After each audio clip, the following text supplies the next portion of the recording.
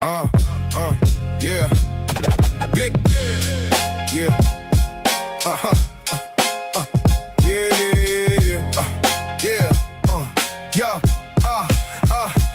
I'm a simple man, never chasing the throne. Just trying to lead this world a little better than I found my own. I got common sense, ain't pretending I'm elite. Just another pair of sneakers walking down the same street. I relate to everyday people cause I know the grind. Bills due, back sore, too much on the mind. I got everybody values, that's the code I choose. We all taking punches, but we don't all gotta lose.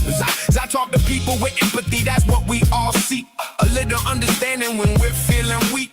Everybody carrying the weight you never see. So I'd rather build a bridge than create enemies. We all gotta get through this life together. Storms keep coming, but they don't last forever. Why we always trying to make it harder for each other? Could have been strangers, but maybe we end up brothers. I'm still looking for the truth. Every day I wake, learning from the choices and the chances that I take. The world's complicated, but this much I know. Kindness makes it easier wherever we go. Don't even care if morals are objective or subjective. Find a way to live with stabbing me's not your perspective. Call it reason, call it culture, call it what you please. Just let people breathe without dropping to their knees. We've all got hard lives, gotta muddle through somehow. Can't rewind yesterday, only deal with the now. Every scar's got a story, every smile hides pain. Everybody's trying to dance in the middle of the rain. No need to make it harder than it already is. By making up a God and adding that God's list. Extra rules, extra guilt, extra fear to obey. I'd rather help my neighbor than worship all day. I'm not saying I got every answer in my hand. I'm just another human trying hard to understand. If tomorrow proves me wrong, then tomorrow I'll adapt. Truth ain't something fragile, it's stronger than my man. I'm still looking for the truth every single day, but it's amazing how much truth is already on display. A hungry kid needs dinner, a lonely soul needs time. A helping hand is louder than the sermon over rhyme. We laugh, we cry, we celebrate, we grieve. We all got dreams too stubborn to leave. Whether heaven's waiting or it's all we got, this moment's still precious, don't waste the shot. I don't need the vision to know what's worthwhile. Sometimes changing someone's day starts with a smile. No halos, no demons, just people like me and you. Trying to find tomorrow with the best that we can do. We all gotta get through this life together. Different roads, same sky, same changing weather. Why we always trying to make it harder for each other? Yeah, life's already tough enough. Why not help one another? I'm a simple man, that's the way I'm gonna stay. Common sense and compassion every single day. Still searching for the truth, but here's what I found. The best place to start is with the people around. Yeah.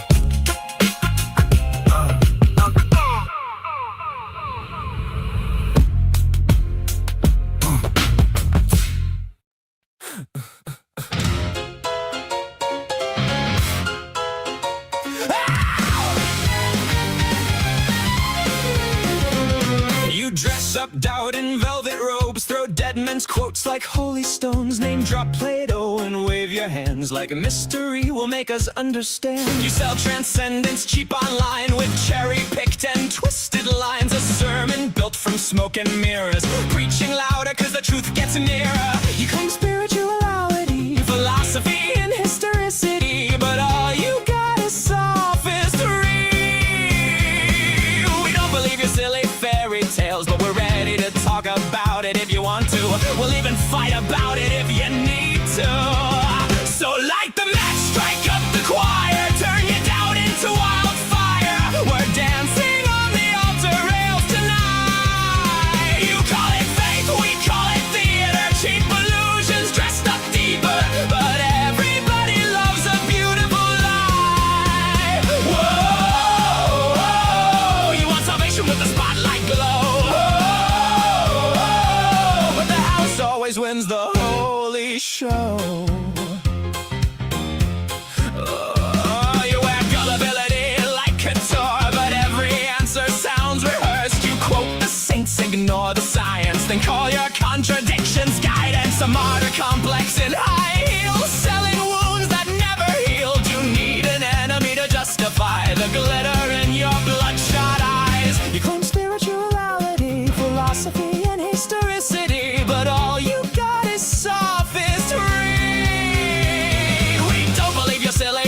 fairy tales, but we're ready to talk about it if you want to. We'll even fight about it if you need to. So light the match, strike up the choir, turn your doubt into wildfire. We're dancing on the altar rails tonight. You call it faith, we call it theater. Cheap illusions dressed up deeper, but everybody loves a beautiful lie.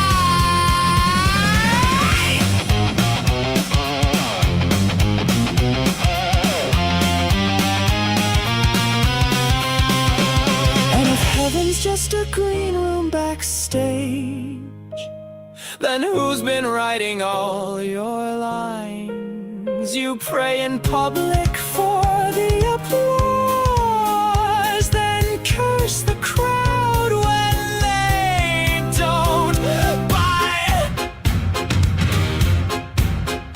By the way, darling, not sure if you know this, but we absolutely noticed that your family values venom has infected your whole system now. It's dripping on your ballots, making every vote a weapon. Your blind faith inspired prayers are now our Christo-fascist nightmares. Light the match, strike up the choir, watch the city drown in fire, while angels smoke outside the venue doors. You wanted prophets, you got performers, broken hearts and false informers, singing hallelujah like it's war. Well, now welcome to Async, where we just wanna know all the fears, ideas, dreams, and doubts that you sow. Saints burn up in orange and purple glow. And the sinners steal the whole damn show.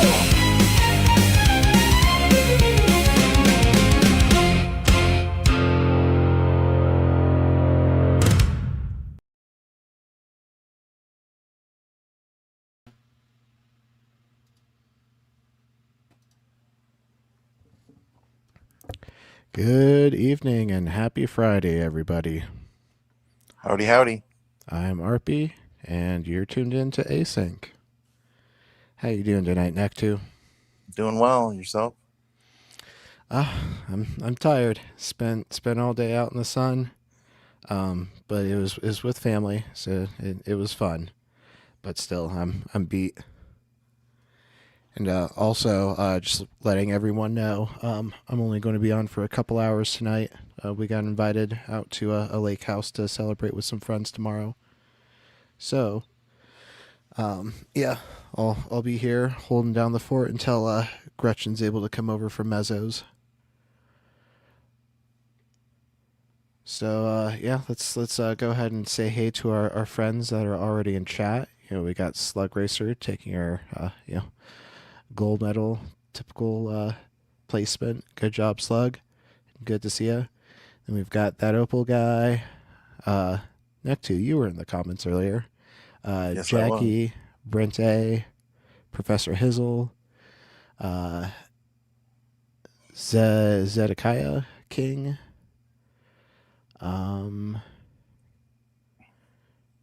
Kelly Shear, and Entropy Matters, JR. I think that's everyone here so far, so welcome, folks. Hope you all had a good Friday, and congrats, you made it to the weekend.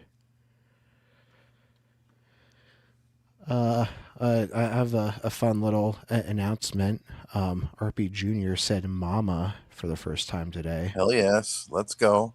Yeah. Adorable. It took everything like I had to not like burst into tears in front of him from in joy. Right? I can imagine. It's a hell of an occasion. Yeah. What Laura Loomer animation clip were you talking about? Oh, it should be in the Here, I'll just send it to you again.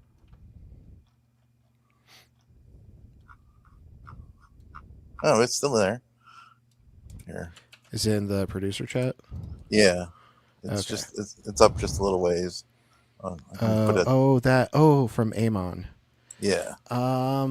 I don't know if we'll be able to show Amon because like he's a really big creator, and That's so fine. that might get copyright. Yeah, he's. I mean, I don't think he's not as big as Professor Dave though. Yeah, but Professor Dave also like he's a science communicator, so he probably appreciates people like reacting to his content. Okay. Hey Brent, how you doing today? I'm good, man. How are you? Tired, but hanging in there. I'm happy. So I do have beef with Professor Dave because saying Professor Dave assumes he has the title of professor, which he does not. It's He He like used calling taught yourself. to. he taught at a university. He was a professor. He wasn't. Teaching at a university does not entitle you to calling I really yourself a don't want to professor. have this debate. This is not interesting to me. Cool. Next two, what do you want to talk about? Well, we have uh, an older YouTuber that we were going to play. This guy's name is Martimer. This he goes back to like the earlier days of YouTube, like I think around 2010. Um, like Aaron Ra, uh, Thunderfoot. Like he kind of came up with those atheist YouTubers. He's got about 75,000 subs, I think. Or no, what does that? What does that say? I can't even read it. Maybe it says 45,000. Can you see that, RP? I don't really care about the sub count. Like, why'd you bring it up? What's he talking about? What's See that? see what next to? His No, subscriber count. That's all. yeah, I don't really care about his subscriber count. Like, what is he talking about? This is Excuse me, I have a bone to pick with Hizzle. He's not actually a professor. I don't think he should be able to use the name professor.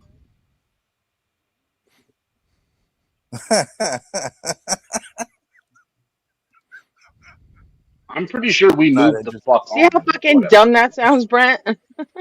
Bro, I'm pretty sure we moved the fuck on. Nektu I'm says, not I don't interested. care about this, and brought up a video. And I was like, cool, let's go. Yeah, you were talking about Professor Dave. I'm talking about Professor Hizzle. Totally different topic. Different guy. Totally different functioning human kidneys and everything. Yes, because our I don't know. personality is Show me where stored in I'm our wrong. kidneys. You're wrong in your kidneys, Gretchen. That's where your wrongness is. That's where your personality Yeah, I didn't mean is. anything personally by it, Brent. It's something that Also, creationists did you bring hear up. So my Bricks and eyes glaze Minifigs is over. paying Reckless Ben damages now? It's fucking great. Oh, let's go. Oh, this shit's getting Nice. hilarious. All right, I'm gonna go back to Mezzo. Bye. I just wanted Yeah, to give Brent shit. it's fun to do. Anyways, this is have you ever heard of spirit science, Brent?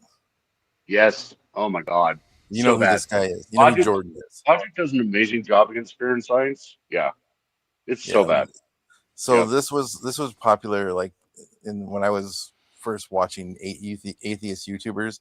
This is a series that's like 15, 20 years old. He still does it. He still will do an occasion. He only does it though when the content creator Jordan 13. of Spirit Science makes content for him to react to, and he hasn't really done it in a while. But he's up to like 38, 40, something like that episodes. We're gonna start with one. They're usually only about 10-minute long videos or so. But it's just good content to react to, and he's an old school. He's a physics teacher from Sweden. Um, I mean, as long as he's funny. he's a nerd. I like his humor. I don't know if it's necessarily for everybody. I've had people tell me they've been bored to tears watching him. So I can't promise you anything, but I like it. So we'll dive in. It's only 10 minutes, so if it's not something you enjoy, then we'll note that and we can figure that out later. but I like it, so I wanted to show people. I wish he'd come back. I wish he'd start making content more often. It seems like he only does a video about every 4 or 5 months now. All right, well let's dive in. Hi everyone. Once again, my good friend Zulu Fight Runner has provided me with a bunch of stupid. And not just a single video of stupid. This time he has presented me with an entire channel full of stupid. Thanks, Zulu. The name of the channel is Spirit Science, and with a name like that, I hardly need to do anything, do I? Well, I will. Let's have a look at the first video on that channel. Spirit Science 1. Thought. Have you ever had a moment where you knew exactly what someone else was going to say about 2 or 3 seconds before they even started talking? We've all had experiences like these, at least a few times, some many more. I hate already that the Flower of Life is on the podium. This is all hippy dippy, new age shit. That's what God Spirit damn it. Science is all about. Like stop bastardizing the Flower of Life. It's fun geometry. This kid is like the king of bat. He will make. He can't even build a consistent narrative. If there's a conspiracy theory and it contradicts something else he believes, it don't matter. He's all for it. It's all true in his mind. How it doesn't matter if it contradicts. It's just the stupidest shit, the laziest thinking. And he's huge. He's probably got 1 million subs or a few million subs. I don't know. When I used to pay attention to this, like he had like 15 years ago, his sub count was in the hundreds of thousands. So I don't know where it's at today, but yeah, it's absurd that this is popular.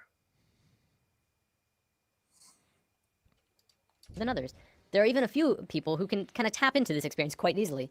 I believe one of the terms for it is psychic. Let's say for the sake of discussion that when you think of something, anything, it appears right in front of you. No, not physically, but let's say it appears in a different realm that's in and around all of us. For now, let's just call it the thought realm. When an inventor gets an idea, this idea can quickly spread throughout all of his colleagues and friends. Don't think of thoughts as separate, but as a whole that everyone is latching onto. Okay, let me see if I get this straight. When an inventor has an boy. idea, he places that idea in front of him on some other plane of existence or whatever.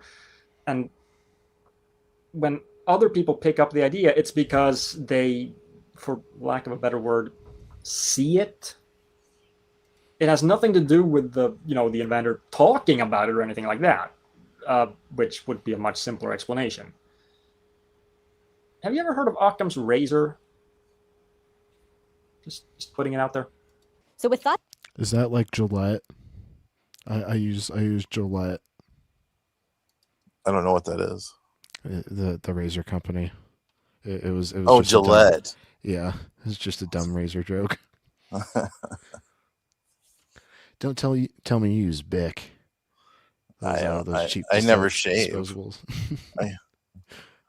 I have, and then when I do, it's just like the trim, and it's a electric trimmer. Yeah, I haven't had a proper shave in. I don't even remember when I started growing. It's been a long time. Yeah. Every once in a while, I will just to let my cheeks feel the open air. Like I'm waiting until RB Jr. is old enough to like not freak out. Oh, You know, sure. It's like, oh, Papa looks completely different. They're not the same person. Yeah, Sir Sick is good too. He's a British YouTuber.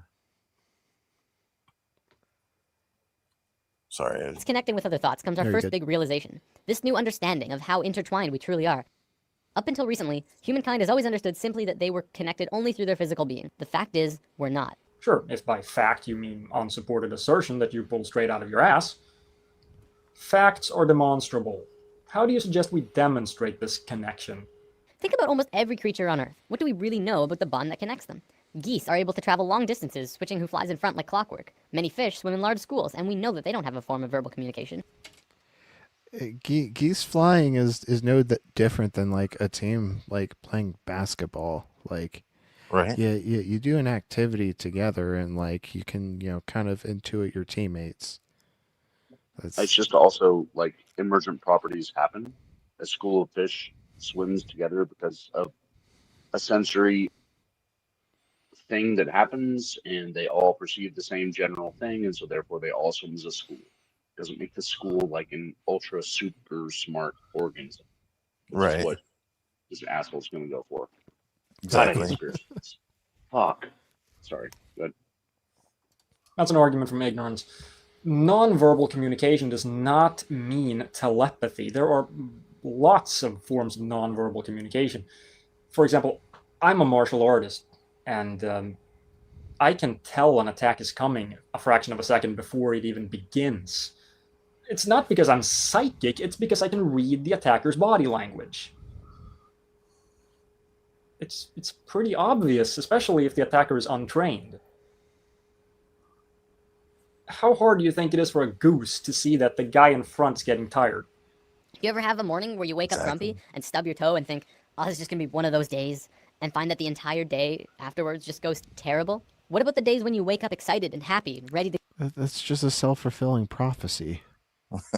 like you get in your mind that it's gonna suck, and then like you only like recognize the things that suck throughout that day. In most cases, it's probably not any more sucky than any other day, but you're just noticing them more because it's confirming your idea that like you're supposed to be having a sucky day. Well, can you Yeah. force yourself to wake up on the right side of the bed? I don't know what the right side of the bed even is, because like The I right sleep side of with the my bed, meaning that it prepares you for the day where you interpret everything to the positive as opposed to the negative. Like you like were saying. I sleep with my partner, and she has her side and my side, so like I only get out out of one side of the bed. I usually levitate off the bed first. Oh, Jesus. Fuck. All right, RP. Is my autism like interfering with like understanding the idiom? Yes. Okay. Yep. I'm Well, having a hard your time whole day hearing is just Brent. excellent in all of the right ways. The reason these differences in I'll how your boost day him a goes little. is because of your emotional state. That's a textbook case of post hoc ergo propter hoc. That would be the logical fallacy of assuming that if A happens before B, that means A must have caused B. Causal relationships have to be demonstrated, not just asserted. The people who are most successful are those who talk most of success. Those who speak most of illness have it. Yes, illness is also a creation of yours. Say what? Throughout history, we've always played the blame game. It's his fault I didn't get the promotion. It's her fault I couldn't go to the game. It's everyone else's fault. I'm so depressed. Whatever it is, and this may be the hardest thing to truly get, it's your fault. And how do you account for inherited afflictions? Are you telling me that if a kid is born HIV positive, that's his or her own fault? One common argument I hear is, what about starving kids in Africa? How are they creating their starving reality? I would respond to that the Western way of life is not really allowing for everyone on the planet to live in the same abundance that the Westerners are, is it? We're using up all of the world's resources, hardly sharing anything unless they're paying a lot for it or if we're getting something out of it. What? Didn't you just say that? Throughout history, we've always played the blame game. It's your fault. Dude, stop contradicting yourself. You can't have it both ways. Because we are not in tune with ourselves, it may often seem that sometimes we don't have complete control over what it is we experience. Not in tune with... Do you know what that means? Can you explain it without using even more vague terms? I don't think you know what you're talking about. Once you have the experience that you feel is out of your control, now it's your turn to decide what you do next. You can allow the experience to get the best of you and drain your energy and move into a dense, unhappy place emotionally. Or you can decide to take it for what it is, an experience, and keep moving forward. Every dark cloud has a silver lining, and if you're looking for that silver lining, you'll have a much easier time finding it. Okay, maybe you're right. Maybe every cloud does have a silver lining. But what you're doing is you're advocating a really dangerous mindset. Basically, you're saying, look at the silver lining and be happy with that. Don't actually attempt to do something that might solve the problem. Look, if everyone were to just think happy thoughts and look at how much more the starving kids in Africa appreciate life now that they're so close to dying all the time, or if you look at how much more food there is for us and how lazy we can be. Yeah, silver linings. Great. That doesn't solve the problem that kids in Africa are still starving. If everyone adopts the mindset that you're advocating, no problem will ever be solved. Many of us have heard of this thing called the law of attraction. Sadly, yes. Over the entire world, people have written in to tell of their amazing stories where they really focused on having what they wanted and got it through miracles and coincidences. So I guess this is the part where I have to explain some of the basics of statistics to you. Let's say we have a large population. We don't know how many, but a very large population. And we have people think happy thoughts, and 1,000 of them write in to tell us that they got what they wanted through pure coincidence. And hey, they thought happy thoughts. I guess it works. We're going to end up with a sample that shows a 100% correlation between thinking happy thoughts and getting what you want through pure coincidence, but only because the selection process was rigged to give us a sample that shows this correlation. I mean, no one is going to write in to say, hey, I thought happy thoughts and nothing happened. You can literally change everything in your life by willing it so.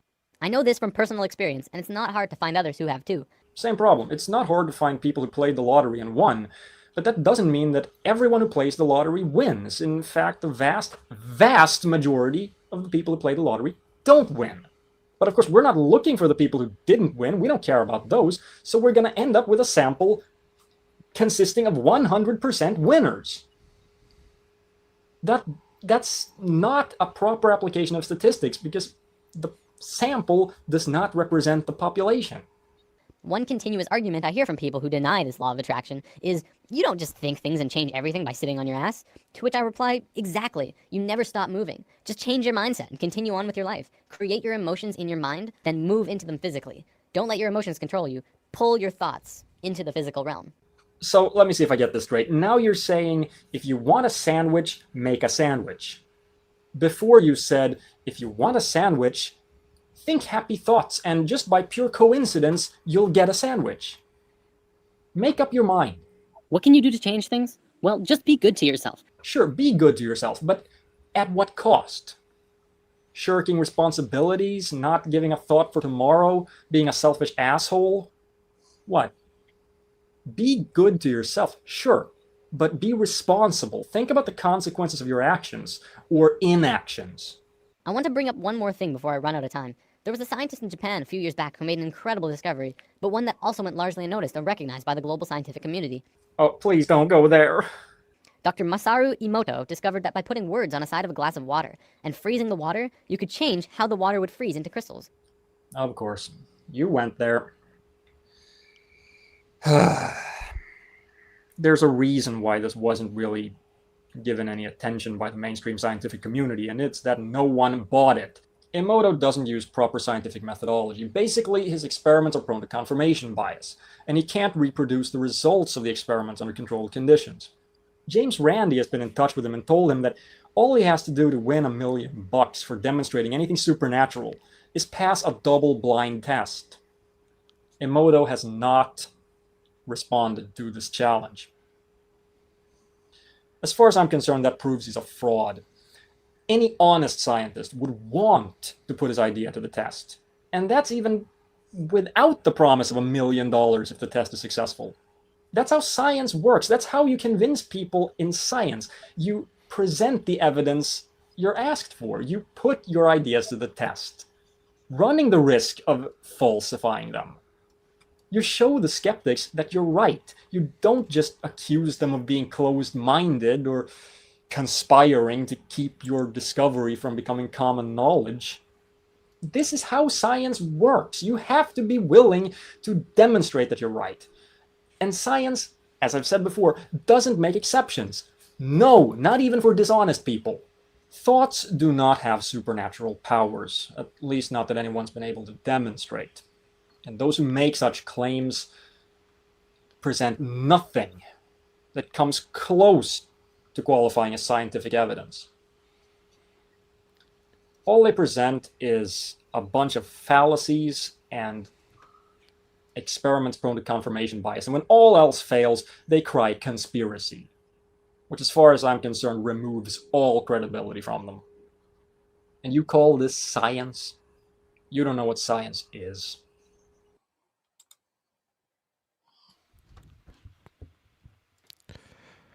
All right. One thing that kind of bothered me about his format Moto has not. is he's sitting right in front of this perfectly blue wall. Like, I'm going to assume it's his wall and not a blue screen, It is because a it blue would be screen. it is a blue screen. Yeah. It's crazy to record in front of a blue screen and then not chroma key anything in. Yeah. Well, this is like I said, 2009. It was a long time ago, and he was new. He was an amateur.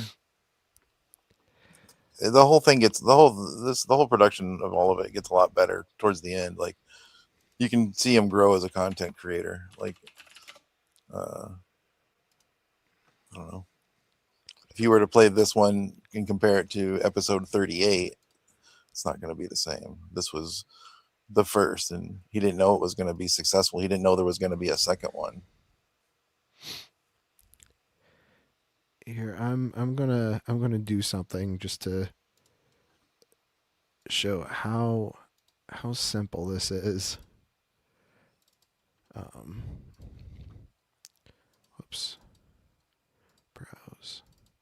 I don't really care what Brent thinks about Mortimer. No, I'm not want to play 38 either.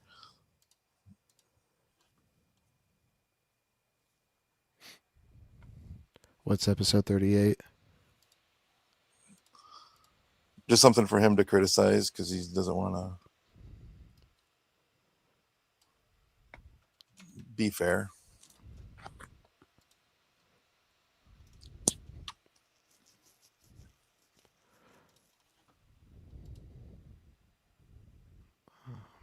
Good for you.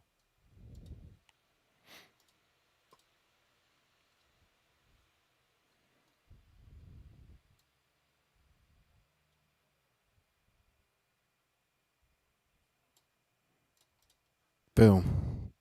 Easy peasy. Just key your background, dude. It's so easy.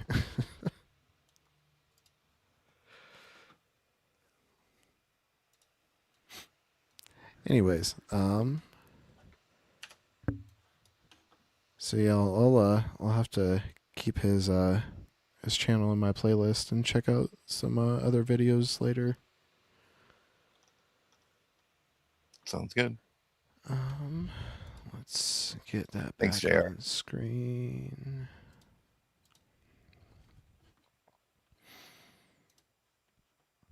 All right, what is in the queue? Ian dropped a video the other day that I never watched. Oh yeah, and Matt Dillahunty posted a video with Ian.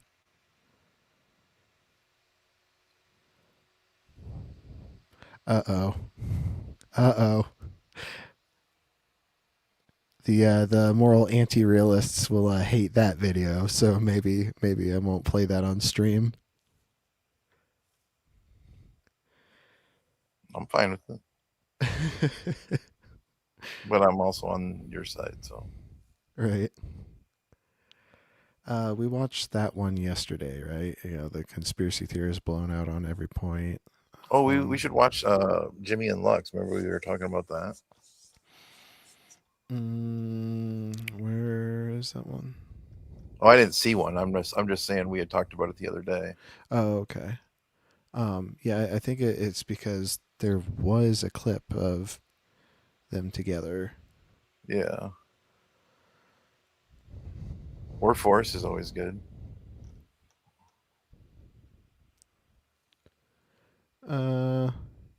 He's not really like talking about like anything debate wise. So like I'm not really interested in that Forrest video. But Forrest and Ian together were great on Monday. Hell yeah, it was.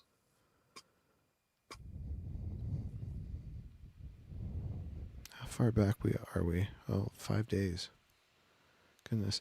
Do I not follow Ian on... Oh, yeah, no, I need to follow Ian on this account. Hey, Robin, see you backstage. You ready for us to bring you up? How you doing tonight? Good, how are Hi, you? Robin. Hey. Doing good. Just Good to a see bit you. tired from being out in the sun all day. You got anything you want to see? Whatever y'all. I was trying to read what Gretchen was writing in chat. She says, "Watch Jimmy and Lux while I'm not there." Okay, that's fair. Oh, okay. That's Let's that's do what fair. she says then, I guess. I guess she's still on Mezzos. Yeah. Like, We should watch the Mezzo stream that Gretchen's moderating on, and then just criticize her moderating.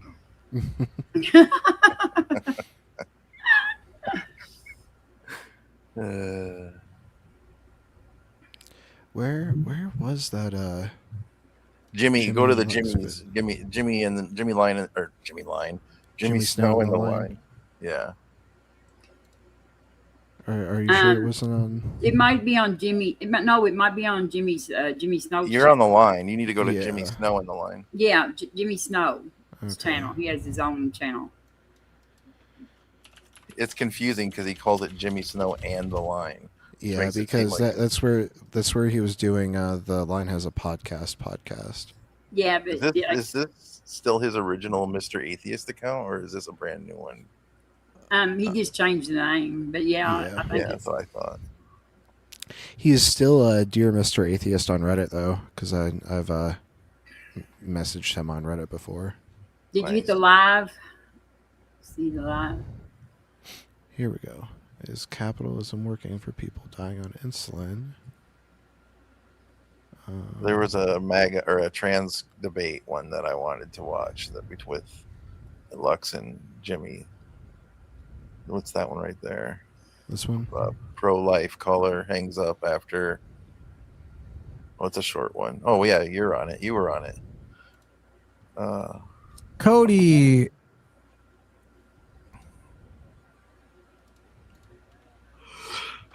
Excuse me. In Wisconsin, Cody, you're on the line with Jimmy and Lux. How's it going, Cody? Yep. Hello. I'm Hello. doing all right. Cool. What do you want? What you want to talk about?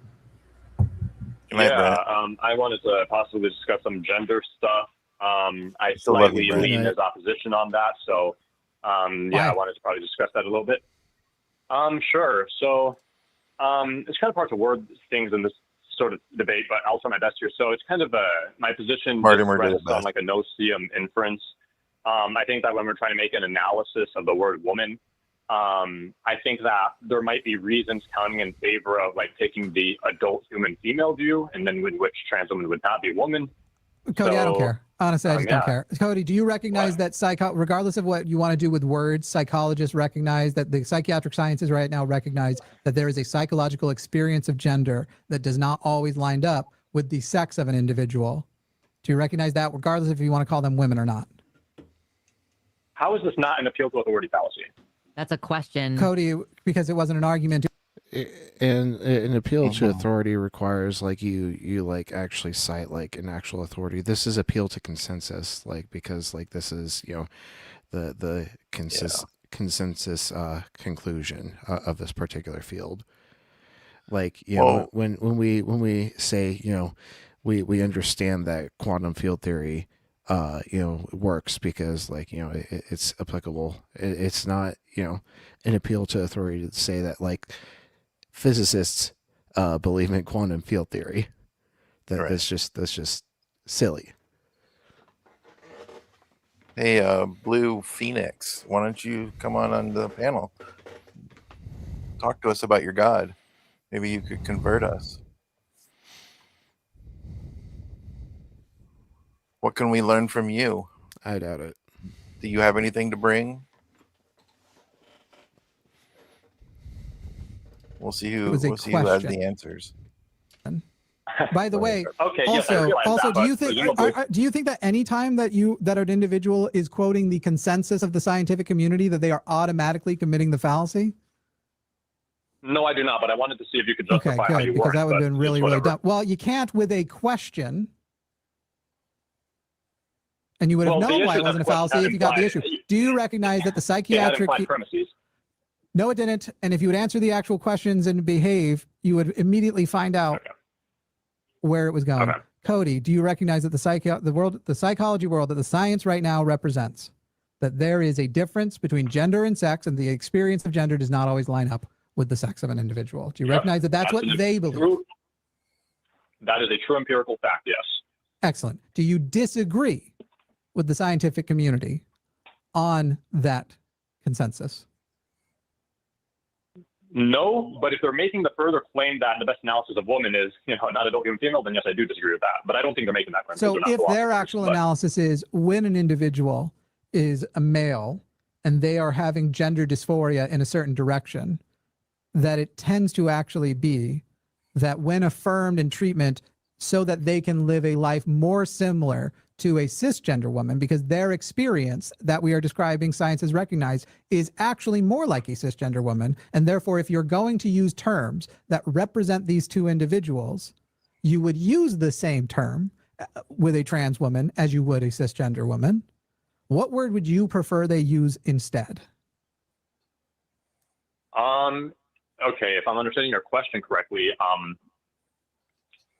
I think that maybe they could just say that they feel like a woman. I mean, just say that you are one. I don't know. Cody, that wasn't the question. So I'll restate it. You have two individuals. One is a cisgender woman and one is a transgender woman. The science seems to indicate that their experience of gender is common. How should what gender should they be represented then as if their experience is common? That is the same word for both of them. There's not a special word because it wouldn't require a special word.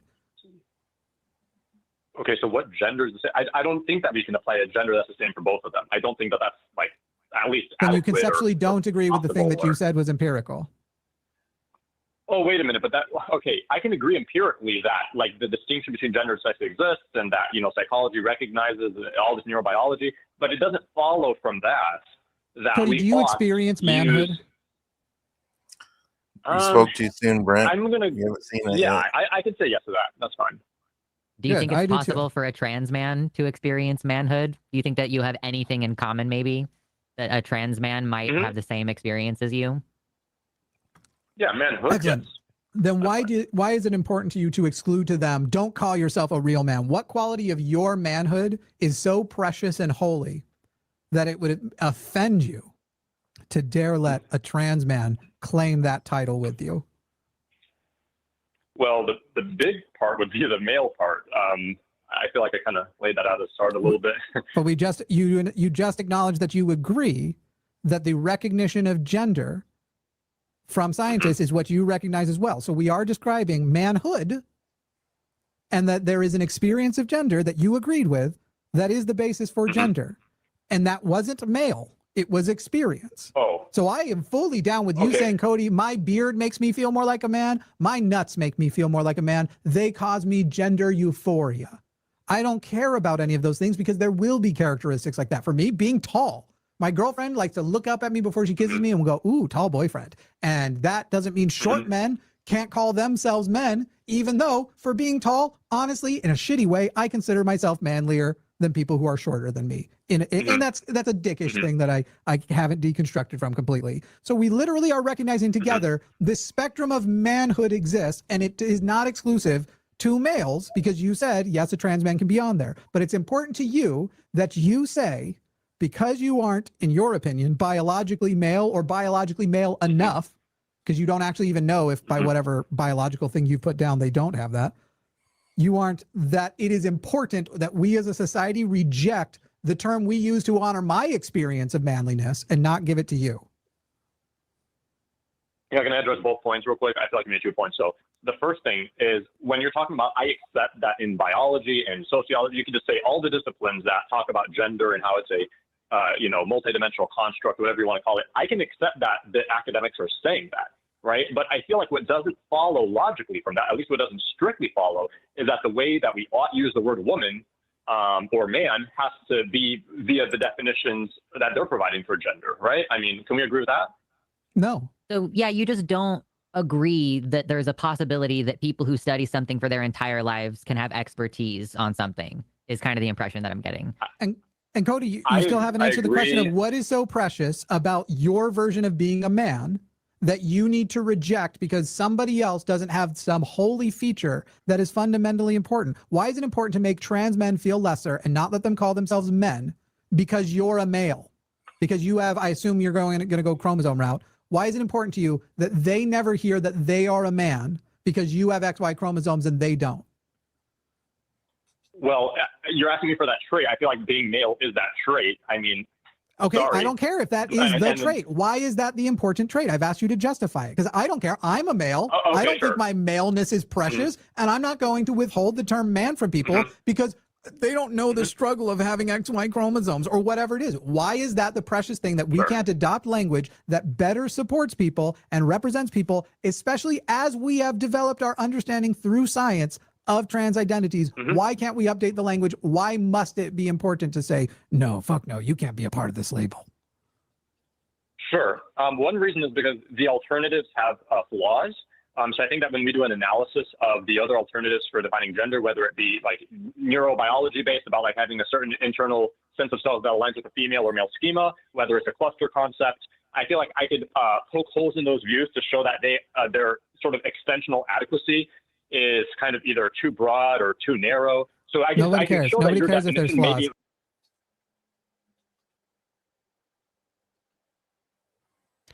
I was muted. This guy thinks he can debunk like clinical psychologists. They all do.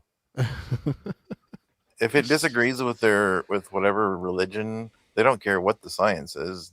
They don't want, and if it's just like when you have to read their scripture to them, words won't mean what the words mean all of a sudden.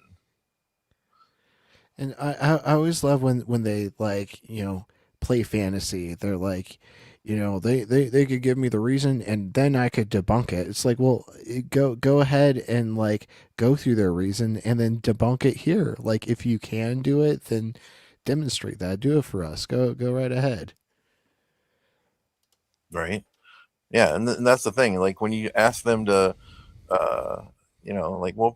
submit your peer review, since you know better, submit your article to a legit peer-reviewed journal, and let's see what you got. But they will always complain and be like, "Well, it's not fair. The rules shouldn't apply to me," or whatever, because they don't have any evidence. Just a vibe.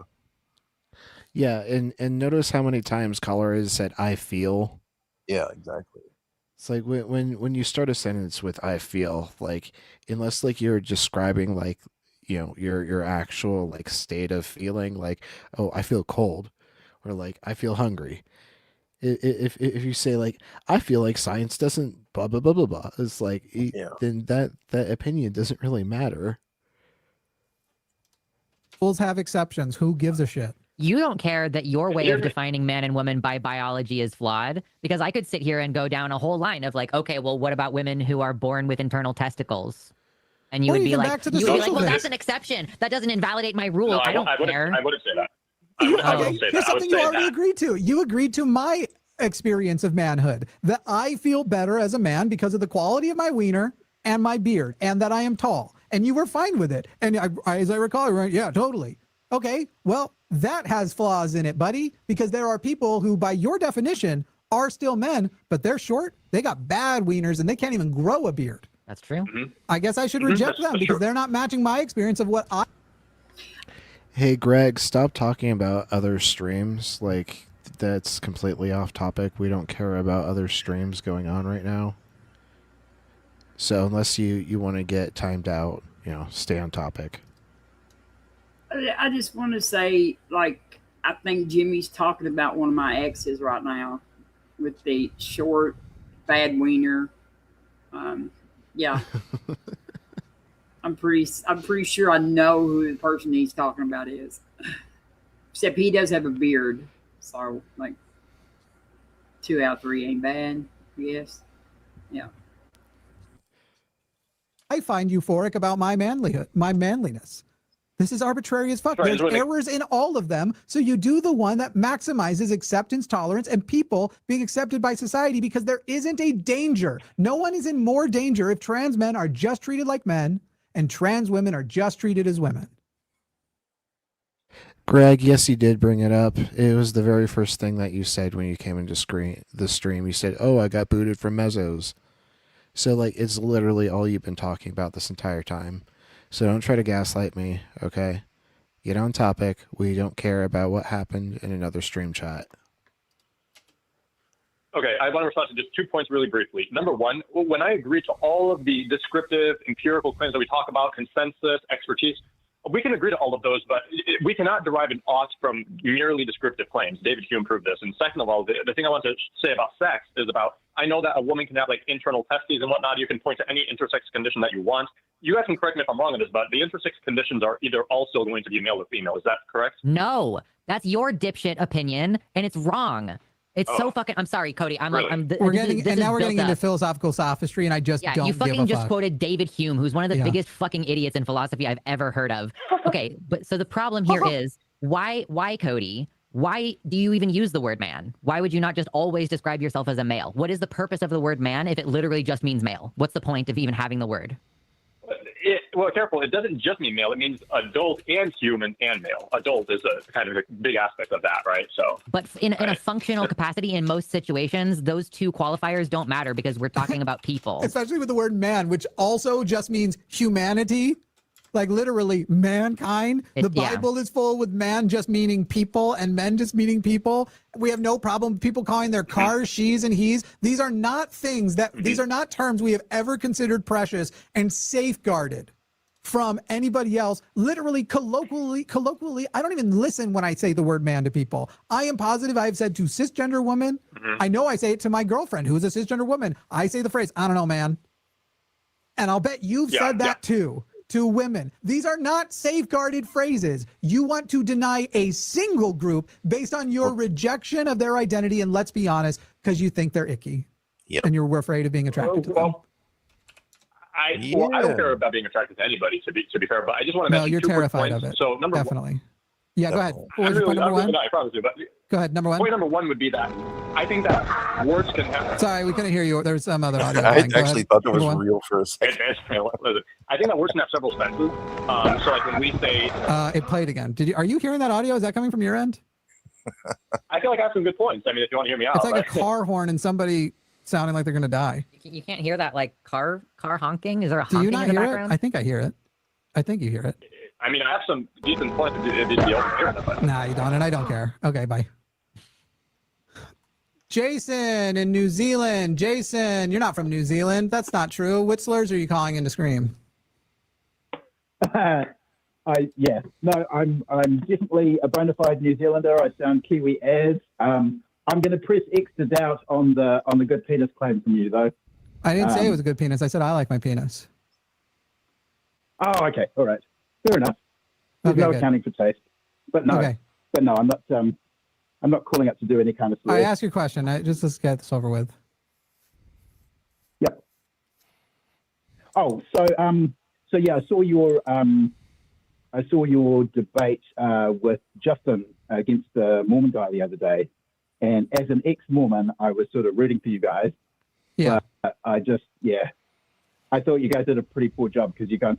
I don't care, Jason. Like Ex-Mormon men. I literally don't care. I don't know you.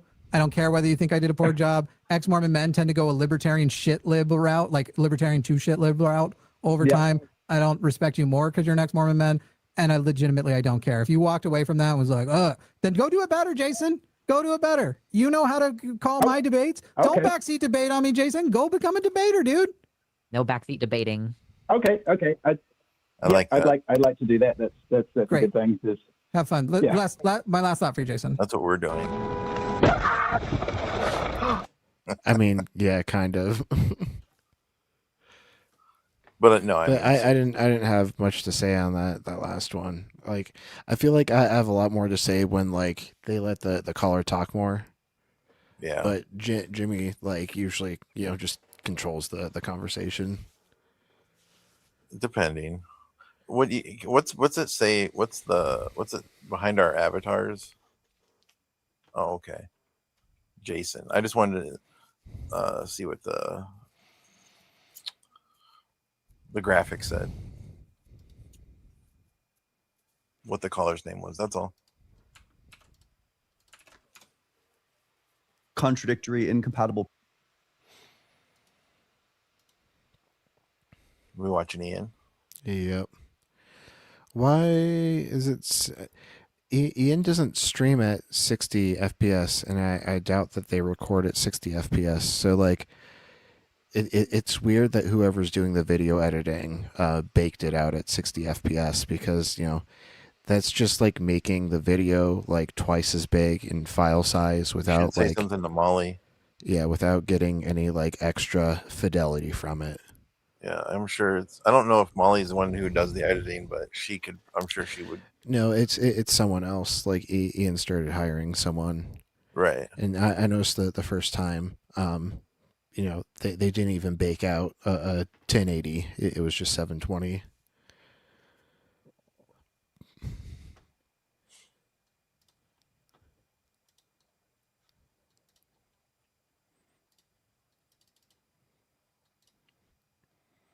Properties where one has progressed to the next, and you can tell that this isn't 60 FPS. This is definitely 30 FPS. Yeah, when I was editing or gonna be editing Unapologetic for Blitz, that was one of the things I kept doing too. So it's easy to forget. When I would finalize it, I'd always forget to check what I was outputting it as. So I'm sure that's all that happens. He didn't think about it, or whoever edited it didn't think about it. That's a change when it has like a contradictory property. Ian, I don't think you described time very well. I'm going to be honest. It's low Okay. IQ. Can you summarize back to me what my definition was? No, I think it was so ridiculous. Okay, you didn't listen to it. You wanted to say it was low IQ, so you like ripped your headphones off and didn't even listen to it. What I think is even more low IQ is not being able to track it. Hey, how's it going? Going good, Ian. How are you? Doing well. How old are you? 38. Yep. And what religion? Well, I'm a religious pluralist. Okay, what is that? That basically means that I believe that every religion is seeing one ultimate authority in God in their own mode of thought production and language based on their geographical location. And okay. I mean, we're off to a really bad start already. Like, different religions have like contradictory beliefs, and so you can't say that they're all right in like their own way. Right. So yeah, do you think that there's like a personal ultimate foundation? Sure. Okay. Yeah, what makes you think so? Well, could you give me a better something to bite my teeth into as a good example of what you're talking about? Sure. Like in terms of like a personal ultimate foundation? Yeah.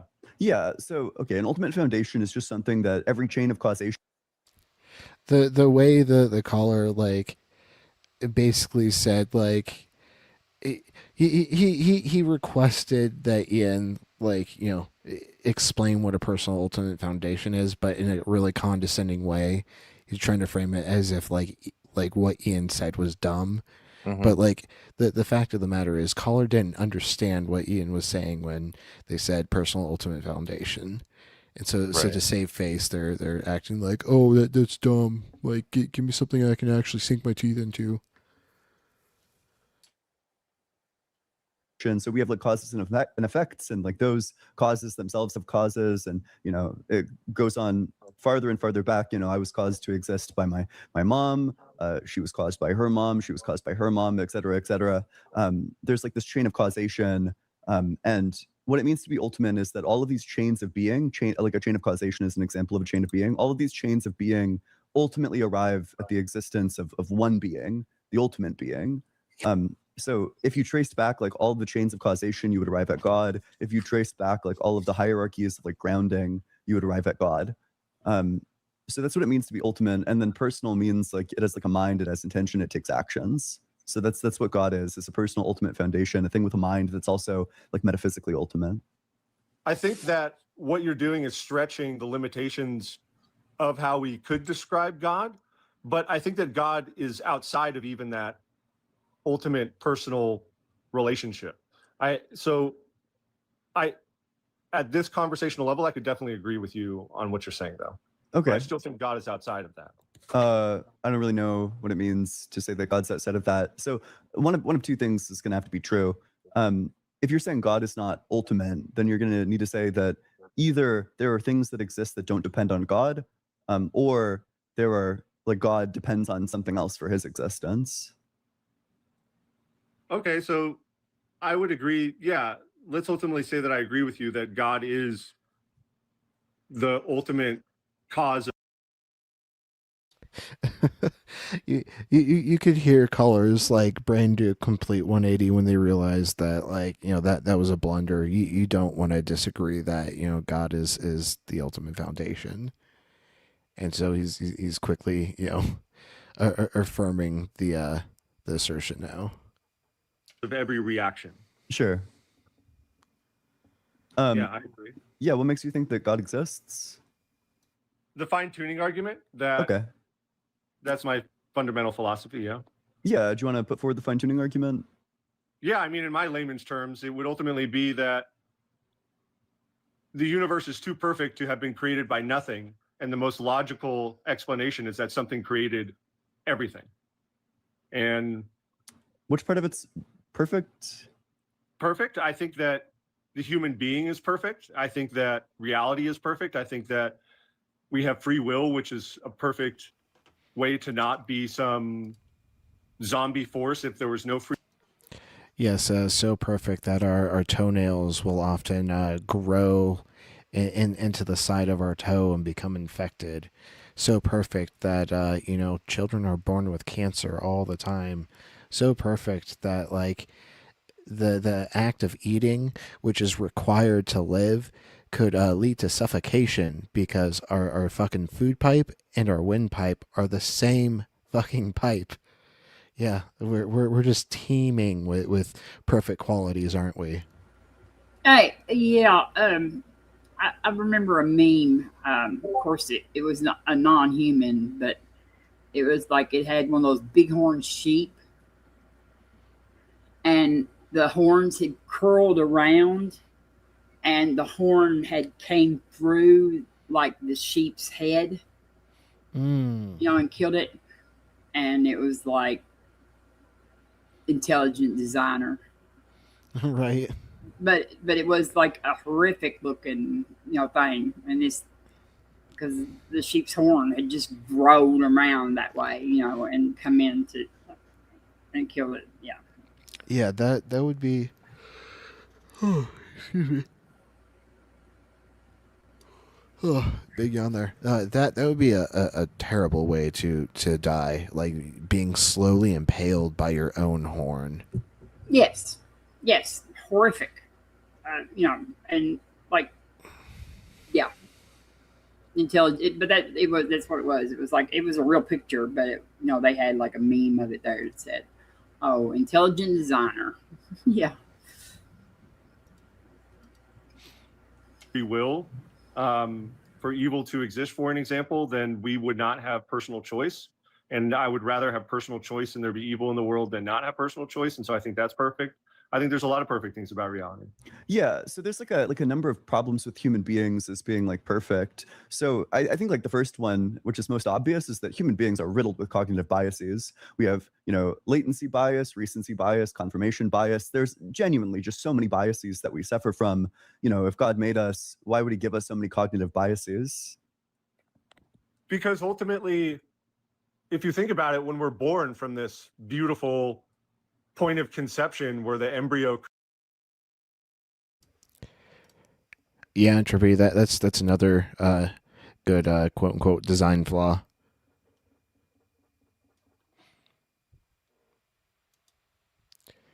Like if you're a woman and you don't wipe correctly, you can end up giving yourself a very aggressive infection.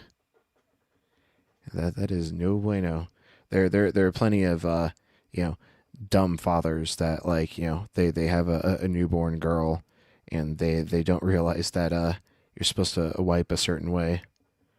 They end up, you know, harming their child.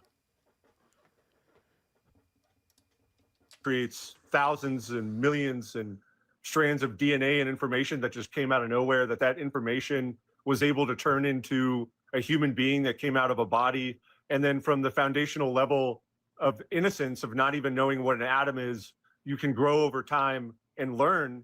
And I think there has to be contrast to our perfection, which is exactly what you're talking about, bias. And so you don't think that humans are perfect? No, I think that our journey is perfect. I think that we are perfect beings that ultimately could have came from a warm pond. And I think that that's pretty incredible.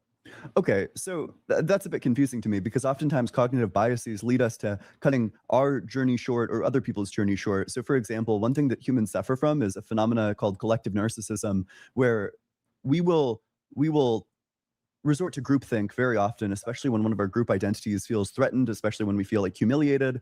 And it's stuff like that that leads to things like the Holocaust, right? Collective narcissism, feelings of inadequacy at the level of the group leads to people trying to craft these like narratives for why actually they're still like super cool. And it's actually like some other group that's fucking them over and we got to like eliminate this other group. This narrative comes up like genuinely constantly among humans and it's due to cognitive biases. Additionally, I mean, people will see things like confirmation bias, or people will view their lives as not worth living because of things like confirmation bias. You know, they look for examples of times their life was miserable and then they decide to like end their own lives on the basis of that. Like these cognitive biases are like demonstrably extremely harmful. How can you say that what makes up for the cognitive biases is that the journey itself is perfect when these cognitive biases lead to the ending of the journey so often? Throughout time, human beings, I think the whole point of the human race is to ultimately expand our consciousness. And it sounds like you're having conversations about gossip when I'm having conversations about the real implications of consciousness itself being a perfect process of evolving. And so through evolving, bad things have happened with consciousness itself. There's been bad actors, but this consciousness, we've grown to a more peaceful world. We continue to become more enlightened as individuals. We continue to expand, and I think that's a beautiful thing. Look at Elon Musk for an example. He's bringing us to a multi-planetary life system. That's pretty incredible. Yeah. Do you think that was like even remotely responsive to what I said? Okay. Like, what do you think my argument was, and how do you think that responded to it? I think that you were trying to demonstrably destroy my argument by saying that ultimately human beings are not perfect because we've carried out atrocities. And no. Okay. Atrocities? Atrocities. Oh my God, what's that? I don't think that maybe Elon Musk is probably the best example to help your argument either. I don't know. Like, I don't think so. Yeah, no. Like, of course, Color is a Musk fanboy. Yeah. But doesn't know what the word atrocities are. Atrocities. Yeah, atrocities, buddy. Oh boy. Oh, maybe he doesn't speak English. Maybe English ain't his first language. Maybe. We can hope. The point is that the thing that causes us to carry out atrocities is our cognitive biases in many instances. And these are things that, this isn't like a free will issue. This is like at the level of like our neural structures, we are disposed towards thinking in specific patterns. Okay, well, before I answer your question, I just have one question. Do you think that human beings are ultimately more utopian or more dystopian? Are we good or are we bad? I have no idea. Well, I have an idea that was presented by Plato himself. He said if a baby was on the side of a well and you were walking down a path and you saw this baby about to fall inside of the well, would you go and save that baby? And ultimately, every single person would run and save that baby. That shows that human beings fundamentally... No, not 100% of people would go and run and save that baby. You know, psychopaths and sociopaths exist, and they, you know, a majority of them will not give a fuck about a baby falling down a well. I'm not even sure Musk would save the baby. Right? Only if it's a white baby, then Musk would save it. A white male baby, probably. Yeah. Yeah. There are people out there that would kick the baby in. Right? And he would want to know if it was a cis right, white male baby. Yeah. Are good and not evil, because that's for sure not true, by the way. For example, I mean, you know, if you read through like the atrocities that people committed against like indigenous people, for example, you know, the way that like the colonialists treated like indigenous children in many cases, you know, they would like make them fucking freeze to death for fun. I just don't think it's true that every single person would save any child that they saw about to fall into a well. That's like obviously not true. So you're saying that your logic is more sound than Plato himself? Yeah, on this topic. Yeah, I'm fortunate enough to live in Also, argument from authority. an era where we have access to like a lot of history. That's something that we have that people in Plato's time didn't, is that they didn't really care about accurate historical accounting at the time of Plato, whereas now that's something that we care a lot about. So there's been like the entire field of history has been founded on methods that actually get us to the truth, whereas at that time they're like historical records were like kind of mythological, kind of accurate, but overall just a fucking mess. But you're taking out individual actors compared to the whole the whole mean, which is ultimately, for an example, your chat. I bet you there's no person in your chat that would do something like Schmittler, but they would save a baby. I guarantee that. Okay. The majority of your chat. And so the majority of the majority of the human race is ultimately going to expand from that fact.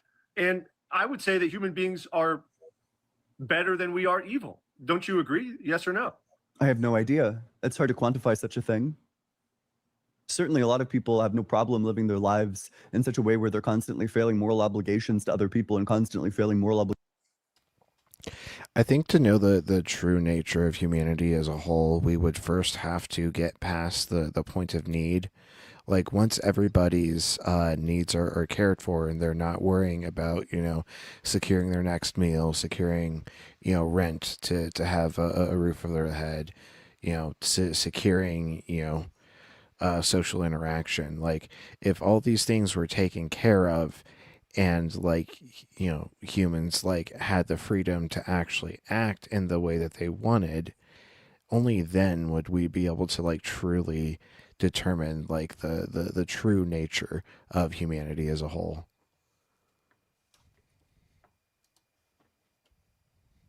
Obligations to themselves.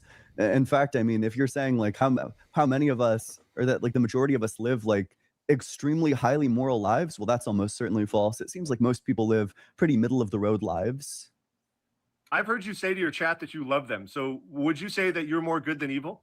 I have no Because you love idea. people? I have no idea. I also don't think loving people makes you more good than evil. I don't think So that you you don't can, think- I don't think it's easy to qualify or like quantify whether or not you're more good than evil. You know, I do evil things sometimes and I do good things sometimes. I Okay, have what's no the last idea. evil thing you've done? I wonder then? what the evil What's the things last are. evil thing I did? Oh, he's about to say. Right. Well, when I went to New York, I had a steak, which is evil. You think eating an animal is evil? Yeah, extremely. Well, I do too, ultimately. So yeah, I do agree with you on that. Okay. Well, I mean, it just doesn't feel like we really got. Well, ultimately, I think if I could listen, you're a really good debater. I'm not gonna lie. And I just wanted to give you. How about I give you my strongest argument that God exists, and then we can go from there because I feel go like. for it. So okay, yeah, but thanks for having this conversation. It's really intriguing. Ultimately, my biggest argument that God exists is that it's the most plausible explanation on what created everything. And then I've looked into systems of beliefs. It's presupposing that like things needed to be created and didn't just exist always.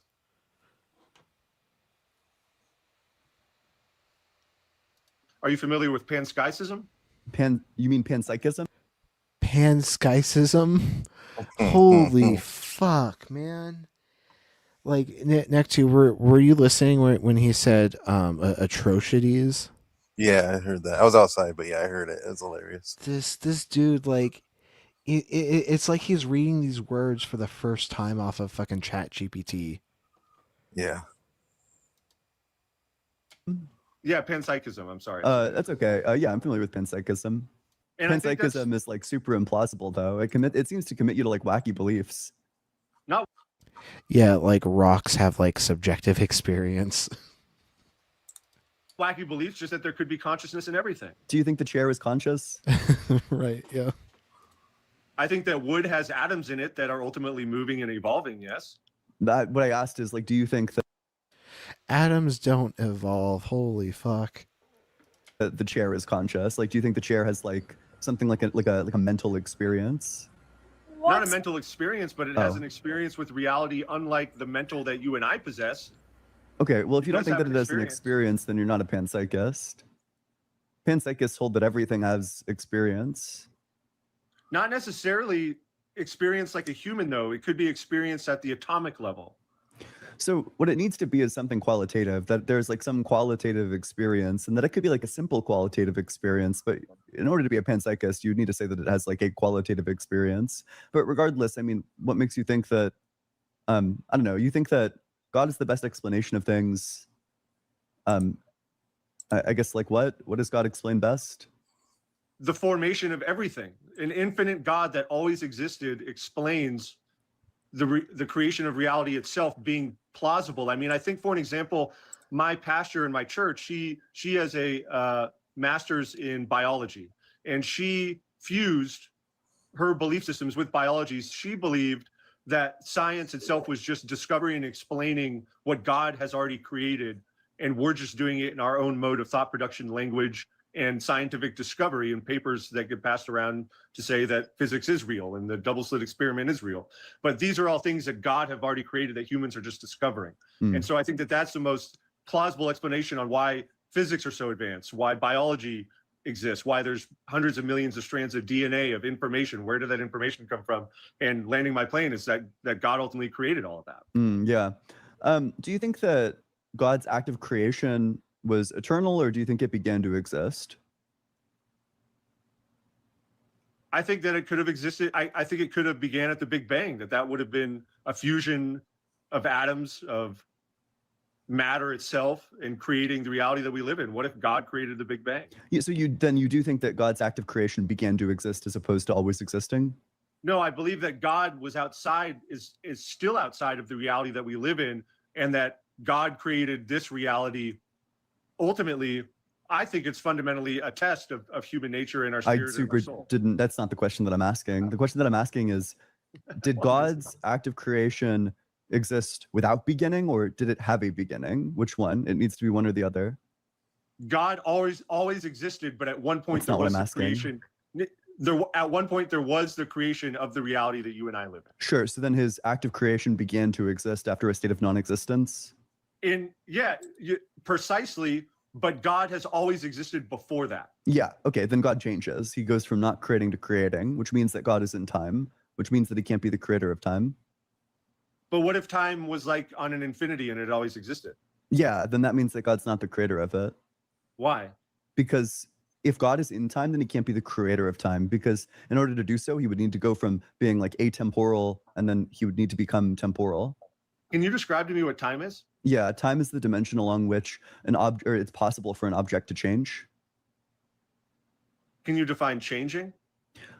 Just that we have like different states of affairs, and that, you know, one state of affairs progresses to a separate state of affairs, and when there's states of affairs that have contradictory, incompatible properties, where one has progressed to the next, that's a change when it has like a contradictory property. Ian, I don't think you described time very well. I'm going to be honest. It's low IQ. Can you summarize back to me what my definition was? No, I think it was so ridiculous. Okay, you didn't listen to it. You wanted to say it was low IQ? So yeah, that just went straight over his head. So now he's doing the same coping that he was at the beginning, by like trying to frame it as like Ian actually said something unintelligent, which is, you know, not the case. You like ripped your headphones off and didn't even listen to it. What I think is even more low IQ is not being able to track it. I am tracking it, but you're saying because time exists, God couldn't have existed it, but you can't even describe truly what time is. So I'm not. I already did. You didn't listen. Yes, I did. I listened. If you closely. listen to it, then say back what my definition of time was.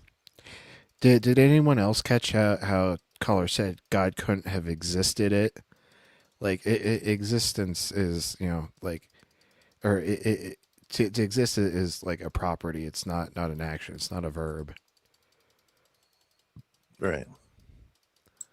Well, actually, it could be like a being, like you are existing, so you are doing something. So that could be a verb, but it's not like an action verb, like, you know, like what Color probably meant to say is created.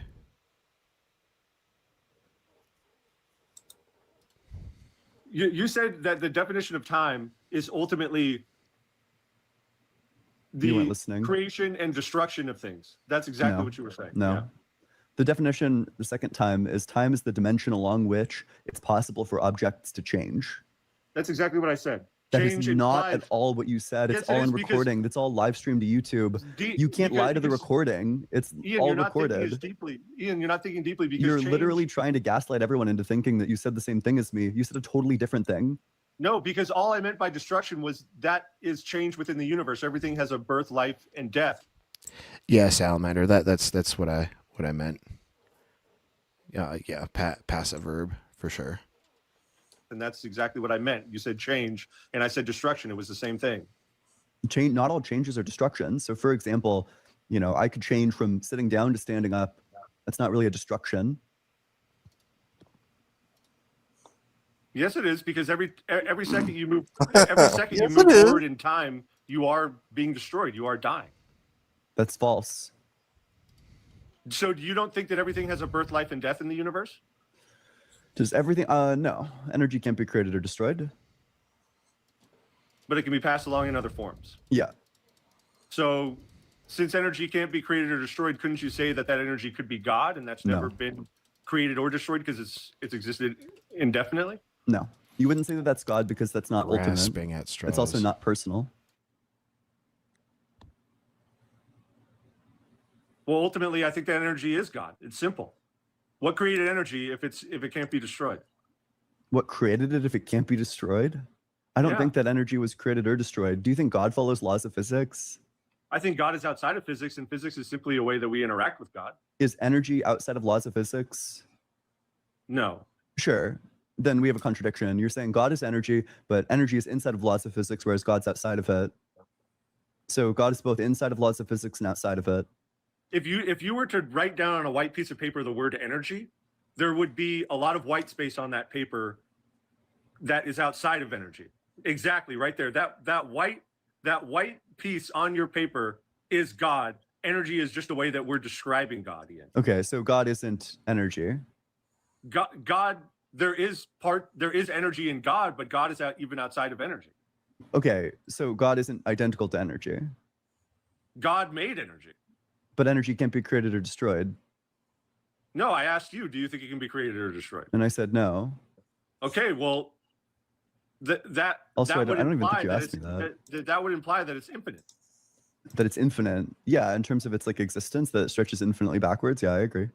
Yeah, so the only explanation of something being infinite through that can something that is infinite can only be described as God, because God is the only thing as powerful that could be infinite. No, it's just persistent. It's infinitely persistent. I don't know why I would think that something being infinitely persistent mean that it's God. So what do you think? Do you believe in the Big Bang? Yeah. So what do you think existed before the Big Bang? I think that the universe goes through infinite cycles of big bounces and big crunches. Huh. So you think that there was just nothing or a series of events that led to the Big Bang? What answer did I just give? Did you listen? Yeah, you said you believe that the universe goes through cycles. Yeah. So there's just always going to be something before each cycle. There's like another cycle before each cycle. Oh, okay. Yeah, there's like infinite cycles of big bounces and big crunches. Oh, you ran away. Yeah, I think Color has never heard of a cyclic universal model. So they just needed to, save face and run the fuck away. I feel like I remember this this call from not too long ago. I feel like it was within the last week. I'm gonna drop and come right back. Okay. I'm just gonna reset my browser. Okay. Yeah, RP, I was going to jump down when I'll wait till Neck 2 gets back. All right, cool. And I was going to jump down too. I'm going to change the litter boxes and probably go to bed. I have not felt good all week this week. Oh, I'm sorry to hear that. I don't know what's wrong with me. I just don't have any energy at all. Well, I hope you get some good rest tonight. And yes, changing your kitty's litter boxes is super important. Yeah, I've got 4 cats, so yeah, it's a must. Like, because they start using the bathroom in other places if you don't keep their box cleaned out. So. Yeah. Yeah. All right, love y'all. Bye, chat. Love you too, Robin. Have a good Tell one. Gretchen. Hey, Robin. Tell Gretchen I said hey. Bye, Nick. Will do. Well, it didn't work. What I was trying to do. I'm Was trying it the to. PFP issue? Oh no! I'm trying to make StreamYard's dark, and there's a way to do it. It says you can get a dark everywhere extension for Chrome, an overlay, and I installed it, and it works on every other tab I have pulled up, but it doesn't work on the StreamYard's one. That one's still white. I don't get it. I don't see why I didn't. Maybe I need to mess with it, but I'll worry about it tomorrow or something. I can worry about it tonight. Okay. Not that big a deal.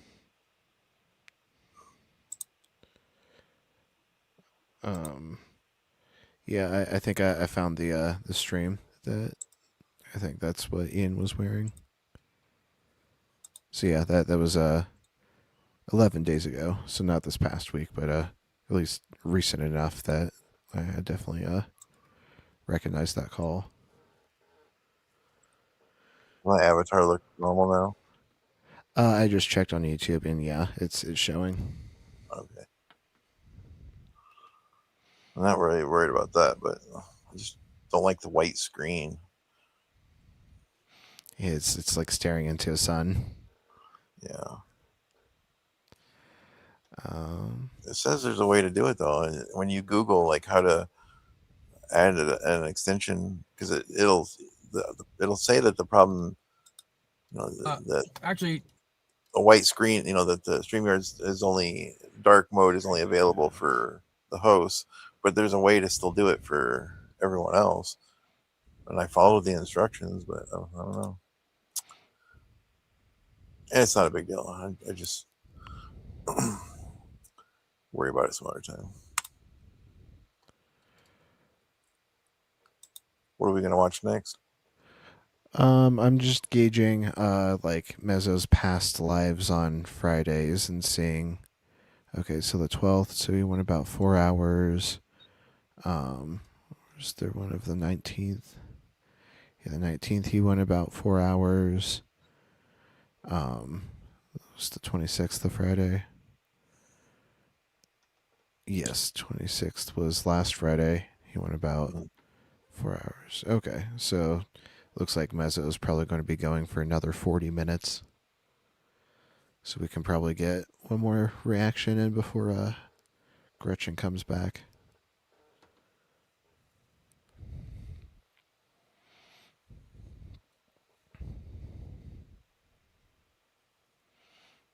Oh, there's a new That's It Gibbon. A little long, though.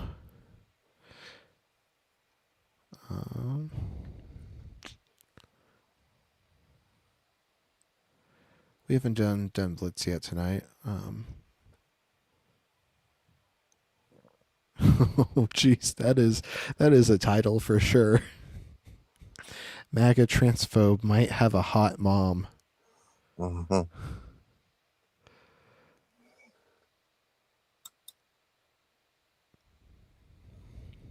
Yeah, that's a good one. What's a good one? The hot mom one.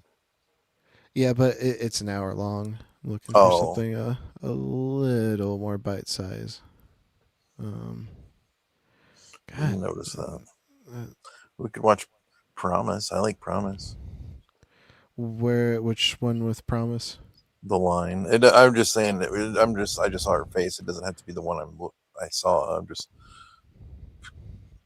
mentioning her as a content creator, or Joel, or Justin, or Alyssa Lux. we can do this one with Matt. I feel like she and Matt have pretty good stream chemistry. Mm-hmm.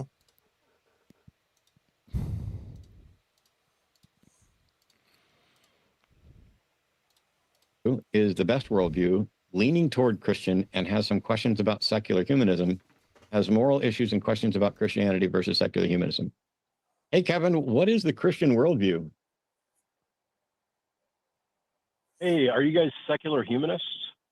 Hey, Kevin, what is the Christian worldview? What do you think it is?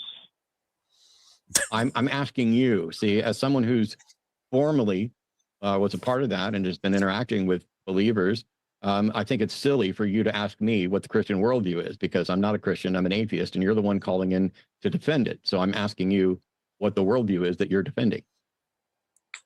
Oh, I'm actually calling in to explore. I'm kind of leaning towards Christian ethics as a standard and grounding for my morality. Yeah. So I'm kind of trying and to that's why I explore, asked you what you mean. Which is and that's why I asked you better. what you and that's why I asked Wow, you what what's you with the mean by the Christian- Christian worldview. Never mind. Oh, I'm still trying to figure that out. And I know you're very well versed on Christianity, Well, and you used to be a Kevin, Christian for a very long time. So I was hoping you could help me out with that. Kevin, I'm going to help you out. I guarantee you. How can you be leaning Okay. towards something when you can't even describe what it is? Well, I can describe somewhat what it is. I mean, Then why didn't you? Then why didn't you to do me, that the the first two? Christian- Then why didn't you do that the Christian- first two? Then why didn't you do that the first 2 or 3 times I asked you instead of playing coy? Well, it can't be summed up in just one quick little sentence. I can it's a sum you very up in one complex quick and little nuanced sentence, Kevin. Would you thing. like me to? So maybe we can get Dishonest into as a. fuck. Dishonest as fuck. Maybe we can get into a particular issue on it and Maybe explore you which- can which answer view my is better. question, because I don't think you're serious or honest, Sure. Kevin. So Kevin, Sure. Yeah. please, Kevin, just I don't know why you're talking at this point. Let me be very clear. Oh, You you called asked me in a to say, question, I, so I was I, gonna yes, answer I it. asked you a question and you avoided it. Am I going to have to mute you to be able to talk? Because this is not going to go well for you if you don't stop.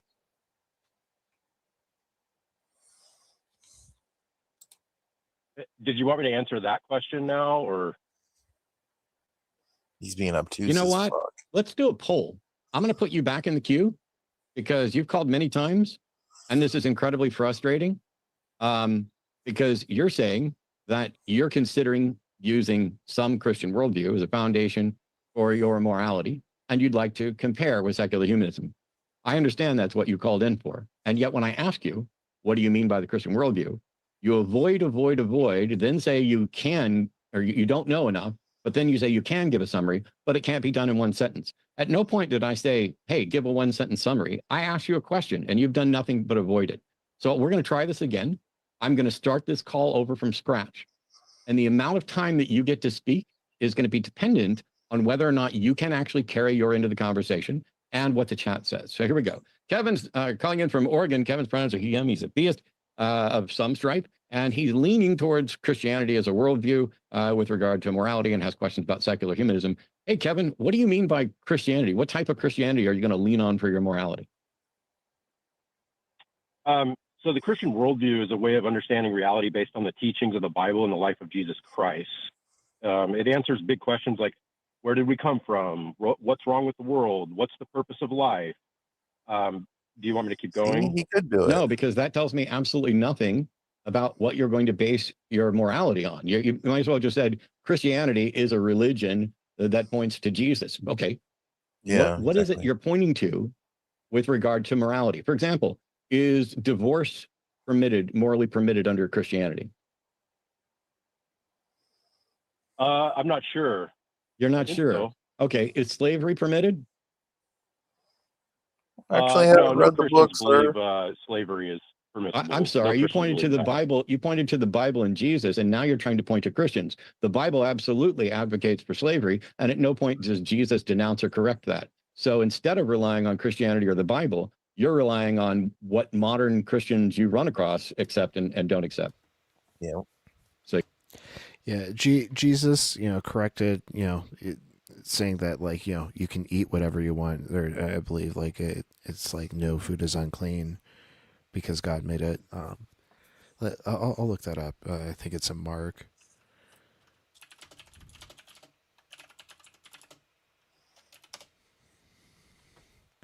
Yeah, Mark 7:19.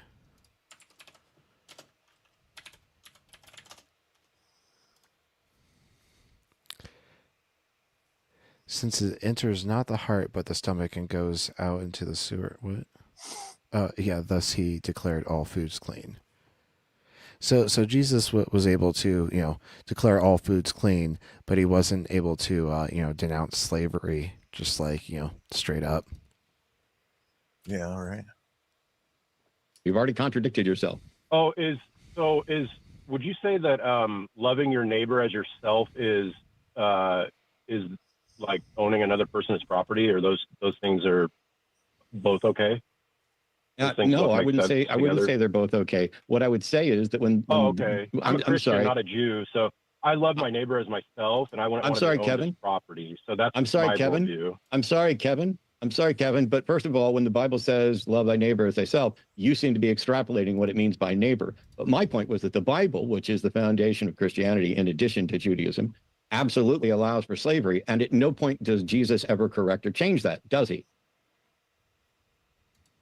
Yeah, as I stated, I love my neighbor as I would love myself. No, he neighbor doesn't. meaning Kevin, fellow human beings. Kevin, those aren't your neighbors. I'm sorry, Kevin, but those aren't your neighbors. When the Bible says buy your slaves from the heathen that surround you, those aren't your neighbors. In the Christian sense, your neighbors are fellow Christians. And so in the same way that the Bible has a different set of rules for, I'm sorry, you shouldn't be saying anything right now. In the same way that the Bible has a different set of rules for Jewish slaves than it does for Gentile slaves, the Bible has a different set of rules with regard to who counts as your neighbor and who doesn't. And at no point does Jesus ever condemn slavery, does he? Oh yeah, many verses from You're a liar. Verses from Jesus You're lying. definitely say we should love each You're other. lying. Yeah, that's You're like lying. the main whole message of the book. You're lying, you seem to be Kevin. confused about You're the lying, book Kevin. and what it You're lying, trying to Kevin. communicate. You're lying, Kevin. You're Okay, lying, Kevin. so You're you're lying, telling Kevin. me Give me what my one verse. worldview is, correct? Kevin, you're a liar. You're about to get banned from the show. Give me one verse where Jesus condemns slavery. One verse. It's just the gonna say whole love your the whole neighbor. book. Goodbye, you liar. Goodbye, you liar. The Kevin whole doesn't know what book. he's talking about. He doesn't know the Bible. He doesn't know Christianity. He wants to get his airtime in by trolling and refusing to answer questions. And what's funny he went is so quickly from saying he's leaning toward Christianity, and then in the second half of the call saying I'm a Christian. I thought you were trying to figure it out. Yeah. See, Kevin is dishonest as fuck and has repeatedly been so. So apologies to the people who are new here. We don't think that Kevin represents the bulk of theists or Christians. I don't know what Kevin is or isn't, other than Kevin is repeatedly dishonest. Yeah. If Kevin wanted to actually have a conversation on competing worldviews with regard to morality, we could have easily done that. But Kevin can't be honest. The fact of the matter is that the Bible repeatedly, consistently supports the concept of slavery. In Exodus 21, Leviticus 25, there's another passage in Deuteronomy. I'm not going to remember the actual chapter right now off the top of my head. And at no point in the New Testament does Jesus condemn slavery. At no point does the New Testament condemn slavery. The closest it comes is when Paul asks for the release of a friend of his who happens to be enslaved. But also the New Testament instructs slaves to obey their masters. And also that's Paul, and it's not Paulianity, it's Christianity. So if Jesus didn't say it, it's, probably not going to count. Even the cruel and wicked ones. That's the instruction the New Testament gives. And my position is that the only moral position one can take is to oppose slavery. And the only moral instruction that any sort of wise God could give someone. Hey, Jamnet, good to see you, my dude. Is if you are a slave, you should work to the best of your ability to free yourself and the other slaves, not just obey your master. But Kevin doesn't know what the Bible says. And so I don't believe for a second he's actually considering leaning towards Christian morality. I would actually almost bet money that Kevin is in fact an atheist who is either doing some sort of performance art or thinks he's helping because he's too clueless to really grasp this. All right, not playlists. Okay, that was a shorter one. Still probably got... hold on. 3:45, and he typically went like 4 hours and 10 minutes, and so means Mezzo's got about 25 more minutes. We can find another 10-minute clip to react to. That's probably going to be right enough time.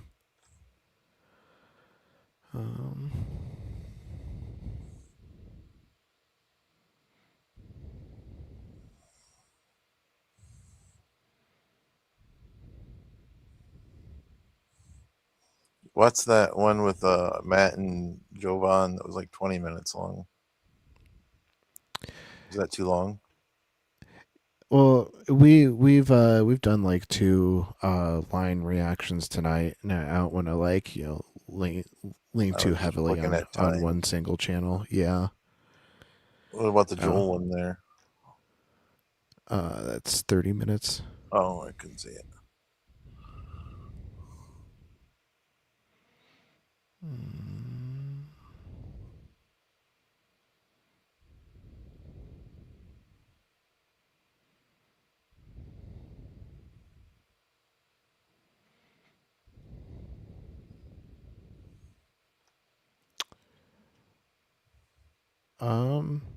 Since this is a current event, this might be good to touch Oh, on. never mind. Go ahead. You're fine.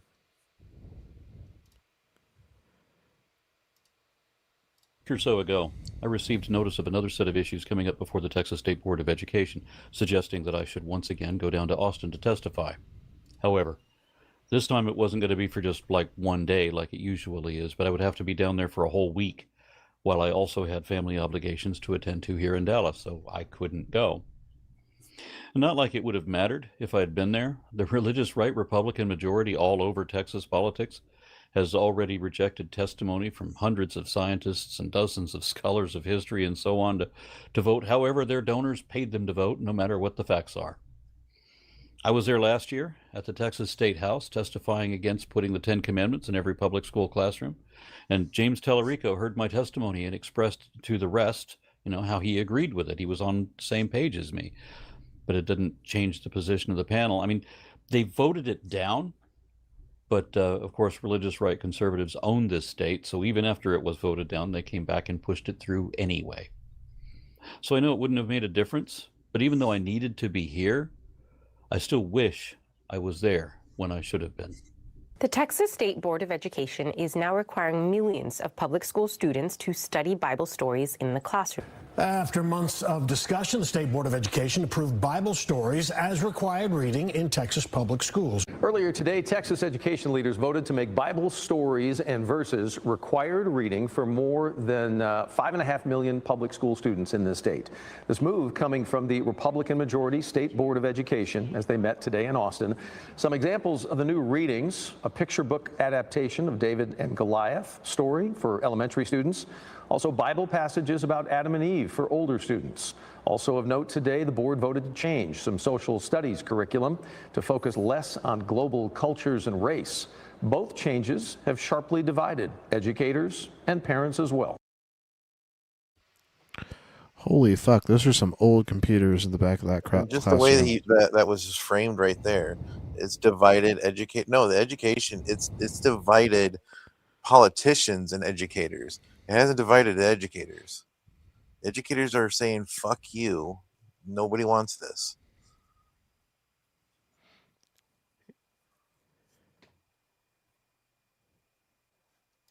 Supporters say the changes more closely reflect the nation's origins, but critics say that it promotes Christianity over diversity and civil rights. And you might recall that last year, Texas became the largest state to mandate the 10 Commandments being displayed in classrooms. Democrats and other critics say that this move is pushing Christianity on people of other faiths or those who don't identify with any religion. Conservative supporters claim that this is emphasizing Christianity's role in America's founding. In what appears to be a first in the country, the Republican-controlled Texas State Board of Education has passed a plan mandating works that all of its more than 5 million public school children must read, and Bible passages are included in every grade's required materials. So in elementary school, students will begin with a picture book series, and starting in the 4th grade, they will read specific Bible passages about Jesus. In middle school, that will include the Sermon on on the Mount and teachings about the kingdom of heaven. Supporters say that this goes a long way into teaching the role of Christianity in the development of the United States and its role within Western culture. Critics say this is a clear violation of the separation of church and state, that it excludes the points of view and the teachings of non-Protestant Christians as well as Jews and Muslims. Now, last year, Texas began to require every classroom display the 10 Commandments. But education experts say they know of no other state in the country that has gone to these lengths to infuse biblical teachings into the public school curriculum. It's impossible to have a complete education as a young Texas student without understanding texts that were very foundational to our culture. By culture, he really means both his religion and his race, and how both are at the heart of what he imagines to be a culture war that has been going on for decades behind the scenes of American politics.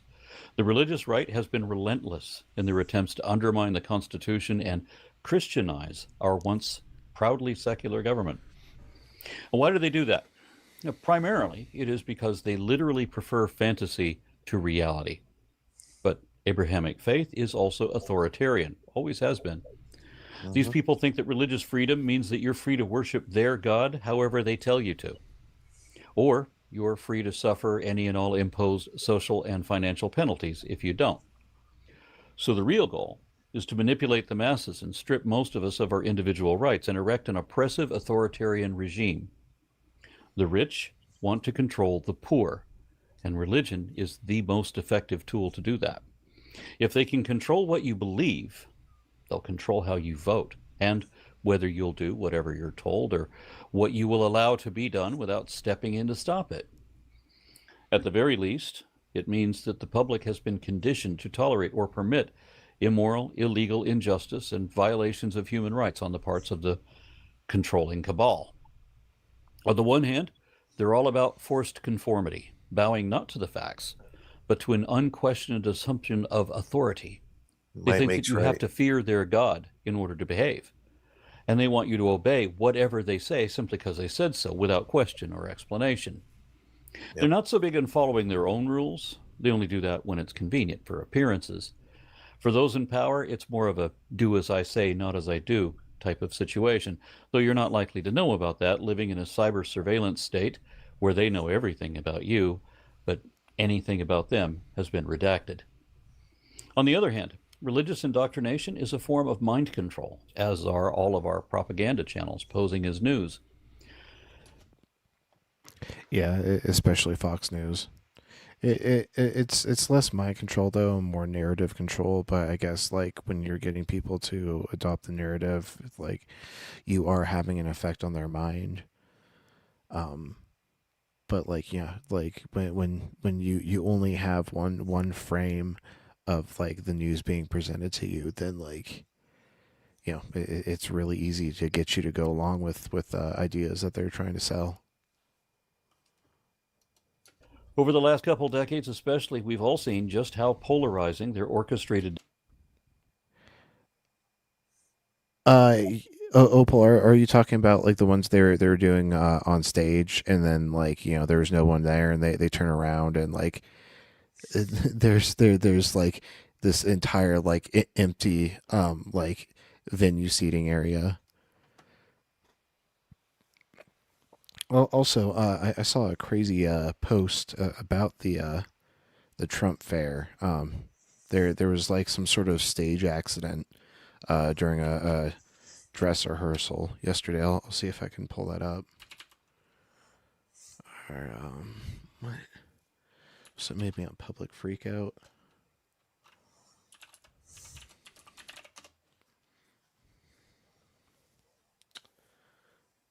Let's go top past week.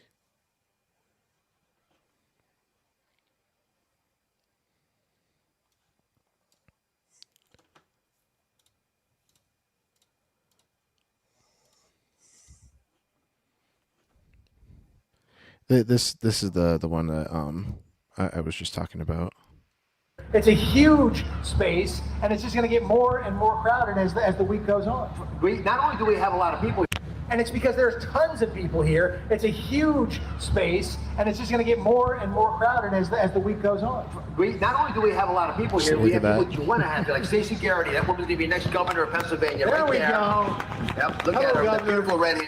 And it's because there's tons. Just embarrassing. But that wasn't the stage accident that I'm looking for. Here we go.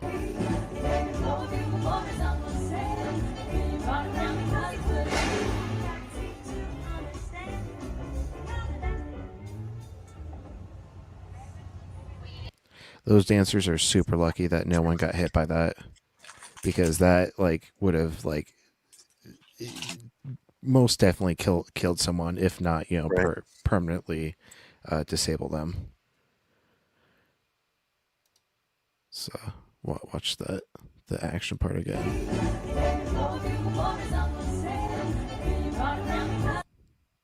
There it is. See how big that thing is? That's like almost twice the like height of one of the people up there, and it comes down hard and fast. Boom. And JR just said that Mezzo's doing his drawings now. His drawings? Okay. Well, that doesn't really. I don't think like drawing really signifies that he's wrapping up. When he like brings multiple people on stage, and like, you know, starts to like play music is usually like a good indicator that it's wrapping up.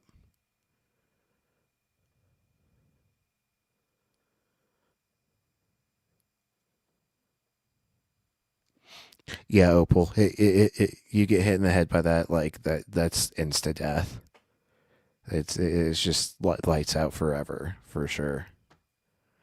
But yeah, this entire Trump fair has just been one giant disaster.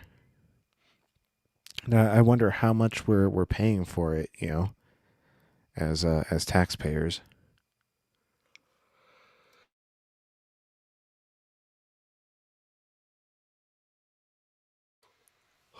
Okay, get back to Aaron.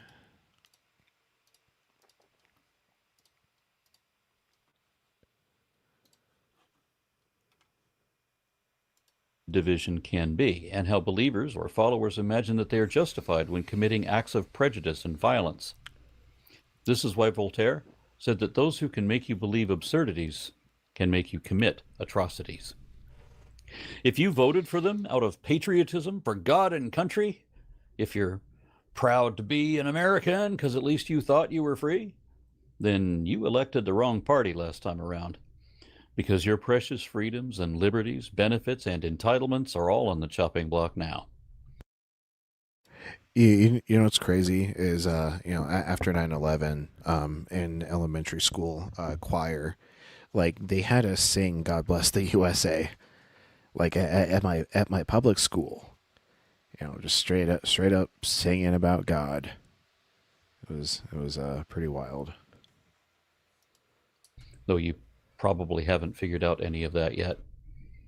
The movement to make America great again is doing everything the Founding Fathers warned us about and tried to prevent.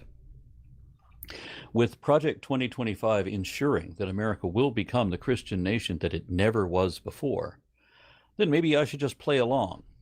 Y'all want Bible lessons in the classroom? Lying to sequestered students about Adam and Eve and promoting Christianity over reality, while you refuse to teach about our real historic origins as the world's first explicitly secular nation, nor about our evolutionary origins as a species? Then fine. You want 10 commandments in the classroom? Fine. Let's have a series of Bible lessons for Texas students, starting with one regarding the 10 commandments. You know, when people talk about the 10 commandments, they usually mean the first set of 10, the first 10 out of all the laws and edicts that were listed in Exodus 20 and continuing through the next 2 or 3 chapters after that, with awful stuff in there, like where the Bible permits and promotes slavery, even saying how savagely you can beat your slaves and how women are worth less than men, things like that, and how their tax system and loaning system should all be racist. You know, you shouldn't charge interest on people that are, you know, of your race, only other races, because that's the way they were back then. But the only time the Bible ever mentions the Ten Commandments, it's talking about another set, that second edition in Exodus 34.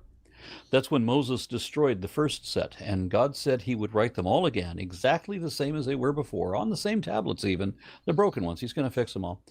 Except that Moses ended up writing both sets himself, and they're completely different.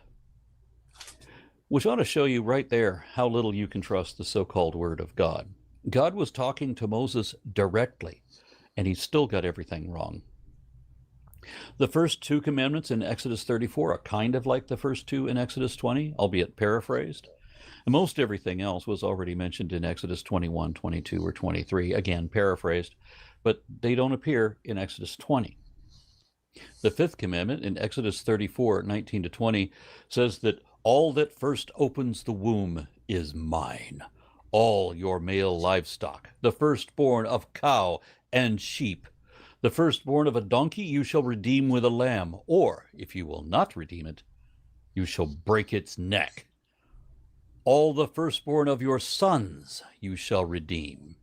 No one shall appear before me empty-handed.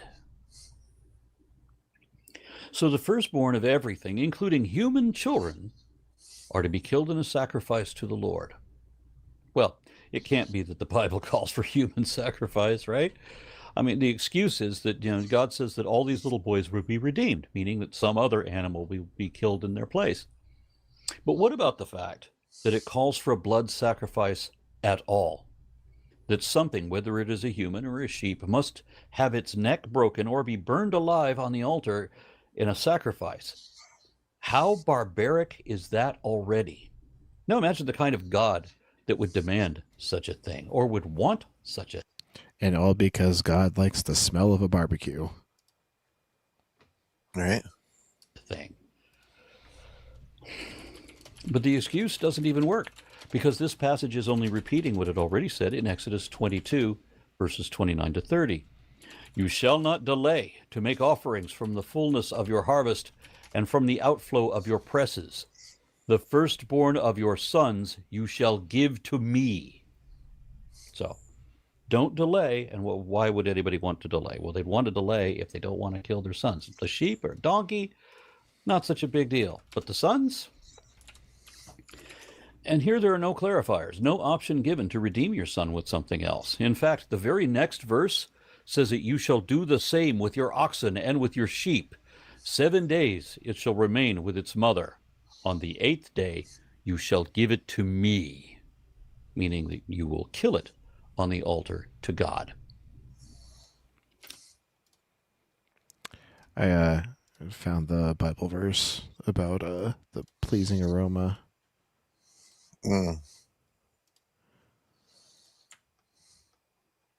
Dark Matter 2525 did a good video about this passage. I always remember. But its entrails and its legs shall be washed with water. Then the priest shall turn the rest into smoke on the altar as a burnt offering, an offering by fire of pleasing odor to the Lord. So God likes a good barbecue. Right.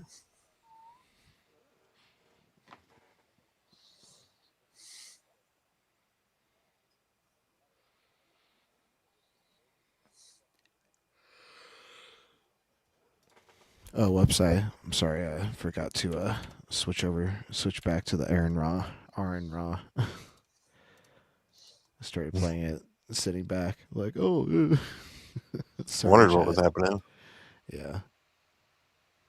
I feel like I might be a little dehydrated from being in the sun all day. I should probably get a glass of water.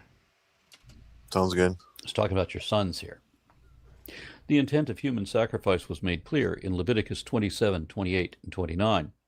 Nothing that a person owns that has been devoted to destruction for the Lord, be it human or animal or inherited landholding, may be sold or redeemed.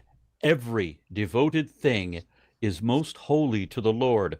No human beings who have been devoted to destruction can be ransomed. They shall be put to death. That's pretty clear. God wants you to kill your children on his altar. And this was again clarified in Numbers 3:13. For all the firstborn are mine. When I killed all the firstborn in the land of Egypt, I consecrated for my own all the firstborn of Israel, both human and animal. They shall be mine. I am the Lord. Here, God is clearly saying that he's killed children before, and he will do it again. That you'd better be ready to murder your own son just to prove how much you love God as payment for God's alleged extortion. I mean, protection. At this point, believers always say that, but nobody ever did that. They always redeemed their sons with a lamb or something because God would not condone or allow human sacrifice. However, Ezekiel 20, verse 26. God celebrates a single human sacrifice as if it was it was effective at saving humanity.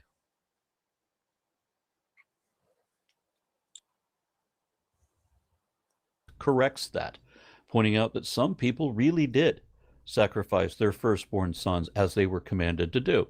Here, God himself confesses to his own infallible error, admitting that I defiled them of their very gifts in their offering up all their firstborn in order that I might horrify them, so that they might know that I am the Lord. This is an admission that children really were being sacrificed, not to Molech or Baal, but to Yahweh, Jehovah, El Allah Abba Adonai, the Jewish God of Abraham, and the alleged illegitimate father of Jesus, though paternity has never been established. That's why most people prefer the commandments in Exodus 20. But even there are significant issues. For example, the fifth commandment says, "Thou shalt honor thy father and thy mother." That's nice, isn't it? Except when you read the rest of it, the reason why you should honor your father and your mother. That thou shalt live a long life. So, if you honor your father and your mother, you will live long. But if you don't, then you'll die young? Yes, that is exactly what that means. Because, as it explains in Deuteronomy 21:18-21, if parents are annoyed with their disobedient son, they can throw him to the other villagers and have them stone him to death. Disappointing daughters, however, get off much easier. They get sold into sexual slavery, where if they don't perform well enough to please their new master, he will release them into the wilderness to die by the more fierce of natural causes that were abundant at that time. So, how's that for biblical family values? And I bet you they won't teach you that in public schools. And wouldn't it be better if they didn't teach the Bible at all? I think they should teach you real things. Science, philosophy, reading, writing, arithmetic, all of that kind of thing. Not barbaric horror fables that we know are not really true.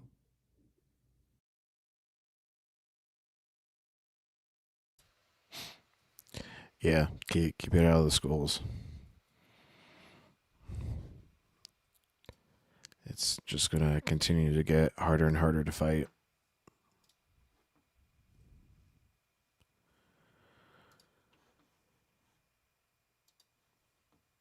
Okay, let's check back in on the meso time.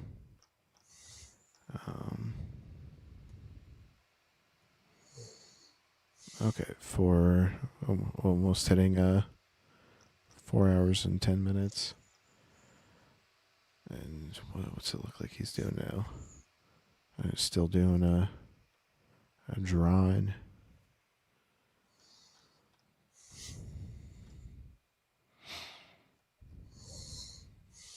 Does anybody in the chat have any suggestions of what they'd want us to react to? If so, go ahead and give the channel a video title. Otherwise, I'll look for another 10-minute video.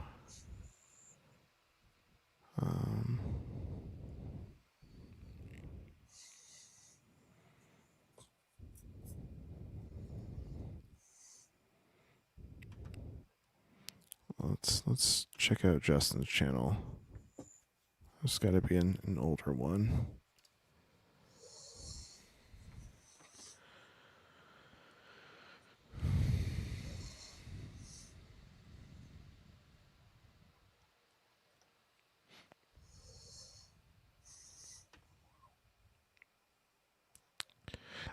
I feel like we watched that one, so I'm going to look for a different one. But I always enjoy Thinker. I feel like we've watched the Breezy one before too.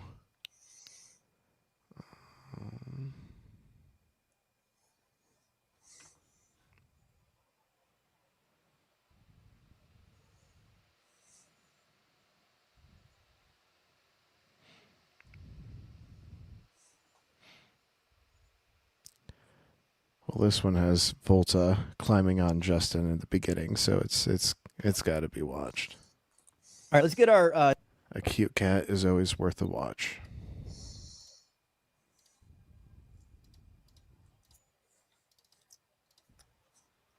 The next guest in here.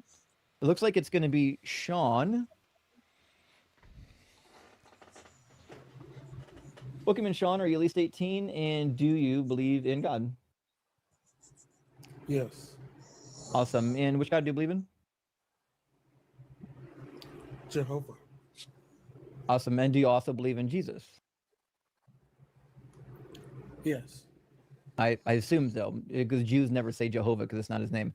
So do you think that the God of the Bible is all good, partly good, or maybe not so good, maybe sometimes good, sometimes bad? He's holy. Yeah, but is he good? Yes. Awesome. So then you would say then by extension, everything he does is good and all of his laws are good. Yes. Okay. Do you believe in objective morals or relative morals?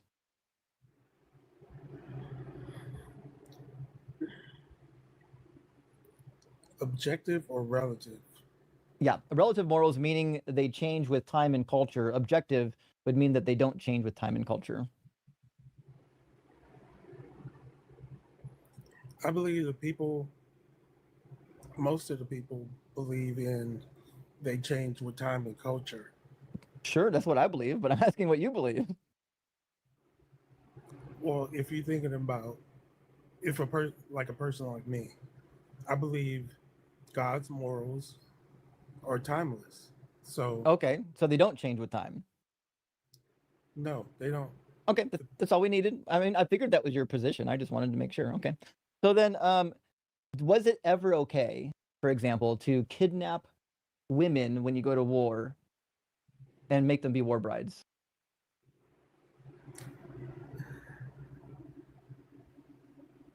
It depends. It's so adorable.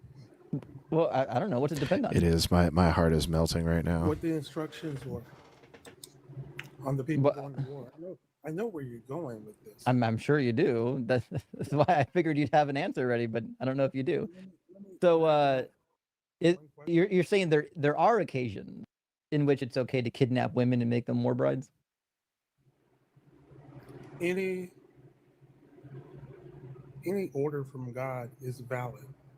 Okay, so no matter what it is, there's no order that would be invalid then.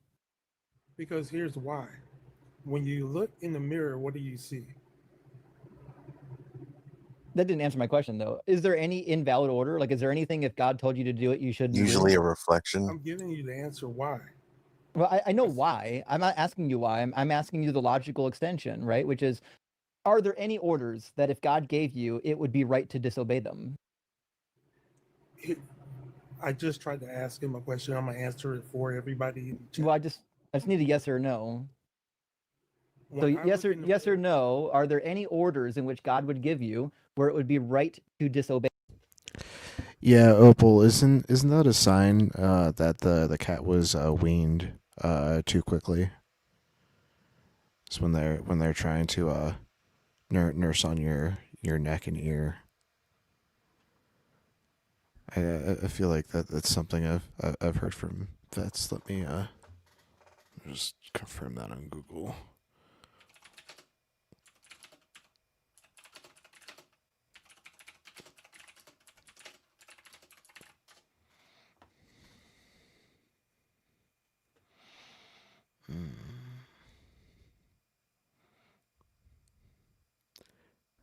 I guess that could be considered poor bite inhibition. Persistent nursing and suckling, yeah.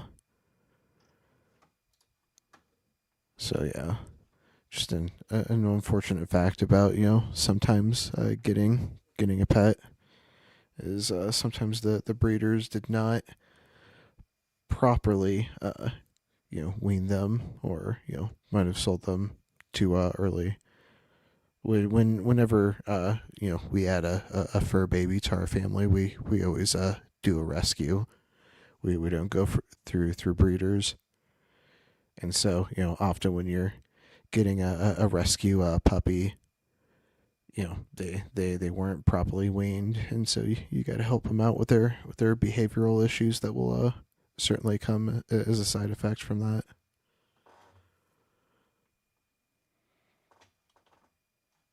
Him. No, and here's Does thank you. Mezzo That's have all you a had to say. vertical I don't know and why a that's so hard. I don't know horizontal? why I have to pry it out of you. No, he just does vertical. Like he like just started using his YouTube like in the past year. Mm-hmm. How long has he been on TikTok? Longer than YouTube. I wish YouTube would add the ability for people to take calls. I don't understand why they don't do that. Why don't they add that to their platform? It could be that they're developing it, but yeah, they already make enough money to like not really worry too much about. Like, let's say you wanted to adding. avoid using TikTok altogether because you just don't want it for whatever reason. You don't want to be If you spied want on. to use what? You don't want to be spied on. Yeah, so like you just want to take calls on YouTube. What would you do? Just use it through Discord? You just have to add an extra step, and then route it from Discord to YouTube. Yeah, pretty much. I mean that's like it doesn't Blitz have that like supplemented for when like he runs out of TikTok guests, like he has his Discord set up where people can request up there. I think so. Because if I was gonna do that, if I didn't want to mess with TikTok whatsoever, and if YouTube has no way for you to take calls, that seems like the most obvious. But there's better ways. I wouldn't know. I'm just curious. Or you can use something like Call In Studio, set up a phone number, or have the stream. StreamYard links and restream or whatever. Good night, Opal. Hope you rest well. We'll see you in the next one. You? I want to. You didn't have to pry it out of me. I want to expand on the point because I asked you a question. I said, when you look in the mirror. Sean, you can't expand on a point if you don't answer it. That's not how expansions work. Like if I wanted to expand on an answer to the question, I have to first answer it and then I could expand on it. Okay, I answered the question, so now can I? Now you get to expand. Yeah, go for it. When anybody, all 518 people. Oh, yep, there it is. JR said he's bringing on Mezzo's bringing on multiple callers, so should be wrapping up soon. When you look in the mirror, what you see is something created by God. We're all creations of God. Without God, that's what you believe. Without God, we. Is that a way for him to just clear out what's in his call list? Well, what he likes to do is bring out multiple callers and like get them talking amongst themselves because nobody fights with a Christian more than other Christians. Yeah. And so like he kind of like starts a thunderdome of sorts, and then like starts playing music and slowly like makes it louder and louder and louder as it like drowns out like the Christians infighting. It's honestly brilliant. Nice. I love the gimmick. So whether you believe it or not, it's still a fact. So, well, you certainly haven't demonstrated it to be a fact, and it's kind of irrelevant to tonight's talking point. The talking point isn't whether or not God is real. For tonight's talking point, I can just tell you that God is real, and He's right here. This is God. So, bada bing, bada boom. That one's over. We can move on to something more interesting. So, I love how Faraday is just like hiding behind everything on the bookshelf. if in fact God told you to go to war and kidnap a woman and make her your war bride, would you do it?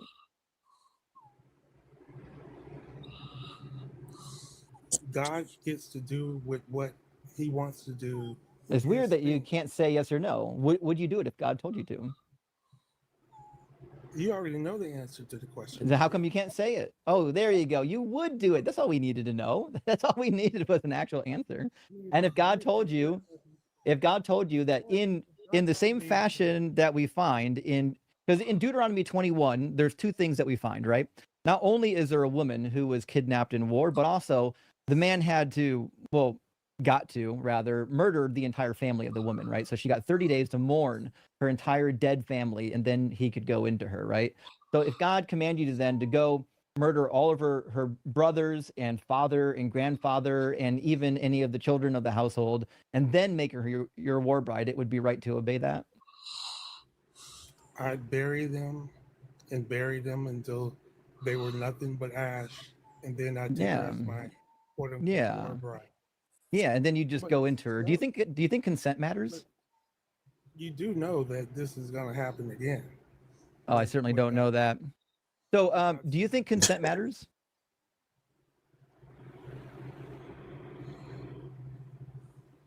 Do I think consent matters? Yes, I think consent matters.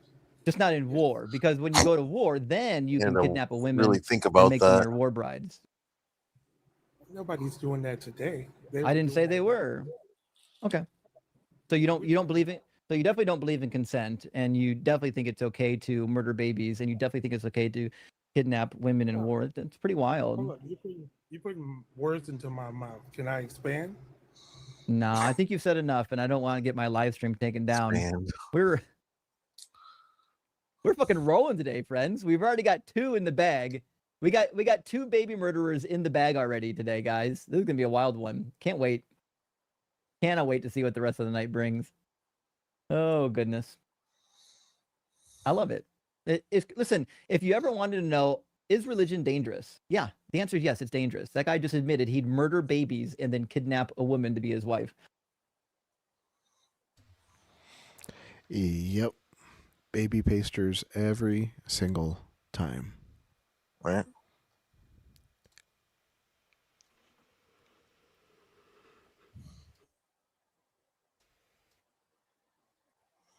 Yeah, sorry, I have to keep muting because I'm having really big yawns. You have to go soon? Yeah, because I got to get up early tomorrow and drive out to the mountains. We're hanging out at my partner's friend's lake house. Do you have like a hard out time? Just whenever Gretchen gets back. Oh, okay. So you can wait until then? Yeah. To some degree.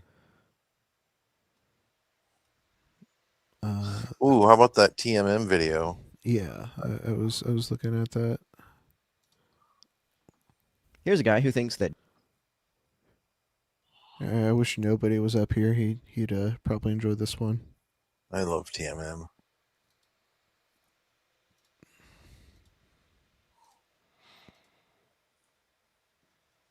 Just presupposing that God exists defeats any atheist argument. No, I was going to say that I myself, Jay I'm an Dyer. atheist. I have been, before I entered into studying philosophy and post-philosophy, kind of maybe more confirmed. I was curious about the quote-unquote, what people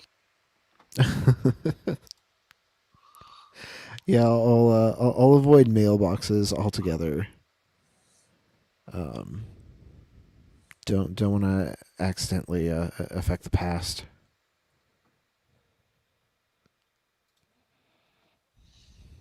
thought of Albert Plantinga's defense defense of the idea that suffering or evil, quote unquote, is a logically possible scenario for the existence of a god in relation to a world. Plantinga's argument doesn't recognize the inherent contradiction in the idea that an all-powerful God would not have the power to create a world in which people simultaneously have free will and never suffer. I'm happy to Okay, so I mean, I'm familiar with. I think we read 2 papers in undergrad from Plantinga. I've not read this specific paper, but I would make a stronger argument from a presuppositional standpoint. So I would actually say that without theism, you can't give a coherent account of good or evil at all, which seem to be necessary for a coherent worldview, or at least for truth values and truth propositions. And if we can't, even like from a presuppositionalist view, you don't have like a consistent internal definition of good and evil. Like it's good if God does it. So like, you know, it would be good if you know, God commanded rape. And like that's obviously batshit insane. That like rape is never good. It is always evil. So yeah, it just leads to you know, absurdities like that.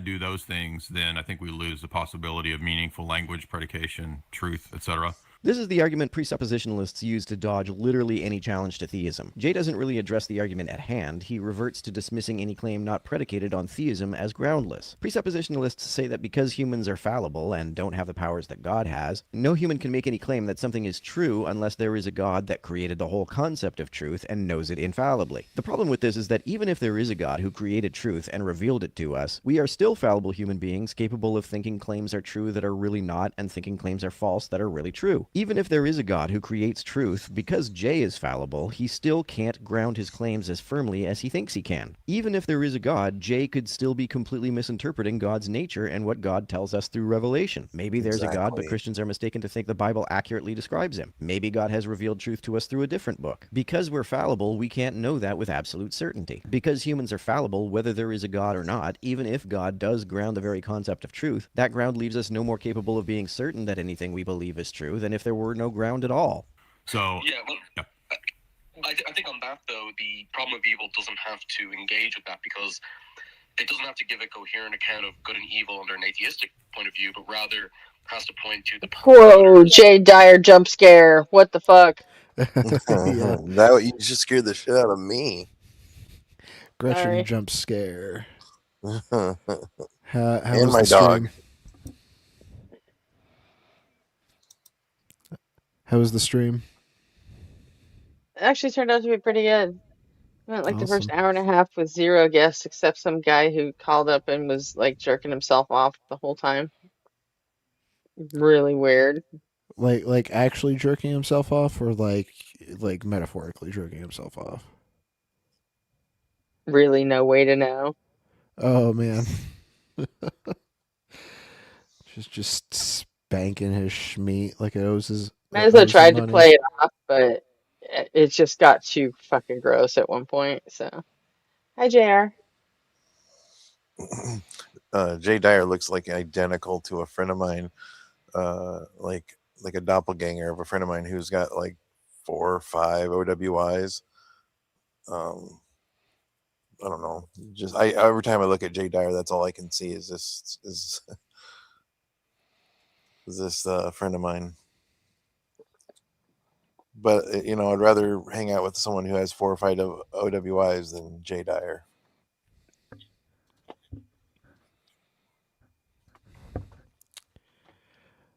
He's so obnoxious. All right, Jay Dyer is a horrible human being. He's actually not as obnoxious as one of his Friends? clone followers, a guy named Eli Nix. I call him Eli Sucks. I don't know if I know who that is. Yeah. He's just like Jay Dyer, only he's a fucking douchebag on top of it. Like, he's a Is he a dick. content creator? No, he's a debater. Okay. I know him from that other channel that we don't go to Sure. anymore. The channel that shall not be named. Yeah. I like to try and like mute him as much as possible, and he always fucking calls me names right before he gets taken down. It's fucking hilarious. I love it.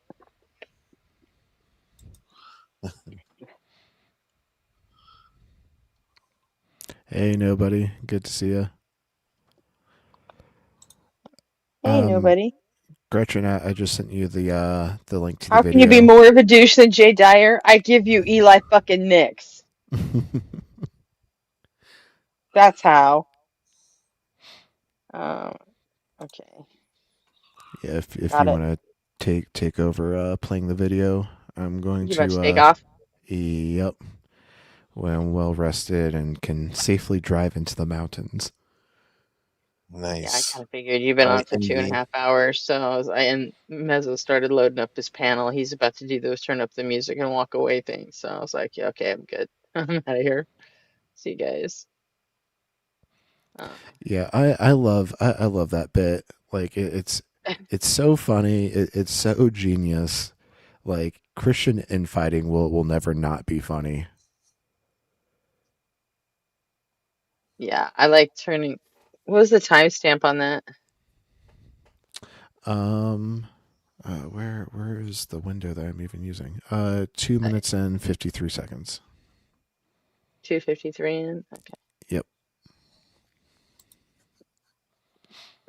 Yeah, I always go to TikTok when he starts doing that. It's so I funny. gotta run my dog out quick.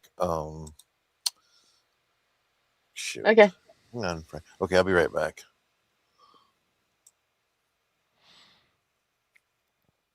Let's see here. You got any plans for tomorrow? Me? Yeah, for the 4th. Hell yeah. I'm asleep.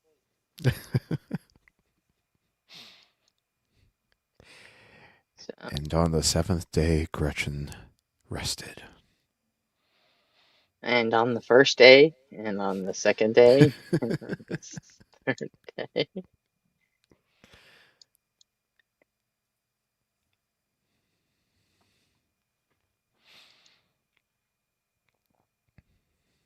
Okay. Cool. Well, You can take I yours hope. down. Yeah, it took it down. Okay. You Yep. already put mine up. All right. Well, everyone, I hope you have a good rest of your night. I hope everyone has fun tomorrow. Stay safe. Don't blow any fingers off. Drink plenty of water. Use sunscreen. All that good stuff. You too. Are you going to be back for stream tomorrow night? Or no? Potentially. I had a buddy of mine hit me up asking if I was available to help run a show tomorrow. EDM show. Because the sound engineer they had dropped out, and I told him, go ahead and try to find someone else. But if you can't find someone else, then I'll step in and help. Have a good night, RP. I'll see you if you stream tomorrow night. I'll see you then. Otherwise, I'll see you when I see you. Yep, sounds good. I'll keep you guys updated in the Discord. But yeah, everyone have a good time, and I'll catch you later. Alrighty. Later. Cool. So Robin was here earlier. Did you ask her if she's still going to do that debate with OE?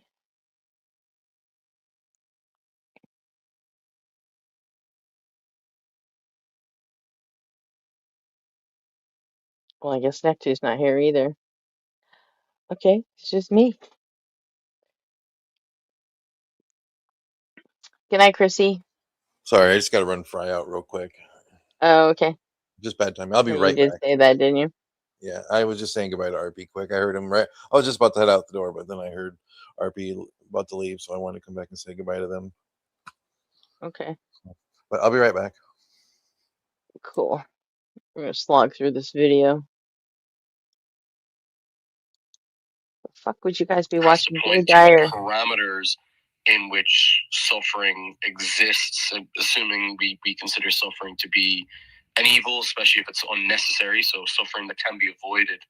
So it's not necessarily. Yeah, but my point is that the argument, the direction that you're going, assumes value judgment standards that we should avoid suffering, etc., which are begging the question.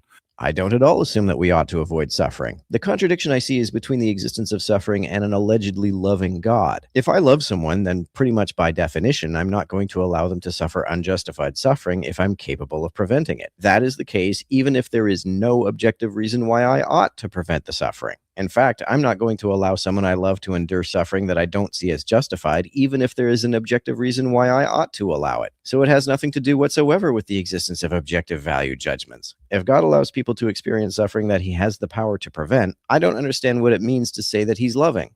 So if you're going to make arguments assuming that there are these kinds of standards, you're going to have to give an account for the standards before you can make an argument. My argument does not assume any such standards. So you would agree that a world in which an all-loving, all-powerful God can exist can also have gratuitous evil?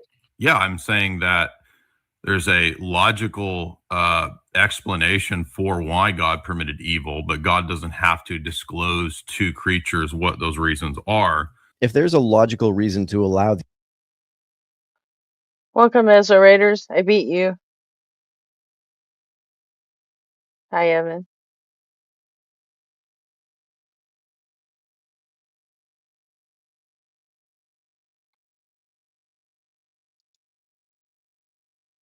the evil, in what sense would it be gratuitous? One might speculate that the existence of evil is necessary to achieving some good that outweighs the evil, but why would an all-powerful God not have the power to achieve that good without allowing the evil? And a worldview where there is a God has Also, sorry for the Jay Dyer jump scare. I didn't pick this. This was already playing when I got here. a basis for objective standards, and a worldview where there isn't a God can't even give an account for any standards at all. You don't need to accept God's alleged standards to point out that it doesn't make sense that he's not following his own standards. I don't believe in objective evil, but if there is a God, there are lots of things in the world that meet the Christian standard of evil, and I don't have to agree that they are objectively evil to point out that this does not make sense.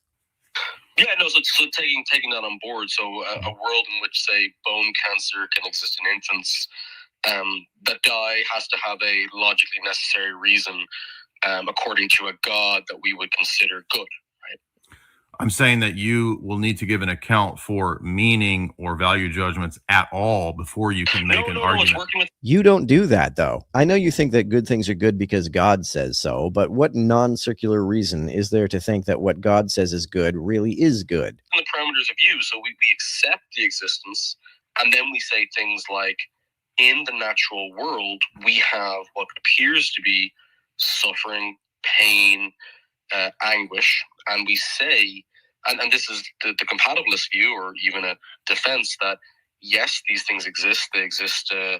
They permeate through society. I'm making a different argument. You're trying to peg me into like normie planning a style evangelical arguments, and I'm making a no.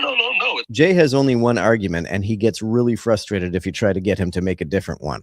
I'm making broad scope conversation. I'm making a different argument about transcendental categories and value judgments and standards. No, I don't think so whatsoever. I am. Again, what do you mean you don't? You said you don't think so. That's what I'm doing. What do you mean you don't think so?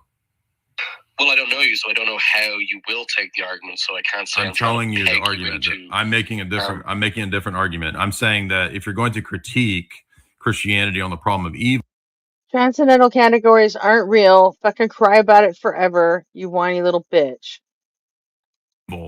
I'm saying I'd like to hear from you an account of standards, value judgments, logic, and argumentation on an atheist paradigm before I will listen to you making the arguments, because in order to make those arguments, you need to give an account for those standards. You don't have to give an account of objective moral standards if you don't believe in any such standards. You can completely reject any and all objective moral standards and still point out that it is paradoxical that the world God allegedly made doesn't meet God's own alleged standards. Saying that atheists can't give an account of moral standards is a dodge. It's a way of avoiding addressing the paradox. Another way that Jay mentioned is to simply say God has his reasons and he's under no obligation to explain them. Now, on the hold on. No, this Yes, you do. Yes, you do. Yes, you do. A different way, right? You build a bridge, right? And I critique the foundations of your bridge, right? I just gave you the reply. You're not listening. You're not listening. Me then having to presuppose my own. If you're not going to listen, I'm going to boot you. So I already replied to that, how I would, on a Christian paradigm, give an account for evil. And I'm saying that in the Christian paradigm, that's not inconsistent. We might not like that answer, but it's not a logically inconsistent answer in the Christian paradigm. Yes, it is. Even if God allows evil because it serves some purpose good enough to make up for it, that evil is still not justified because this all-powerful God would have the power to achieve that purpose without allowing evil. If a doctor can cure a problem with surgery or with medication that has few or no side effects, the surgery is not justified. To say that God has a morally sufficient reason why he permits evil, but he doesn't tell us why that is the case. If God is all-powerful, it is logically impossible for him to have a morally sufficient reason to permit evil. Why is that itself is not inconsistent if Christianity is the case. And then I'm flipping the question to you and I'm saying, on what standard do you give an account for prior questions like logic itself if you're an atheist? Logic is a description of what kinds of statements seem comprehensible to us and what kinds of statements don't. It is not a spooky, woo-woo metaphysical phenomenon. It's a set of rules that describe an aspect of how our brains work. We have no reason to believe that it has any kind of non-physical ontology. Well, okay, that's absolutely fine. So if we're going to presuppositional apologetics, there's no necessary reason. There's no necessary reason why I should assume that only a theistic understanding of the world has an account of logic. Sure there is. No, there isn't, because I gave a much more coherent account of logic than theism does. The idea that there must be a God to impose the rules. Yes, Evan, this is Jay Dyer. Welcome to hell. So, nobody on fire, why aren't you up here? Isn't this your jam? Tearing up Jay Dyer? Of logic on the universe would mean that without a God, all contradictions could be true and all tautologies could be false. That's utterly incoherent. It doesn't exist. I mean, you're laughing about it, but yeah, I'd be glad to argue that case to you. Yeah, I'm happy to move off the problem of evil to presuppositional logic. That's absolutely fine by me.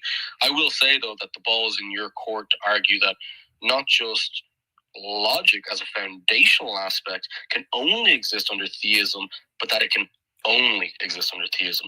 I can posit a world with an internal logical structure without the existence of a theistic God. There's no presupposition the fact that you can posit less that likely than yours. The fact that you can posit that does not mean that you can ground or give an account for it, because logic doesn't operate on its own. That's right. It's something that brains do. What would it mean for something non-physical to do it? So it utilizes other transcendental categories for it to be the case. And so the argument is actually that are you going to let me finish the argument? Are you going to let me finish the argument? Or are you going to keep interrupting? So the argument is that all of those transcendental categories, which interrelate and interconnect with one another, are necessary for the possibility of knowledge, the possibility. They're necessary for you being right, but they're not real, so that makes you wrong. Of ethics and the possibility of epistemology at all. Logic describes aspects of how the brain forms concepts and relates them to each other, but why does this require a God to occur? Why would it even necessarily apply outside of people's brains? Maybe there are aspects of reality that we will never be able to understand because the logic by which our brains operate can't effectively model them.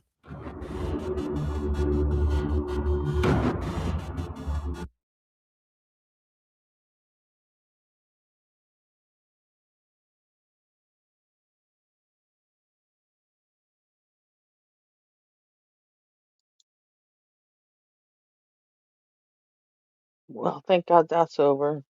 We won't be doing any more Jay Dyer. Because that's a bitch.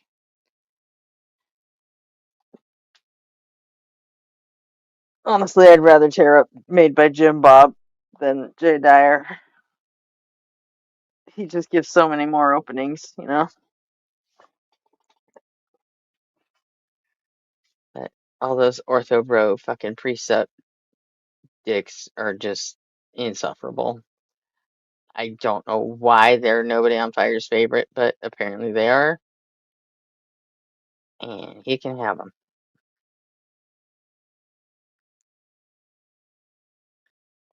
I'm with you, Salamander. I don't want to see his punchable face either. So,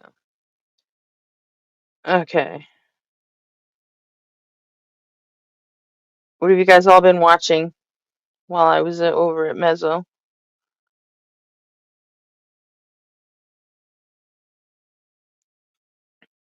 Anyone want to tell me? We watched an old YouTuber that I like at the beginning, Martimer. And then we watched an Aaron Ra video. We watched some Ian and Justin. No Dr. Blitz because it was too long. Did you guys ever watch that Lux and Jimmy stuff while I was Oh gone? yeah, we did that too. We watched one. Nice. Cool. Yeah. Nah, so I don't have to. Cool. So, oh yeah, we had a good mix. How about we take a politics break? Sounds good to me. Yeah? All right. Yeah. I'm always down.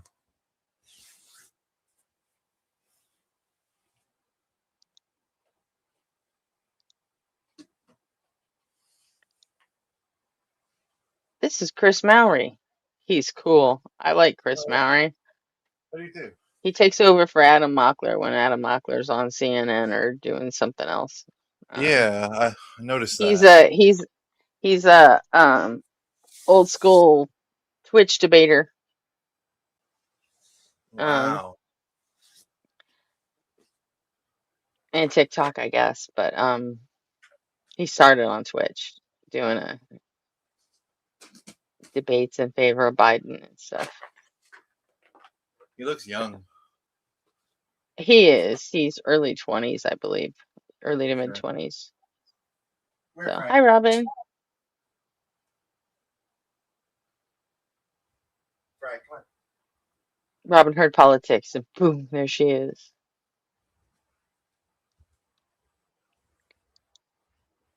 American hijack. We were told the 250th anniversary was a bipartisan celebration of the country. The reality is a synchronized dark money operation hiding in plain sight. This is wild. And here's the thing. If you've been watching the Adam Mockler channel, or frankly, been scrolling your phone at all, you know that this event, Donald Trump's Great American State Fair, has been a complete disaster. There's certainly, to say the least, a lack of people there. The fair itself is falling apart. Today, we had some interviews with people on the fairgrounds being like, You see that arch right there? It's like completely, it's like made out of like styrofoam or some shit, and they have like screen printed texture on it. And in the heat, it got to be like over 100 degrees there, and everything was just falling apart. Like the texture fell off of his little. This is a model of the arch he wants to build in DC. Yeah, and I haven't seen this couldn't, yet. couldn't even keep a little mini version of it from falling apart. This is so funny. Right. Oh yeah, they stopped the whole thing and made everybody leave at like 1 o'clock, and then said come back at 5. And then at 5, the temperature was still over 100 degrees. So it's like I don't even know if they opened it or not. this is terrible. This is awful. I'm going to show you guys that. But we also just got this huge report from Democrats outlining all sorts of things. I'm going to give you a summary in just a second.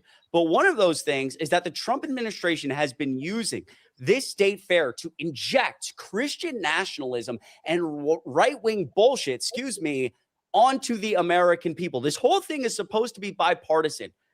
And the areas of this fair, and frankly, any event relating to this held by the federal government is supposed to be outlining our history from an objective point of view. But the Trump administration, alleged in this report, has actually been bypassing that completely without anybody knowing, and downplaying things like slavery, claiming that the Native Americans just willingly gave up their land. It's Christian nationalism. It is scary. It is wild. And we have got to talk about it. So let's start here really quickly. I just want to play a portion of this video on CNN breaking down some of this report because it's a huge report. So we're just going to get kind of a basic idea here in 30 seconds of what it's about, and then we'll continue before I hit play.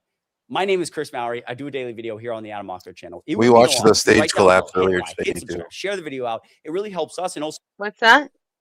So we watched the stage collapse earlier tonight too. Oh yeah, while the dancers were rehearsing, Yep. the stage just almost fell on them.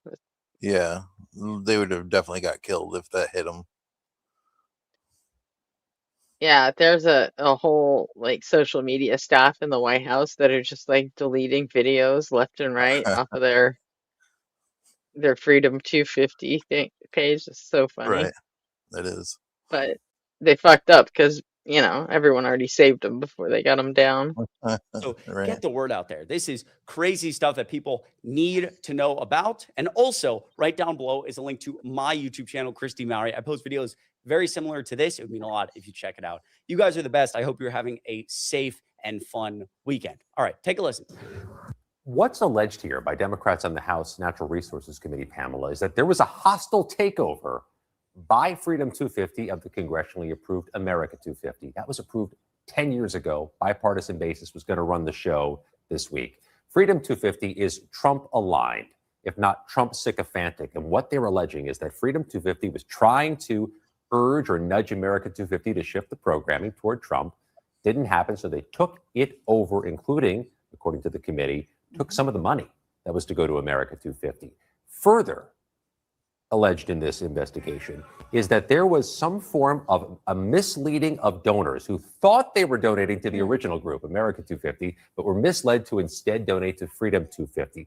What the committee alleges is that there was a fraud perpetrated by Freedom 250, the group behind so many events, including that great American State Fair. I want to underscore, we've reached out to the White House and Freedom 250. The White House has not commented. Freedom 250 has not responded.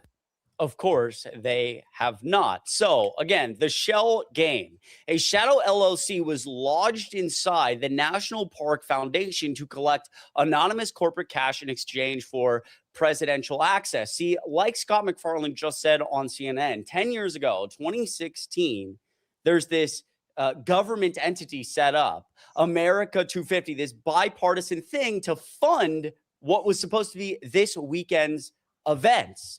And a shell company, a shadow LLC, was formed under the National Park Foundation in the government called Freedom 250, essentially because the Trump administration was trying to pressure America 250 and the people leading that to pump things like Christian nationalism, do things that politically align with the Trump administration for America's anniversary, for the 250th anniversary. America 250 said no. And so the Trump administration lodges this shadow LLC under the National Park Foundation, which has no oversight and practically no one knows about it. And they use it to essentially act as if they are America 250. They mislead donors to donate to Freedom 250 instead of America 250. They use a lot of it for data harvesting, registering for a free family event, routes your personal data directly into a political targeting operation. Fundraiser, misled donors, routing money meant for the legitimate nonpartisan commission directly into the shadow corporation. Public servants were ordered to erase factual histories from parks, replacing it with propaganda trucks and an AI-generated George Washington. Hundreds of millions in taxpayer funds were drained from the legitimate America 250 commission and are now unaccounted for. And that's the thing. They were supposed to get $100 million. Only $25 million has been accounted for. So you already know here. You can already guess based on just this is the most corrupt administration of all time. Donald Trump and his little goons have been sucking money out of this and getting rich somehow. We're still kind of putting those pieces together. But they've also basically hijacked the whole thing and made it hyper partisan. I also want to point out, because that's very dark and that's very scary. I'm going to get into more specifics here, but the last 24 hours for this fair in general have been very dark. 7 Trump State Fair attendees required advanced life support amid scorching heat. Do you think we know at least 11 people went to the hospital and yeah. Just curious, what do you think is going to happen this November? How do you think it's going to play out? What do I think is going to happen? Well, Yeah. before that, Do you know what Trump and his fucking goons were doing while all this was happening? What's that? While his fair was falling apart and they were having to shut it down and kick people out. Yeah. They were actually at the fucking White House with all of his rich ass buddies and Marco Rubio and all the people from the State Department with gourmet food and air conditioning, celebrating the fact that Trump is on the new passports. Jesus. Like a full fucking, yeah. Like a full, like, evening gown dinner party type shit. That's what they were doing. It's kind of disgusting. While his own fans were getting, tumbling out from the heat and having to go to the hospital and getting kicked off the fucking fairgrounds and his arch was falling apart. Yeah, it's like a let 'em eat cake moment. It was fully a let 'em eat cake moment. Yeah. Fucking sad. As for what I think's gonna happen in November, I think Iran is going to draw out the war. I don't think they're gonna let. I think Trump is trying to fucking cave on all things Iran because he just wants out of it before the midterms. I Right. don't think That's what. Iran's gonna let that happen. Um, Israel's definitely not gonna let it fucking happen. Right. So he's in it now. He has no choice. I mean, Iran's gonna wait to see what happens after the midterms. Israel, they're just gonna keep going no matter what. So Trump is fucking stuck with it. And I think as long as the war's still going on when the midterms happen, I think we're gonna take the House no matter how much they try to cheat. They might not even pick up those 5 seats in Texas. They might Right. still lose those.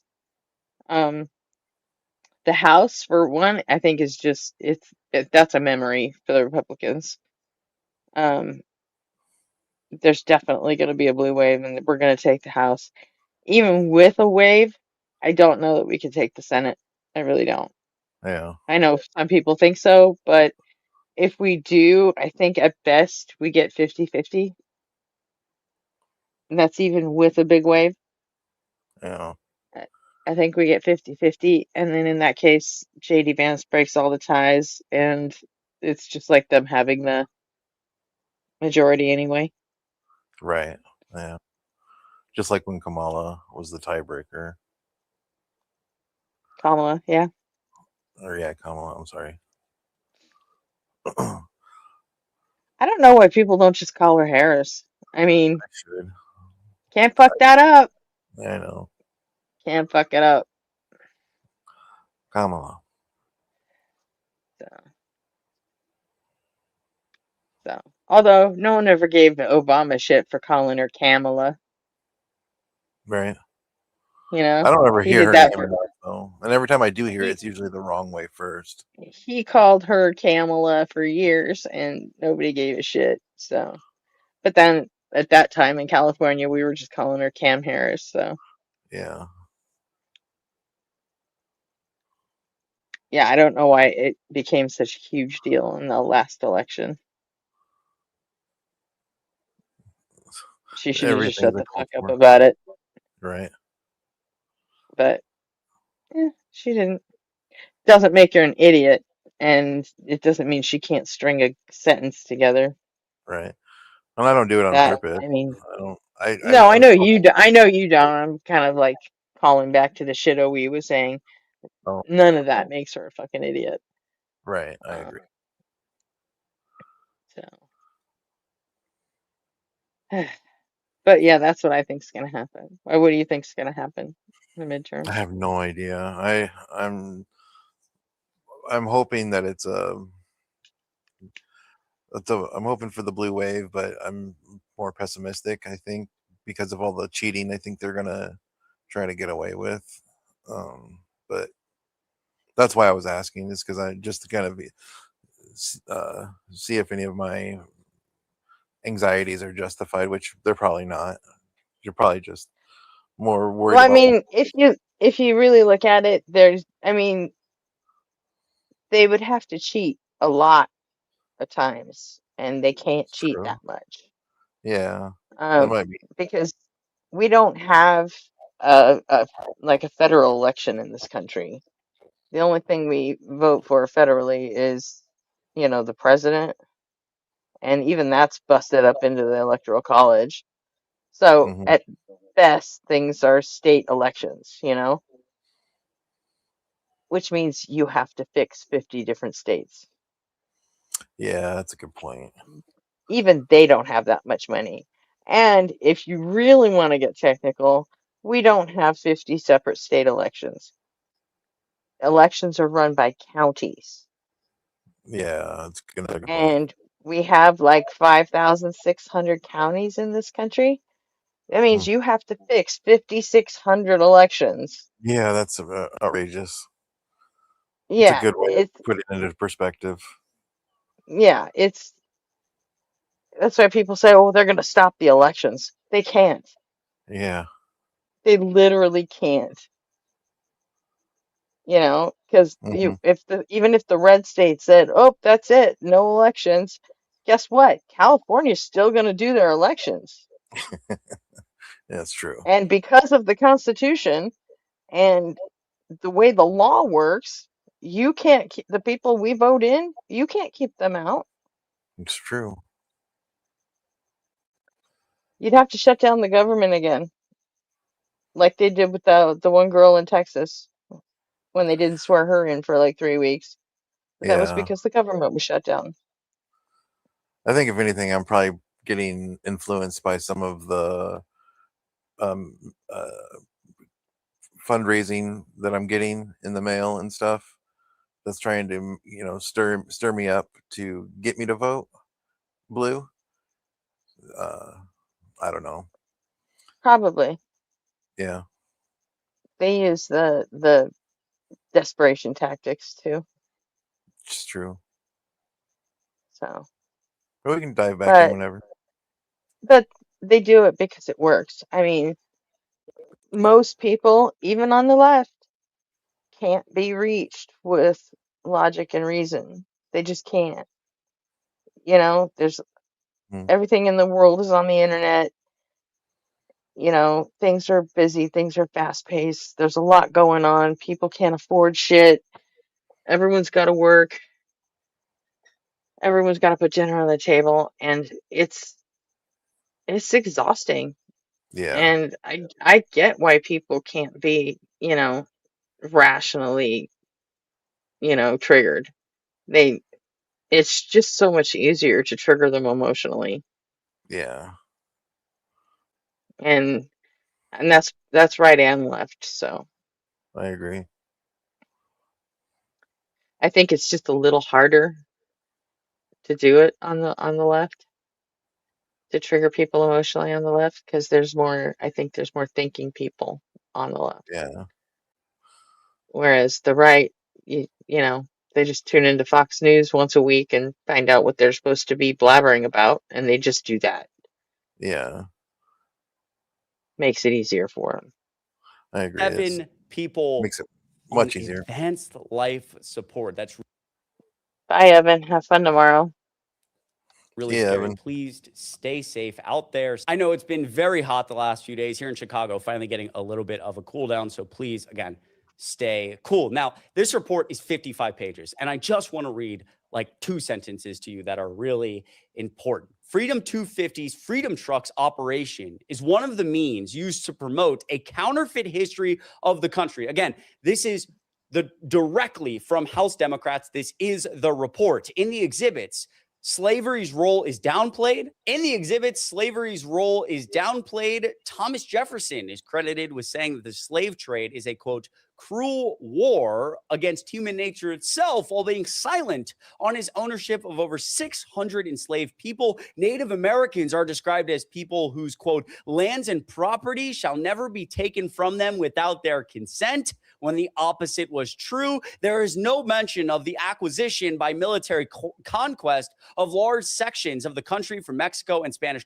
colonies, et cetera, et cetera, et cetera. So this is part of the takeover. You defraud investors and you start using the money you're getting with Freedom 250 to inject this Christian nationalism. It is scary as hell. Now, the only bright side to this is that very few people are showing up. Does it make it any better? No, but thank God Donald Trump claims it's packed, and what a surprise, it is not packed, because nobody needs to be seeing this right-wing bullshit that is an absolute lie pushed by very sick people within this administration. Here's an article from today. The fair doesn't feature any roller coasters or carnival rides, just a 110-foot Ferris wheel. Here's an article from today talking. Technically, Ferris wheel is a carnival ride, isn't it? Yeah. So About the fair, he claimed on True Social that the crowd was, quote, packed to the brim with 45,000 attendees.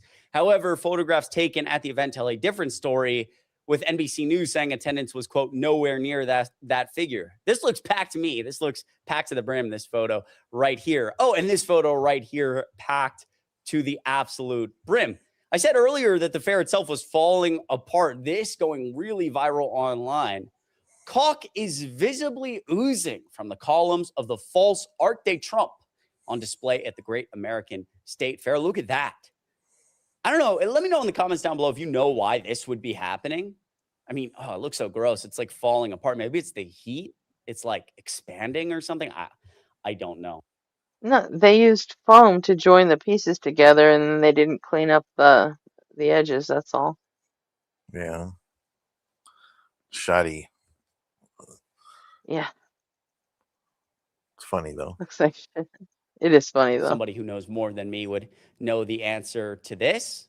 People joking around online. Did the pool guy do that one too? This is who, was in charge of the whole pool operation that didn't go so well. The reflecting pool turned a little bit green. I don't know. I can't really remember. Does anyone remember that? We also got this video that went really, really viral. I'm going to hit play on this. Thank God no one was hurt here, but literally the fair falling apart here.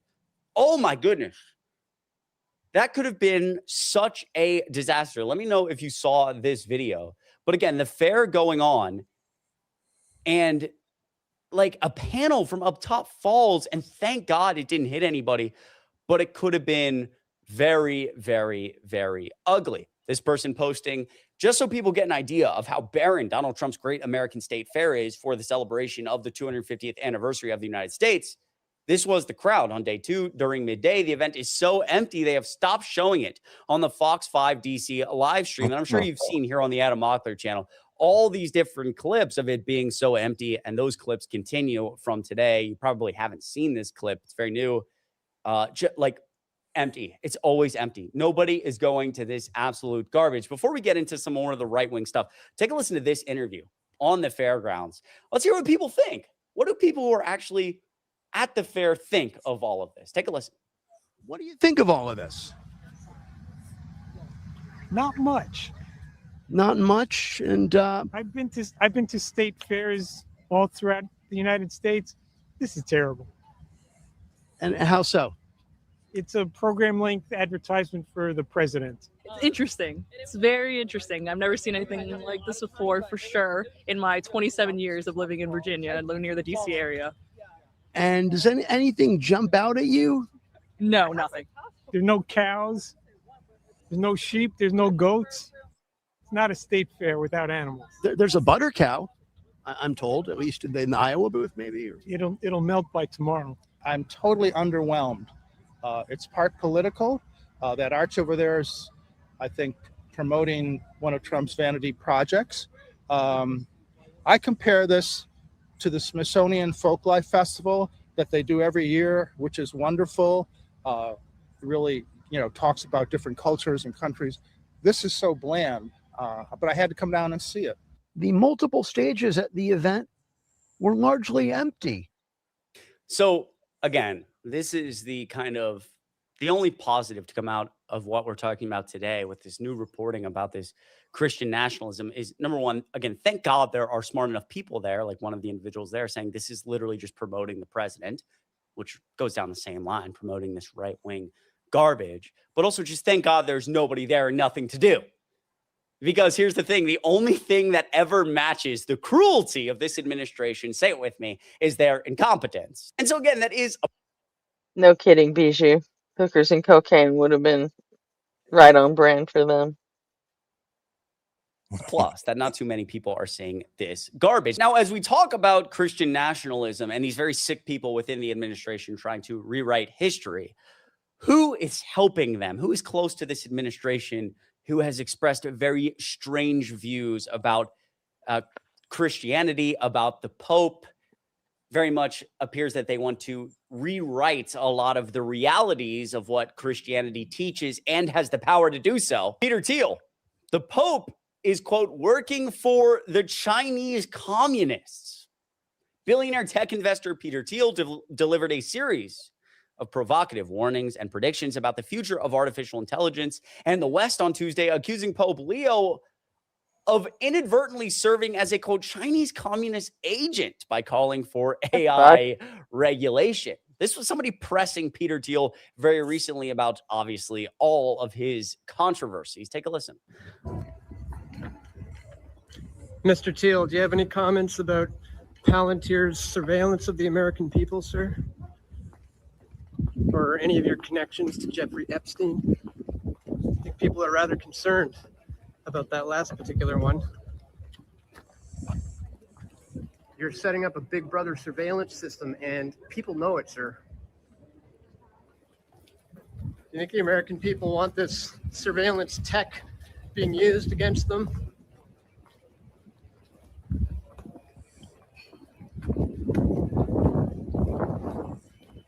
Any comments at all on the Epstein connections?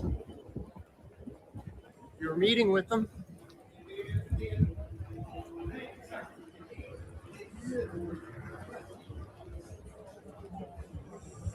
People are waking up to what you're doing there, sir. That's why we're here covering this.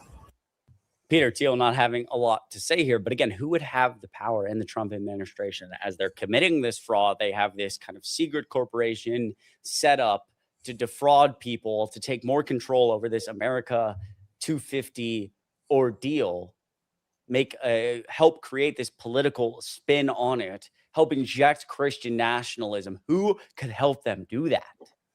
Somebody like Peter Thiel, somebody who lives in, somebody who runs Palantir, somebody who has expressed a lot of discontent with the Pope. Maybe he wants to write his own version of. Wait a second, Greg. Ottawa's just been blaming everything on us? On America? Is that what you're saying? I mean, if that's the case, then, I mean, that's fair.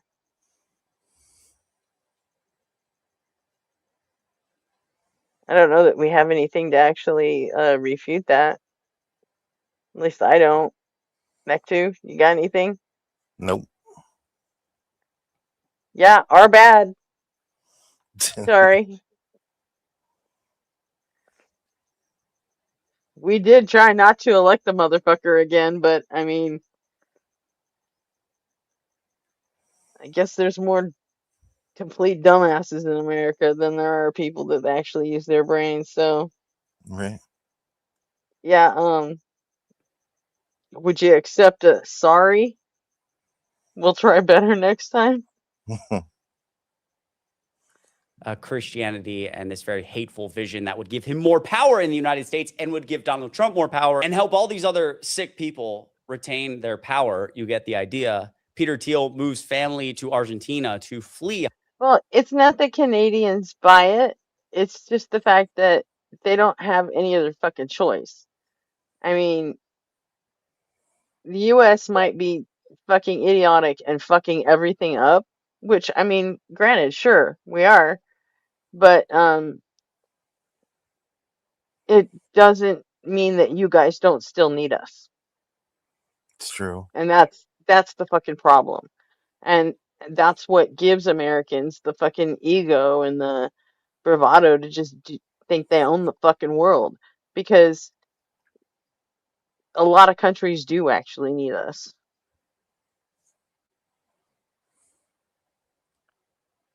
I mean, you guys aren't rooting for our economy to fail, because if that happens, we take the whole world economy down with us. Nope. So I mean, it's not that Canadians are buying it. It's just that it's the only safe, it's the only safe option, to hope that America fucking pulls their head out of their ass and do everything you guys can to support it. Because if we go down, you go down with us. And it doesn't mean they're stupid and gullible because they realize that. That's all I'm saying. High taxes and potential nuclear war AI meltdown report. It's been very interesting to me the last few months. A lot of people talking about this, the fact that Peter Thiel moved, concerned about the future of the United States. Who do you think created that future? Question mark. But again, the administration is aligned on this. You give them the tools and the power and the resources, they will go to war. You give them the power, the tools, and the resources, they will push this absolute garbage, this Christian nationalist, hateful, racist, effing garbage as much as they can. Then we have Pope Leo, Mr. Vice President, and a lot of more conservative Catholics are concerned, and Christians, just regular Christians, are concerned that we have a Pope in him, God bless him, who is very deeply, in some regard, anti-capitalist. Similar to the last pope, who was seen to be very anti-capitalist as well, very critical of the Trump immigration policies as well. So are you concerned about that? No, I'm not concerned, Laura. I mean, I maybe just don't see it the same way. I don't see Pope Leo as anti-capitalist. I do think that some of the things that have come out of the Vatican on the immigration question in particular have been troubling, and ultimately I disagree with it. But I actually like this interplay, Laura, between the Pope, between Christian clergy, and between the administration. We don't always have to agree on these issues, but I think the fact that we're actually having the right conversations, that we're pushing back when we disagree about, how they're, applying a pragmatic principle of immigration policy, that's a natural and reasonable thing to do. But I do think that we learned something in the interplay. And what I would hope that the Catholic leadership has learned from some of the things that me and Marco and the president have said about immigration is it's not just about the dignity of the immigrant. It's also about the dignity of the native-born family. Like this concern, Laura. I mean, And then we have Pope Leo, Mr. Vice President, and a lot of more conservative Catholics are concerned, and Christians, just regular Christians, are concerned that we have a Pope in him, God bless him, who is very deeply, in some regard, anti-capitalist. Similar to the last pope, who was seen to be very anti-capitalist as well, very critical of the Trump immigration policies as well. So are you concerned about that? I don't think you need to hear where JD Vance is going to go with this. If you're starting off an interview like this, I think you are we already on the did wrong because you side fucking of history, restarted my it. friend. The Pope is very, quote, anti-capitalist and against the administration's immigration policies. What a Democrat, an evil, dirty Democrat the Pope is. These people are deranged. Diabolical it is. Theo Vaughn doing an interview with Donald Trump before the election. Maybe could look to Theo Vaughn to take a little bit of accountability here. But obviously, you have heard what Donald Trump has said about Pope Leo and his disagreements with the Pope, which again, just historically, not a good place to be. Not real, just from a third-party perspective here. If you're disagreeing with the Pope this heavily on something like crime, or the Pope's like, hey, and obviously you've heard Donald J. Trump and his disagreements with the Pope. Again, I think anybody being objective, not a great place to be historically, if this is how you're talking about the Pope. Classified Robert Barron supports you and your policies and praises you for defending religious freedom. Yeah. He now says you owe Pope Leo an apology. Will you apologize? No, I don't, because Pope Leo said things that are wrong. He was very much against what I'm doing with regard to Iran, and you cannot have a nuclear Iran Pope. That's right. When Pope Leo's like, hey, you're killing tons of innocent people, don't do that, he's wrong. These people are sick. and deranged. And they're going to continue to try to push this Christian nationalist right-wing bullshit down our throats. That's why it's important everybody knows about this. We will keep you updated here. Anybody see the tweet from the foreign minister of Iran or the health minister of Iran? It was so funny. He's like, you know what? When your country has like 5 million starving people and you cut their SNAP benefits, how about you don't pretend that you guys have everything figured out and tell us how to feed our people? How about you shut the hell up? I mean, I paraphrase, of course, but that was the gist of it. That's pretty funny. Okay. Come back. All right. Let's go back into like the debate sphere here. That's fine. Still politics, but Oh, this yeah. time a politics debate. And I don't know, we were watching something and someone said something about Isaiah Martin and I was like, shut up, Isaiah Martin's a fucking god. Let's find out why. I haven't seen this one yet. So, I mean, I just have like one main reason, I guess, that I support, but I don't think he's destroying America. I would say I'm a big fan of like the border, like in terms of like drugs, right? Like he's like stopping a lot of drugs from getting in, like blowing up those ships and stuff. I think that's really cool. I've had a few friends that have unfortunately passed from, some drug overdoses. And, I've read some statistics and it seems like those figures are going down. So I think that's a great thing. So I have many friends who have unfortunately succumbed to FENT poisoning. And this is something that has been addressed actually since 2022, when Joe Biden actually went and prioritized putting Narcan and increasing its availability, putting it inside of dorm rooms, putting it inside of apartment complex, making sure that all paramedics have them.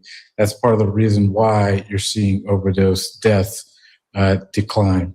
I believe in a strong border. I think that we need to have a very strong border. Some people might disagree with me on that, but I think we do.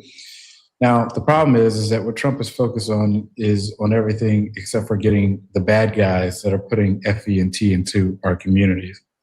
These are violent, dangerous people. These are cartel people that are absolute thugs that need to get the hell out of our country.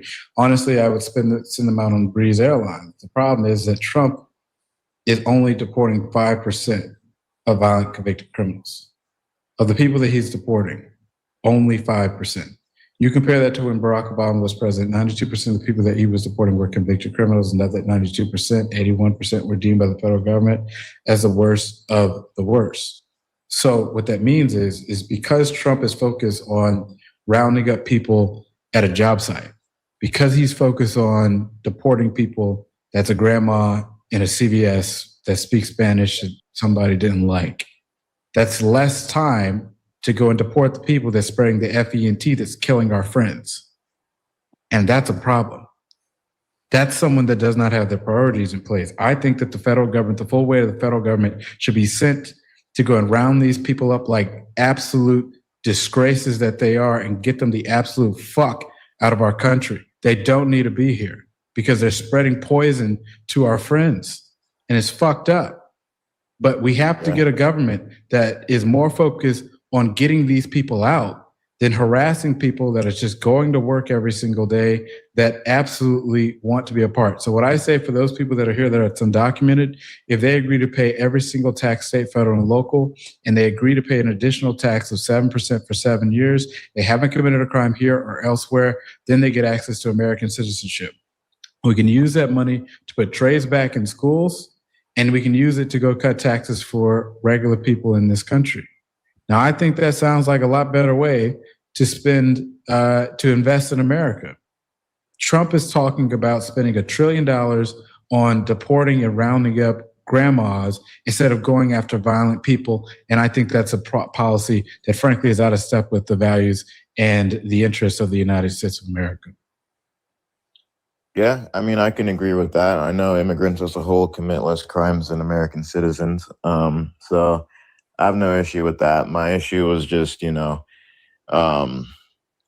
something that Biden wasn't doing. I know you mentioned what Biden was doing, which is like the Narcan stuff, which is great. But like, I guess my main argument was that he's actually like literally blowing up the ships that are trying to like come in with the stuff in the first place. So, I mean, I don't know how much you of gotta that. agree. You gotta agree. That's a positive. Not really, though, because we don't know.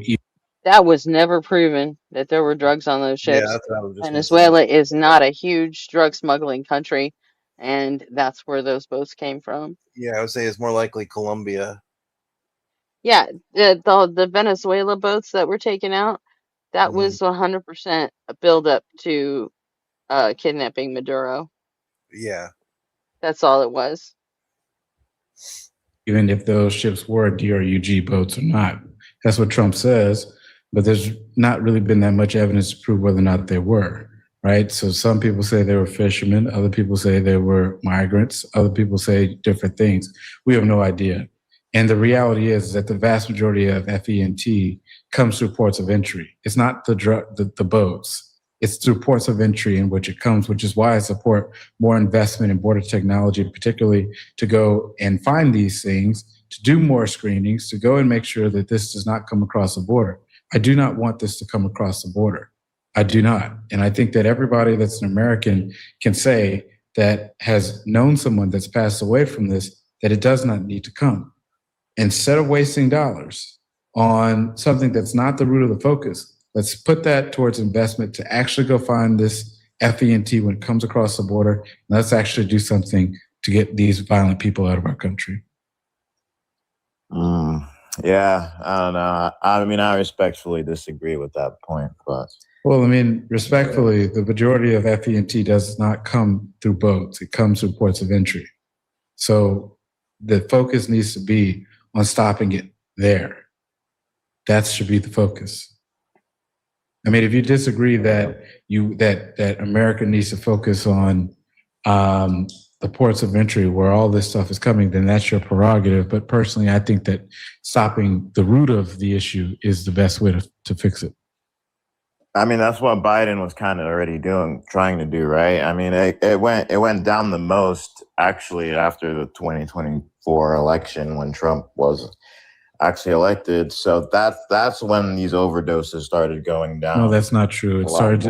That's not true. It started to go down 2023, 2024, years before, particularly with the increase in Narcan. That's when it started to decrease, and that's according to the FDA. I'm sorry, the CDC's data for death certificates. Okay. Well, that's not the same source I read, but what's your source? I don't have it in front of me, but maybe I need to like go back and take a look. But those are the facts. Yeah, I guess I'll do more research and take a look. But that's all I have for you for now. Thanks for debating. Thanks for your time. Thanks. Bye-bye. Take care. See, that wasn't too crazy. Look. Does anybody actually believe that these people do any research whatsoever? I mean, really? Like, they always fucking say that. Oh, I need to go do some more research. Bitch, I don't believe you did any in the first place. Like research, like it just means I sat at my computer and watched a few videos that came across my algorithm, and I have to wait until some more of that comes across before I'll learn anything new. For fuck's sake. When Trump gets rid of USAID and China comes, that Putin is creating, trying all this question with kind of like a security. We've been through the Second World War. We've been through the Korean War. We've been through the Vietnam War. We've been through World War I. We went through the Civil War. We've been through several huge depressions, particularly in 1929. I doubt that one man, no matter what his party or his philosophy, can destroy America. And if he can, then America must be very, very weak indeed. Huh? What? So I believe that Trump is destroying America because his policies are very dumb. And ultimately, his policies are harming the economy, which is why I say that he's destroying America, because he'll never be able to destroy America. One, because he's too stupid. And two, the American people, all of us, will not let him. And the reality is that going and putting Ding. Fucking gold star for Isaiah Martin. tariffs on everything across the board, I think is very stupid policy, because ultimately, when you look at things like Canada and Mexico, we have free trade, and now we're paying for trade that we had for free. That's stupid. It led to a 13% increase in inputs for farmers, which led to more farm bankruptcies in the first quarter of 2025 than any other point in recent history. In addition to that, I think that it's ridiculous that he went and got rid of ACA subsidies, which led to a 26% increase in healthcare premiums. And I think that it's absolutely ridiculous that he came forward and did all these things, Joe, like starting a war with Benjamin Netanyahu, which led to a 13% increase in energy bills. That's what I think is ridiculous. And now that I've gone forward and given you a complete answer, you can now speak. But don't interrupt me when it's not your turn to speak. You have an interest in a monologue. That's how it's done here. I listened to your monologue about a bunch of rambling nonsense. So now I want you to listen to what I had to say. Well, now 15 seconds. I gave you an answer, so now's your turn to speak. Yeah. So let's take one. Let's take the most recent one, or the most recent thing you said. I think you mentioned Iran. Yes. Okay. So I'm going to guess that you also believe that Israel is an enemy of the United States as well. I think that their prime minister has no interest in what. What's that? Was that a beep for the to like edit out the words? Yeah, to edit out the word Israel. Because he's primarily on TikTok. Oh, I see. What is best for the United States of America, and that's abundantly clear. Well, that may be true or false. The thing is, we behave in our own national interest, and Yes. so what we do should always be in our national interest. Now, all you rattled off and all those complaints, young man, is that you have policy differences with the current president of the United States. That's right. The current president.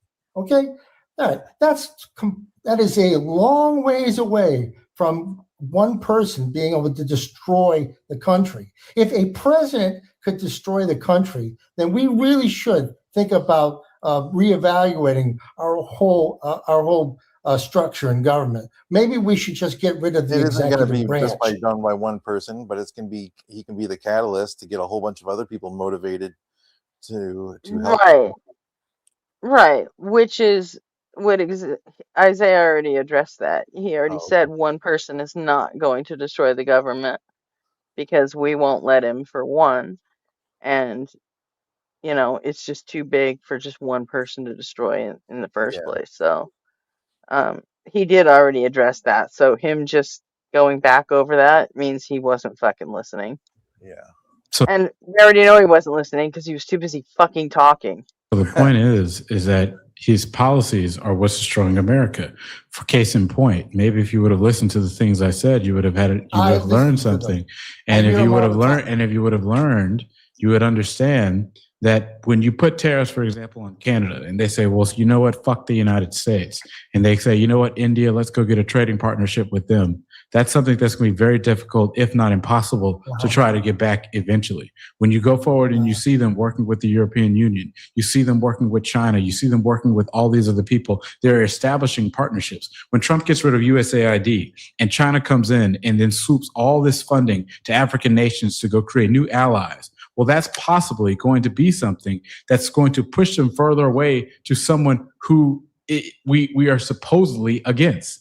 This is creating long-term changes in the power structure of the United. Excuse me, I'm not done. I'm not done. It is creating. Of course, I know you have no. I know you have no self-control. I know that you have no self-control. I know it's difficult. It's my life, and I know it's hard. And here it is. I'm not finished.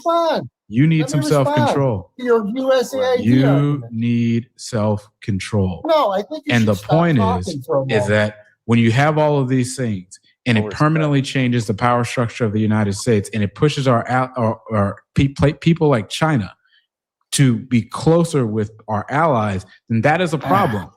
And that's the root of policy that is just absolutely dumb. And so for you, So you're going to have let's to take understand the- that you're going to have some self-control. Because So if you let's don't take have your it, it's not going to work. USAID argument. Let's take your USAID argument first, okay? Hi, John. How's it Why? going? Yeah, pretty good. The problem with this lunatic who's making the Oh, hey, good to see you, John. Hey, bud.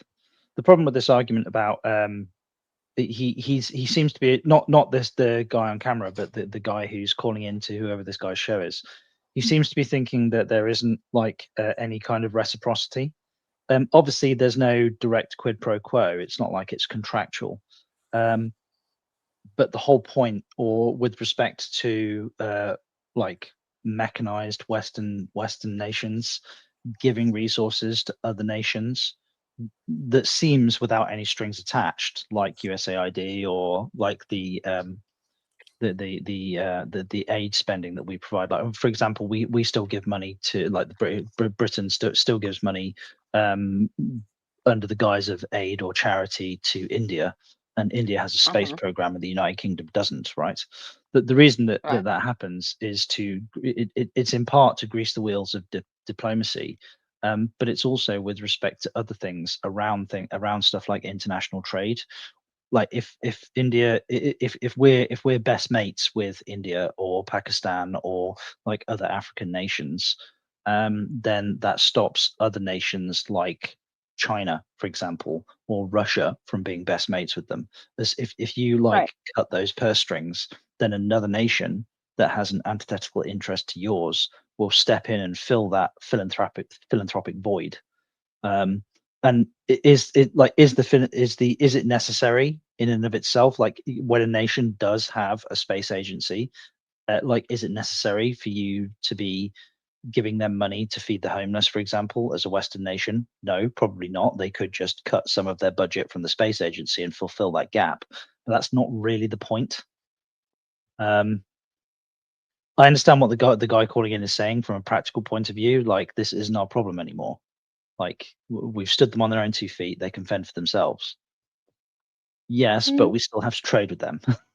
And so actually, with respect to what it costs compared to the benefit that you get out of it, is it the right move to cut that expense? No, And it's absolutely not the right move. there is a legitimate discussion. The small amount of money that we gave through USAID every year, it pales in comparison to how much the Belt and Road Initiative is being spent on in China. And like, they're buying full on fucking ports. Yeah, no, I grant you that, like, the Chinese are currently they're on their in like their infrastructure rise, so that they are looking to invest in infrastructure globally, and there is definitely going to be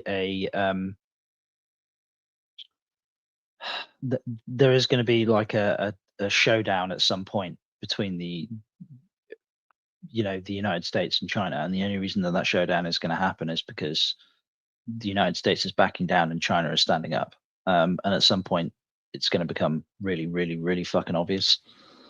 Like, people keep talking about like Ukraine, and like Russia is, whilst Russia is large with respect to the landmass that it covers, its GDP is barely larger than that of Spain, and its population is tiny. China is the big bad boy. Russia doesn't even have the GDP of California. So, I mean, yeah. I mean, obviously, comparing it to California California is the single largest economy within the United States, right?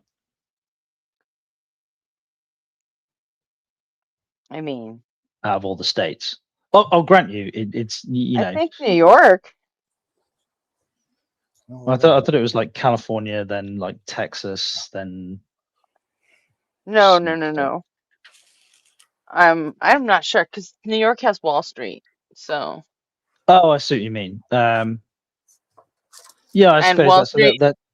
Wall Street covers a multitude of fucking sins. That's Yeah, for true. sure. I mean that would be a little bit like if you like, obviously the United Kingdom is a disproportionate it's disproportionately large in terms of its GDP footprint with respect to its like geographic footprint. But if you were to set aside like the City of London, which is a financial district, all of a sudden the city of the UK, like the nation of the UK is like, you know, a pauper state. Like London is a massive production of produces a huge amount of wealth, and purely because it's a financial district. I But think you can California as a whole outdoes New York as a whole, but I think like New York City outdoes any like LA or the Bay Area, like even regard Silicon Valley. I re, think re, New re, York City actually yeah kills everybody. But yeah the but technicalities of it. I don't think that's big enough to carry the whole state into like I the mean top 3 or 4. I'll And I grant you think anyway, because California just went down to number 5 in the world, I think.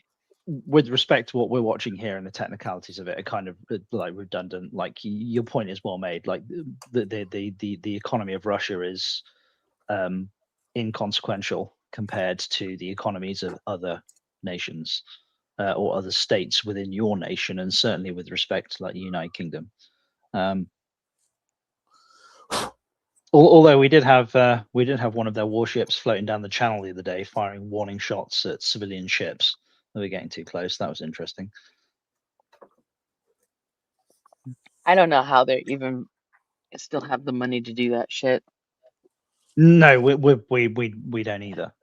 Frankly, you know, a couple of our RAF planes were like, some of our alert fires were launched and they were warned off pretty damn quick. And they did fuck off pretty damn quick as well, because frankly they can't afford to lose whatever is left of their minuscule navy anyway. Not that the not that the navy of the United Kingdom is that impressive at the moment either.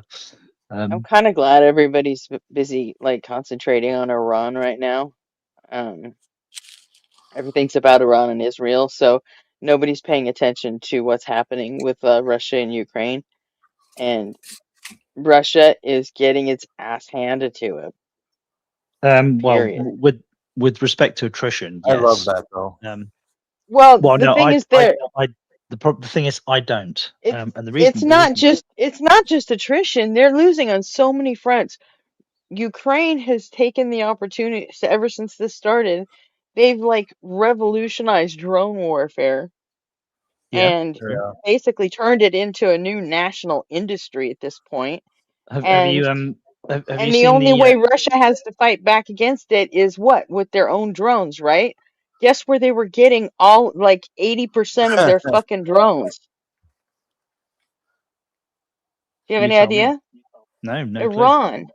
They were all Iran Shahed drones. That's what I was gonna And say. now that Iran's getting its ass kicked or into this whole shit with Israel and the US, Iran isn't giving anything to Russia anymore. So now they're super fucked. The thing that I find horrendous about it is that outside of the initial days of the conflict, like I don't think there's any doubt that you know, Russia, like no matter how this plays out, Russia ultimately is going to end up maintaining control of like the Donbass and Crimea. I don't think they're giving up that territory for almost any reason. Frankly, even if there's a negotiated settlement, it seems fairly likely that like Putin couldn't give up that ground because there have been so many lives lost. He needs to go back to his people, despite the fact that he's a dictator. He needs to go back to his people with at least some kind of win. So there's no way he's given up that territory. He's held it since what, 2014. I wouldn't say held it. Kind They are of. I mean, still fighting over it. yes, but what I mean is it is territory that has been in dispute, but has mostly been in Russian control for that period of time. And I'm not happy about it, but I think for practicality's sake, like there's no way that they're going to give it up.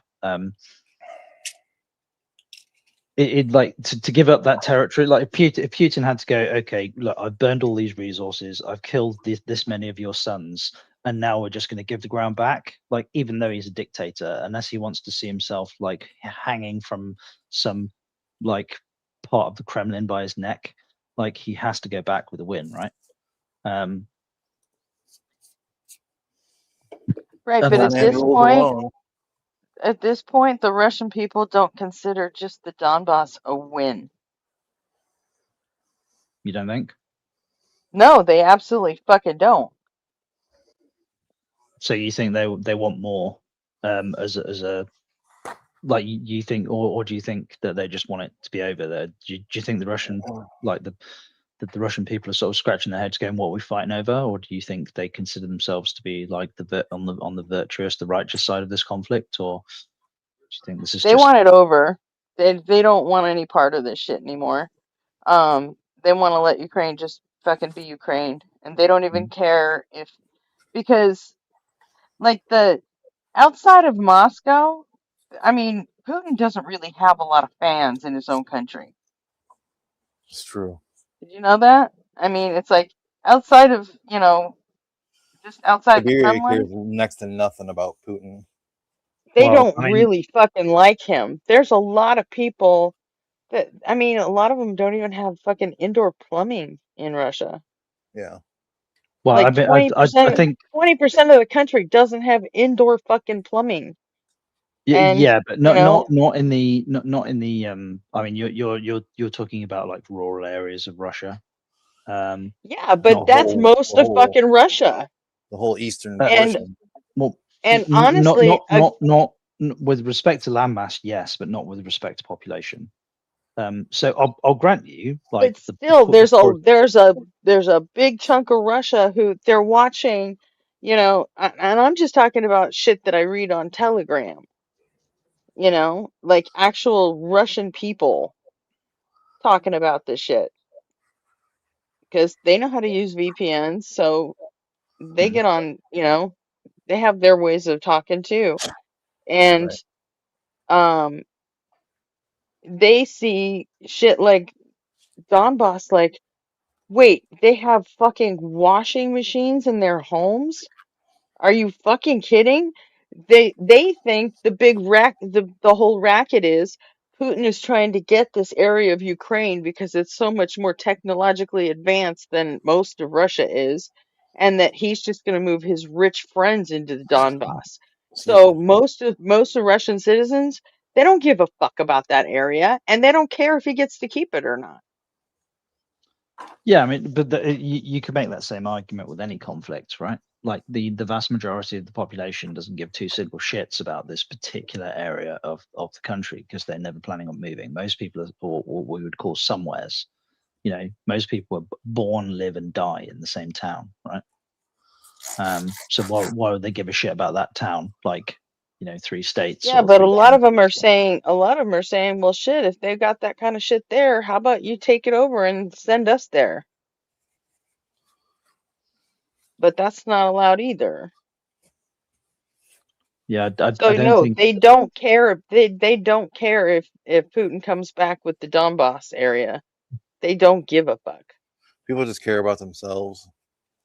yeah, Yeah, What are you gonna do for me?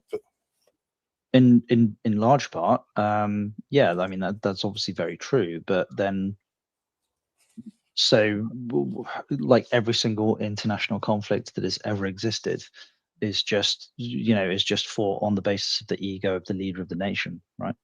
You can make that argument, right? And that clearly that's not true. yeah, and on that score, most at least a lot of the Russians that I listen to or that I read their shit online, they're just pretty sure that Putin doesn't have that many more years. He's either going to lose this war and get killed by his own fucking people, or he's gonna die, and then maybe they'll have a chance for fair elections. Maybe. But It does seem, and I like Putin, like from the outside looking in, it does seem that obviously you can't run, and despite the fact that it is economically quite a small footprint, its military power, especially its nuclear power, with respect to when compared to its economic footprint, is fucking ginormous. Yeah, but he already had one of his top generals damn near coming for him. True. He Well, are had you to talking kill about? that guy. Are you talking about I the Wagner mean, group? The leader of the Wagner group, right? yeah.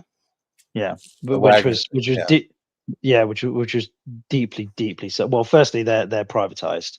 Yes. They weren't. Yeah. They from an official point of view, they were a private military that was mostly made up of conscripts out of prisons. And I'm sure you do, but just for the sake of anybody who's Yeah, but listening, the who couldn't, general was an actual a Russian military general back in the day. He's always been, and he was great he, friends with Putin. he, But he was he was a Soviet era general.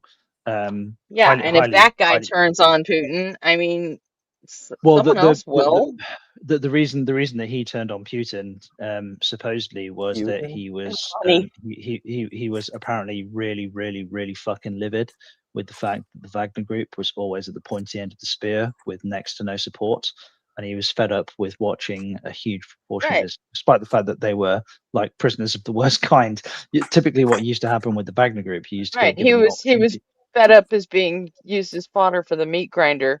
But Yeah, so he but in turned his the boots end, around and he started was marching willing on to Moscow. he Yeah. was willing to accept more money to Um, continue to allow his people to be used as meat grinder fodder yeah, too. and then You the first, know, so in the end, it was about money yeah, and then the first time that because he, they're Russian. Of course, it's about money. no, you can't do that. I don't Yeah, think. you can. No, They are I all don't. fucking No, thugs, I don't. all of But them. no, I don't think you get to view like Not all Russian people. I mean, the Russian government. yeah, but what I mean is like I don't even necessarily think that the people in government are motivated. Like they're not motivated differently than like Joe Blogs in the street is. If you could pick up like Joe Blogs in the street and put them in the position of any like person in power in any political infrastructure, I think if they were like if they were if they were affected by the same circumstances, by the same set of conditions, they would probably act in a similar way. Like it's this notion that you know, if you'd lived if your life had broadly speaking been the same as the guy who was the guard stood on one of the guard towers in Auschwitz, you know, you probably would have acted in the same way. There's nothing special about you. It's not like there's some unique Right, part of your right. soul or character that makes Well, you that's true. special, morally special. You know, you're affected by your life conditions. So to say, oh, they are all this or they are all that, I do think is Well, it's I don't it's no, othering. that's not It's the an case. othering I thing. wasn't talking about they're all like that. I meant the people in power over there. And what I meant was it was the general that in the end he was pissed that his people were being fed to the meat grinder, Yep. but in the end offered him a little more money and he was like, "Okay, fine. Yeah, meat grinder's good." I don't And think it was just. that's who I I'm think talking about. I mean, and they yeah. come by it honestly because honestly, right after the Soviet Union fell and in between, you know, when Putin came to power, there was like 10 years there where Russia was being run by the actual fucking mafia. Well, you got to remember, like when the Soviet Union So, I mean, ended, when when the when I Soviet say like everything runs on it was money, like there was a 10-year period where legit everything fucking ran on money but and thugs. but And that's like the same for any literally the nation. mafia, huh? Like that, I mean, that's the same for almost any. Like the saying that a nation runs on money is a trivial claim. Okay, but obviously, not run by fucking organized crime. yeah, I mean, true. I mean, But was there a point in U.S.'s history where we were actually run by organized crime? I don't think so. what's today? Saturday. Was England run by the mafia at any point? Yeah, I don't think so. Well, like it depends. What you I'm mean not by saying that they didn't exist there. I'm saying that they weren't no. run by it. I The agree, but it 90s, depends. Russia It was depends. run by the fucking mafia, to It, include Vladimir Putin, by the way. yeah, true. Like, I mean, obviously, when Soviet Russia came out of the Soviet era and became Russia, the nation that we know today, that was obviously under Gorbachev.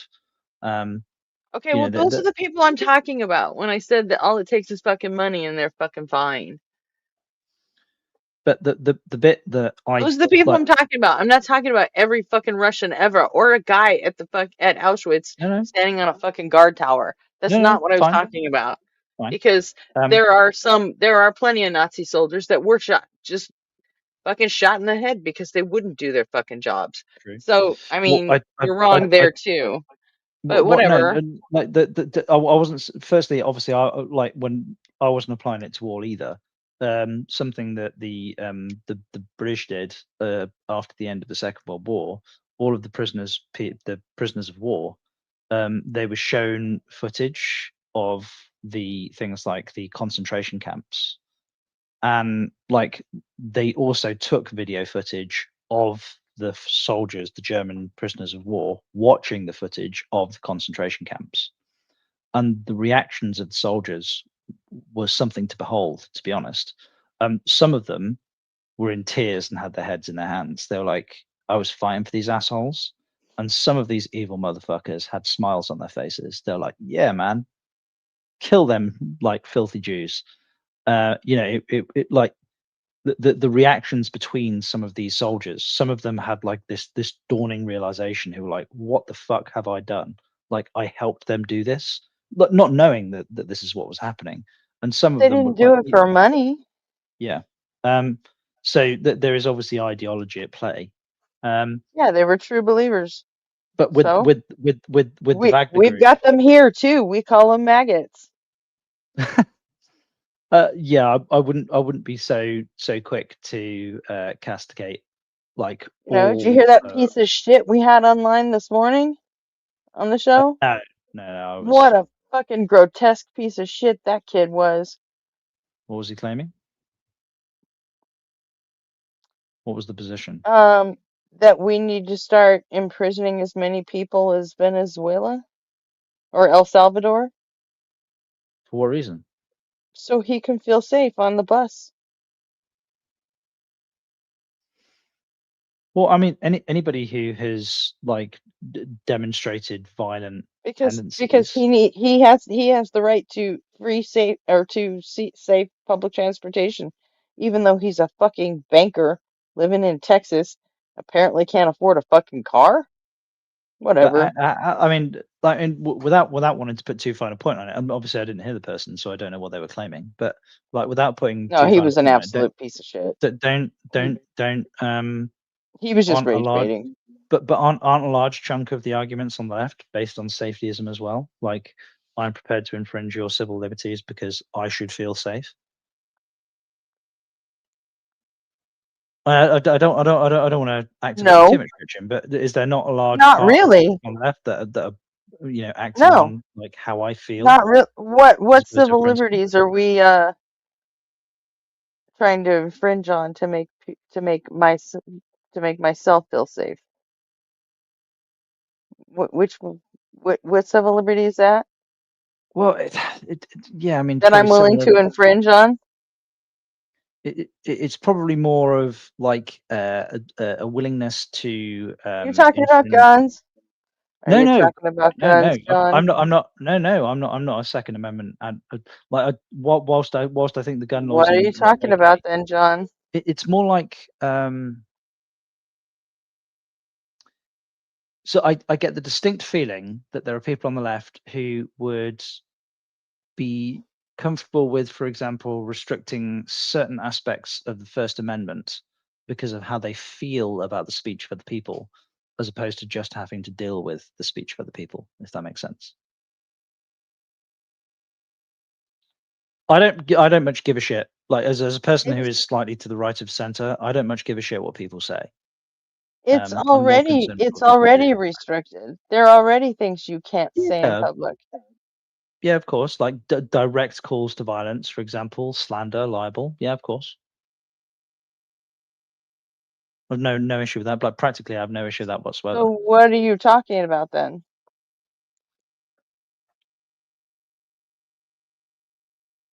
Like again, within the social context, like making the claim that somebody's being hateful when they're not necessarily being hateful. They're just professing like an opinion. So let's put it this way: if I were to say, for example, that I don't think that it is.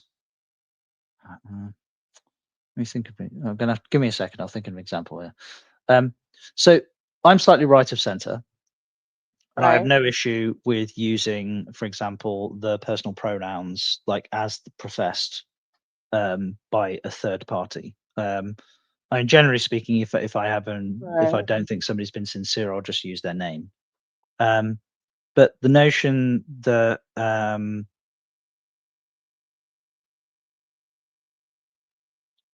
there should be some kind of like either legal and or social consequence for not using somebody's personal pronouns. There is a social consequence for it. But You if you get just yelled use their at. name, right? So if I were to say to a No, like person, on it every time I fuck up and call Arpy him, he barks at me. That is the social consequence right there. Is it not? well, that's good. Kind of. I I don't mean, I don't when know when of when does when does anybody when does I don't when know of when anybody pushing for any sort of legal consequence for not referring to someone by their preferred pronouns. well this is probably where it breaks down between the United States and the United I Kingdom. also don't know of anyone pushing for legal consequences for still using the fucking R slur. Well, again, because I'm in the You UK. know, you can Uh, even be anti-Semitic if you want, and there's well, no legal consequences. But yeah, there's gonna be social consequences I think because we might be that's the way talking. shit works. I think we might be talking at cross purposes with respect to the legal part of this conversation. Like socially, generally, I like the United States seems to have more social consequences than there are in the United Kingdom, but the legal consequences seem to be more relevant in the Well, United Kingdom. we also have freer speech than you do. True. We don't have a But First I Amendment, guess so if we're like like I've only been to the United States 3 times in my life, so I think I've spent a grand total of maybe 8 weeks in the United States, and okay. obviously, but I live in the United Kingdom, and our legal infrastructure is very very different to yours. So we could be talking past it. Like if you lived in the United Kingdom and you were under the speech restrictions that we're under here, I think you would probably have a different you'd make a different argument. But that being said, that's Maybe, probably why we're kind of talking past one another. In maybe, the but UK, do you think also maybe it's possible that maybe that's the reason that we have more social consequences in the United States for shit like that because but we don't have any yeah, legal recourse for it? potentially, but it's not about a legal recourse. So in the UK, whether something is adjudicated as being like hateful has nothing to do with you can have a third party who can witness an event and report said event to the police, and the third party who was not like who like if let's say for argument's sake, like I say something to you, right? Right, you And told me about yeah, you and UG told me about some of the shit that's been going on over there, and I yeah, get it. But like where that might not have happened here, you could have a third party who overheard something and was offended by it, could report that shit to fucking X or Blue Sky or whatever, and all of a sudden there's a boycott. I yeah, but mean, that still applies here too. Like, I mean, despite the fact that our speech laws are draconian, those things still happen here as well, right? They don't eliminate those things.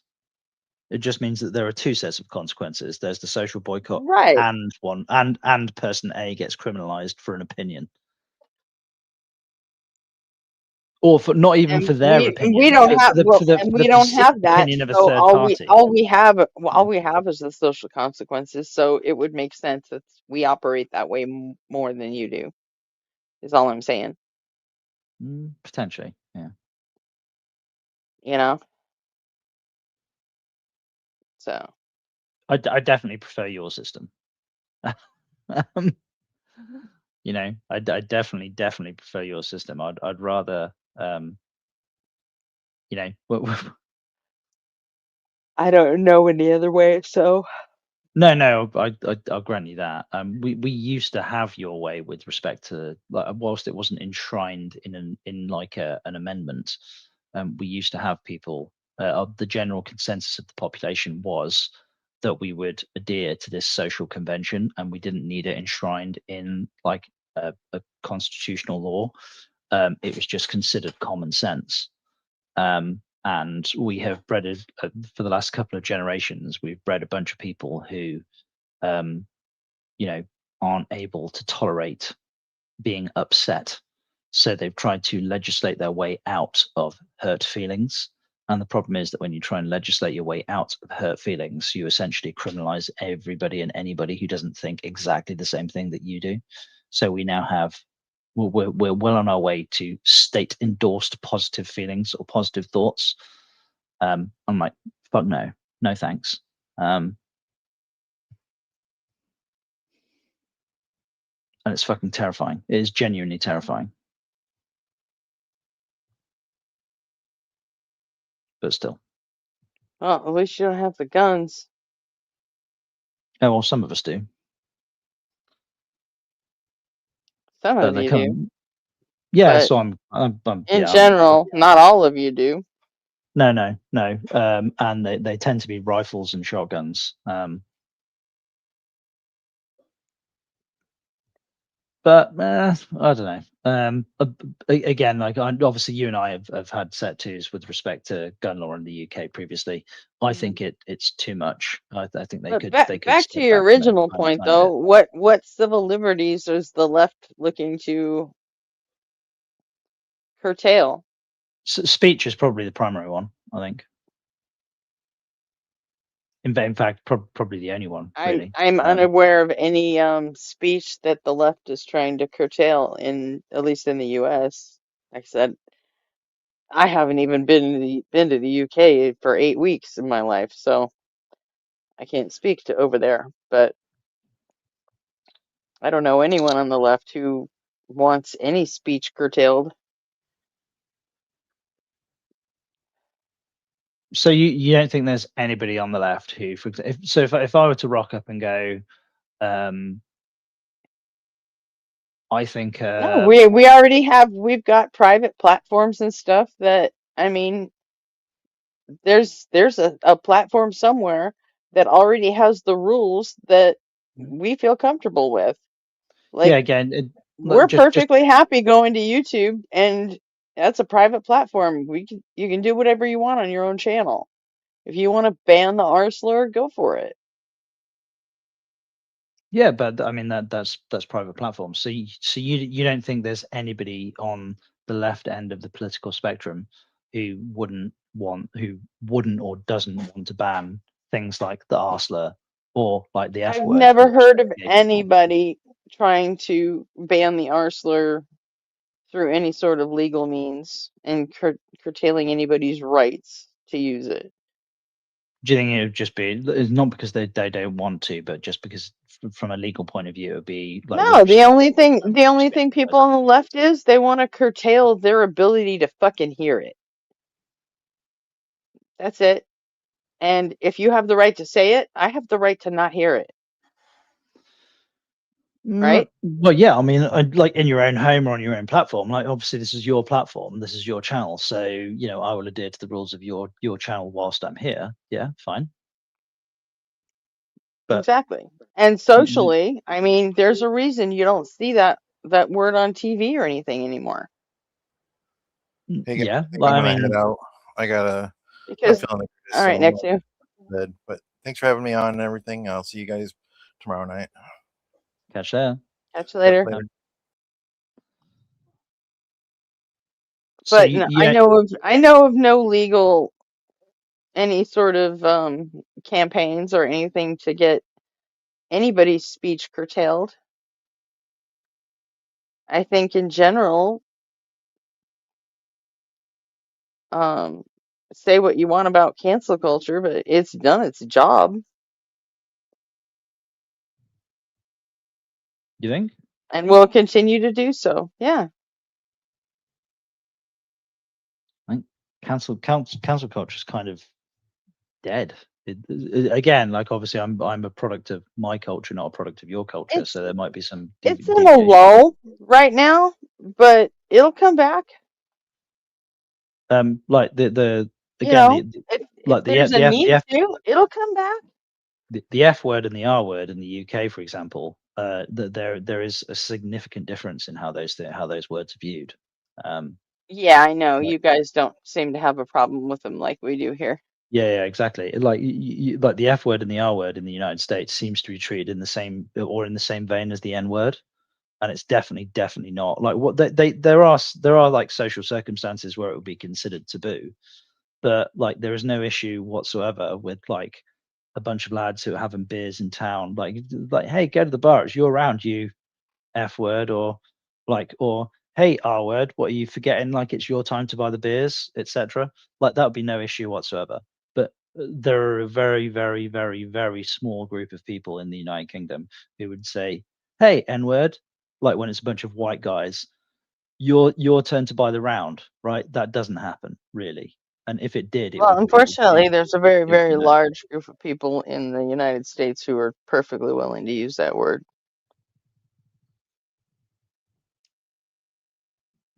I mean, and like And in a shitty context too. So it's in the worst possible context. Yeah, I mean, I don't know if it's because like in the UK, it's odd. Like, I mean, one person buying another person in the United Kingdom, especially with respect to the color of their skin, has technically been illegal since like 1080. We're fast approaching 1,000 years where it's been illegal for one person to buy another person. So I don't know if that's a product of it. Despite the fact that obviously the British Empire did profit from the slave trade en masse. Mm-hmm. And it was only officially made legal in like what 1807. But we because we generally speaking we've been kind of like an ethnically homogenous nation for the vast majority of the existence of our nation, like. And again, for the most part, when people have come to our country to settle here, it's usually been by invitation. We're not this kind of melting pot that the United States is. But have you heard the like during the Second World War when American soldiers came, like they were based up in the United Kingdom, like in preparation for the invasion of Europe, and they were handed Mhm. like pamphlets. Like you may see people of color in like bars, or you may see this, and this is completely normal in England. You shouldn't like don't get shitty about it, basically is what these pamphlets were saying. Because obviously like the United States pre the civil rights era was heavily segregated, and that just never really happened in the UK. There were areas where it did. There were obviously bigots. We had our own like unique group of people that were nasty assholes. But apparently there were fairly regular bar fights where like there were like the Gurkhas, or there were soldiers of like African descent in bars who were drinking in bars and stuff, and the British populace, like some American GIs, would rock up in the bar and go, I ain't drinking in a bar with no N word. And then like the soldiers of African descent and the English the English soldiers or the British soldiers and the British civilians would have a fucking Barney with the American soldiers. There was obviously like a clash of cultures. So that like I shouldn't have a pride over it, but I kind of do, you know. Like I think the reason that these like racial slurs just don't carry the same weight isn't because they've never been used, but they just don't carry the same weight. And the vast majority of the people I know don't give a single shit about the color of somebody's skin. They're more interested in the ideas that they have than rather than their skin color, you know.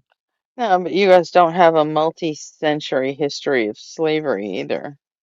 We definitely do, but not in Well, like not within your country. yeah, again, like I said, so it was William the Conqueror in like 1080, I think. He You passed had a a law. handful of guys profiting off of it. Yeah, a But small like and despite the fact that the United Kingdom definitely did profit from slavery, I think the most generous economic estimates were that at its peak, somewhere between 3 and 5% of GDP came from slavery. So whilst it's not insignificant, it is only a tiny fraction of like what is it, like the United Kingdom, despite the fact that it was facilitated, but also the amount of money that was spent. I think so. The anti-slavery laws were passed in 1807, and then the West Africa Squadron was formed in 1808, and it spent something like 60 or 80 years. And the West Africa Squadron cost the Royal Navy well in excess of any money that was ever made from the slave trade.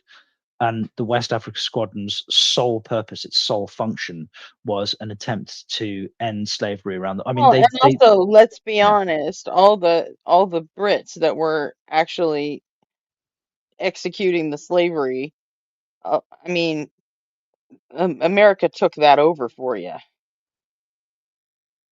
You know, up until 1776, those were the Brits running slaves in the U.S. You know, in North America. Yeah, I mean, After obviously, 1776, it became America's fucking problem. well, like And whilst our country was founded on that fucking problem. Yeah, whilst obviously the Articles of Confederation technically were signed in 76, I do think that America was itself like, despite the fact that it owed taxes to England in a legal sense, practically, like, the United States was a separate nation. It wasn't like under a governorship, you know. It still had its own infrastructure. It still had its own like the only thing that really was owed to England at the time was taxation. England didn't really give a shit about how the money was provided. They just wanted the money, if that makes sense. Right. So yeah, I'll like, technically, yes, you are true, but it's not like that there wasn't like independent autonomy. Like, all of the sins of, you know, the Americas prior to 76 can't just be laid at the feet of England. It's not like England said, hey, do this, do that. They weren't like, they just wanted their taxes, if that makes sense. Yeah, but in 1619, when we started bringing African slaves here, it was the Brits that did that. Mm-hmm. I mean, Yeah, we no weren't doubt. considered, I mean, we were still considered British colonies at that time. I mean, Yeah. sure, 100 years later, yeah, okay, now it's Americans doing it, but still, Yeah, look, like, again, I'm not you know, stating that the we British Empire was without take a its. big part of that blemish off of your, you know, you guys did have the forethought to not do it on your own, you know, in your own backyard, so that's good, I Yeah. guess. So I but it mean, was so when William the cool. Conqueror in 1060, he didn't actually outlaw slavery. What he did was he outlawed the selling of one person to another within on English territory. Yeah. And as a direct But you result know, of that, you could. But hey, if you want to run a sugar plantation in the Virgin Islands, fucking go yeah, for it. no, Slave it up, bitch. completely, Go yeah, for it. absolutely, yeah, no You doubt. know, He really did follow just like biblical slave rules. You know that, right? Yeah, no, It's very similar. I grant you that, but it was still at least a step in the, like, you can't deny it was at least Don't a make step in the right slaves out of direction. your neighbors, but everyone else, Yeah. fair fucking game. Do But that shit. again, whilst I'm not going to, I mean, you know, before he invaded England and conquered it, he was called William the Bastard, and then when he invaded England and successfully conquered it, his moniker became William the Conqueror.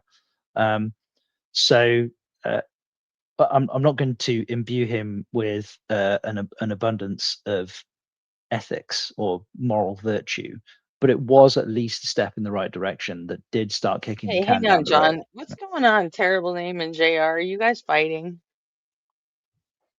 British government is way more heavy-handed than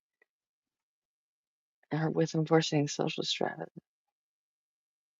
I think we're just disagreeing about your verbiage.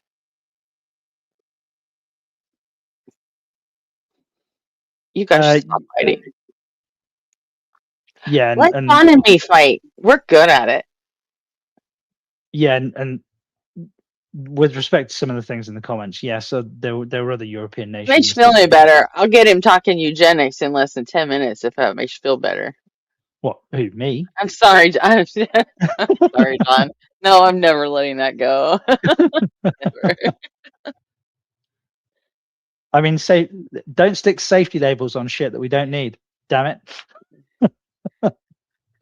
I will use that to dunk on you just for cake's sake, you know. Yeah, you know me, Gretchen. Forever. I'm reliable like that. So. I'm still not anyway, yeah, convinced go ahead, who the label on like the bag of peanuts saying warning may contain nuts is for. But you know, fine. If you need it, you need it. I don't. Yeah, I mean, it doesn't cost you anything. It doesn't. The best argument I heard was actually that it was illegal. It was a legalistic argument. It was to mitigate legal accountability. It wasn't the fact that it was actually necessary as a label. It doesn't speak to people's like ability or interpretation of like a tool. It's just there to mitigate any potential legal responsibilities. Like, hey, when eventually somebody does do something fucking moronic with the thing, you're like, hey, we put the warning label on it, you know, so it's not down to us.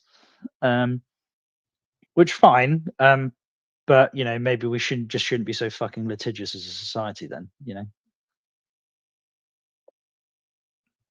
Well, I think that ship's sailed, don't you? Definitely in the US, again, not in the UK, because you can't just bring like random suits against people, because the BOP is different.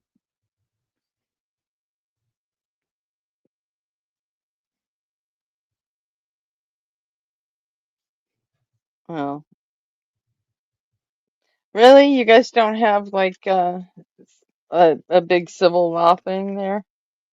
We do, but not in the same way. It's just not part of our, like, you can, so for example, so what happened with my dad when he passed away, it was during the coup, and he had a blood test when he went into his GP, his family doctor, the general practitioner, and the reason he went to the general practitioner is because there was blood in his urine. And the doctor did like a couple of blood tests, and the blood tests came back with low factor VIII. Factor VIII is an enzyme in the blood that causes clotting, and there are multiple reasons why it could have been low, to the extent that the doctor referred my dad to urology at the local hospital, but basically sent him back home once he'd got the blood tests, and then he redid the blood test. The reason being was to make sure that, like, confirm the blood test results. And then my dad got progressively worse, and a couple of days later, he was back in the GP's office, sat in front of the GP with the second set of blood tests, which confirmed the low factor VIII, which my dad was sent to the local hospital with a diagnosis of acquired haemophilia. which is an autoimmune condition. The autoimmune condition being that his immune system was attacking the factor VIII in his blood, which was causing or preventing his blood from clotting, which is why he ended up with blood in his urine. He was bleeding around his kidneys. So when he got to the hospital, because he had blood in his urine, the primary symptom, they referred him to urology. And they accepted all of his notes, but ignored the blood tests that had come back from his GP, 2 of them. And then also the junior doctor that admitted him via A&E and sent him to urology, they ordered their own second set of blood tests. That also, so we now got 3 sets of blood tests that also confirmed low factor VIII with bleeding around the kidneys. And what they absolutely should have done was contacted hematology, which are blood doctors, basically. They should have been part of his diagnostic team, which they didn't do. The junior and the software that the hospital used prompted them to do this. And in fact, it said, have you done this? You should do this. And the doctor just like yes no'd through the thing because and didn't actually do any of the things that the software was prompting them to do. They just yes no'd through it to get him admitted and didn't do anything that the software stated that they should do. And he spent the next 3 weeks being given things like blood transfusions or synthetic factor VIII with nobody contacting hematology at all. He was continuously being treated by hematology. Hey, John, can you hang out for a little bit? I have got to go get it. My stomach is killing me. I've got to go get a snack. I haven't eaten anything since I woke up like 4 hours ago. Yeah, of course. So I'm gonna do like a little top of the hour music break here, since I don't have a co-host or anything. So I'm just gonna do a quick music break. I can hang out for about half an hour or so total. Okay, So, cool. Then just hang out and listen to the songs. I'll be back in like you 10 can go minutes or and less. have a snack and take an epic shit, Gretchen. I'll be here when you get back. Awesome. Thanks.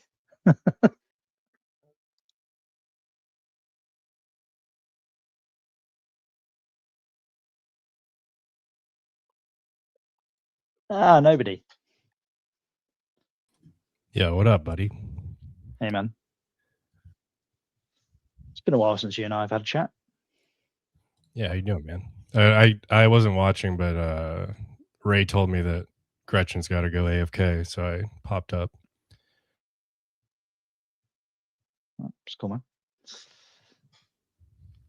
So, do you want to tell me some more about Go Earth, or do you want to talk about something else instead? I mean, I don't care. For a change. What were you guys talking about this Isaiah video? Yeah, we watched a few minutes of it, and then we, as I am prone to do, tangented quite hard. What was the tangent? We started talking about like social consequences compared to legal consequences, and now somehow we've ended up on, and I say I have ended up on a discussion about like my dad's medical history for some reason immediately prior to his death. But it's of no consequence. We can talk about whatever you want to talk about. Nobody, like, please talk about something else. Give me a direction, man, please.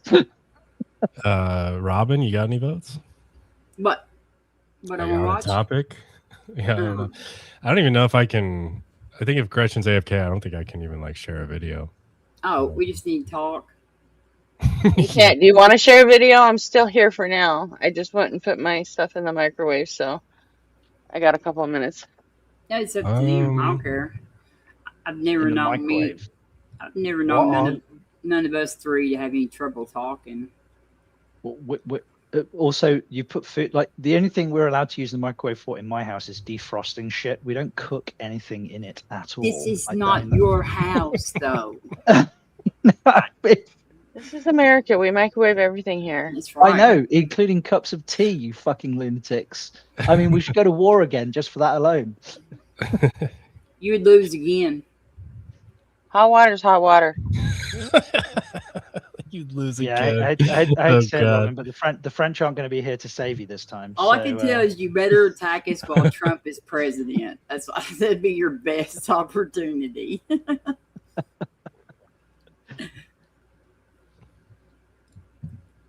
Either that or Super Bowl Sunday. You probably have pretty good chances at then too. Hey, that you like whilst you're hosting the World Cup, you really, really, really, really don't want to go to battle with us whilst the Scots are in town. I mean, don't we've been weaponizing them for the last 300 years. Don't fucking annoy them. Be nice I'm to them. Make laughing sure. at all the videos online of people going back to Europe with bottles of ranch in their suitcase and the Yeah. TSA's like losing their fucking minds. Although wasn't there like a whole city that fucking ran out of beer because of the Scots and the English? It was like, Ray is like wondering why in the world that we are hating on microwaves.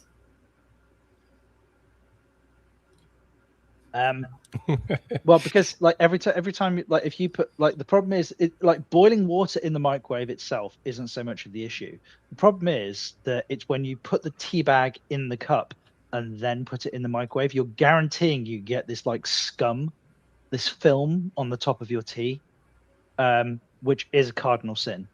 Any Englishman knows that. Like, and also like you boil the water, you get the water up to temperature, you put the tea bag in, you then get your tea to the strength that you're happy with.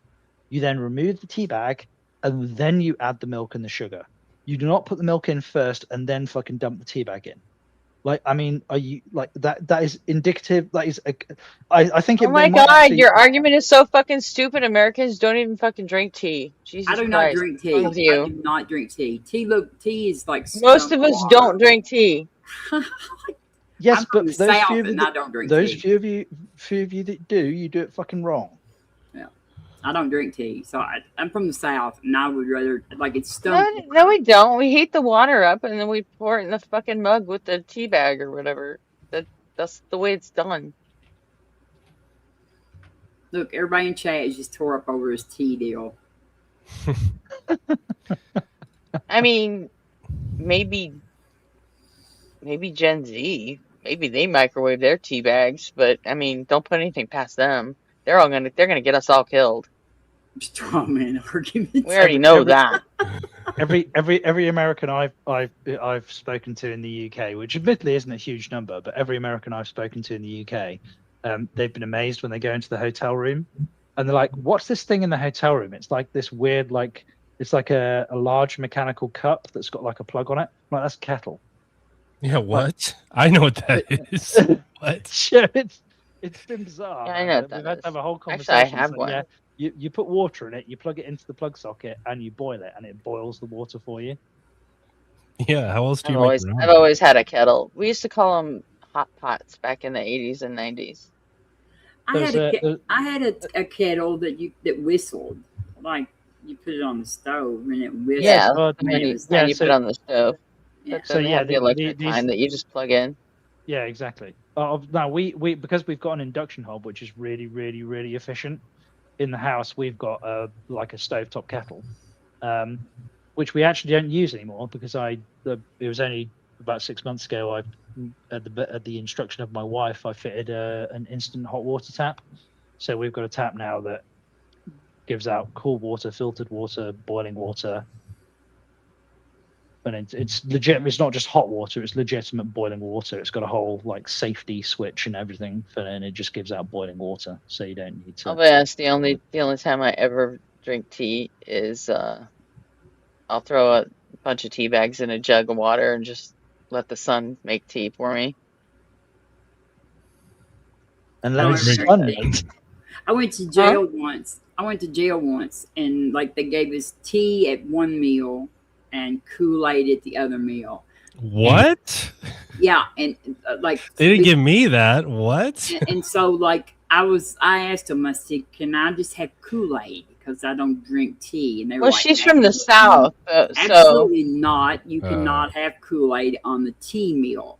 So like I gave my tea away and like had nothing to drink. and it was super sweet tea, right? I don't know what it tastes like because I didn't drink it because I don't drink tea. This is going to betray an unbelievable ignorance, but what's Kool-Aid? You don't know what Kool-Aid is?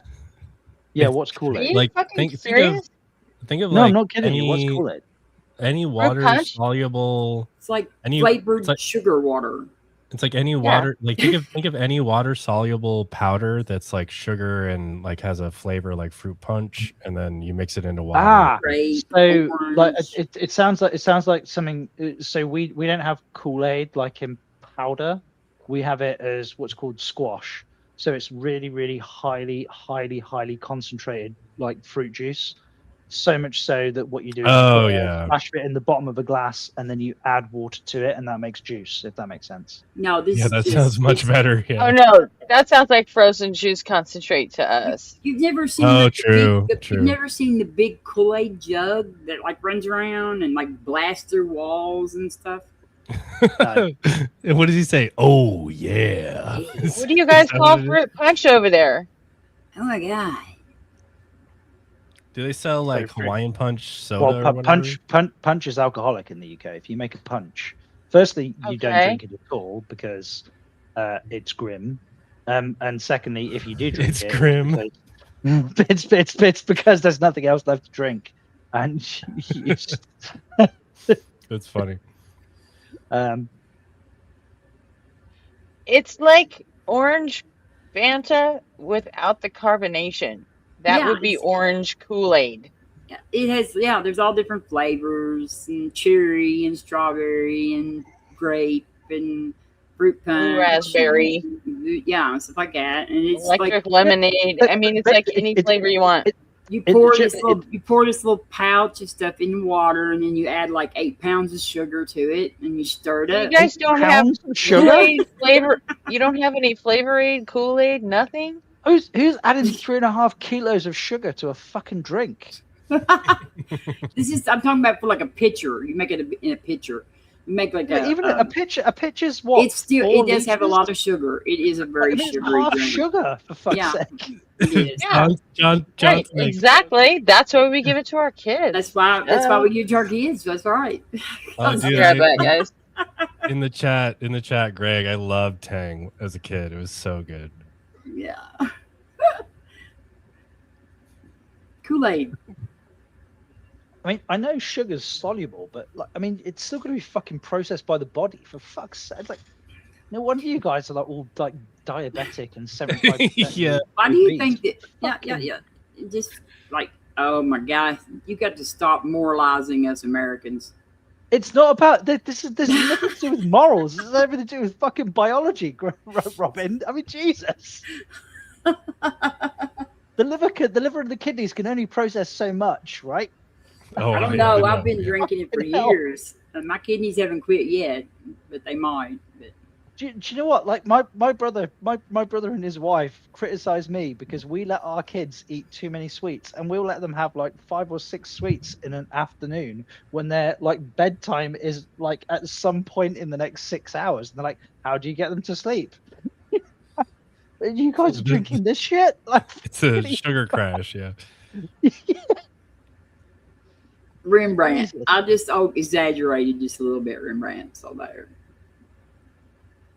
Do you know the last time I was in the States, it was actually for a friend's wedding. We flew into Miami, and we spent a few days in Miami, and then we drove across the Everglades to Sanibel, because his wedding was at a hotel over there. Painfully middle class with respect to like Florida, I know, but I went to have breakfast one morning, and I was horribly hungover, and I did say to the guy in like, I just want like, what's an American? You do realize that there's more sugar in your average Starbucks mocha latte than there is in a glass of fucking Kool-Aid, right? What's a mocha? So what's a like? I drink. You don't know what a mocha latte is from Starbucks? Oh no! When I drink a coffee, It's black, or if I'm in the mood. Okay, well, find out what Starbucks' most popular fucking drink is. Yeah, but and I bet you there's more sugar. I bet you there's more sugar in that than in a glass of Kool-Aid. Like, I mean, while Starbucks are becoming fairly common in the United Kingdom, like the vast majority of Brits who drink coffee will drink a coffee, which is coffee with like a bit of milk and maybe 1 teaspoon of sugar. But even the most Brits won't have the teaspoon of sugar, right? You guys don't have them on every corner? No, there are Starbucks all over the place, so I'll grant you. But the vast majority of people who drink coffee in the UK, like I'd be prepared to bet that the most Brits who order coffee, they'll order either a flat white, which is basically an Americano with like some milk in it and no sugar, or maybe a cappuccino, which is just with steamed milk, no sugar. Yeah, maybe you need to the add more frappa, sugar to lappa, it. It's going to be an American thing that you're. Yeah, like the frappuccino and all this sort of crap. Like Yeah, I'll bet you with your heat wave, that shit got more popular. Well, iced coffee is definitely, yeah, I'm sure. Although next week we're expecting like the Hey, hottest Eugene. temperatures. Hey, Next week we're expecting the hottest temperatures that we've ever experienced on record in the UK. I think we're thinking like 41, 42 degrees or something like that. So I'd just like to just say hello to all of my friends on the panel. Hi, Gretchen. Thanks for having me up. Hey, Robin. Always good to see you. And John, you too. Yeah, that's it. Just for clarification, at the bottom of that list, right, did you leave nobody off for any particular reason? So, you what to do? Hey, beautiful people. Hi, Gretchen. You're lucky you got us, Gretchen, because me and Nobody on Fire were getting ready to watch a video, and you got Ray came and got us before we got started. Oh, what are you guys gonna watch? Some moral realism. Alex Malpass talking about Russ Schaefer Landau, or however you say that name. I'm a slow boy, so I don't know how to pronounce it. Oh my goodness, so slow. Sounds riveting. Yeah. I think Malpass is in Edinburgh now, isn't he? Or Glasgow? Can't remember which. We were all fired up to watch it. So Eugene, sounds like are you two now like holding hands? How'd you spend your 4th of July? Watching a video on moral realism tonight. It's a whole Imagine if you hour told too. Yeah, imagine if you told your younger self that. What will you be doing on 4th of July in 20 years? Oh, I'll be watching every year. Yeah, true. I'll probably not be here. I can't pronounce his name. I woke up at 9 p.m. today, so Getting our good work pills on. It's been a weird day. You woke up when? At 9 p.m. Have you just become nocturnal? I don't know. I'm not sure. I don't know what's going on with me ever. I'm too slow. Yeah, that is the curse of a low tier. I don't even have like a work schedule to like keep me sort of honest. So Is being nocturnal dishonest? Well, I mean, it will shorten your lifespan, but other than that, I mean, it fucks with things. I mean, like I slept through a doctor's appointment the other day. Nice. I meant to get up for it. When you I knew when I made the appointment it probably wasn't going to happen, but I did it anyway. When you say slept through the doctor's appointment, did he have like the blood pressure cuff on you, and did he have like fingers in you, and you were just like napping on the doctor's bed, or do you mean you missed the appointment entirely? Because those are two very different things. I missed the appointment entirely. Okay, fine. I had my kid come in and wake me up 2 hours before because I knew I was going to fall asleep. And he did, and I was like, they'll cancel it. I just went back to sleep. Well, I had to get up one day this week and go get an eye shot, so that's great. Yeah. Eye shot? Yes, I get shots in my eyeballs. What? Really? What for?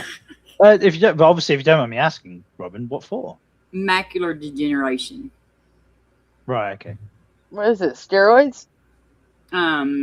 It's there's different medicines. The one I'm not sure which one they're giving me right now. It's not really steroids, but it's something like the macular degeneration, the inside of your eye is called your macular, and like right there where the Well, the where fluids, the the optic vitreous. nerve comes into the back of your eye there, that starts just degenerating, and it starts bleeding, and so then it like takes your vision or whatever. So my grandma had it, my mom has it, and I have it, and so we had to get. My grandma was completely blind. My mother's pretty much completely blind. Do you know what the medication's called, Robin? Just out of curiosity. I'm not sure which one I'm getting. Like, I can't remember what the names of them are. There's like 3 different ones. One of them is like $60 a shot, and the other one's like $3,000 a shot or something like that. Jesus. But they don't. Did your stroke affect it at all? Huh? No, the stroke didn't have anything to do with it. I had this before I had the stroke. Mm-hmm. But I had it. I had it. Like there's wet and dry. So when I first was diagnosed with it, I had wet in my right eye, and my left eye was what they call dry, which is better, but in the last, about a year ago, my left eye went wet too. They gave my shot. They don't even give me shots in my right eye anymore because they've done as much as they can for it. But my left eye is the one I have to get my shots in now. You're falling apart, man. So yeah, I've just looked it up because I was curious. Are you getting monoclonals, like monoclonal antibodies? Huh? So are you being given monoclonal antibodies for your macular degeneration, like the wet, the It's AMD? like a gene therapy, I think. No. I mean, I just get a shot. Like I don't know what it's. Well, because I'm on the NICE website. So we have a set of NHS guidelines. So I'm just looking at the standard treatments that they use, and there's the current treatment for primary treatment for wet age-related macular degeneration (AMD), and it's ranibizumab, which is a monoclonal antibody. It is a gene therapy for it. I don't think so. I don't know about nothing like that. I wish I could think of the name of the medicine. There's like 3 different medicines they give us. One of them is sort of like the first one is like stops the bleeding real fast. And one of them is sort of like. Hey, McJohn. Yeah, good morning. I'm just trying to turn the volume down. Is my air conditioner bothering y'all? Because I don't want to do like I did yesterday. Can you hear my air conditioner? No. Okay, good. How's everybody doing? I'm doing good. How are you, Tom? Pretty good. Can't complain. Just makes things worse. I heard y'all was talking about Kool-Aid earlier. I don't know if y'all want to talk about it, Gretchen. And then I've only had like one person tell me this in other chat yesterday, but evidently that one person thinks that our treatment of J Money was unfair yesterday. And I told him if y'all want to talk about it, I'll bring it up, and maybe we can figure out a bit. The way we treated J Money yesterday was unfair in the view of at least one of the people in chat. Well, I guess the point, like when Aubrey tries to define words, especially scientific words that he knows the definitions on. He wants to definitively define it and leave no wiggle room for the guys to stop putting words in science mouth, so to speak. I can't even. Aubrey have to tell you his intention when he do it. But I know he said yesterday that he was autistic, and I can just imagine that right there he makes him want to be like, this is the truth, fuck your feelings. And some people might view that as being mean and stuff, but I really don't, because when it comes to being sure about the truth and words and definitions and things, your feelings don't really matter. It is what it is. Like it hurts my feelings that President Trump is the president right now, but it's the truth. And if somebody had to tell me in a mean way that motherfucker up there is the truth, is a president, then I just had to swallow it and accept the truth. And then and plus, one more thing. Plus, but RP's not 100% fucking truth based either. I mean, he'll fucking he will scour fucking Google to find one little fucking detail that he thinks makes him right. He does the same shit Is anybody as 100% everyone else truth-based? does. Like Huh? no, there is no person who has ever existed that is 100% truth based. We all have doxastic positions. Like we all have like beliefs that aren't justifiable, right? I don't know what truth-based means.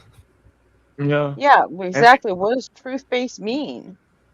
I and I also mean, want to as far as being mean to J Money, that's like fucking Also, sport at that point. At this Gretchen, point, you know? I stuck a link. This is directed at you, Gretchen. Not like it's. I stuck a link in the private chat, and it's a shopping link to Tesco's, which is a supermarket chain like Walmart in the UK for squash. Why do I care about that? Well, because we were talking about it earlier, and I just find it interesting, like this notion that this like drink comes in fucking powder packages, like some like. John's still freaking out over Kool-Aid. Yeah. don't be Like talking about you- Kool-Aid, man. You Fight you over damn Kool-Aid. Like, We're gonna stick God. him on you. You gonna bust in through the wall in your house. I'm like, oh, Y'all are yeah. so sheltered in the UK. That's all I can say. Y'all are so sheltered from everything. You don't even know who Kool-Aid is. Oh my God. The reason you're stood in the country in which you're stood is because we fucking colonized it in the first place, you fucking little shelters. I mean, what the fuck is wrong with you? Hey, I don't believe you're old enough to claim that. Well, hang on. John- If I can take responsibility for the sins of my culture, then I can take pride in their achievements, right? Right. Like John, can you? Oh, go ahead. Like I told you, I go, you'd lose again. You'd lose again. But I don't know. Maybe if you attack us while Trump is still like.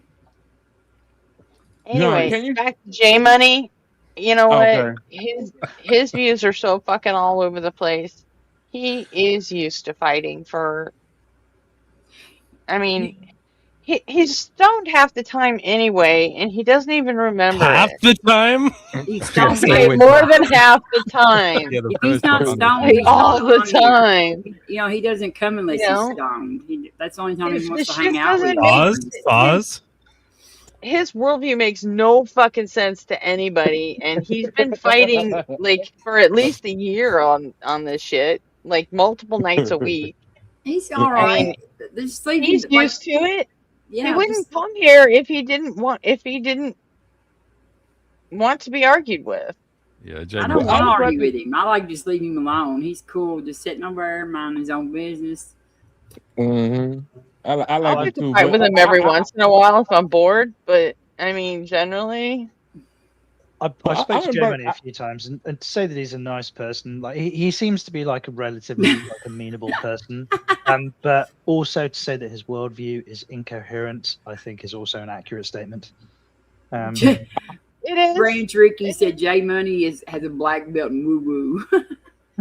Well, I You know brought what? it up because of J Money the guy- talks the way he thinks smart people sound. That's part of the reason why I only brought it up for because number one, the guy who brought it up to me was a theist in the chat, and I want to make sure that we do consider y'all thoughts. It's just that most of the time the stuff y'all say, y'all done said somebody else and told us a million times before, and we don't need to consider that the million and first. It's still gonna be the same answer. And the second thing was I wanted to get our duties defined and clear and understood as far as being public speakers up here, especially on your channel, Gretchen. And I know that you want to be committed to the truth, and you want us to challenge bullshit and not let people come up here with lies and bullshit and not let it go unchallenged. But then again, I know you want to let other people speak. I just trying to understand our duties. How should we balance content versus being some type of censor for the truth or whatever, or however you want to put it. Yeah, I do, but you know what? At the same time, J Money keeps coming up here, and he knows what's going to happen when he does. And I mean, Yeah. that's on him. I mean, back on that other channel that I don't go to anymore, I've had my days where I've gone at him with both fucking barrels and not been fucking cool about it. But Yeah, you know what? you did it to Justin too. I'm past that, huh? I said you even Well, did it to Justin too. And About the sorry. Phil I don't Bro care who shit you when he was are. going out. I'll argue with when he was- anybody if I Yeah. disagree with you. But the point is, I've had those arguments with Jay. Arpy has not had that yet. Eventually, I assume that Arpy will just decide that, you know what, Jay, you're cool, whatever. Think what you want and just let it go. And that's kind of what I do now. Yeah. If you're But prepared to go Arpy onto a panel, hasn't hit that spot yet, neither has Ray. And, they still think they can teach him something. Yeah. They just haven't hit the realization point that no, you can't. Yeah, Jay's a What is it? What is it? Rich always says he has that FinPo stuck up his ass, and it's not going anywhere. Yeah, he takes every side of every fucking position, every position of every fucking concept. It's just like it's insanity. obviously everybody has an opinion, and that opinion might be fence sitting. But the second that you put your opinion out on the internet and invite people to criticize it, then you're inviting criticism, and that criticism might not necessarily be wrapped up with a nice little bow on it. It might not be pleasant. So John, you don't know that, John. You don't know that. You don't know. You didn't know that. You didn't know that. Gretchen, you don't know that, Gretchen. We like Jay. We like Jay. I love Jay. I think Jay's great. Yeah, I think Jay's great. But he's good for content farming, but he's a fucking lunatic, right? I mean, I think Jay is like humble enough where I see no problem at all. Like I don't. Yeah, he's like fine. he's just no. Like he's fun to talk to. He loves Resident Evil, and I love Resident Evil, and I don't know. He's Jay's the just least, the least Jay's- troublesome American we have. Yeah, he's Well, you good. see that here first, Theus. We try to be fair to you. We may not always be fair, but we try. You even think about the things you say that's worth thinking about. Well, and technically, fair is also like Arpy's allowed to be like, He's why do you believe in God? And then Jay's like, dude, I don't know, just these things like they seem intuitively like important to me, and then there's really no answer to that, Well, I was listening to him the other day, and he professed like it wasn't a perfect example of like a doxastic position, but like essentially said, no, my beliefs are internal to me, and external reality is like kind of irrelevant. Which is kind of nuts because like there is no such thing as a perfectly doxastic position. That's why it's like that they can't really exist because you are. but then he also says stupid shit like science is the only arbiter of truth in the world.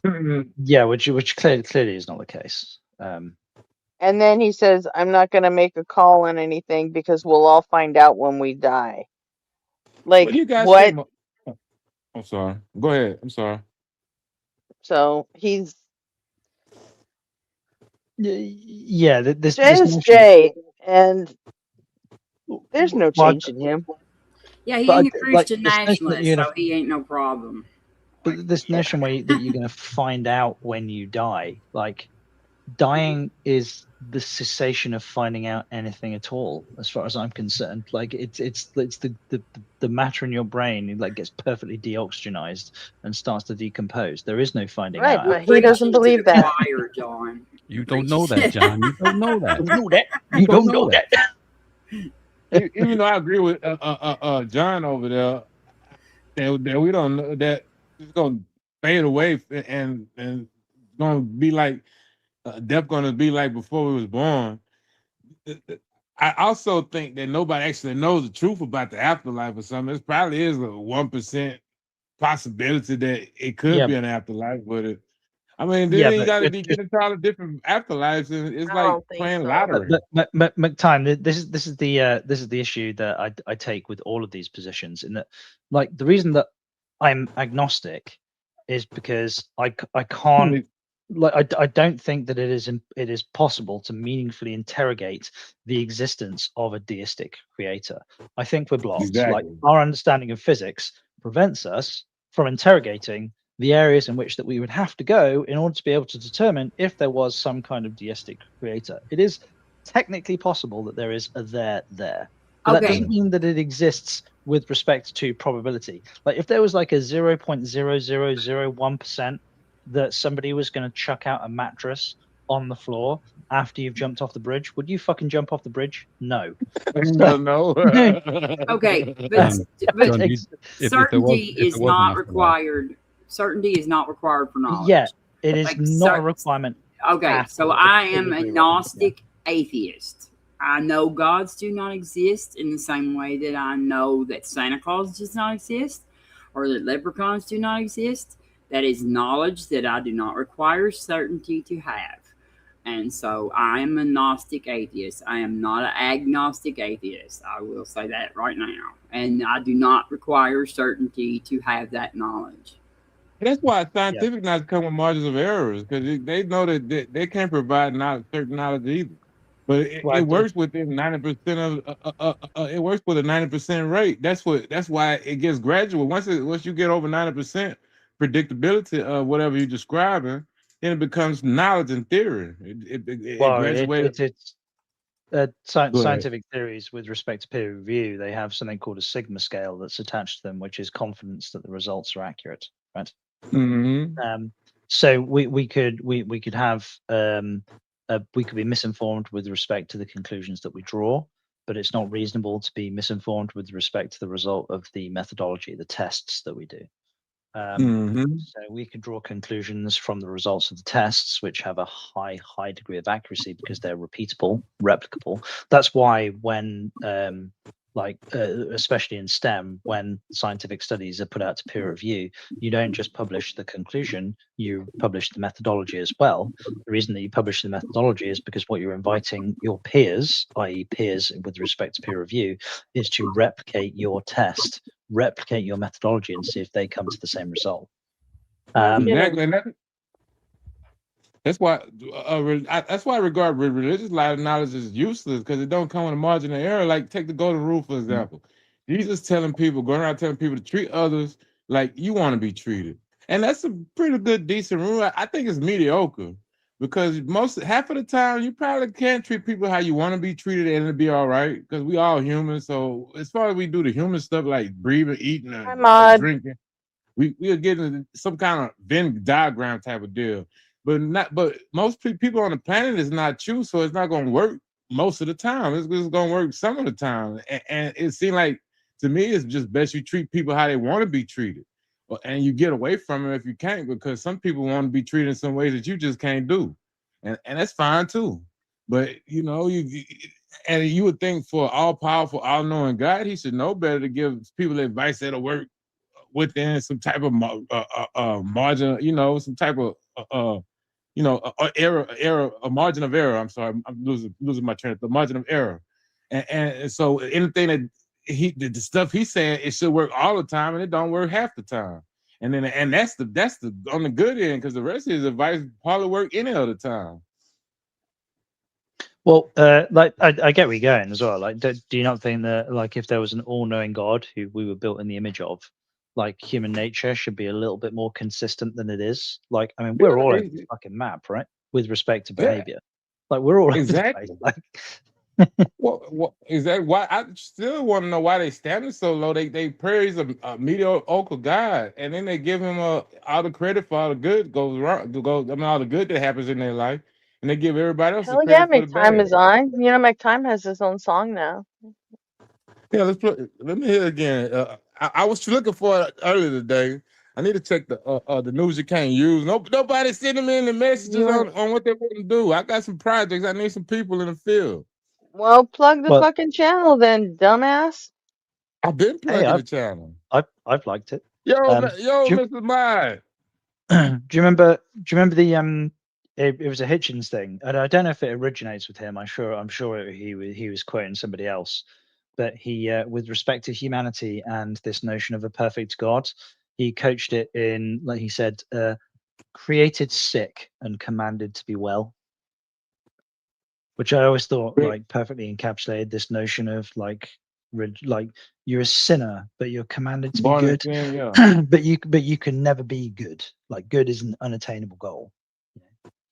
Well, you know that whole concept, the born into sin concept, is very. I won't say it because to me it is the exact same thing, but I'm just gonna say it's very similar to a con man tactic. Because how con men do, that's why it's called con man, is confidence scheme. They got to lower your confidence. See, it's kind of like being hypnotized. You got to play along with them to believe that you need their help. So that's why they lower your confidence to think you need some help because your confidence has been shot. And then once you start thinking you need help, then they offer you the problem and the solution. You're born into sin, and we're gonna save you from our God by you doing what we say. You know, it's almost so similar to extortion and confidence Hey, schemes. J Money, we were just talking about you. You're just in time to hear McTime's song. All good. Everybody shut up. Everybody mute up. Mute We're up. doing this. Play it.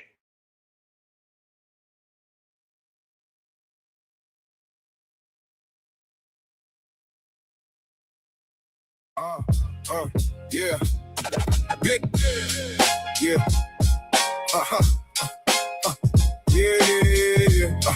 Yeah.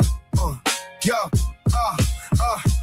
I'm a simple man, never chasing the throne. Just trying to leave this world a little better than I found my own. I got common sense, ain't pretending I'm elite. Just another pair of sneakers walking down the same street. I relate to everyday people cause I know the grind. Bills due, back sore, too much on the mind. I got everybody values, that's the code I choose. We all taking punches, but we don't all gotta lose. I talk to people with empathy, that's what we all seek. A little understanding when we're feeling weak.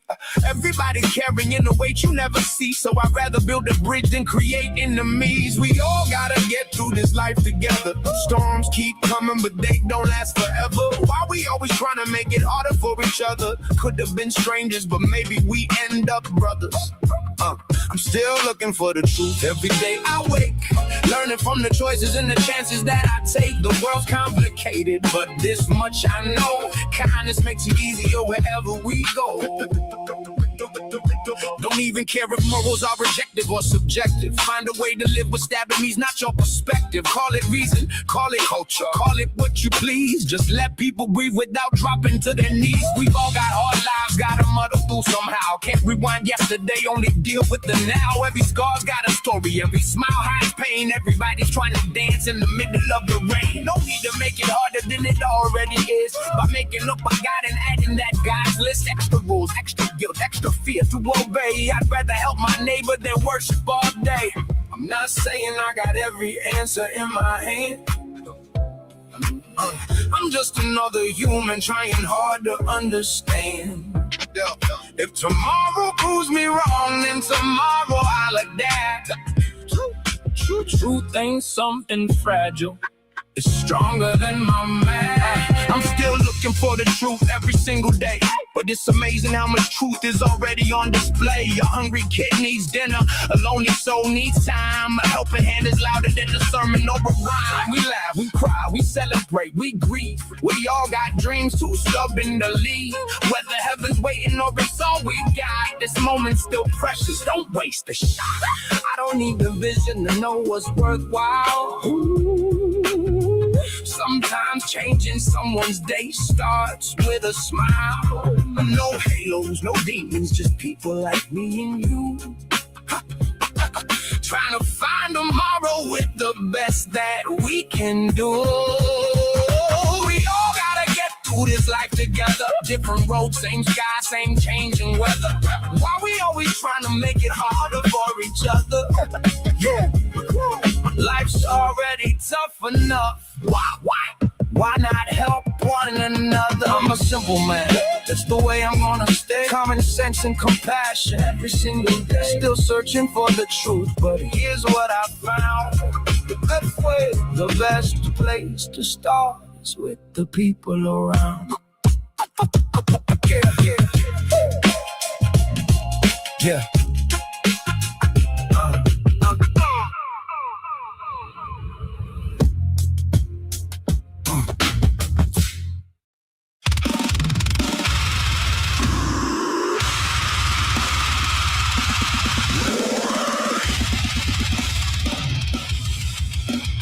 Warning.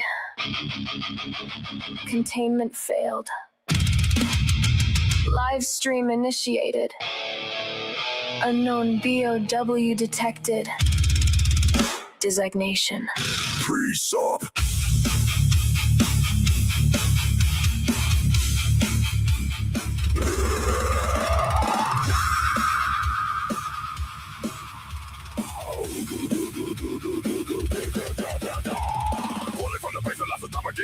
Pre-sub rebels into the stream to pray. Formating sermons with tag underneath. Mutated logic cruising behind running and tame. Without God you can't know truth. Same as fake the script with no real proof. Umbrella grade rhetoric, virus born lies. Expected to create more, we just get more. But nobody on fire in this common cold. No panic in his voice, no need to fold. Crosshair fuck his intellectual aim. Ready to push another zombie claim. You start with God, then conclude God's true. A closed loop system with no way through. Ouroboros reasoning, wearing holy skin.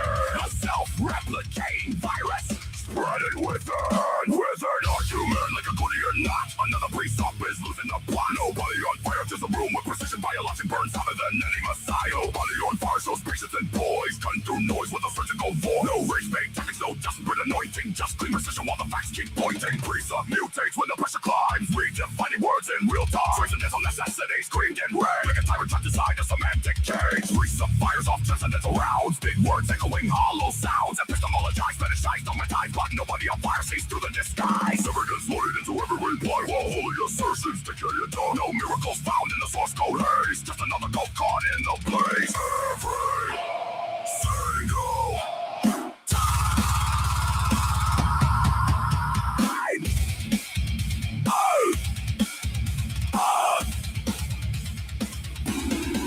because you can assume your God is true and use that claim to prove your view. That's not logic, that's a virus loop. Mind control virus in a hazmat suit. BOW detected. Precept staggering. Audio peaking. Worldview collapsing. Live while streaming. Status. Eradication required.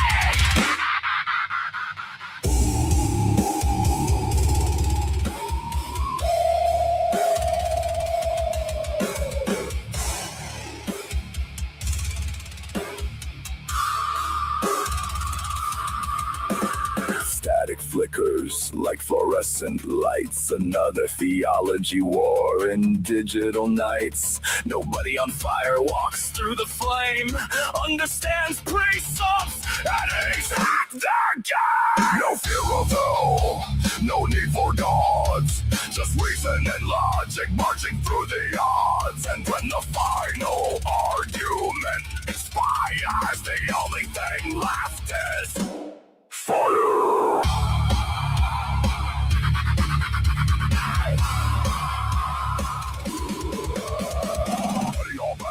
To the door, nobody on fire leaves the pre-sub scorched. Pre-sub reduced to a failed experiment, buried beneath his own circular testament. Containment chamber glowing red, stacks of dead arguments fed to the shred. And documents melted into ash, every circular claim erased in the fire. Containment restored. Debate archived. Pre-sub status neutralized. Nobody on fire status. Uninfected.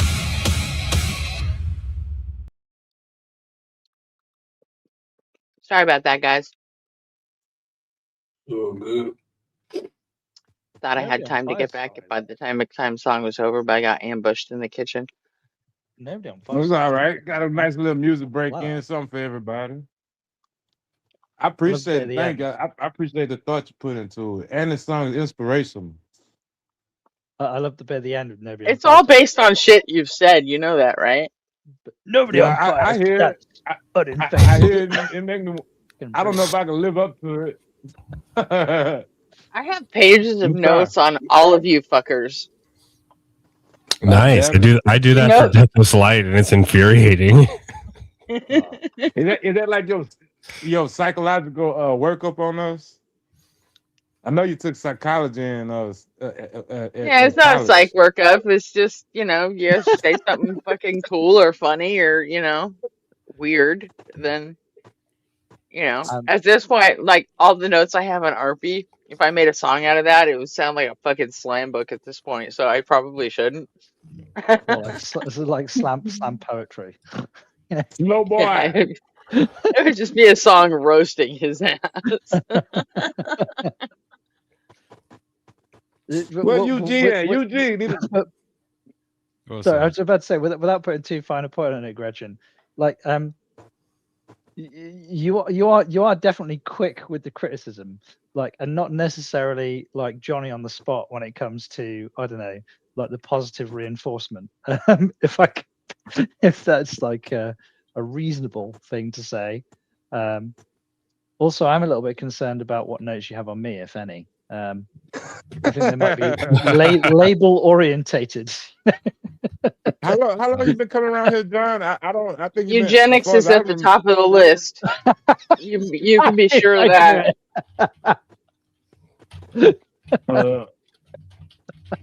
They had an interesting person on came on Sean Carroll a couple of weeks ago, was talking about eugenics, and we're talking about Carl Linnaeus.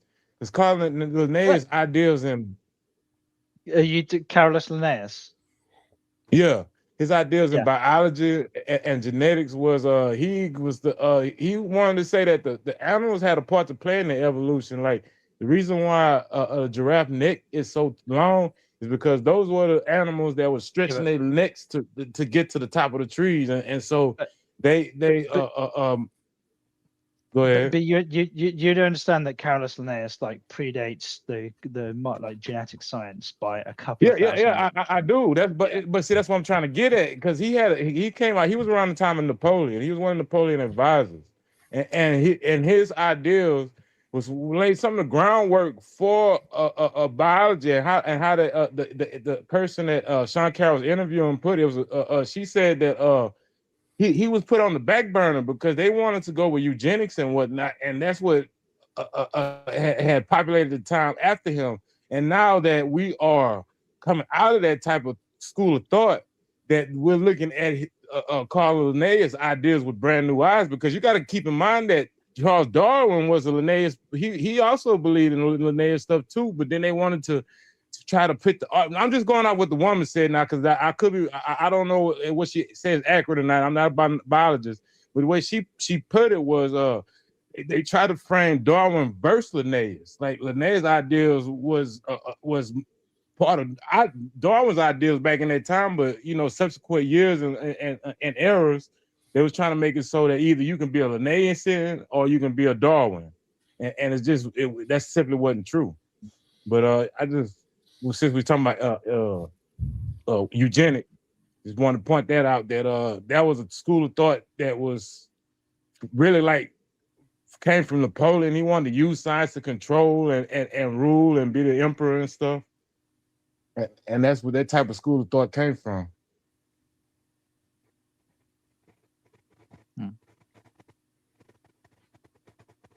Also, I think about I think I said a couple of thousand years when I meant a couple of hundred.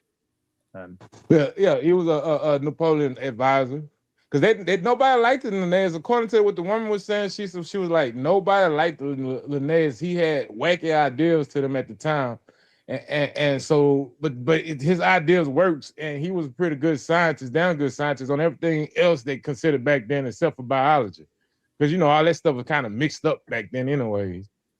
And but as time progressed and we did the eugenics and they tried to experiment on the different races and do all the stuff they did to like the blacks and the Mexicans and stuff like that, and now that we came out of that, we're looking at Linnaeus with brand new eyes again. the problem with eugenics isn't so much that it wouldn't work. It, like, practically speaking, the problem with eugenics is should we do it? Is it There's possible? unethical. It absolutely is. Like, is it possible for humanity to steer our genetic future? Can we predict what's going to potentially come next? Can we manipulate our environment? Yeah, of course we can. We manipulate our environment all the time. Are there factors that we're not going to be able to predict? Yeah, of course there are. But we can, in large part, potentially predict, like, especially with like genetic manipulation, like IVF, and the fact that we can select for certain factors and not others.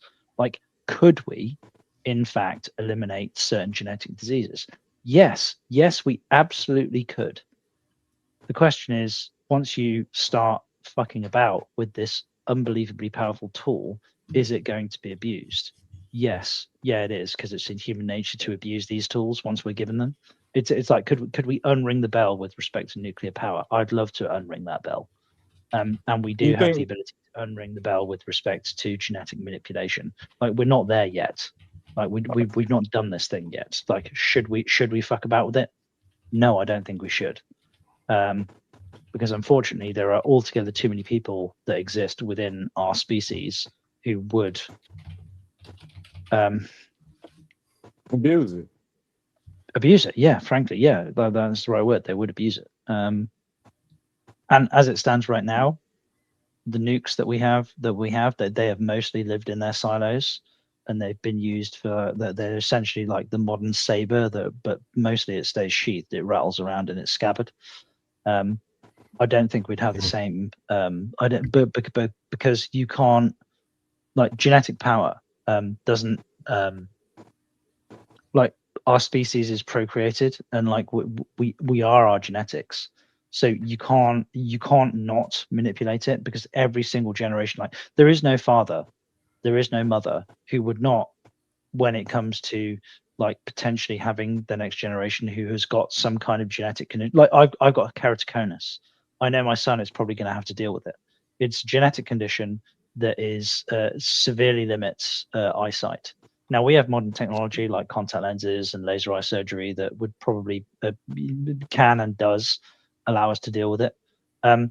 But if I could have like eliminated this particular gene that causes this problem, like, we've not identified it yet. We don't know where it comes from exactly. But if I could eliminate that gene, would I? Well, yeah, and that's obviously a virtuous and a righteous thing to do. But see, but John, this might where do make we you go from laugh, there? they played with that idea a little bit on Star Trek Enterprise. They had the children of Khan. You remember Khan, Yeah. right, from Star Trek? Well, his children that they call them the augments. The augments had so they had intercepted a Klingon crew. I'm a child of the Trek universe. So whilst I appreciate that you may be explaining to other people, you don't need to explain it to me. Okay, I'm not. I'm just explaining for the people in the audience that may not know either. But yeah, they had intercepted a Klingon cruiser. The Argonauts, like 3 or 4 of them. They went inside and they kicked out of Klingons' ass and they stole the ship. And the Klingons was impressed with that, so they started playing with their genetics too to try to imitate the Argonauts and Khan and them. And then that's how they end up with them booties on their head. It was Yeah. So they obviously, messed it up. so you're talking about the 2004 series where they tried to retrospectively explain the difference between the Klingons from the original series and the Next Generation series, because obviously, I got you. And they introduced retrofy because they were like, shit, we can't have this threat, like, because like 3 of these augments like kick the crap out of like a whole cruiser crew. They ended up having to go through their population, and so that's when they ended up with the booty on their head. And that could happen to us. We end up with a booty on our head. whilst I appreciate it is lore, technically, it always struck me as a bit of a janky explanation. I'm not gonna lie. But I'm just saying that to speak to the consequences of what could happen with genetic manipulation and eugenics and the CRISPR and all this stuff coming out. If you play around, fuck around with this shit, our grandchildren be having booties on their head and just be just a fucked up future. Well, You know? it's interesting. One of the things they're looking there's actually legitimate research into. It's how we prevent modern humans from growing wisdom teeth, and they've determined that the gene that grows wisdom teeth is directly connected to the gene that affects where certain muscle groups are anchored to on our heads. So, like the reason that we have like weaker jaw strength, despite the fact that we're related to other primates which have a much more powerful jaw strength, the gene that relates to our jaw strength, i.e. where muscles are anchored to, and why like where muscles are anchored to promotes muscle growth.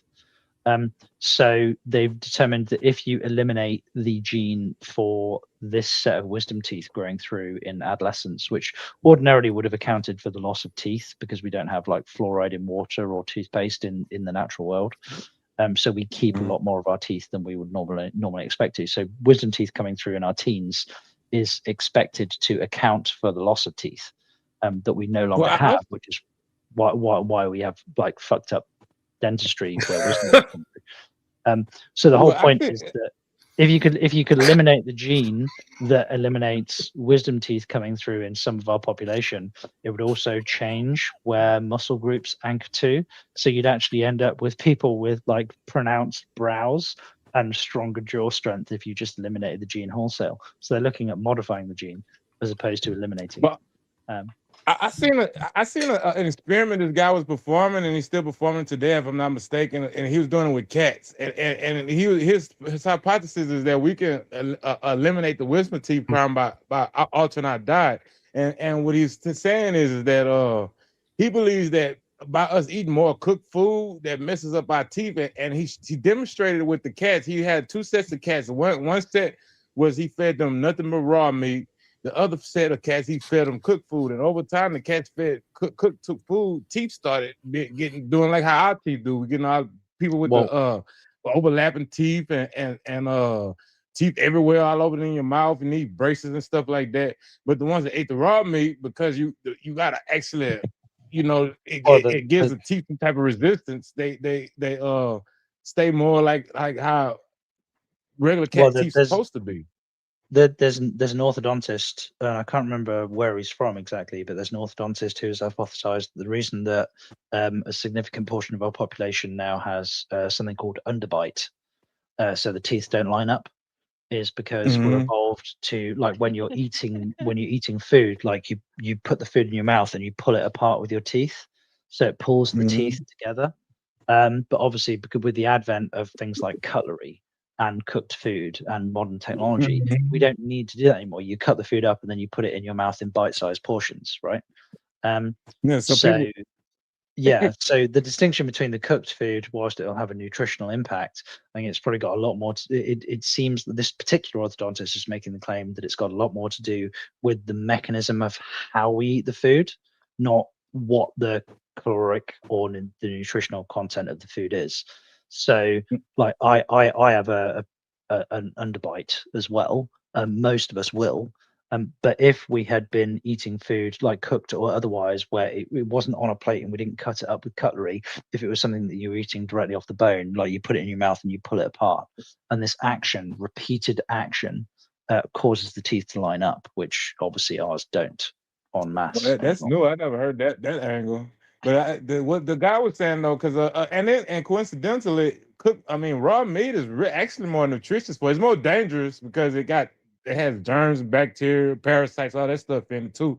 But it's more nutritious because when you process food, every time you process it, you cook out nutrients. It depends on the animal. So, for example, because things like chicken and pork, the risk, the cost benefit with respect to the nutritional value, whether it's been raw or cooked, like because the parasites or the bacteria that potentially exist within the animal, like the cost benefit is nuts. Like no rational person would ever eat raw chicken or pork. That being said, that's not the same with things like lamb and beef. You can eat raw beef with no problem whatsoever in most circumstances, right? The only thing we need cooking for really is to eat the vegetables, because you gotta cook. Like, you can't eat rice without cooking it. And I want to say this: I'm not recommending that you should eat raw food. Please do not eat raw food. All I'm saying Yeah, is that if it's you not nutritional advice. Yeah, exactly. Yeah. Yeah, if you think about it, when you cook some meat or something, all that grease that come out of that meat, that's nutrition that's not getting in your body. And so you cook some of that nutrition out of the meat, but we're still plenty enough in there for you to survive off of if you want once you cook it. And you also killing the germs and parasites. But to Also be makes it a fair, lot harder to digest yeah, eating it but raw. that's what because you can't Yeah, like and go ahead. I'm sorry. Well, I was just going to say, yeah, Gretchen's absolutely right. Like, with respect to the digestion, like the cooking in part breaks down like the proteins. Like, if you think about protein as like a chain of molecules, like, in order for your body to absorb it, you need to shorten that chain as much as possible, and it's more efficient with its absorption into your body. But from a safety point of view, yeah, like beef, for example, you can and I do on occasion, like I mean, everybody's had like a beef tartare, right? Like you What you call understand that again? a beef tartare. So it's diced. It's a prime bit of beef that's diced and it's raw with a bit of lemon juice Like squeezed over it. And ceviche made with beef. with beef, but with usually like I a raw haven't end had or it before, but poached I think I had stuff similar. I know I like to eat. As I got older, I like to eat more rare and medium rare beef and stuff like that. But yeah, but not well, all I over. mean, well, we're getting into the culinary part now, but like so like a ribeye, I'll have as medium. We would Because you call want it to a steak tartare. Yeah, steak tartare. But a ribeye as a steak, when you pan fry it, a ribeye you'd want medium, right? Because there's quite a lot of fat in it, and you want to render the fat down. Nobody likes a mouthful of raw fat. Whereas something that's more lean, like a sirloin or something like that, you can or a fillet, you can be much more gentle with the heat. You just want to sear on the outside because there's next to no fat in it. But yeah, in principle, you're right. You are like, when somebody has like a rare ribeye, you are basically eating uncooked raw beef in the middle. Yeah, absolutely. Yeah, and it's not really wrong with that. We can eat raw meat. We just can't eat vegetables. You can't eat rice. You got to cook rice. You got to cook potatoes. You have to cook it because it's gonna tear your teeth up and your insides if you don't.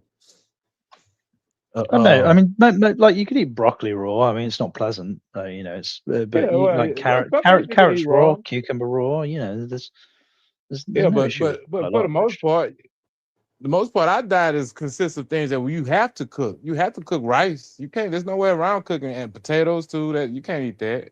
The What risk of else? asking what might be a facetious question: how much of your diet consists of rice at the time? Like, really? Well, me personally, I don't eat Yeah. rice, but I used to work at a rice mill, so that I'm disgusted by it. But if a normal black person died around here almost every day, at least with twice a day, every day, twice a day at least. Lunch and dinner got some kind of rice with it normally. McTime, what was going on at the rice mill? Yeah, I'm Oh, curious to know yeah. this. Like, what fucking shenanigans is going on there that you won't eat rice anymore? Man, they take all right. Our rice, number one, our rice it comes brown. Every last bit of rice is brown when it comes out the field. It has that brand on it. They call it brand. And I don't know what they did with it, but I assume they use it to make bran flakes, and I know they used it to cook make dog food and stuff too. And it's highly nutritious. They take the bran off of the rice. We run a process. Well, that rice mill I was at ran a process to take all the bran off the rice and bleach the rice.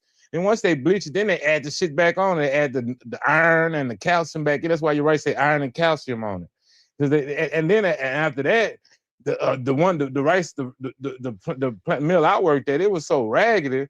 They had rats and stuff dying in there. Man, they had a dude fell in the rice one time and died, and he went all through the pipes and stuff. I'm like, man, this shit, I ain't eating this shit. They're all kind of rats, and then the smell when rice get wet.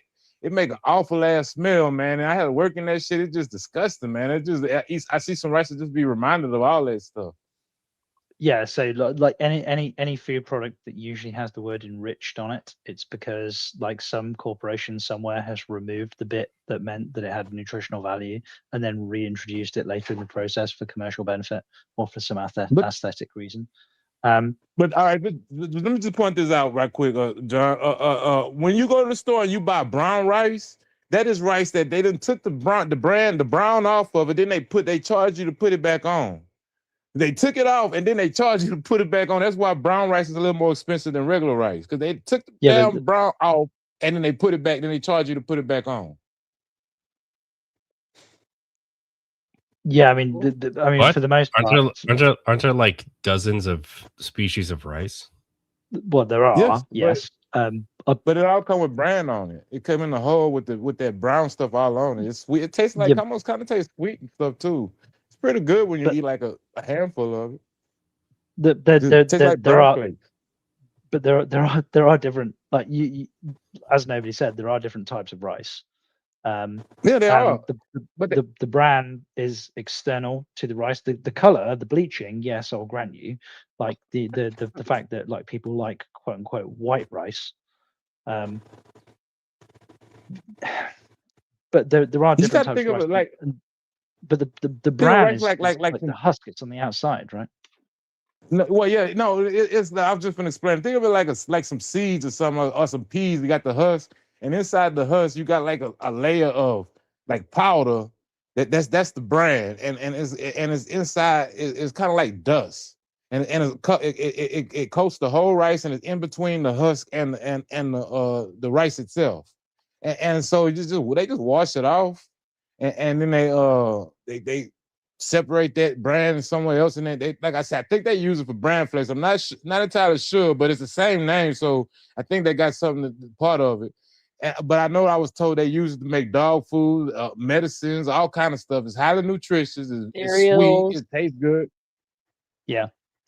Okay, so not for the first time this morning, McTime. You've actually have been googling this, and yeah, fuck. So I've just looked this up. White rice is milled from brown rice, a process that mechanically removes its nutrient-rich outer husk, germ, and bran layer to leave just the soft, carb-rich endosperm.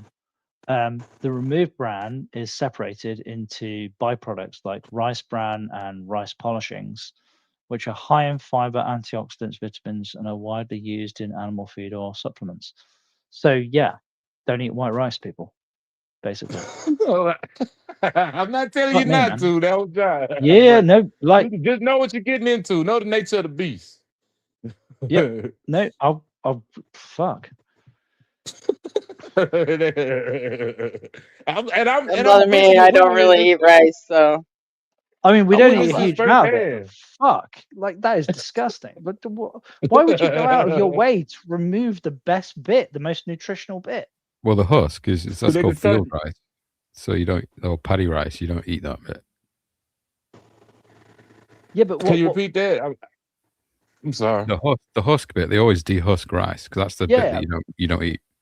But that's not what this is talking. That's not what this is talking about. This is that like so when you go and buy brown rice and white rice, basically it's exactly the same thing. It's just one's been through like a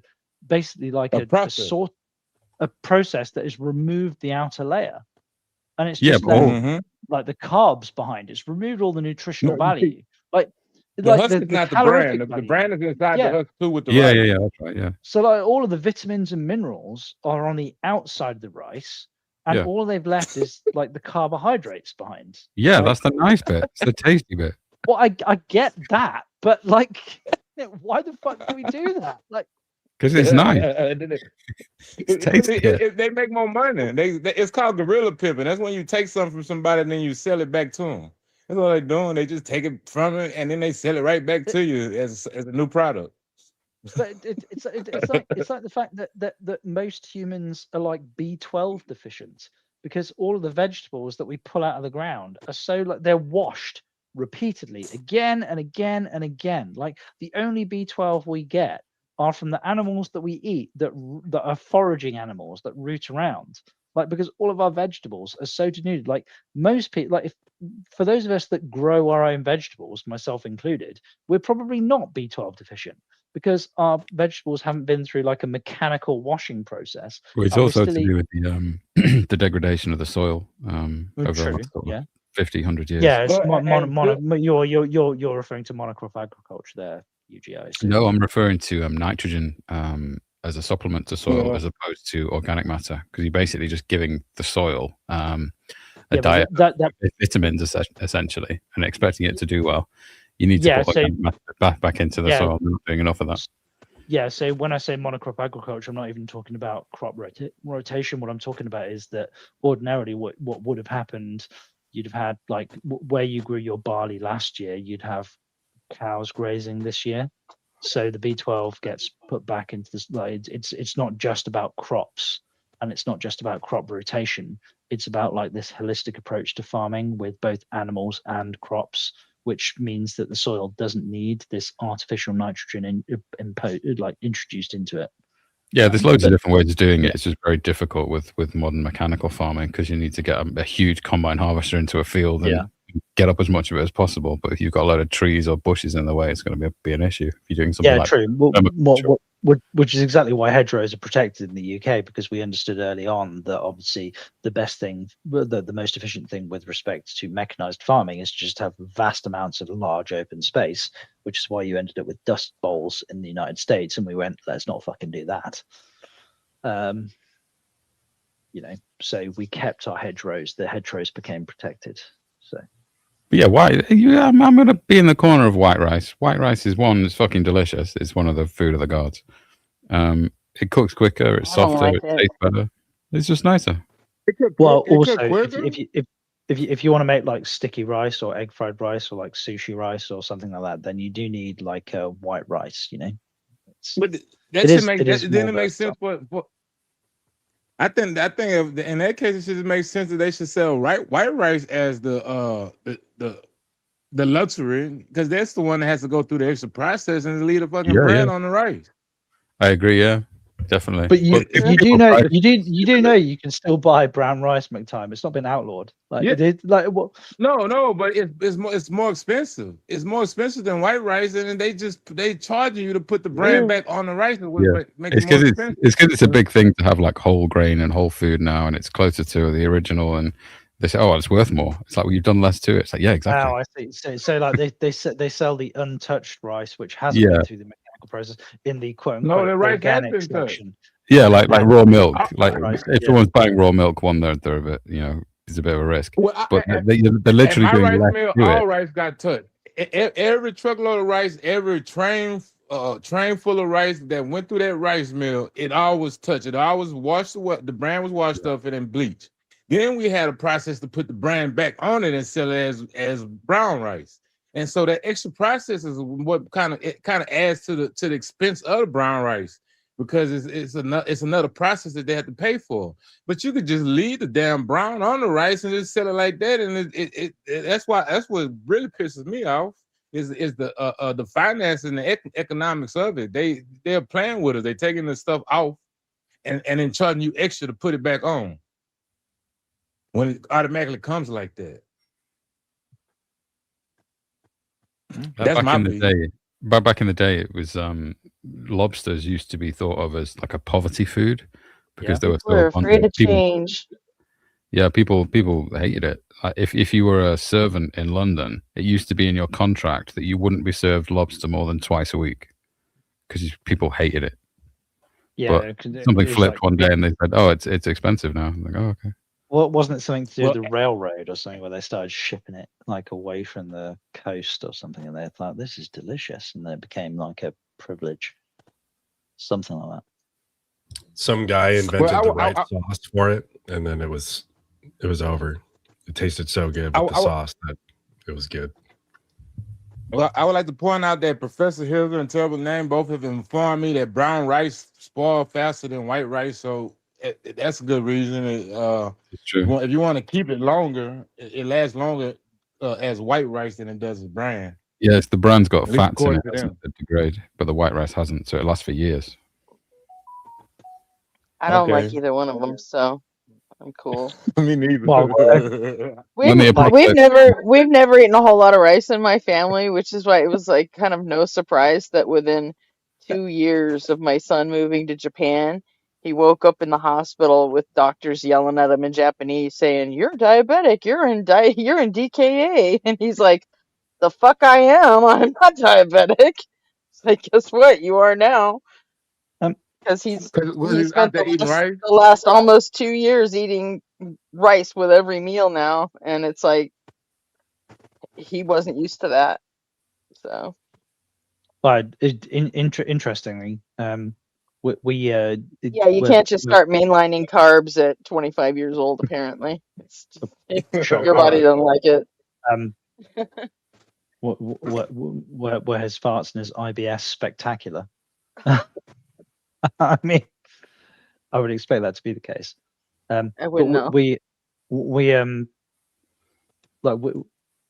when just during the coup, when supply chains looked like they might potentially be about ready to topple over, I did it was very reactionary, I grant you, but I did order like quite a lot of vacuum packed things like lentils and rice and stuff like that, just carb rich, energy rich foods, which are all still in the roof space. So we've got about 3 months worth of a food supply, just sort of like some emergency rations, which are tucked in the corner of our roof space, which I assume is still there.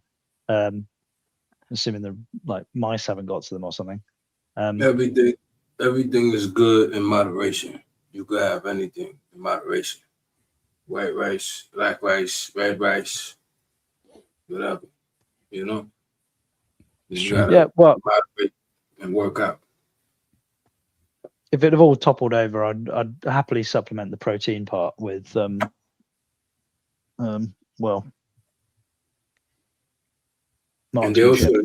they also enrich brown rice. You know what I'm saying? It's not like just the way it grows. Like, don't they enrich it with other stuff? Like, it's enriched, isn't it? I'm not sure. No, I think that's it's just basically they just put the brown shit back on the rice. It came off of it like out the field. That's what I remember, because I worked on the floor that did that. I worked on the machines that did that. The separation and the reintroduction of bran back to the rice. And it seemed like to me, now I didn't get all into the chemical formula and all the chemicals they was adding in and taking out, but it seems to me it was just the brown shit that was took off the rice that was downstairs in the other floors. You know, I'm fairly sure that like what goes on in the US with respect to food is definitely different to, like, not necessarily with respect to rice, but just generally with the fuckery that goes on with food is definitely different in the US. Because the amount of and foods this rice that bill I worked there was probably different for everybody too. There was some cheap piece of Yeah, raggedy like you junk guys there. don't fucking wash your eggs. What's wrong with you? Well, because the eggs have got like a thing around them. If you wash them, they go bad. Yeah, so our That's why you eggs. put them in the fucking refrigerator. Yeah, They don't need to go in the fridge. You don't need to. That's the point. Yeah, you do, because you have to Gretchen, wash them. Gretchen, know I where am the fucking eggs come literally out? looking at my chicken coop right now. Yeah, we've And both got Out of chicken. the same hole that the chicken shits with, right? Yeah. It's a cloaca. Yeah, fine. All right, whatever. We're not rimming chickens. Come on. Gretchen, This is- like when was the last time you ate the shit-stained shell of an egg? Like, does it matter? Like, honestly, it's a protective layer. It stops shit from going in and it stops stuff from coming out. It's a like the emphasis is in the name, a protective layer, right? Whatever. It doesn't Eggs matter if last it's got longer in the fridge, whether they've been washed or not. the egg has been in the chicken, like where the shit comes from. Why do you care if it's shit covered when it comes out, but you don't care what if it's shit covered when it goes in? Like, all you're doing is You're adding honestly, an industrialized I just wonder why the fuck you guys don't refrigerate your eggs. Because you wash them, you chlorine wash them, you strip the protective layer off the egg. No, they don't get chlorine washed. In and of They haven't been itself chlorine an washed industrialized here in process a long that then time. requires Sorry. you to refrigerate them. There is no need to refrigerate the eggs, none whatsoever. Like, this is one of the things that I don't get. It's they fucking need to nuts. last. But you guys go to the store like 2 or 3 times a week, don't you? Yeah. We don't do that here. You know what? Fuck it. Here we go, Gretchen. I'm We walking don't out do to that my here. chicken coop. I'm walking out to my chicken coop. Oh my God, we're gonna see a chicken cloaca now. Oh my God, you No, have no, a we're not going to see a chicken. chicken cloaca. This is what you've Oh, done to us. Adam had a no, cloaca. you're fucking ridiculous. I'm not talking about having your own fucking chicken coop at your house. People, like, who does that? We You both do it. insane. Yeah, I Well, have friends who do that. then they're insane. What? I was, Here we go. I was, You I know was what? just I afraid guess of that one. Oh, shit. I'm too Oh, used to that was a thin living shell. in. You know, Broken. I'm a Never mind. city mouse, I guess. All right, where's my camera button? True. There we California. go. Look at all these eggs, Gretchen. I've just been and got them from the chicken I coop. see them. And That's great. I think Don't eat this the brown one, ones; they're rotten. this one has a bit of poo on it. Oh no! Whatever will I do? I'm not going Lick to it. fucking wash it. What? You did see me turn it around, right? Nutrition. Also, these white ones are from the bantams because we're Ponzi chickens. But these ones are from the Sussexes. These are the big chickens. These are the that might be a double yolk. Yep, it's brown. It's rotten. That's not even like we've not been out. Like this is a couple of days of eggs. We've only got 5 chickens. We're hatching some chickens this summer for the kids. Oh, lovely. Do you guys just have chickens so you can have eggs? I do, yeah. I don't eat the chickens. So we used to have meat birds, but it's a Seems space like a thing. lot of trouble to have eggs. No, there's no trouble at all. So we buy one. You don't have to feed them every day. No, well, no. So we've got one feeder for our 5 chickens. So it's about 20 to 25 kilos of feed per month, which is about £9, which I guess is about $11 or $12. And it's a layer mix, so it's got all the calcium, the nutrients, everything that they need. Plus a large galvanized water tank that we fill about once a week. So we top up their feed once a month. We top up their water once a week. They need cleaning out about once a week. So Yeah, that's a lot of work for eggs, man. You know what I do? I go to the store. I spend $10, and those eggs sit in my fucking fridge for like 2 months. It may be like a lot of work, like when you're not doing it, but it sounds pretty manageable to me. Yeah, that's a non-issue. Like work-wise, it's a non-issue. Like it's built into the pottering around the garden. It's not like it doesn't factor. It's not like anybody who keeps chickens goes, oh my god, these chickens are such hard work. And frankly, now because I've got a 7-year-old and a 10-year-old, we've mostly made it their job. I think having a cat is too much work. Well, you'd love a chicken then, because you do not a lot. I don't like fucking animals, so I don't fuck animals either. Yes. A good start. I don't like them. You know what? I'm starting to side with Gretchen on the animals thing. I've tolerated every pet we've ever had, but when that last one died, I'm like, that's fucking it. No more. My fucking turn to not have fucking nasty little animals to deal with. And then my nephew moved in with a fucking cat. Do you not think there's like this? I don't have to mess with the cat. Do you not think there might be some kind of not a virtue as such, but some kind of value to understanding where food comes from, like with respect to living animals like eggs, beef, like dude, bro, let me just eat my shit in peace, bro. Food comes from. Let me just eat my fried chicken in peace, bro.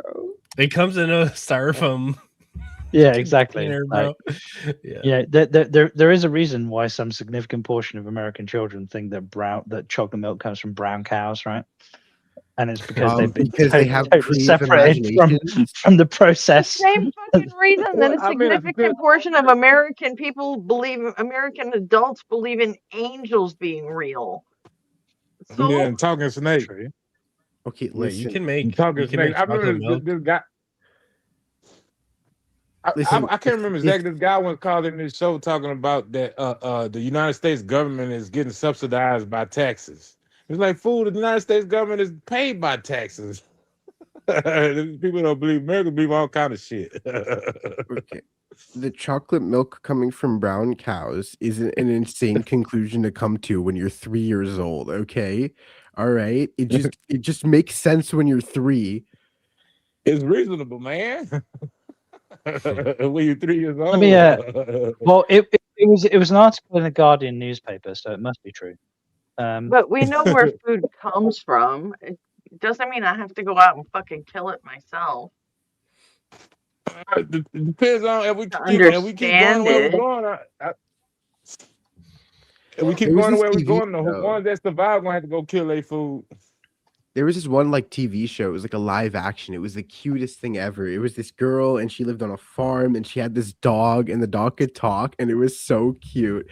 And I remember that the dog was like, this chocolate. Yeah. Oh, sorry. I just want to do this quick. A survey by the Innovation Center for the United States Dairy found that 7% of American adults believe that chocolate milk comes from brown cows. That no translates fucking to way, dude. 17 No million way. I buy it. adults in the United I States. believe it. Yeah, see, I and then totally believe that. 10% of American adults believe the Earth is flat. So you know what? I completely buy that 7% figure. Holy shit! Yeah, I believe it too. Also, 80%. Probably some 80%, overlap on that Venn diagram too. I bet you anything. And 86% of holy water is fecal matter. We see we throw a stat there. I just throw mine in. 86%, y'all. That 86% of holy water is fecal matter. Look it up. Okay. Anyway, so the dog asks the girl, "Does chocolate milk come from brown cows?" And it was like the cutest thing ever. And now I need to go and find that show because it was so adorable. And then like they teach us how to make chocolate milk. They grab the syrup and they put it in the milk and they mix it around. And then like my mom and I tried it. It was so fun. I used to tell my kids that wind farms made wind. This is a D1 troll. I respect that. So what? Just say that again, Eugene. I told them that wind farms made wind. That's where wind came from. And that when you went past power stations and saw, steam coming out of them, that was where clouds came from. Do you know what? We had there was a girl I worked with. It was way back when I was in my late teens. I worked for a company in the UK called Virgin Media. They're a telecommunications company. And I worked in like the retentions department. So, when those annoying, where you want to leave a company and those annoying assholes phone you up and try and convince you to stay, that I was one of those people. And one of the girls that worked with us, we convinced her that the reason that earthquakes happen is because of plates. And the reason that plates are sold with that layer of cardboard between them when you buy them in the packs. Oh, you mean Plates, yeah. And the reason that earthquake happens is because people store their plates without the cardboard between them, and that causes the earth to vibrate. So actually, there is nothing, however stupid, that you cannot convince another person to believe. Especially kids. Kids will believe fucking anything.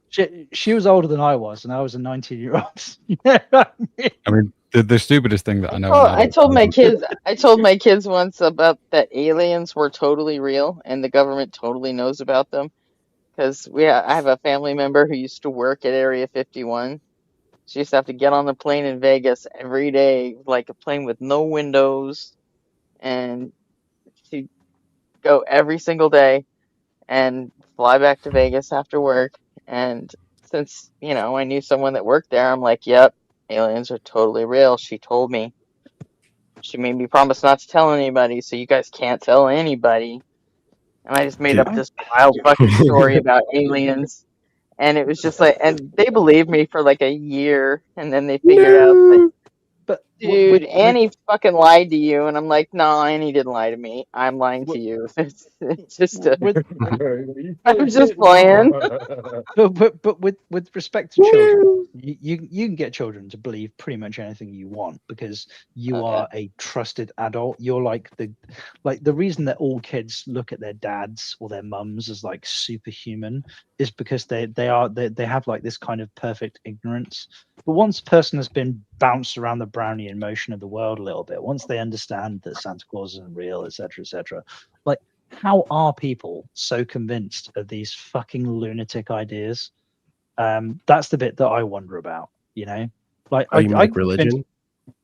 Yeah, with respect to religion, yeah, obviously I'm not It's a religious. miracle. Obviously. Well, I just think it's because it's like so widespread and normalized, right? That's just about it. It's like well, the adults still believe it, so it must be true, right? Versus like the adults don't believe in Santa, therefore it must not be true. It's basically the same thing, I guess. Yeah, so it's a consensus thing. Like, well, if all of these people believe it's true, then it must be true because why are all of these? So it's kind of like a trusted, like this. It's like a weaponization of this like collaboration and consensus that we have as a species, right? Sometimes it's not even. Sometimes it's not even. He ran. Sometimes it's not even that much. He did. He ran. Who ran? Without Eugene. a word. Not Eugene. Nobody even. Sorry. Yep. I said it's time to run from Eugene and eat mac and cheese. He'll be in chat for now. I think it's more deeper than that. I think it's we're not seeing him again tonight. He's gonna turn on that actually, moral I think, realism video I and get lost in fucking word land. Nobody's egg timer went off, so he's got to go and wash his eggs again before they get. Can you just share the mac and cheese, please? That'd be fucking awesome. A clean egg is a happy egg. But yeah, I think religion. I think the reason why I hold like how I do is because it's domestication. It's indoctrination, which is domestication, and just like a domesticated dog or a domesticated animal, they accept they master as the master. And like if you kick a puppy, and I done said this before, but if you kick a puppy, that puppy will come back to you. And you can treat that puppy like shit, and it's gonna always come back to you. But if you kick a wolf, if you survive, you'll never see that wolf again. It don't need you. It don't need to be around you. It won't take that shit. And that's why I think religion. If you kick a wolf, that's a really expedient way of going. I don't need this leg. On October the leg off. 7th, I shocked my dog. Yeah, the puppets they're gonna. I mean, it's a good point though. I mean, like I spent several years trying to figure out why I just fucking bought the whole Mormon and born again thing when I was a kid. I mean, I had questions, but I did eventually just fucking buy it, you know? And I think a lot of it was just to keep my parents happy. Yeah, and you domesticate it, and they take the knowledge of good and evil away from you. That's why I think that's in the first story. Is get rid of knowledge of good and evil. That way you can't identify your behavior as good or bad. You can't identify evil God. And so they call these atheist shows with all that lying they do. They don't know they lying. They think they're actually telling the truth. My dad sent me to Sunday school for about 3 or 4 weeks, and eventually he got asked not to bring me back. And but it was because I was asking like lots of questions. Oh no! So I did have, like, you know how like all atheists have this kind of story, but the difference is that I wasn't sent to Sunday school because my parents were religious. I think it was probably just the cheapest option that was available. And my dad's criticism of me wasn't, why were you asking questions? It was, couldn't you just fucking play along? Yeah, exactly. Take it till you make it. I want to ask this question to the theists in the chat. How many of y'all? It was affordable. Yeah. How many theists in the chat believe that if you state your opinion as fact, that's lying? Because I was asking to the atheists. How many atheists in the chat think stating your opinion as fact is lying? Because that's one of my biggest peeves with theists is they seem to always be stating their opinion as fact. Like, I don't know why it could be this way. It got to be like this. So now because you think that it's supposed to be a certain way, that's some kind of fact. That's your opinion, man. It's not a fact. And it's probably good, might be a good opinion, but you by you saying it like it's a fact makes you a liar in my book. Do you know what is a fact? I send you guys a good morning with a kissy face every fucking day, and I never got a good morning back. Good morning, kissy face. Good morning. Yay. Good morning. Good morning, impronounceable name. What do you want me to do about it? You got a time machine in your fucking pocket? Yeah, I got right home. Can I borrow Not in yours? my pocket. It's in my closet. I can go grab it. Okay. Good. Go roll What it do we back want? A this time morning. machine. We'll fix that for you. My name is Barry Allen, and I may be the fastest man alive, depending on what the writers think this season. Zap is always the most interesting guy. I had to tell Zap this morning. He's like, it's good to be in the chat. Which I said, man, we kicking the chat. I look for Zap name. Certain people, I don't know what the show will be about. And if I see I call them the A team. I see my guys in the chat. I'm fucking with y'all. Y'all fucks with y'all. It's my boys. We got the crew. I pity the fool. Don't fuck with the A team. My man. I gotta get used to looking at chat more. You could actually have played that character, couldn't you? McTime. Who, me? you could Nah. honestly- yeah. Nah. I'm not. Please tell me. Please tell I'm me a you got the brush Vanderbilt. cut with the gold chain and are you scared of flying? Like, Well, I don't like flying. I'm not scared of it. And I've never been big on gold. I know women have told me I probably look good with some gold teeth, but I never really got off of that gold teeth stuff. I did see this girl. She had some black teeth. Now they got black teeth. It looked like some kind of black smell, or maybe black gold. I don't know. It's like she ain't had no Okay, teeth in her mouth. I don't know if that black teeth thing was like an intentional choice. Well, it was a 12-year-old girl. It was on YouTube, some little video showing a little girl. She was hanging with her little crew. You know how when you're 12 years old, you popular with the in crowd. She was the shit. Like, look at her, go this thing. I don't remember getting black teeth though. At most it was like Jordans and shit. That was like the big deal. I don't know about black teeth. Wow. I mean, Gretchen, what's your thoughts on men with gold teeth, Gretchen? Since you're the only female, you like men with gold teeth? No. I didn't think so. But there are some women out there that do. they're just showing off, right? Men with gold teeth just showing off. It's too much. That's why it's important. That's why it's important to be yourself. Did you know you what I'm say saying? goatees or gold teeth? Gold teeth. Oh yeah, not that either. Why even need the clarification? What about goatees? No, Goatee not and that gold either. teeth. I'm a girl of the '80s, and I spent a chunk of my life in the military. I'm clean shaven. That's Man, all Slick in. Rick was in the 80s. I was almost And like also, Gretch. I've also had rosacea for most of my life, so Flavor yeah, Flav, I'm Slick not Rick. interested in any guy with any sort of facial hair at all. So Yeah, Gretchen is never not have down. been. It Not- fucking not- hurt. Gretchen is not down with the thigh tickler, right? Nope. So many different people in the 80s had goatee. Flavor Flav, Slick Rick. Whoa. Well, Whoa. when Turn that camera off. I'm taking. I knew there was a I was reason why Gretchen fucking hated me. I was a kid in the fucking '80s. Any of the guys I liked didn't have any sort of facial hair yet. So, I mean, It seems like to me, from the yeah. outside looking in, white people don't like gold teeth as much as black people do. That's from the outside looking in. But I have seen some white people with gold teeth in their mouth. Yeah, Eminem had gold teeth in his mouth, Gretchen, at one point. I just want to keep it teeth up. Eminem had gold teeth in his mouth at one point. Usually just saying, if I wasn't happily Well, committed to somebody, then I probably You're really wouldn't have fucking hot. wanted to be at that point.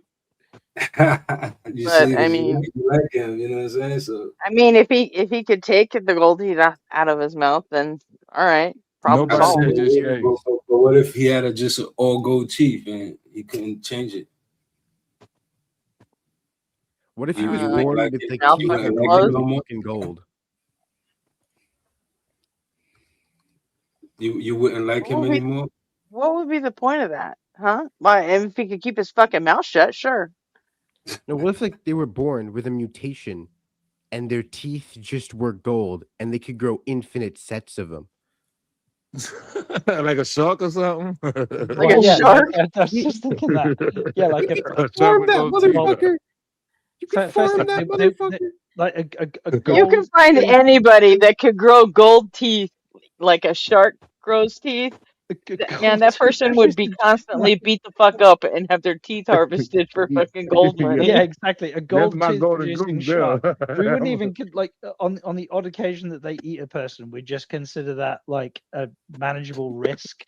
Right? It would change, That it shark would would change be the whole meaning of the fairy tale with the goose that laid the golden eggs. You know? Exactly. If you grow gold teeth out there, I want you to be my golden goose. It'd be the homie that could grow golden teeth. It's like having a kid that shits money. Yeah. You know what I mean?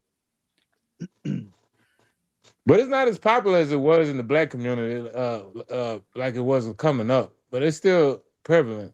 And now we've learned to get the if you want gold teeth, I recommend you getting the snatch out, the kind you can take in and out. That way you can brush your teeth and then put them back in. Isn't that kind of what the black, like with respect to the black community, isn't that kind of like when a parent encourages their kid to be a rapper and they're like, you're gonna be Eminem, son? You know? I don't know that. Okay, I don't know that parents let's not do that. Let's not do that. You're gonna be Tupac, son. I mean, to be honest with you, that parents gonna be don't really Tupac. there are too many parents that like actively. I mean, once the child put their foot down and say this is what they're gonna do, then yeah, the parents probably support it. But they don't too much. They try like, boy, you gonna get you a real job, you know. Yeah. I mean, big time. John and I are from Britain. We're just lucky we've got teeth. That's just we're happy. Oh, speaking of you fucking I understand, Brits. man. Speaking of you We gotta do fucking the hard Brits. part. We gotta do the hard part between the races and the culture. I think right now we're doing the hard part between the races and the culture. That way we can talk to each other and get past that taboo feeling. Yo, it's July Try to be 4th. But everybody realize that we just all people. Yeah. 47 cruise missiles. We're gonna fire 47 cruise missiles into MI6 headquarters today. Hoorah. And we're gonna kill the fucking janitor. We're gonna kill the janitor. Yeah, well, he's the only guy that's fucking there. Like, I he's mean, the only one that's working. These Americans, they're like the worst ex ever. They just won't leave us alone. Oh, I'm sorry. I don't like gold You teeth. still mad at I had a people gold farming crown with once, your and then I ass, knocked it out of my fucking head again. So Guys, we had Yo, you had a to go a while ago. Get that over was it. a big waste of money. Fourth of July is just we're like 250 years of absent decent leadership party, right? Yeah, obviously. Yeah, we had George Goat Washington for a little bit, okay, and then Abraham Lincoln did a pretty good thing. I don't know if you know this. We've just got rid of Keir Starmer. Do you want him? Who's that? I don't know Exactly. your lore. I know you guys had like a thing called Brexit.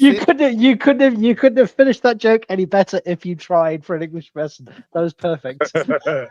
I know you guys have a thing Why called y'all always Brexit. fighting in y'all okay? parliament? It seems like y'all fighting the parliament more than they fighting our Congress. I mean, Doesn't talking about Parliament fist have like, fight. complete control of the Brits? Like even if your court Who do you system guys says have to- now? We don't know, right? Well, technically, it is still Keir Starmer until they have their. It's going to be Andy parliament. Burnham, though. Like, yeah, most likely Andy Andy Burnham. Burnham. Yeah. I haven't heard Do- anything do- about that happening, but okay. Andy Do y'all Burnham remember the he is yet another wolf in sheep's clothing. So Yeah, he's gonna take over in like 2 weeks or something, isn't he? something like that. Yeah. Wait, no, you no, don't It's trust from the same party, right? Yeah. Yeah. I'm confused. Well, So he these guys think they were doing he opposite was the mayor of yeah. Manchester, so he was like equivalent of like the mayor of New York, and he Manchester decided that he United? wanted to stand for the leadership of the party. So he had another MP stand down, so he could run for an election in that seat, and then he was going to run for a leadership contest. But what could have happened instead of what has happened is that he won the seat. He's going to win the leadership. It's going to be a no contest. Nobody's going to oppose him. But what could have happened is that they lost a good MP. They could have lost a Labour MP. He could have lost that seat. They could have also lost the Manchester mayor Mayorship, seat to reform, and or even worse, he could have won the seat and then lost the leadership election. So all of that could have Did he? happened just for his ego. But it didn't. Yeah. Yeah, it didn't, But it because it didn't. would have been a complete shit show. He still doesn't know Yeah, if they're going to keep Manchester, though. Manchester might but go over to reform. Yeah, so it's actually like the and whilst I have some issues with reform, the fact that they clearly are on the political rise with respect to like the reason that reform and even worse restore are on the political rise is because of the frankly complete abdication of the political Okay, I honestly don't know what any of that shit means. So reform are No, reform are kind of like the Tea Party. Yeah, kind of. Picture them like that. They're right wing, and split off restore, from the main.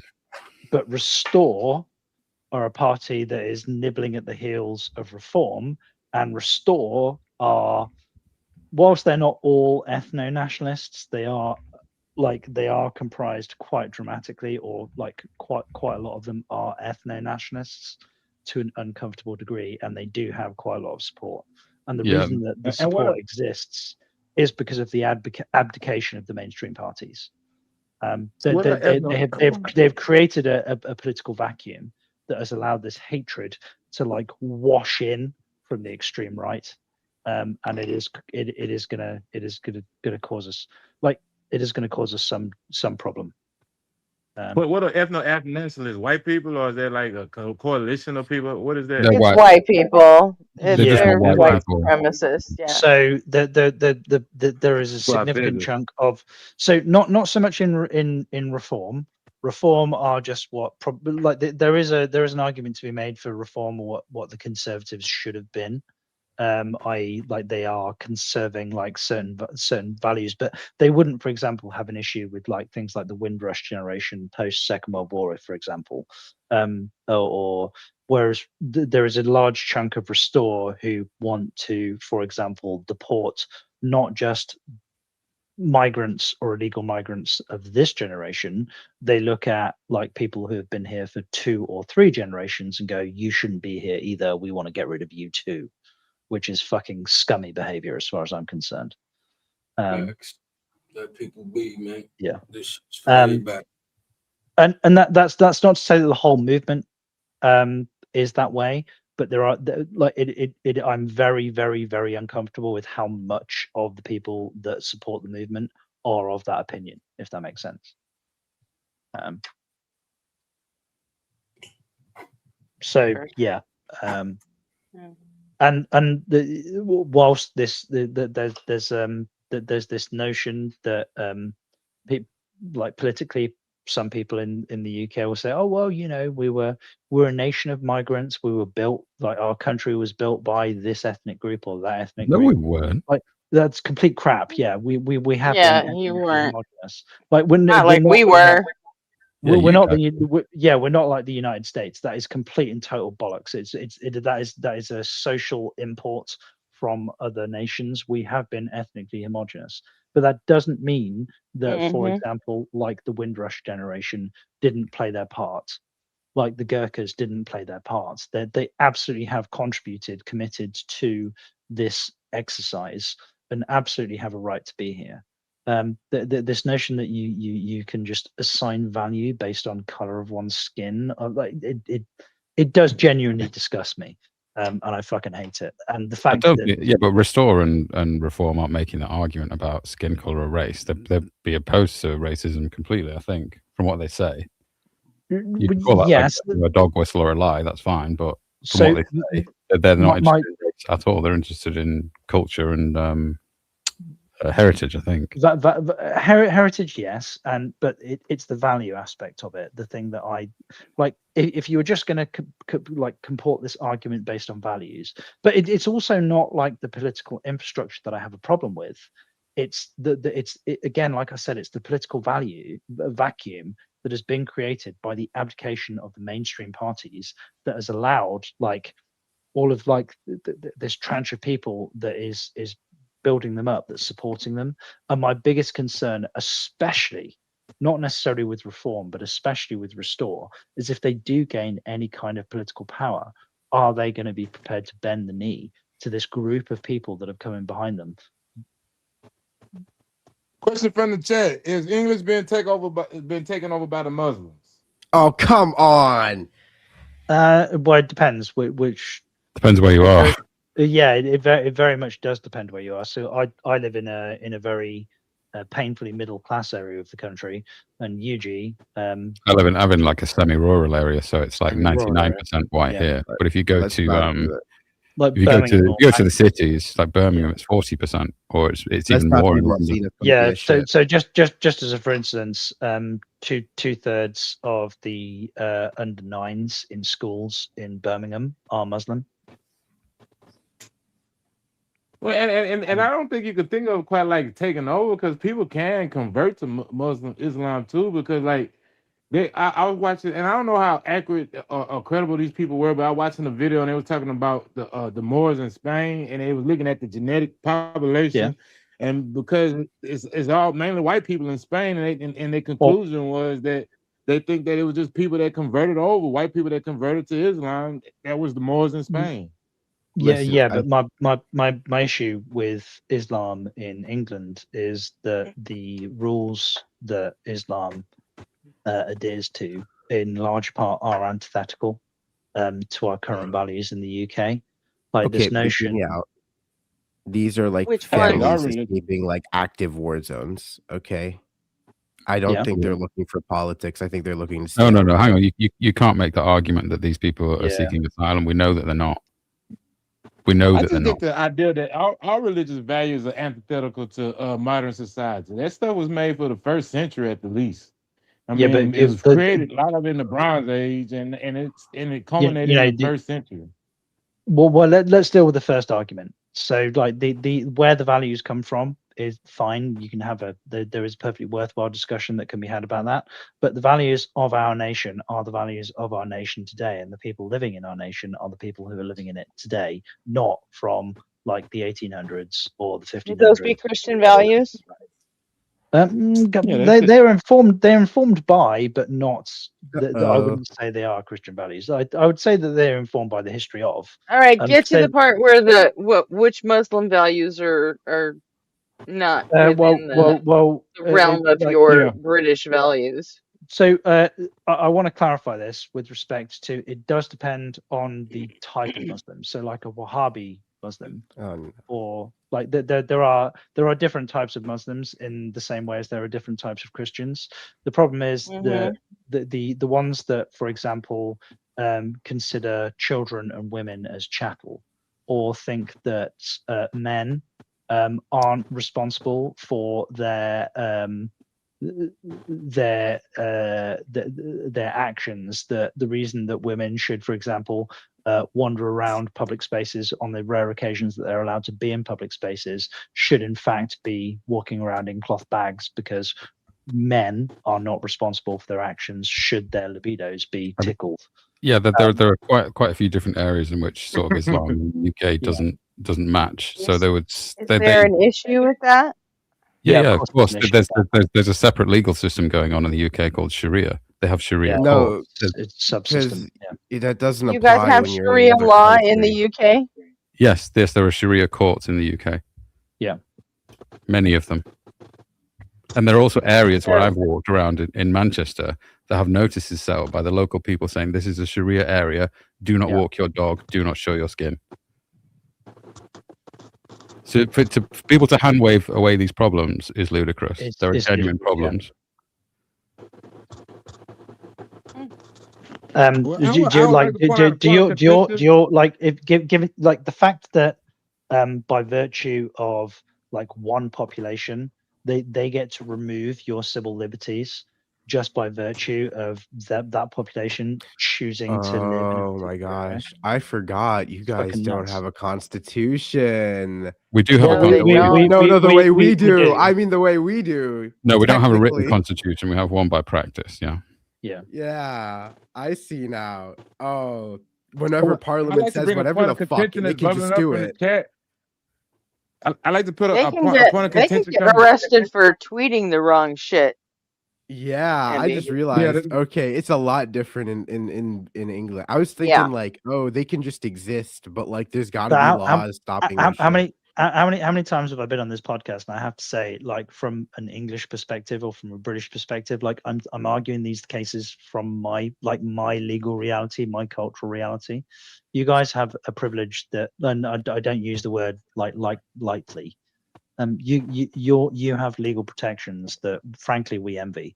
I I would don't know. I think would I do my best to, leave room for that, right? sometimes, Gretchen. Yeah, I'll grant you. Yeah.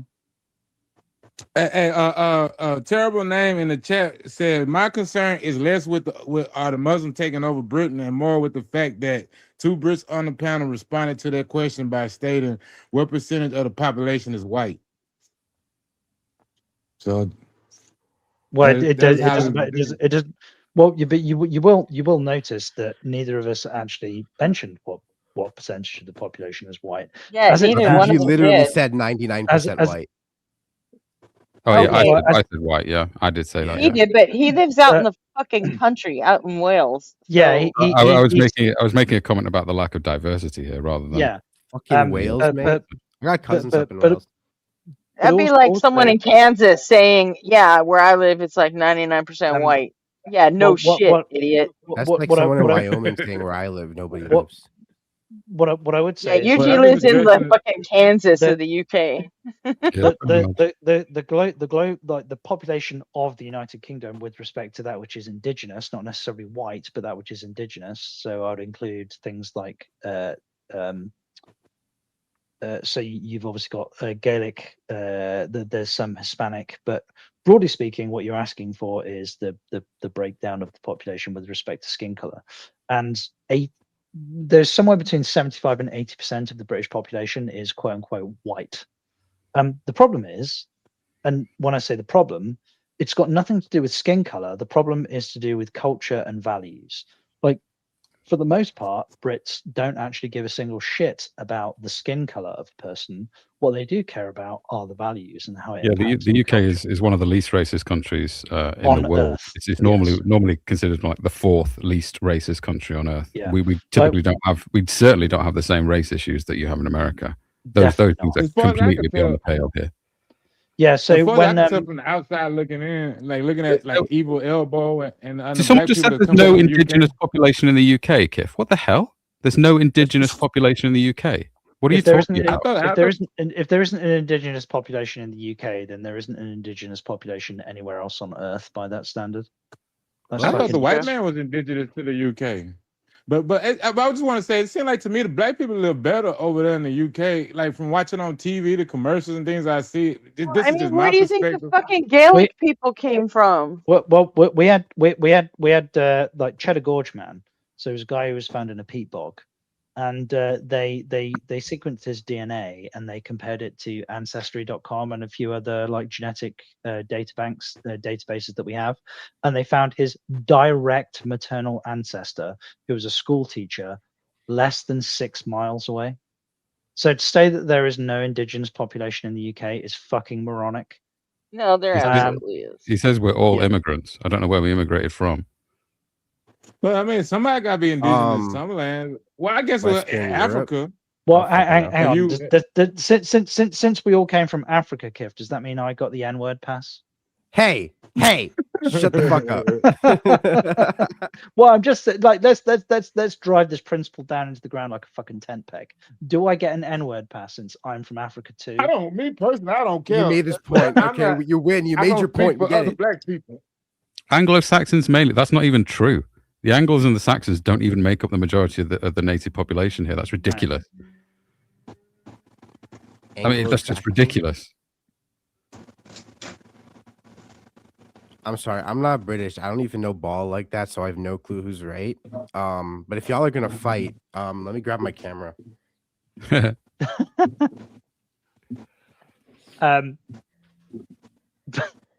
Such a drama queen, MB.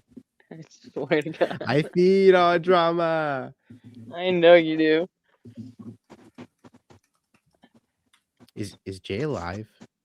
Right, let me go and since MB's Jay is probably let like me- 4 blunts deep and let me feeling let no me go and get pain. the chicken cloaca that I promised earlier.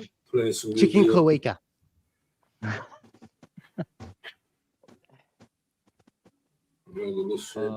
Shadow, man. It's like, I'm Welsh. We're literally the descendants of like Brittonic speaking peoples of Britain. They're the most continuous native identity in Britain. And to say that like I'm not indigenous for here, it's like literally I could trace my lineage back thousands of years. Well, the Vikings drove the population of these isles back to a small proportion of Wales, and then the Welsh fought back and won back the island. Yeah, they ended up on Anglesey. Yeah, exactly. Yeah. It's fucking nuts, right? You should watch Finland Saga. Welsh. Those are my people you killed. So to say that there isn't an indigenous population of the United Kingdom, like I said before, is to make the claim that there isn't an indigenous population of anywhere, which means this argument about like stolen land or you're just making all you're making is you're making an argument with respect to time. Like you're not making an argument with respect to any kind of morality, or there's no justification to it. I could just go and like park up in Uganda or something and just go, well, this is my land now. And as long as I stay there long enough. I mean, on a long enough timeline, all land is stolen land, technically. I mean, that's what I was just gonna get at, Gretchen. You beat me to the punch. I don't really like the stolen land argument, but yeah. How many generations does it take before you become indigenous to a land? Yeah, really, only land that people can really say that we are indigenous from is Africa, from as far as I know on a scientific level. Wait, I think I figured it out. This land was promised to me 2,000 years ago. I look at that beef in Gaza with the Israel and Gaza, and them people been there 80 years. I don't like the way they put them people out there, but they there and they been there. So how do you square that circle? I understand why Palestinians want the people. Okay, that out was their like an land. active genocide, though. Yeah, that too. But they square that didn't help circle. themselves. Yes, this is some complicated shit. The people been there 80 years, and I understand why Palestine don't want them in their land. That's their land. They've been out. I don't understand why we couldn't have just forced a 2-state solution a long time ago. We could have. I just don't think we care enough to. Or by we, I mean our government, because they get paid off by AIPAC. Well, we cared enough to fuck the place up in the first place back in 48. That was before AIPAC was paying us off, yeah. Yeah, well, I also did the problem precedes 48, but still. And what percentage? Yeah, it does. But what was the final stamp on that? It was the U.S. It was Truman's stamp on the whole thing. Well, I mean, because the British have been trying to make it happen in the UN for a while. I think it was actually prior to the UN. It was the International Committee which handed the problem off to the British Empire as it stood at the time. And the original footprint of Israel should have actually been much larger than it is right now. But there was a political consensus that we should, or the consensus at the time was that certain chunks of what would have been the state of Israel should be given up to try and appease the other nations in the area. Yeah, because there were people already fucking living there. You know what's crazy though? You know what's bigger than Israel? But nobody's bitching and whining about Pakistan, right? Which was instantiated at the same time. Like okay, that's like that's a different thing. No, it's exactly the same thing. The partition was the same thing. A former British colony split into two over Muslim religion. Exactly the same thing. In the same year. It's legally identical in the same year. Yeah, exactly. Literally the I same. mean, the beef is a little different, though. I feel like. Yeah. Fewer people died in Israel. 1 million people died in the partition of Israel. The partition in India, it was the same fucking thing. As soon as the Jews assert their authority, oh my God, fucking, it's an international. Why'd you say it like that? Why'd you say it like Please that? excuse my ignorance, but can y'all explain the Pakistan issue to me? Because I don't know. Yeah, basically, Britain had control over India, which was India and Pakistan. Pakistan didn't exist. It's like Britain had control over Palestine at the time.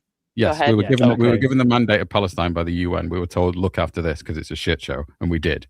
So India, we had colonized for hundreds of years, and the Indians demanded their independence, which we reluctantly gave them.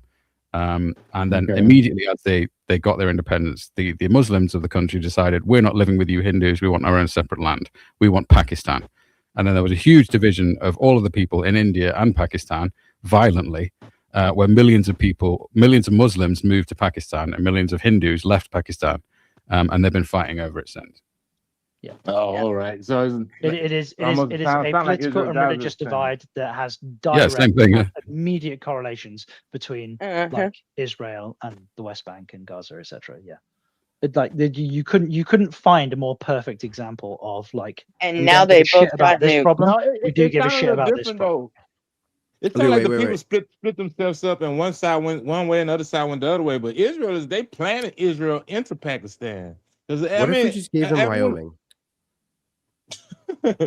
Give the Israelis Palestine. Wyoming. No one lives there. It's more space. The Palestinians get their land back. Nobody dies. We can move Jerusalem to Wyoming. I don't really see the issue here. Are you referencing? You're referencing the Big Bang Theory, Jay. Fuck that. Give There them is no Florida. The Big Bang Theory did that joke before me. Yeah, but it's like, hey, what if I built a perfect replica of the Wailing Wall in like the desert? You know, like.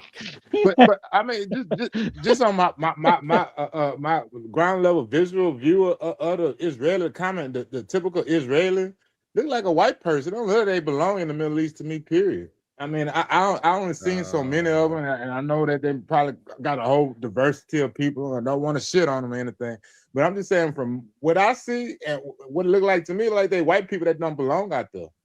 Dude, my grandma had blonde hair and blue eyes, and she was Egyptian. You would be surprised the different colors you can get in the Middle East. But yeah, Egypt though, it has been a melting pot for majority of the history of the world.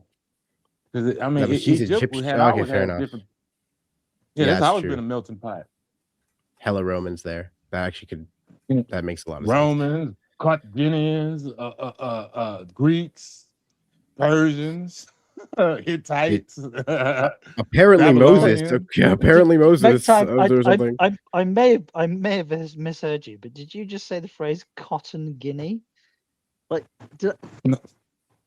No, I don't almost remember what I said, but I know I didn't say that. right? Okay, fine. It just sounded like that. I was like, what the fuck? What's a cotton guinea? I said Persians. I said the Persians, the Hittites. Maybe I was saying Palestinians. I just said it wrong. I'd never heard the phrase before, but I like the way I obviously I misheard, but I was thinking like a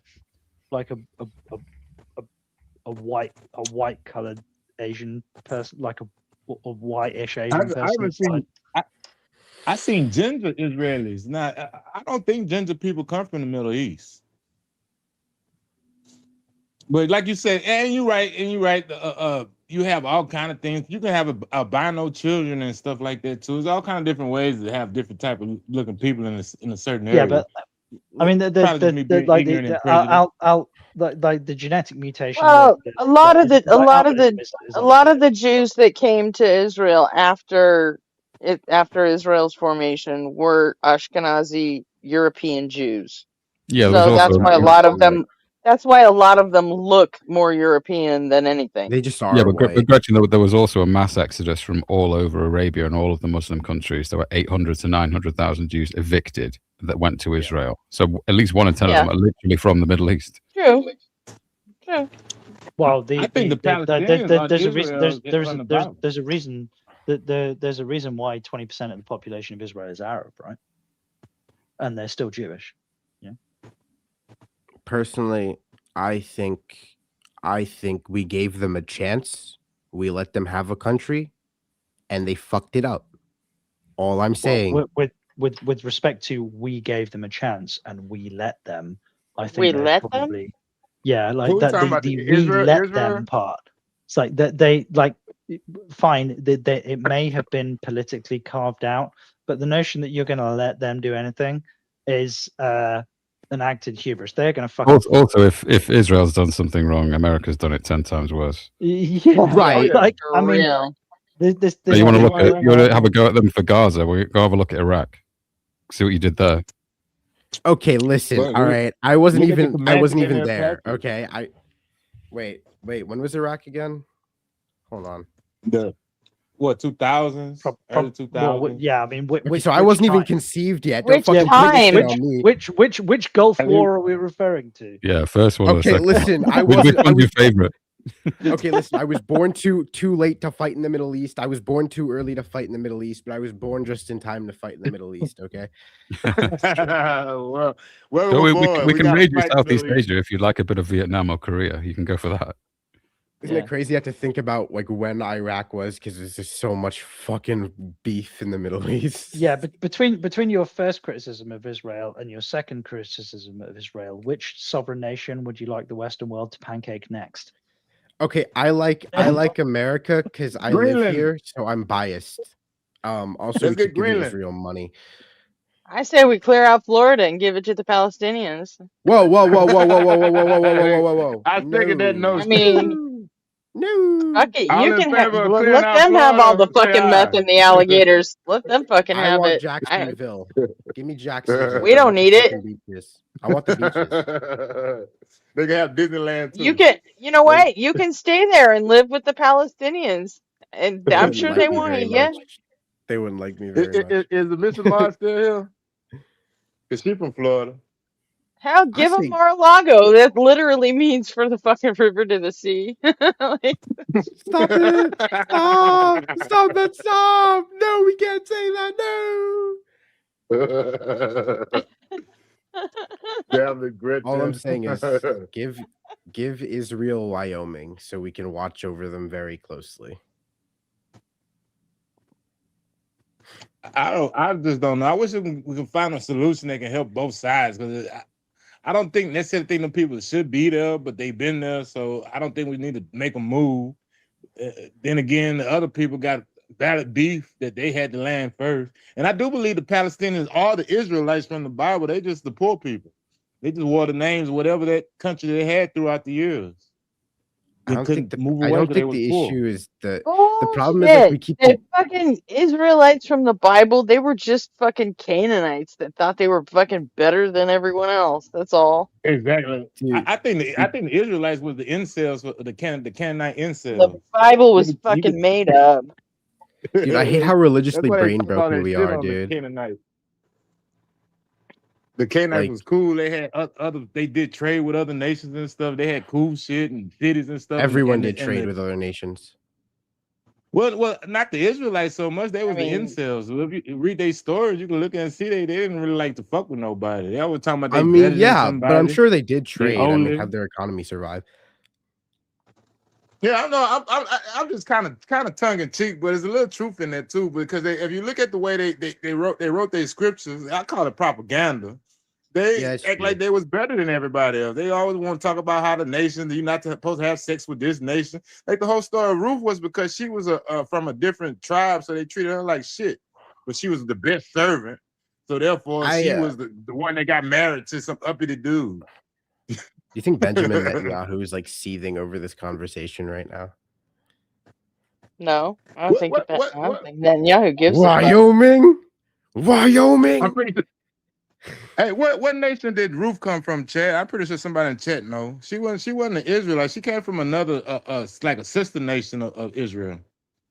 Yo, that one story of that one. Pretty dude sure who- Netanyahu only cares what's going on in Lebanon right now. To be frankly honest with you. Okay, but like, if you think about it, yesterday I had to work a 10-hour shift, right? So I'm thinking that was him because, like, who else, right? Huh? I blame all my problems in life on Benjamin Netanyahu, and like, I'm right every time because I say so.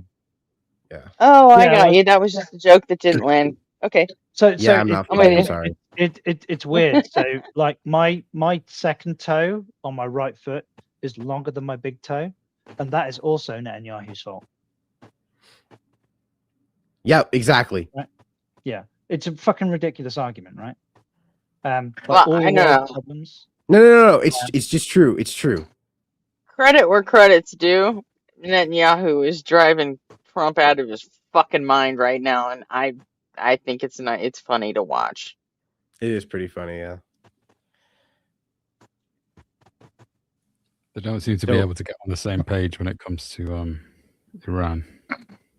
10 years. No, Trump has been trying to taco on Iran for months, but you know who won't let him do it? Well, one, Iran won't let him do it, but I mean, Netanyahu doesn't even fucking care.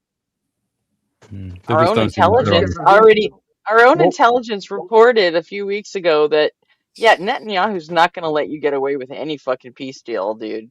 They're just not. Moabite, yeah. You know? Moabite. Yes, And you're right. and then a week later, there's Trump going, "Oh, we're signing a peace deal," and I'm like, "Yeah, that isn't going to work." Yeah, I mean, what I heard your own was that intelligence already reported it, and then 2 days later, that shit didn't work. what I heard was that Trump was up for a war, but he wanted a short sort of hammer war, 6-8 weeks. And Like a quick Israel one. was saying, no, it's going to be at least a year. And he just backed out and went, nope, not doing it. Bro Kind wanted of a like quickie. the Maggie shit in 1982 with the Falklands. It was like a quick. He Like, wanted 2 months some. in He and out, wanted something political win. like the first Gulf War, 3 weeks in and out. We're done by midterms, and then I'll be the big fucking hero. And he just didn't realize who the fuck he was screwing with. That's all.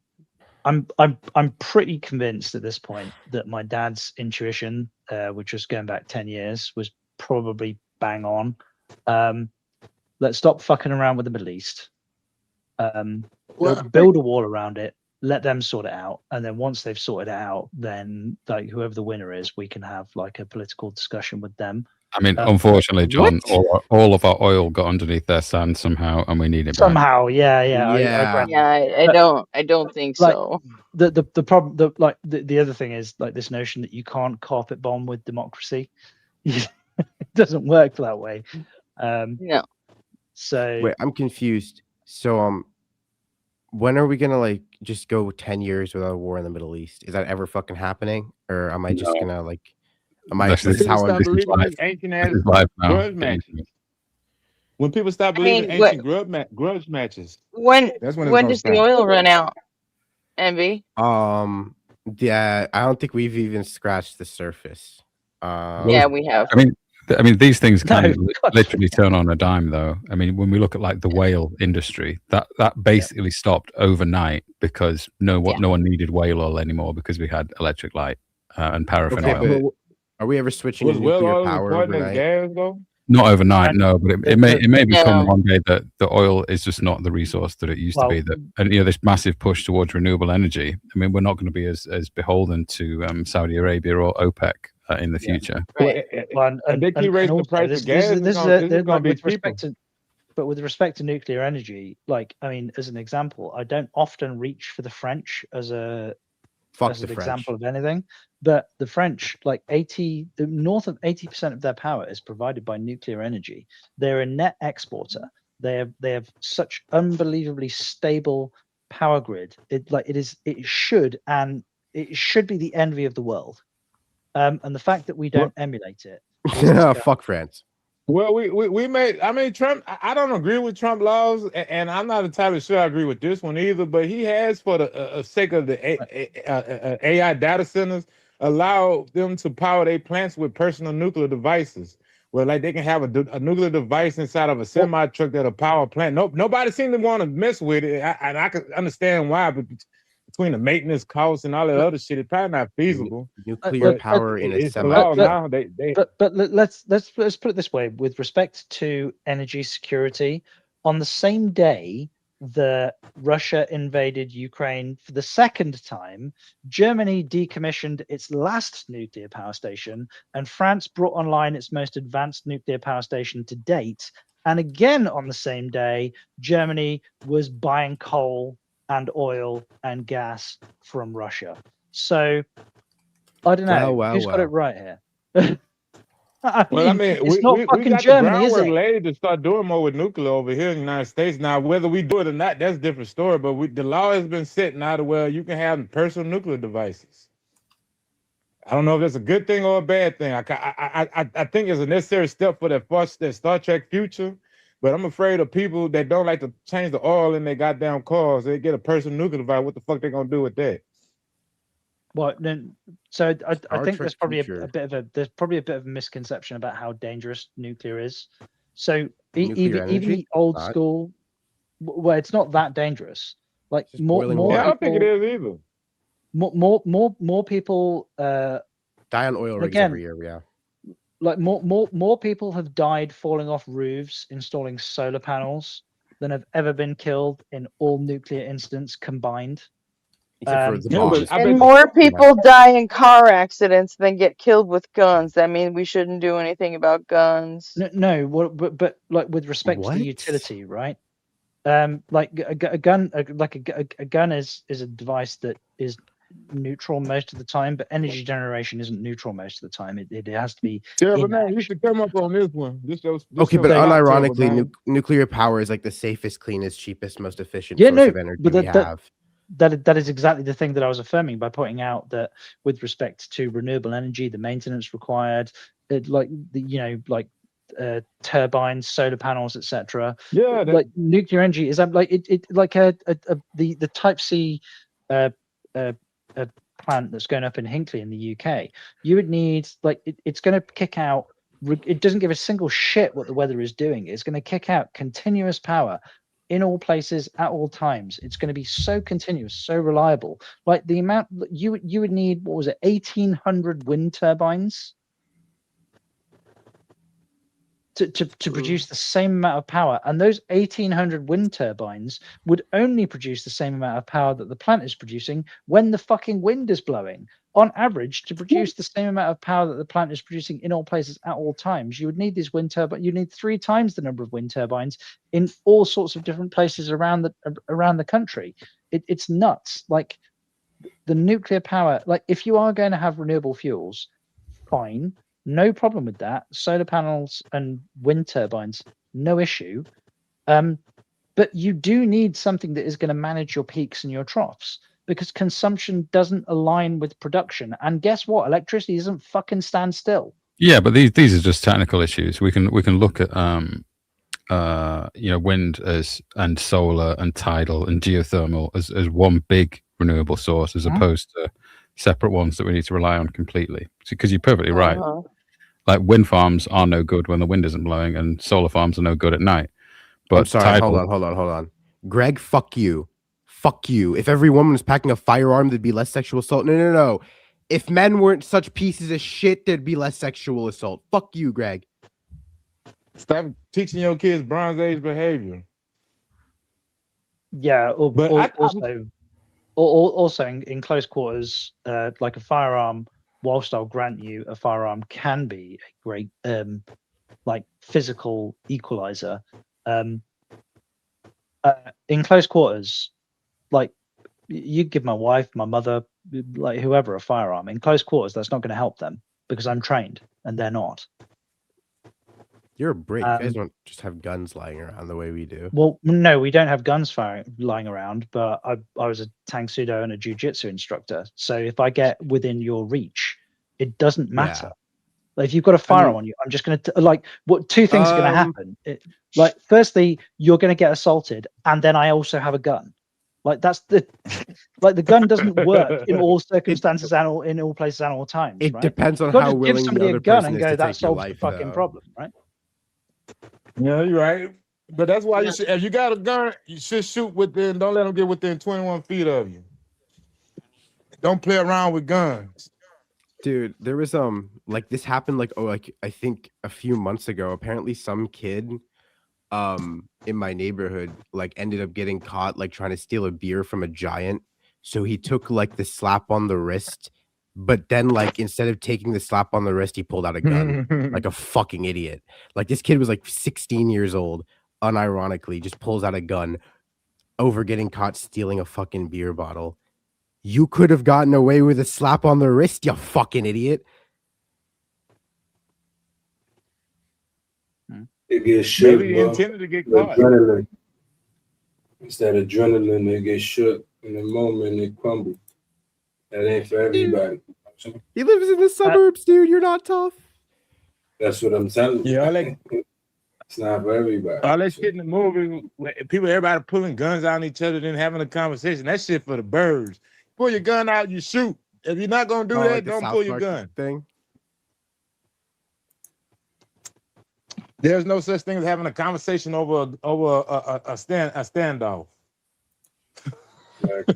Don't do that. Gretchen will tell you she's been trained. So I was just going to say, terrible name in the chat. No, it's not about, like, obviously, if somebody does have a firearm, is it likely that they're better equipped to defend themselves? Yes, on average. But it doesn't change the fact that the vast majority of people who are toting firearms don't know what the fuck they're going to do with them. More importantly, they don't know what the fuck they're doing with their own arms and their legs, let alone the fucking gun. How many people? And it's like also the stomach for it. Do you have the stomach to shoot a person? Like for real? Yeah. That's why you should. That's why, and the police train their officers to shoot within 21 feet. If somebody, you pull that gun and get within 21 feet of you, they're trained to shoot your ass. Well, because any closer, you can do like what John said, take the gun. Go ahead, John. Well, no, I was just going to say that the one time there's twice that I thought I'd actually killed the person. The first time, it was in a martial arts tournament. It was a Tang Sudo tournament, actually, which is Tang Sudo is what Taekwondo is based on. So it's basically the same thing. It's distinction without difference. And I was in a tournament, and it wasn't even supposed to be like a sparring session. We were just doing like it was like a stage show, and I kicked my opponent in the head, not on purpose. We were just essentially what was like dancing, you know. It was like what we would call light contact, so we weren't padded up. We didn't have helmets on or anything. And he stepped into my kick, and I took his fucking head off, and he hit the ground like a sack of shit. And he was in the ambulance for 20 minutes, and for that full 20 minutes, I thought I'd killed him. Mike Tyson doesn't walk the same sense. One punch man. Honestly, but it was a kick, man. It wasn't a punch. It wasn't like, I'm not particularly strong or a big guy, but it was a full-on kick. Like I was expecting this kick to stop like a full, like, couple of feet short of where it was aiming at, and he stepped into it, and so it was like the equivalent of kicking through a target. And like I said, his head snapped back and he hit the stage, and I thought, fuck. And I was expecting him just to like get up, shake it off with a bit of concussion. Like, ambulance turned up, like nothing. It was only when like he sat up in the ambulance and they started driving off, and he was like waving at me in the back of the ambulance. I was like, fucking thank God. What was the other time? The other time was actually in a fight at school, and I actually intended to hit the guy. I didn't intend to kill him, but he landed, like, he went back and his head clattered off the concrete of the playground. I was like, oh shit, that ain't good. Well, to your original point, as far as like, you know, do people actually have the will to kill somebody? Yeah, of course. I mean, I'd say generally no, like, because buying a gun I mean, the chances are you're gonna get shot by that fucking gun. Well, we know exactly how many there are people slews of people that get shot by their own fucking guns, at least in our country. So we know yeah, this. I mean, we know this from sort of army don't lie on training that. from the 20th century. We know it because in World War One, it was about 1 in 9 or 1 in 8 people would actually do some killing. So they would do the shooting and they would do the hand-to-hand stuff. And then by World War II, obviously they wanted more than that to do killing because you win that way. So by World War II, they got it up to something like 30% of people would be involved in the killing, but they changed the training in between, you know, Korea and Vietnam. So they got it up to sort of like 70-80% of soldiers nowadays are willing to do killing. Yeah. Just by the changing. Like, I know for myself that I would be totally willing to kill somebody over something fucking stupid and petty. That's why I don't have guns, and I will never let myself have guns. Well, I can't be trusted. Well, that's kind of the point that I was about to go for, in that I know what it, that, like, I know what that feeling is, like that potential regrets. Like, whilst I've never actually killed a person, like I thought I had, and for what was like quite a trivial reason. So the notion that I was going to go through that again but for what I consider to be a good reason, yeah, I don't have a problem with that. I would do that. Exactly. Like, as long as you got a good reason, again, you got to know what you're willing to live for, die for, and kill for. You know what I'm saying? Yeah. You got to know. And that's how you I'm got to. willing to kill to get myself in a better mood, to not have to hear somebody's bullshit. I'm fucking down with that. Yeah. Your life is not Okay, worth how that's off the deep end have we gotten? What the fuck is happening? I am not. I'm Holy- not super touchy feely about about your life. I really am not.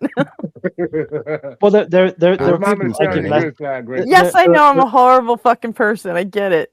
It's not even that. It's But- like there are people that I give less of a shit about than my fucking dog. You know, like if I could, if it was possible to give like liver and kidney transplants to my dog because the dog has more value to me than some people, then yeah, I would absolutely see that happen. You know, my I don't know dog how you has- would transplant a human kidney into a dog. I'm trying to imagine that right now. Well, we transplant. Well, whilst we don't tissue and type match them, it's different. But you know, we put pig valves in and bovine valves in people, right?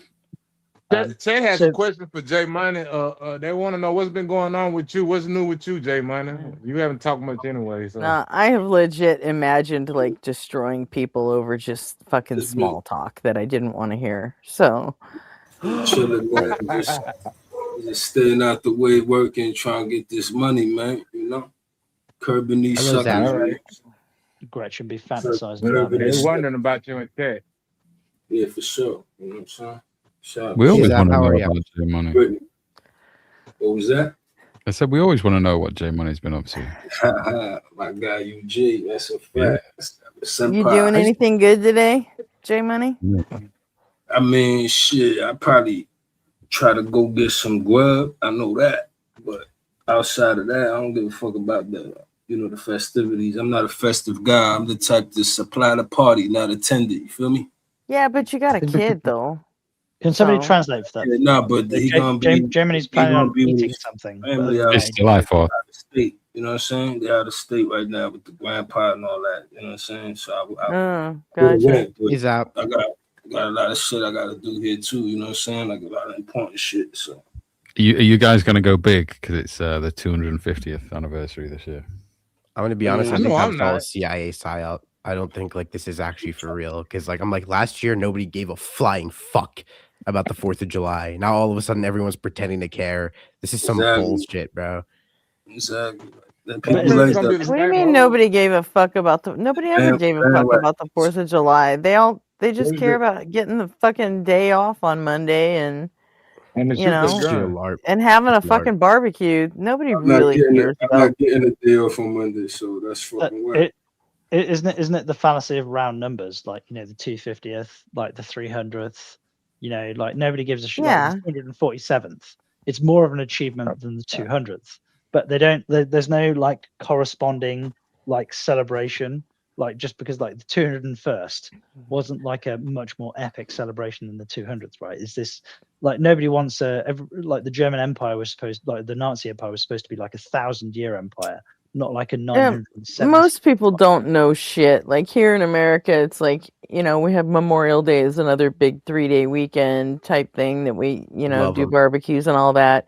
And people always come at the veterans like, Happy Memorial Day. And I'm like, you know, that's for people who fucking died, right? Yeah, Well, I watched the video. I'm on like, that. what do you mean Happy Memorial Day? You're not supposed to be happy that your fucking ancestors fucking died in battle for you. Just fucking honor them and Well, move we- the fuck we- on. It's not a We have- celebration, is it? You know, we have- Veterans You're a Day, ghost. you can come at me with Happy Veterans Day. But other than that, shut the fuck up. You don't know what the hell you're talking about. Well, in the man, UK, we have the 5th of November. And it's That's a to- stupid mistake. it's it's bonfire night in the UK, and it's like a chap called Guy Fawkes tried to blow up the house. Yeah. Ah! And obviously, The gunpowder it's, plot, right? yeah, That's yeah, my exactly. goat! But My he goat! was a like Protestant trying to blow up the Houses of Parliament, and like from a historical perspective, like I remember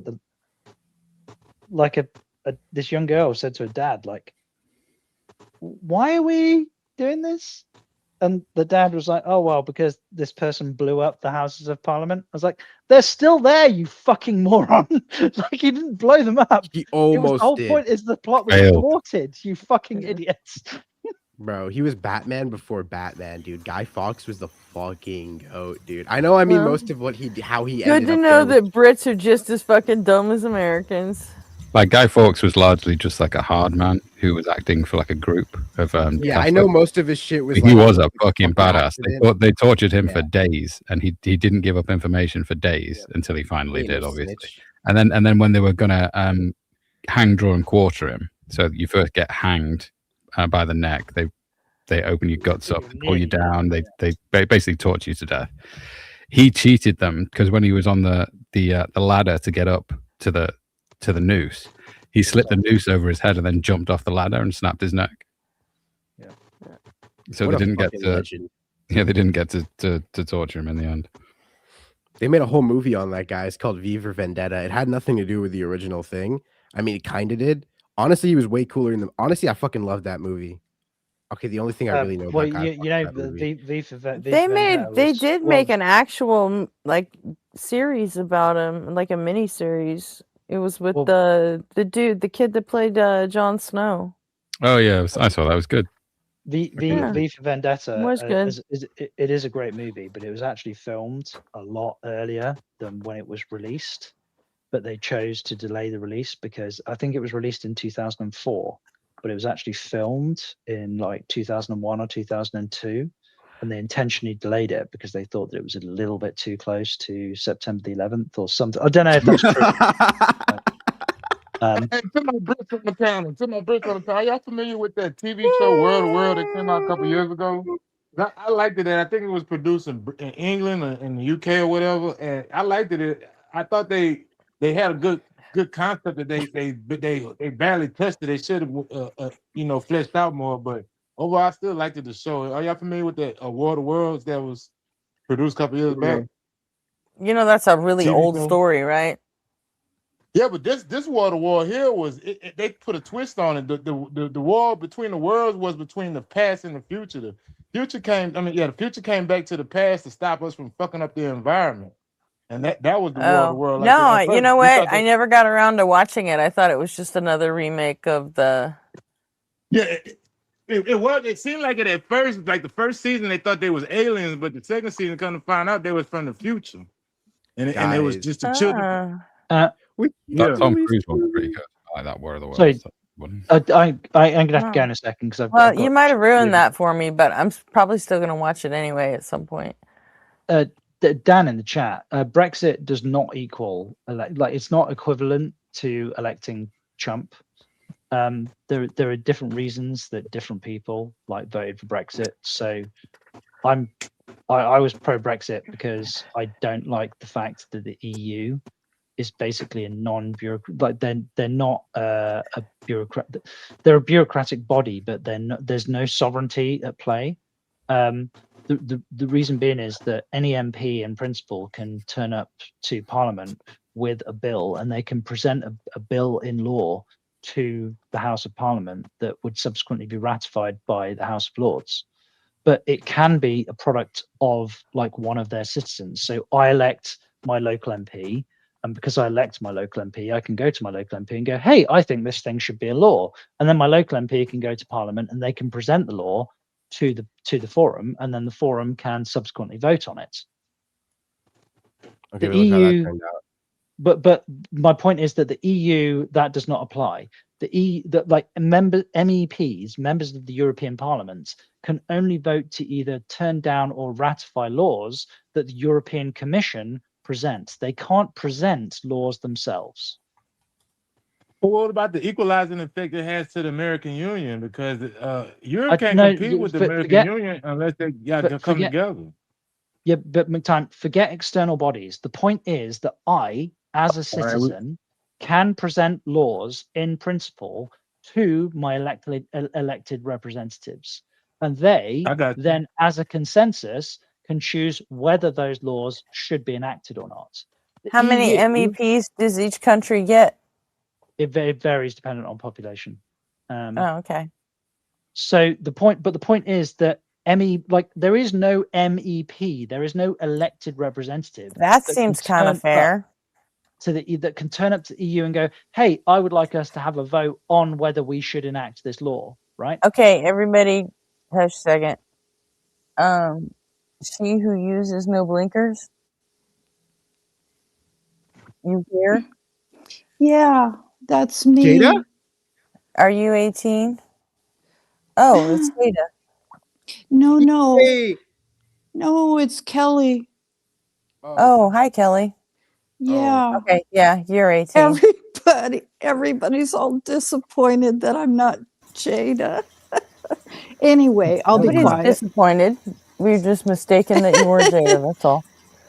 Yeah, and my face isn't showing, is it? I didn't mean to do that. Never mind. It's just too early, guys. Bye. Here. For whatever reason, nothing's showing for you. You know what's funny is You're like sure transparent. Now your camera's on. Oh, I can see a ceiling. Click the camera button. Click the camera button on the screen to where it has a slash through it, and then it'll show your icon instead of. Good. That's a pretty. Are we getting trolled by a boomer? Yes. This is Gen Z, everybody. Gen Z. No.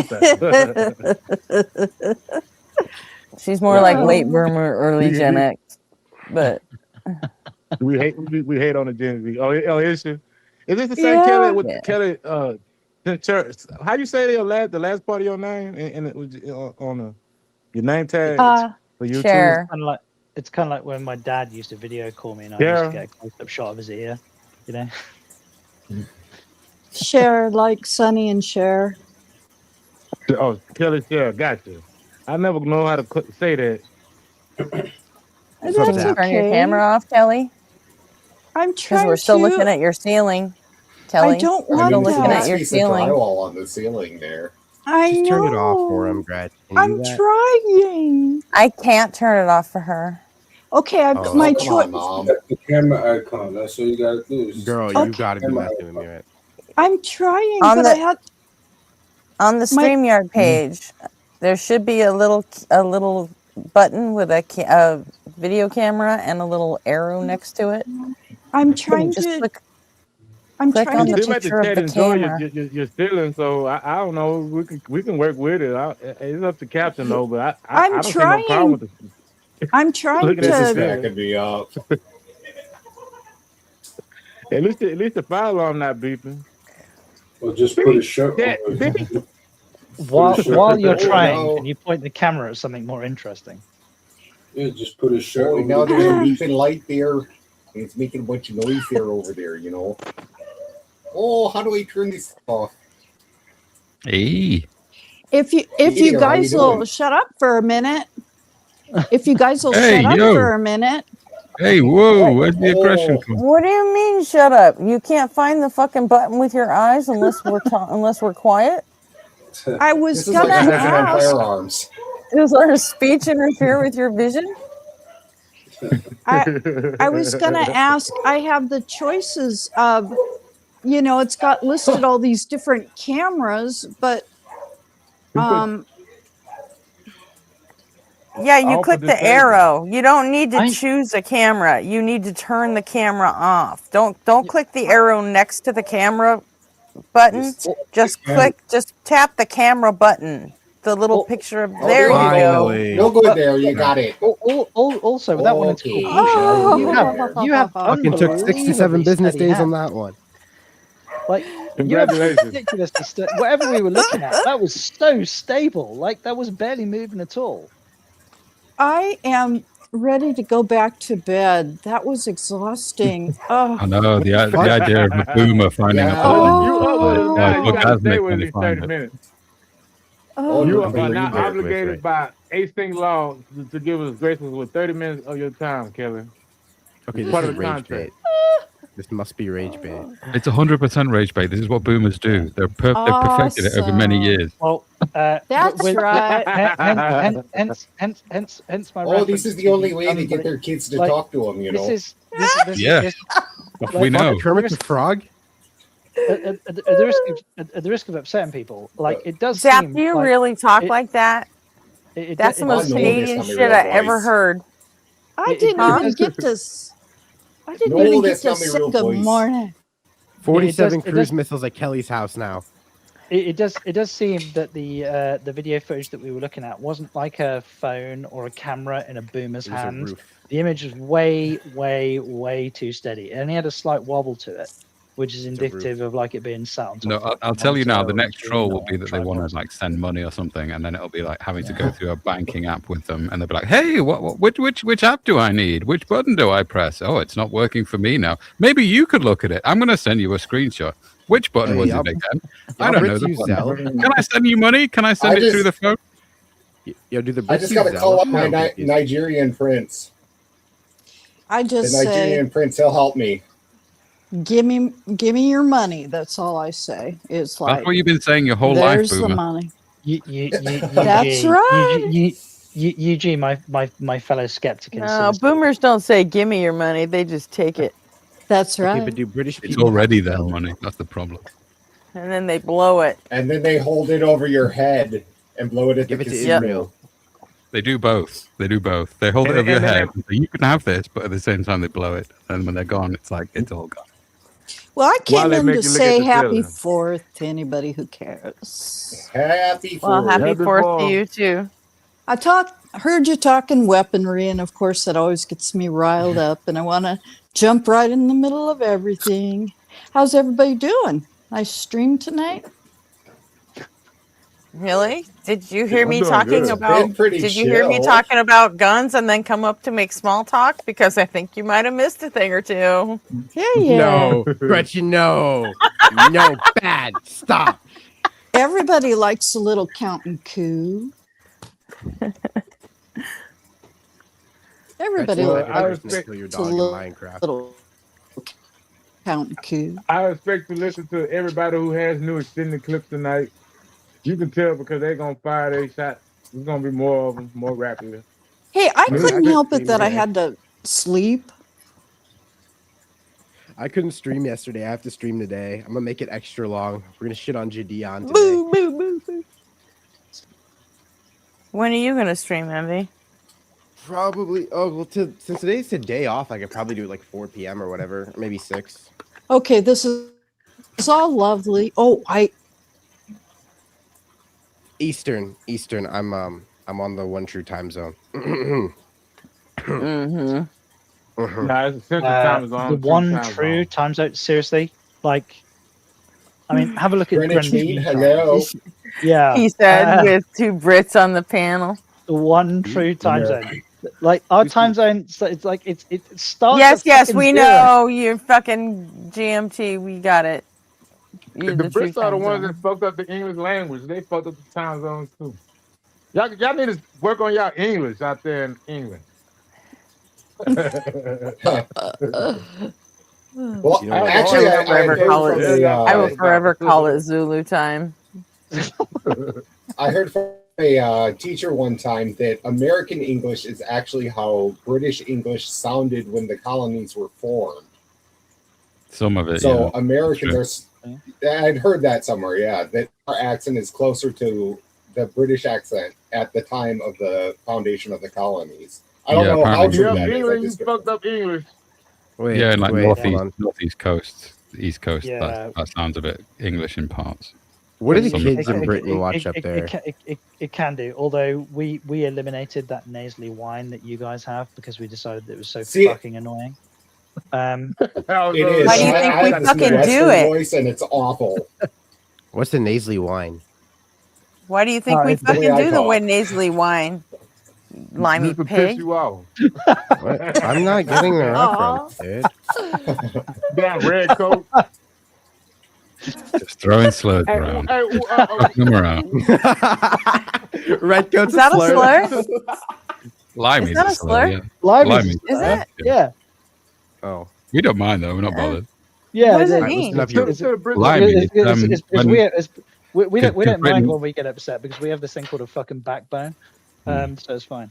Because Britain But- was a big sailing nation, so we got scurvy a lot. But when we figured out how to treat scurvy, we did it with limes and lime juice. So we're called limeys. Okay. Really? I never knew that. That's really kind of a weak fucking slur. Yeah, it is. Yeah. Can I ask a question? What should we call this place we've discovered? Newfoundland. Brilliant. Stop it. New Hey, stolen come land. on. Like, I mean, this coming from a bunch of people that like has no original names for almost anywhere. I mean, New York, Newfoundland. We have a ton of Native American names. Whoa. I think Virginia was Oswego, Genesee. No, Virginia is based got on the Country Virgin Texas, Queen. that's It's a new named land. after Queen Elizabeth. Yeah, She was a virgin, not because of Queen Elizabeth. There's a difference. Hey, come to Cutting No, Creek, that's Texas. why a new they land. named it Virginia. It's because of Queen Elizabeth. But Have because she was anybody a heard of Cutting virgin, Creek, we got Texas? creative with it. See? Nah, I heard she got around. Hey, because we got a real city in Texas called Cutting Creek. Yeah, she was only a virgin in the sense that she was never married. But So all I want to Born know again is if you virgin. can hear me okay. Yeah, we can hear you can fine, hear you. Kelly. Cool, Whoa, thank you what very if she- much. What if she was never married because she was secretly a lesbian? That's possible. Let's Hold let's, on. Let's put it Let this me way. write this shit down. No, she just lived for 30 years with her good friend named Barb. They're just friends. The British are so awesome, like compared to the Americans, that the Americans still have their prisoners in prison making license plates. Our prisoners presiding over a nation right now. Not only a nation, a continent nation, also known as Australia. So, Bogans. Huh? What? He's What saying, the he's fuck? saying what makes the British so better than America is their prisoners control Australia. Yeah, Yeah, we have in exactly. Australia too. It's called Georgia. No, NBU. Hey, but though, I want to know your thoughts on the, especially the guys on the Brits on the panel. What are your thoughts on the during the Civil War? That I've heard stories that the British had sent spies to drive a wedge between the North and the South and try to recruit No, the Brits South sided back with the so South. they can get. No, we sided Yeah, with the but- North. but- We've literally got No, you didn't. No, they wanted the cotton. I can tell you right now, Mancunians, and I'm a Mancunian. We have a square in Manchester called Lincoln Square and a statue of Abraham Lincoln. And underneath it is the letter that the city of Manchester sent to Abraham Lincoln when they refused to touch cotton from southern slaves. They said that they would not touch any cotton that a slave had touched. And they refused it. What? I think Britain largely sided with the South. But the story I heard was that British. Well, they- yeah, they Let's said that just the blame South the was stupid. French.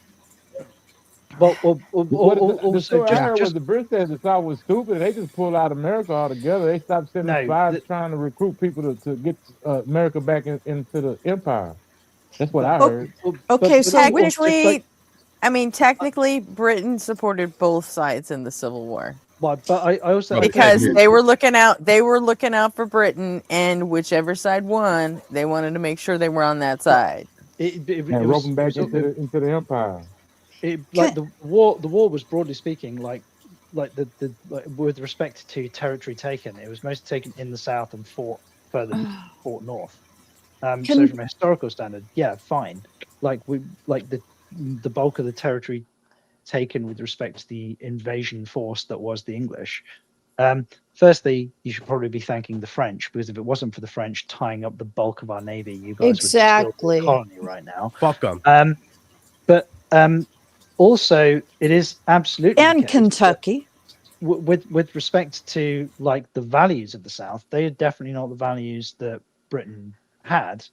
In that pretty much every slave that the Brits came across, they emancipated in that particular conflict. So yeah, but the one thing God that the bless South your did heart. well was they got the world hooked on fucking cotton and tobacco and tea, and you know, Dude, imagine being like they were Brit growing in it all the down there, newspaper. so they got a steady stream of support from Did you hear all the the places that Americans are bought that shit. fighting with each other?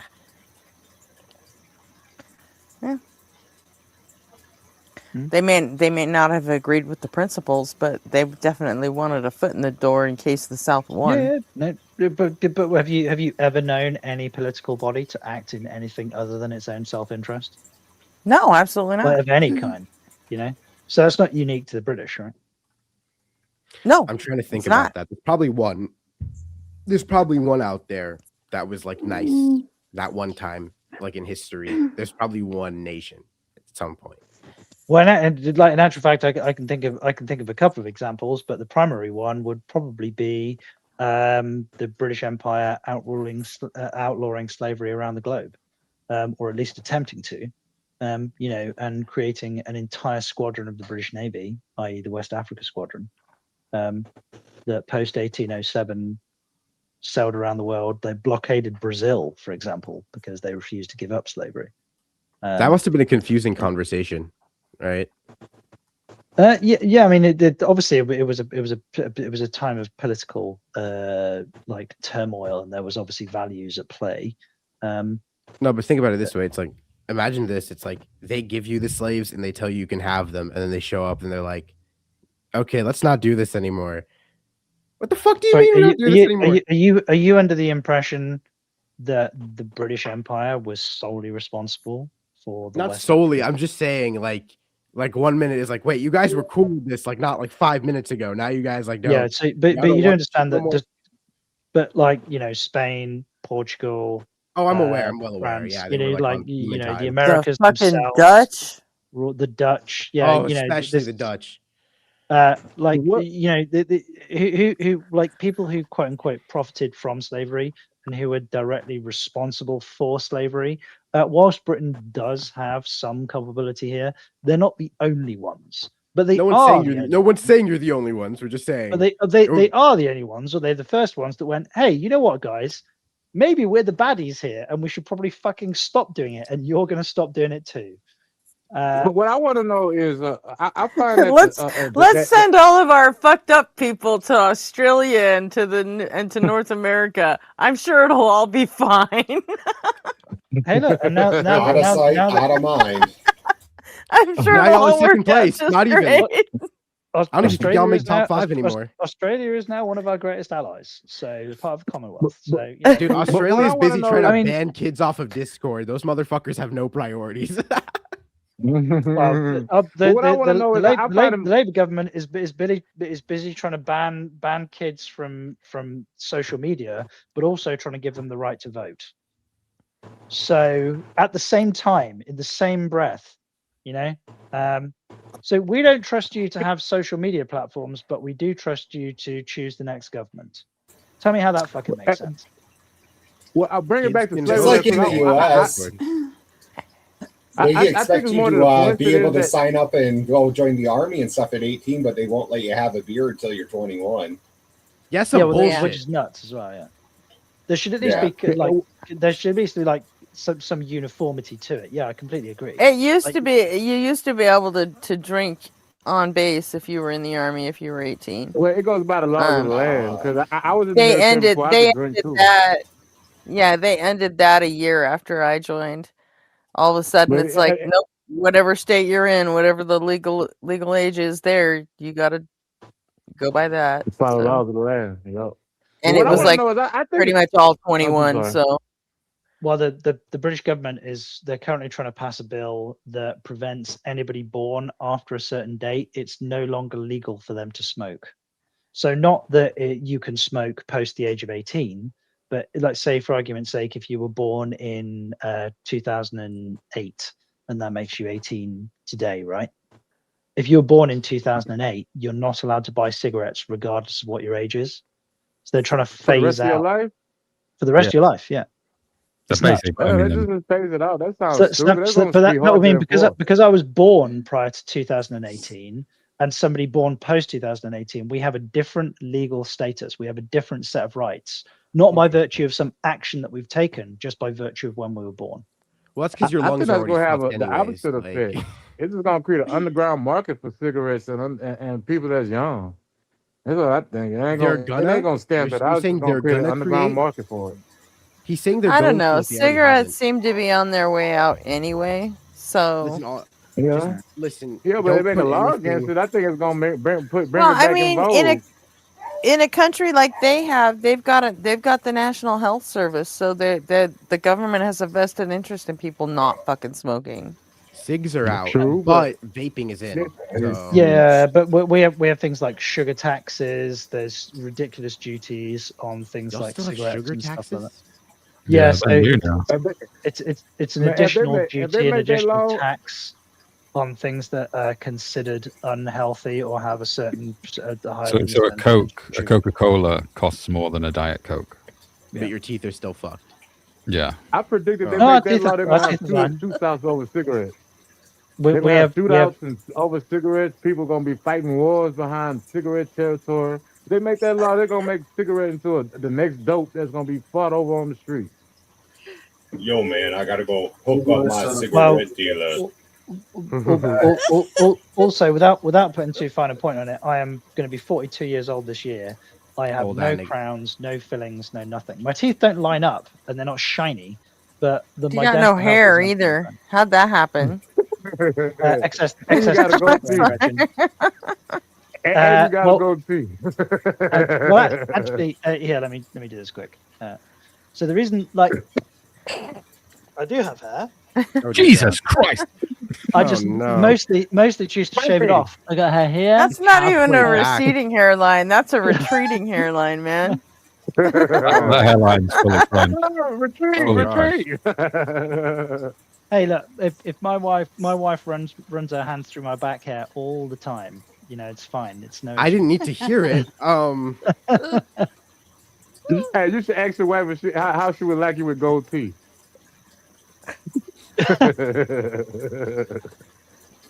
My wife, wife I think asked about getting me. some gold teeth. Do you know what? There are two things that would happen. She would tell me. Firstly, she would go, "You can get your ghetto ass back to the streets." And the second question that she would ask me would be, "Where the fuck Where'd you did get the money?" come from for those?" Yeah. Be like, all I want for Christmas is 4 gold teeth. No, I want a full tell her you grill. want some What are you teeth. talking about? 4. I want all of them. Yeah, all the teeth. You want some teeth. I want to look like Jaws, that guy from Moonraker. Have you ever considered just shaving it all off and going bald? Yeah. Yeah. Well, no, I do. It's just this has just grown out. I've just not shaved it recently. Like I do shave it all off completely. It's just grown out a bit. I've just been quite busy, and my wife fucking hates it when I clip her off. She would prefer it like to not be like. She likes the trim beard, like the manicured beard, but she's not a massive fan of the bald head. So. I love how long my hair is now. Are you thinking about trying something like them hair transplants and doing anything to get your hair to come back? Or you just like, fuck it. This is what it is. Fly to Turkey now. Yeah, it's funny. There's a friend of mine. He's the same age as me, and he's got like this luscious, beautiful head of hair, and I fucking hate him. But he does. It's completely natural. And he has mine, to. I fucking hate him. he flies to Turkey on a regular basis, and he always tells me that he's flying back to Turkey, back to the UK from Turkey, and like everybody in all these seats has got like the wraps and the plugs, and like they've obviously like post hair transplant. And I always say to him what he should do just to really wind people up is go, "Oh yeah, I've just come back from Turkey to have my hair done too. Where did you get yours done? My guy came really well recommended," because obviously his hair is like beautiful and lush, and these guys all like scarred heads and it's not grown in yet. I always thought, really wind people up. That's fucking mean, dude. What they ought to do, they ought Yeah. to invent it. Instead of like putting all this money into like R&D to like find drugs to grow hair and procedures to put hair back on, they ought to find a way to just make hair stop growing and just freeze it. You know? No. Well, that would be fucking awesome. What are you talking about? You can like get it done when you're like 20 and you just like have that hair forever. It'd be great. That would be. Do you guys remember there was a trend with especially older ladies where they would get their eyebrows tattooed? You guys remember that? What the fuck? Yeah, are you Mexican talking girls about? still do that all the time. The At old least Mexican girls ladies would here in get their LA, they still do that. would get their eyebrows, tattooed. But then what would happen is the style of eyebrows change over time. Because sometimes you have like pointy eyebrows, sometimes you have, different style eyebrows. So they'd get their tattoo done in like 1980, and then their eyebrows look weird in 2010 because the style of eyebrows has changed. So you got one side of the hair too. I see what you mean. They like get them filled You know, in. like the Rock, how the Rock used to do his eyebrows. It's hard to tell if they mad or they're excited or they're happy. I don't know what's going on. Hang on. The Rock We has don't an know what eyebrow. it is. You know the people eyebrow when he raised it one eyebrow up and he do that little arch in his eyebrow. Yeah, the women look like that all the time. I don't know if they're mad or they're happy or they sad. Why? I be like, what's going on? Did we lose I you, don't know what Not to G? do. supposed to know. Bye, Sorry, Eugene. Rach. Like Batman with the eyebrows. Did they have this thing in the States where there was a period of time where women were having their lips tattooed, but there was like a color tattoo, so they're getting like Yeah, Brett, I know we would still be losing hairs. That's why they have to find a way to freeze it so we don't lose any more I hair. heard of it. I heard of it, John, but I haven't seen anybody do it. Yeah, I know, It's be Lego. That's like my just wife's Lego friend hair. But then see my logic is that way I only have to dye my hair once. I don't have to worry about roots or anything. I could just dye it once and be done with it. That's what I love And about then I women. can just though. have Women my can purple and change red up. hair for fucking ever.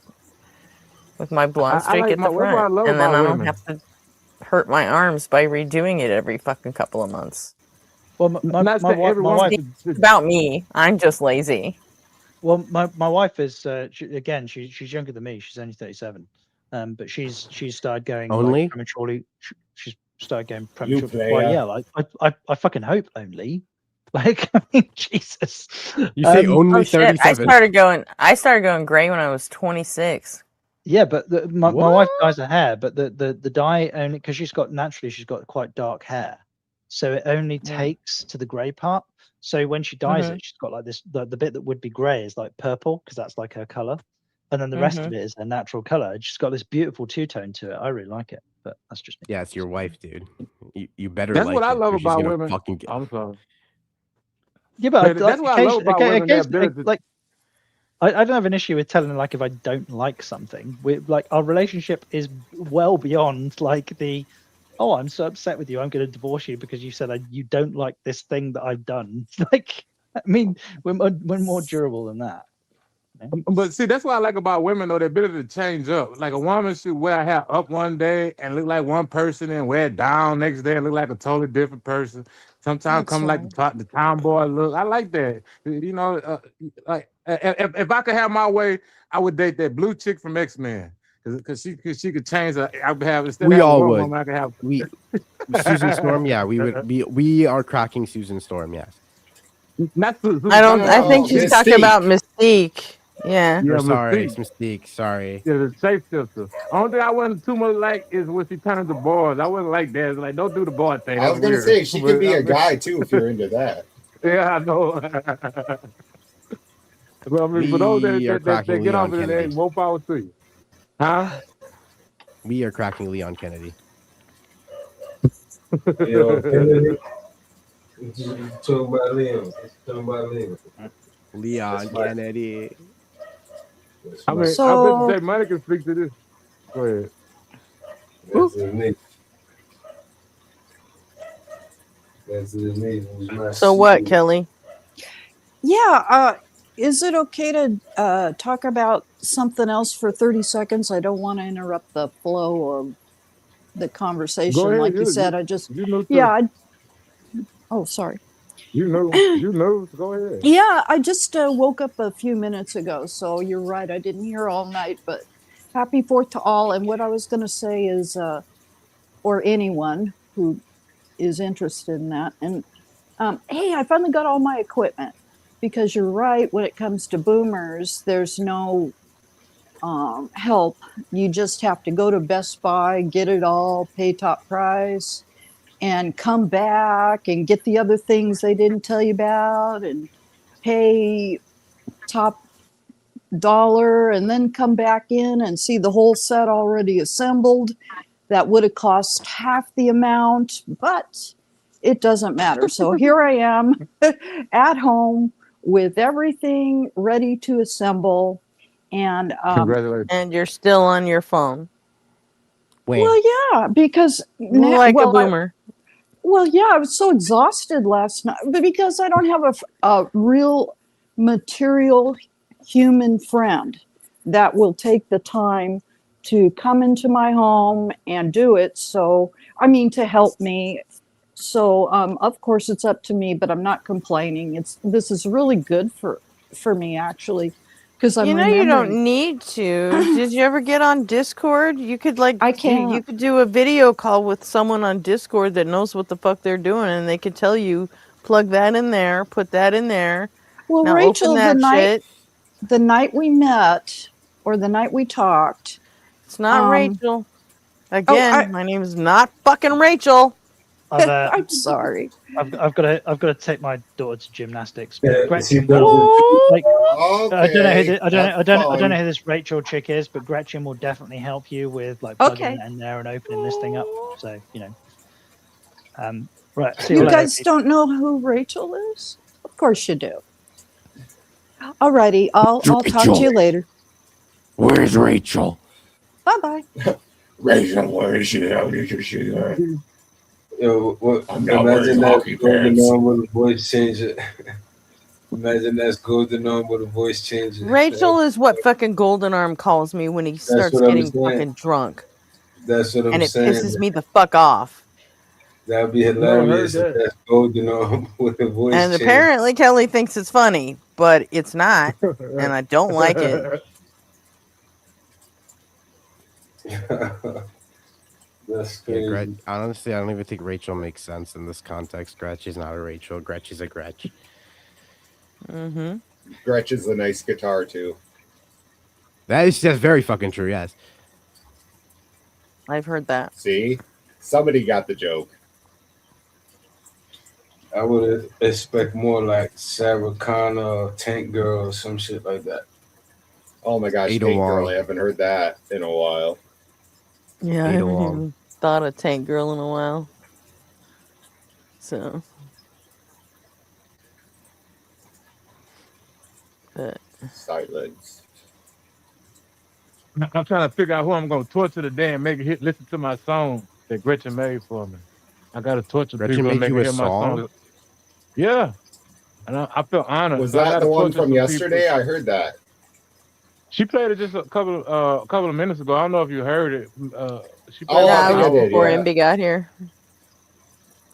But. Yeah, I'm the rap gonna song. force my mama to listen to it, my brothers to listen to it, and my sister. That's off top. You gotta listen to this song. They gonna like me even less. I'm the black sheep of the family. I'm the atheist. Uh-oh. But I'm glad. That's why I like it. It don't have too much of a religious message in that song, so they'll listen to it. No, I didn't put too much religion in that one for you. Poison the well on them. And you might not like this. I'm gonna say the guy's name, but I let him know. My mama like Taco. She like his song from Taco had made. This song pretty funny. Yeah. Chalupa sauce dripping from the lip. Well, yeah. Now I got my own Oh song. yeah, I like a lot of the songs Taco. I love the song Tacos made for me, but wait, he's the one that fucking went all bitch made and wouldn't let me fucking use it anymore. So fuck him. We're sorry. Not async. Fuck McTime. I don't get what's your channel thing. What do you do? I don't get it. What do I do? What you mean? Like work? Yeah. On the stream. Well, right now I'm currently in between jobs. If you know somebody hiring, especially in the Texas area, give me some information. But I'm on the stream. I'm just currently trying to help Gretchen get her to get to to her full potential. I got an idea for a little TV show. I mean, like a show that we can do for some comedy relief for Gretchen. We can make some more content, kind of like a news program. But that's about Wants it. to make some like sketch you had, like, a comedy channel. and stuff like that. No. No. Oh. No, he has a channel in the Async Discord. And that's for the news you his. can't That's use. news you can't use, and it's for his sketch comedy and stuff that he wants to get all of you involved with to like, you know. Bring me some news from your bring me we some need a news from drama your channel. area. Well, I mean, the concept is basically like you showcase some news from your area, something that's lighthearted, make people laugh, and we're gonna do it with for comic relief. So you're gonna be the reporter on the beat, and I play like Jon Stewart in the studio, and I send it off to you and let you talk about the news in your area. You know, hopefully it'd be something funny and make people laugh. Like Chuck McNorris, he often talk about how the English is always fighting over the English, the Jesus bread and stuff. Usually he gonna be my writer. He gonna be one of my writers. We done got that worked out now. But yeah, he got a lot of stuff where he talking about like yesterday he sent me a thing where they was talking about 1579 the British outlawed waving Jesus bread in the air. And it was some kind of law that he found, and he showed me the law. I mean, that shit sounds so ridiculous that it's funny to me.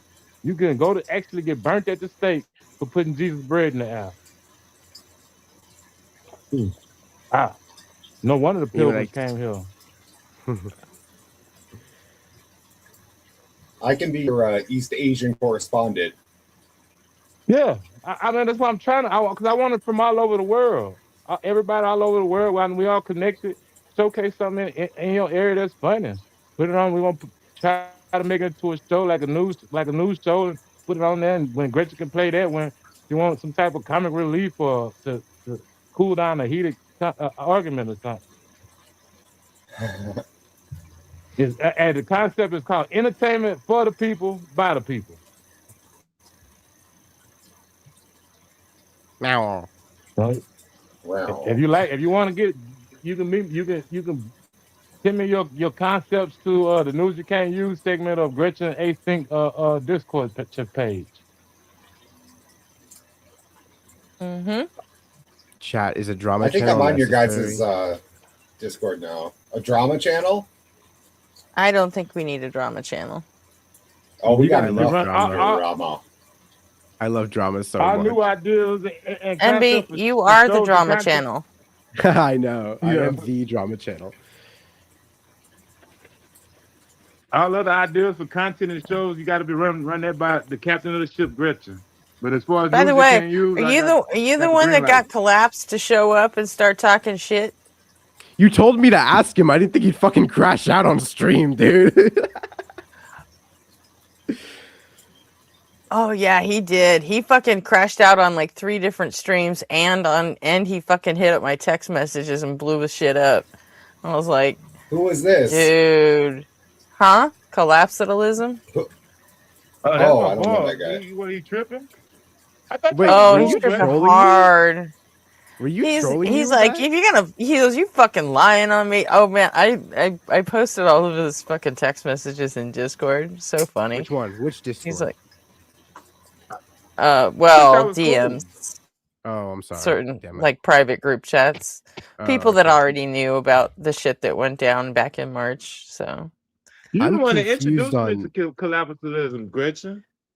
but I actually, I have 100% fucking screenshots and everything that he absolutely fucking ripped me off. So he can say Wait, whatever the fuck he wants. I don't lie Well, about I hope shit. I'm I hope y'all interested get in this it in back this together. grand. Huh?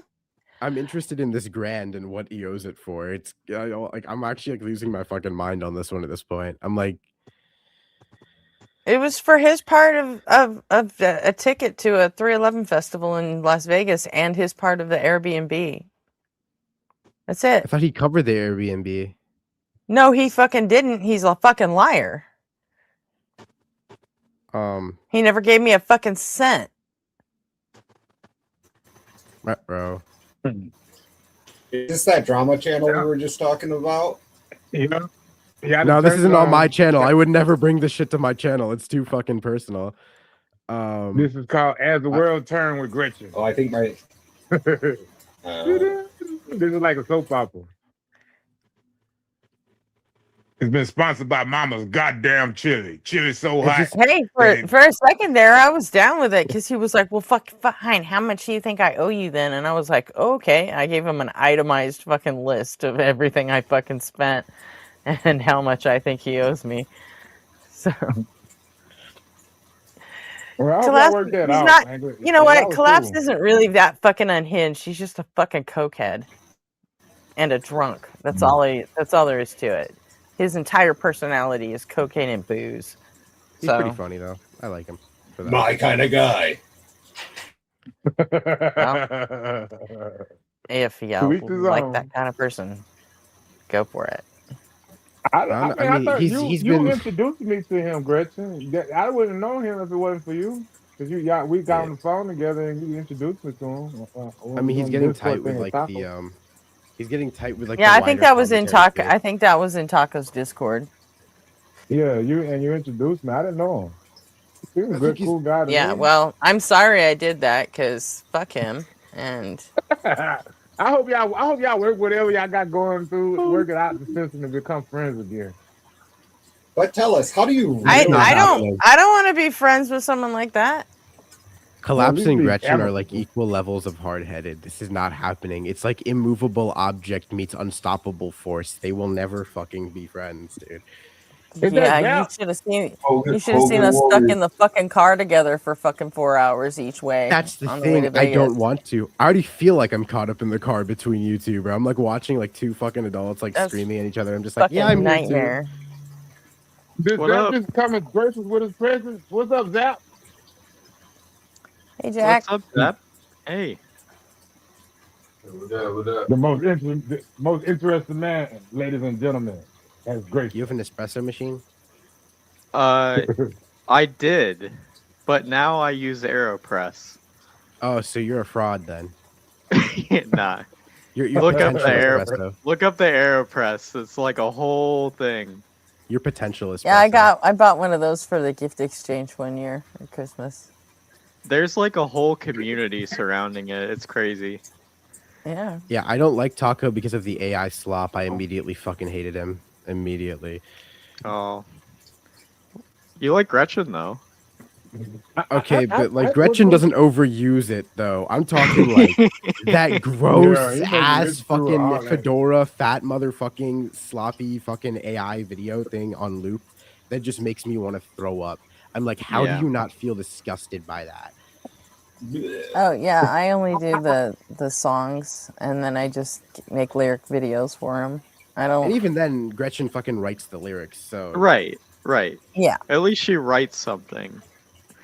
Well, and the thing that I didn't like about it was that he had a freestyle when he first came on. He was like doing a little freestyle rap in his intro. But it seemed like once he learned how to use the AI music part, he gave up on the freestyle. I liked his little freestyle. It was silly and stupid, but he was seemed like he was every day he seemed a little bit better. I was like, yeah, he's getting good. He's gonna eventually be like Eminem or something. You keep on doing it, but he stopped. Like to me. Fun fact, I was the first Suno song. Like Jim Bob had a song before me, but that was not Suno. Like I was the first Suno song he made. Yeah, your song was good, but he made a bunch of songs for you. Yeah, He was like, but- you want to make Yeah, you into but- a fair officer. I don't know. My favorite J Money song is one that J Money does not like at all. So it's just if you're gonna take shots, be open to the shots that come back at you. Is what I'm saying. You know, that's all I'm saying. Dude, I aspire to reach. The I'm level sorry, of but Song. that whole like doo-wop song that he made, it was catchy as shit. I'm sorry, I could not handle it. That song fucking owned me. And not because of the subject matter. I mean, yeah, it's pretty fucked up to name a song J Money is the king of the fortress of impenetrable stupidity, but I mean but other than that, the song was actually kind of a banger, you know? I will ascend to levels of songhood one day. Trust me, chat. It It will is what happen. it is. You know, just when I say what I say, then don't go crying. Happy 4th of Yeah, you July, started everybody. Type shit. Happy Type shit, Fourth. bro. Happy 4th of Please July. your firearm. I just I just saw. Oh yeah, now the Brits are Independence- gone. That's awesome. Yeah, we can talk trash. I just saw the parade in Hell DC yeah. was canceled because of the heat. The what? The parade? They canceled parade the in parade? DC. Yeah, Yeah. they canceled everything. It's like so fucking hot. Dude. Are you saying New York? No, in DC. DC.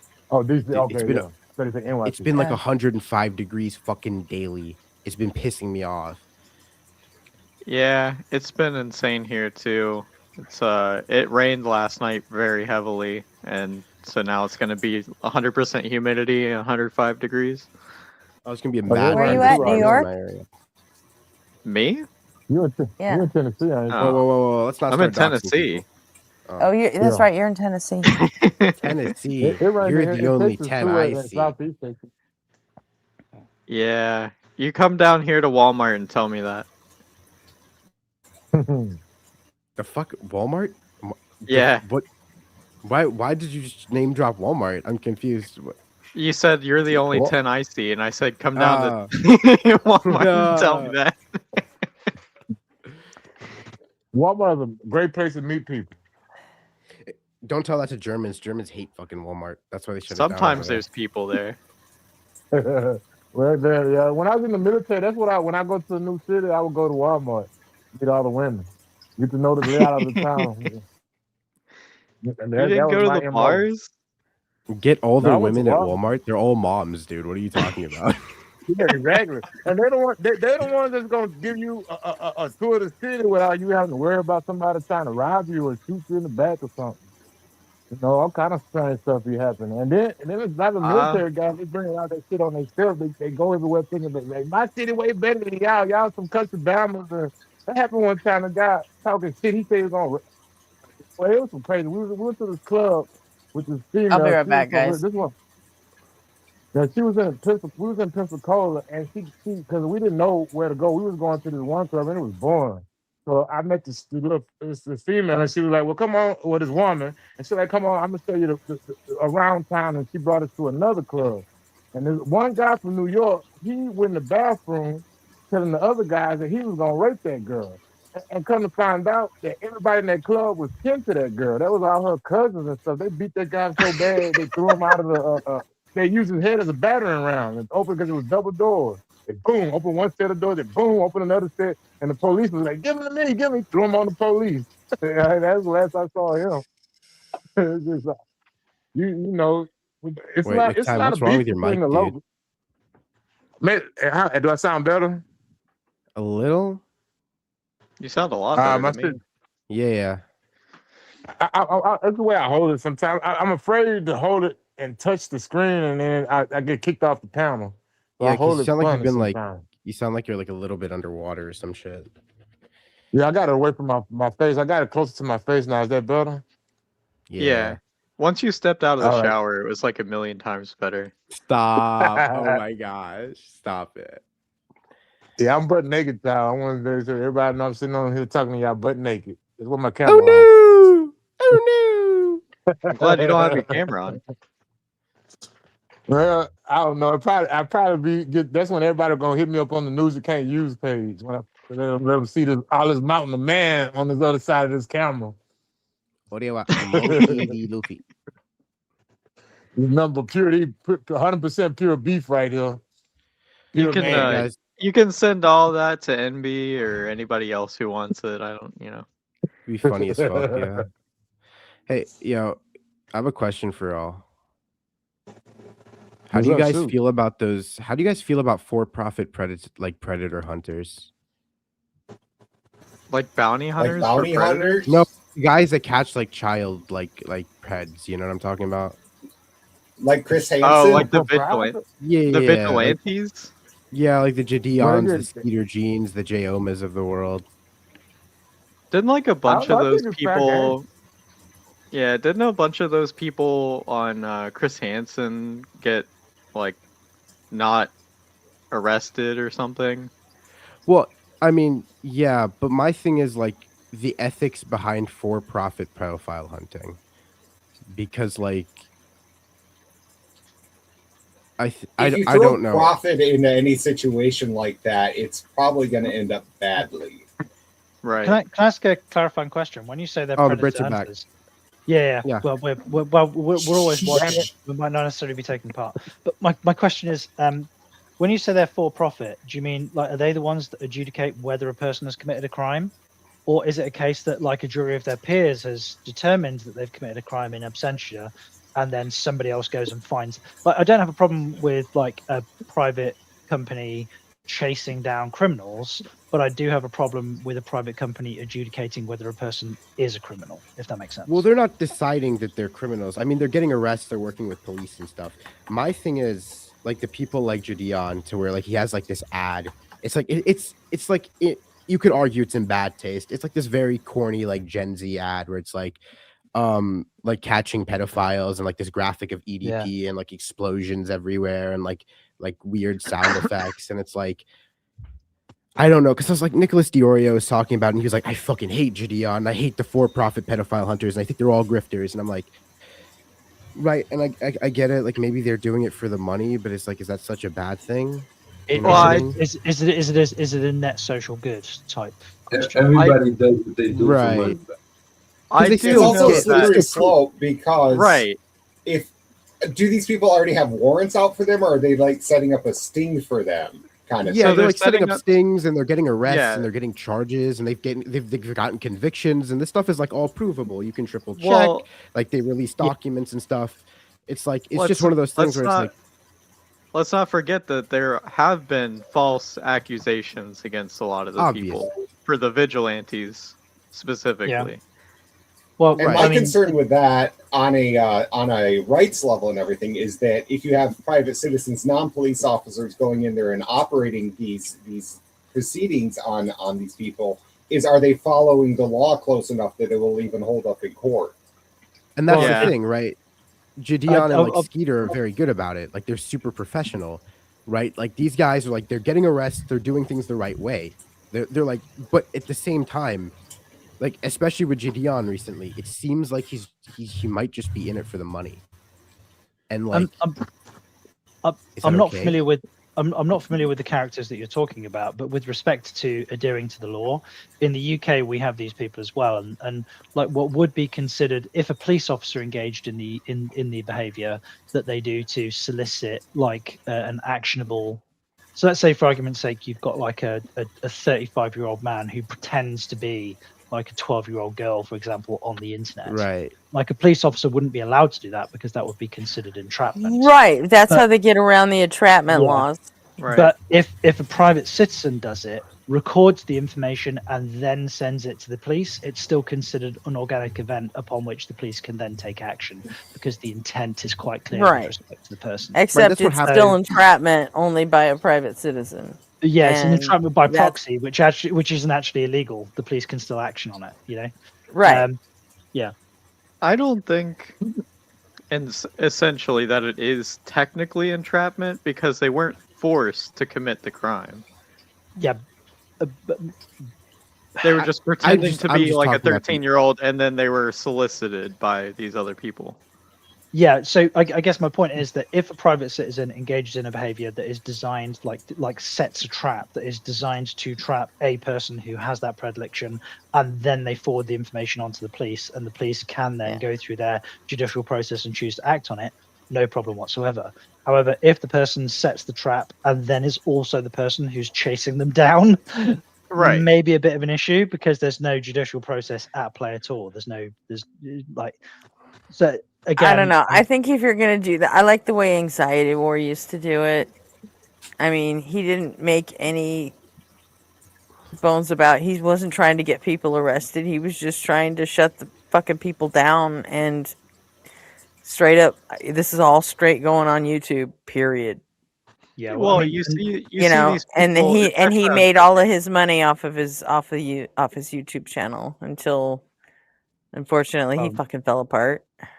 There was a guy from Chris Hansen who, even though he was exposed and I think he got arrested one time, but the other 2 times he didn't. But he was on the show for a total of 3 or 4 times. Yeah. And So like they're just gonna do it even if you just expose them and don't get them arrested. Right. And again, I mean- these newer catchers, I think they're pretty good about it. It's just my ethic, I like ethically behind like the whole like for profit shit and like only for like if you're just in it for the money, is that a problem? Everybody does what they do for money. Like, what you expect for them to do it for free? Like, how you Yeah, I supposed to pay the bills? Well, yeah, like even with like a socialized system, like even if it's like a state-controlled prison system, like the prison guards still need paying, and I get that they're not deriving profit directly from the prisoners being imprisoned, but the prison officers, the guards themselves, are deriving profit from the utility that they provide with respect to the system. So, all systems, whilst they might not they might be a cost, but there are parts of the system that are in fact profit-seeking entities, right?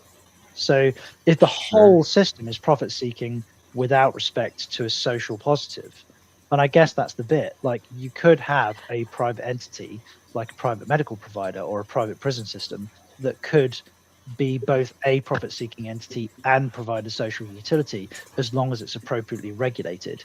It's where the regulation isn't at play that becomes an issue. Yes. I don't know. I think if you're making a profit off of hunting these guys, I mean, how many people are you actually getting arrested that really wouldn't have done it if you hadn't have been there fucking pretending to be a little girl and fucking with them? I mean, I've gone down some fucking gore rabbit holes that I never would have fucking gone down if someone hadn't have fucking sent me a link. And by the way, come look at this. And I'm like, okay. Well, it's and then here I am watching two fucking Ukrainian guys kill each other with a fucking hammer, and I'm like, what the fuck? Yeah, well, just like, just what the actual fuck? And I'm like, you know. When I worked for a private medical company in the UK, I had one of the lads who worked for me who said that he was going on a 2-week holiday, and the company that did our DPS checks, so our background checks, missed it. He was actually undergoing his not his first, but his second jury trial for what was it? It was he was actually a teaching assistant, and whilst he was never actually accused of like direct inappropriate contact, the accusation was that he had quote unquote tickled the girl on the bottom. Oh no! She was like 4. God! And he was a teaching assistant, which obviously is a big no-no. Like obviously he clearly should have been instructed not to do that. So the first jury trial couldn't find a verdict, and when the CPS decided to have the second go rounds, they charged him again. They prosecuted him again, so he ended up with his second jury trial. And the second time round, they also found they did a deep dive into his online history, into his computer and stuff, and they found some inappropriate images on his computer. No! The problem is, how they prosecute him twice for the same thing? No, double jeopardy out there. No, so we do have double jeopardy, but like we don't have double jeopardy in the same way. But what happened was that the first time he was prosecuted, that it was a hung jury, and when if the jury finds you in one direction or another, then yes, you can't prosecute again. With respect to being found guilty, then they can obviously appeal with respect to sentencing. But because it was a hung jury, there was no adjudication found. They couldn't make a decision. So the reason that CPS charged him, the reason the CPS charged him again, or the Crown Prosecution Service tried him again, is because they found additional information that they didn't have the first time. So if they'd have found him not guilty, then with respect to the second piece of information, they could have charged him with a separate crime, but they couldn't have prosecuted him with the same crime. And I'll never get jury duty It again. sounds like the same in the U.S. But the point is that the second time around, the images that they found on his computer were so old and so degraded, the information was so terrible, they couldn't determine whether they were solicited or unsolicited. So it is perfectly feasible. Like if somebody posts a letter through your door and it's got some it has some kind of illegal content to it, you don't choose whether the person posts that information through your front door. and they couldn't determine whether these images were either solicited or If unsolicited. they were saved to his computer, then No, no. This is the problem. They couldn't work out. So, for example, like all of us. How long ago was this? About 8 years ago now. So Okay, there's no all of way. us, all of us who were the court case was 8 years ago, about 8 years ago, and like 2018? when. Sorry. Or put his fucking head. Take his fucking head. But with respect to solicited and unsolicited images, the problem is the information that they got off his computer. Like, have any of us ever been on like a site that is a pornographic website, for example? No, never. Duh. Yeah. Fuck. So like if you search a specific criteria of pornography, like MILFs example, yeah. But then there's a pop-up, like some kind of advert or something that pops up in the corner. The MILF porn is solicited, but the pop-up in the corner of the screen, which likewise is also stored on your computer's hard drive, was unsolicited. It's just like an advert or something that is incidental to the website. So the point is, the content that they found on his computer, they couldn't work out whether he had actively gone looking for it or whether it was just incidental. There's no way to find that stuff unless you actively look for it. So the stuff stored in cache and in cookies is different than the location where it's stored if it's saved as a video. Yeah, and only certain information is stored in cookies, like as text, I believe, is the only way you can store information in cookies. Yeah.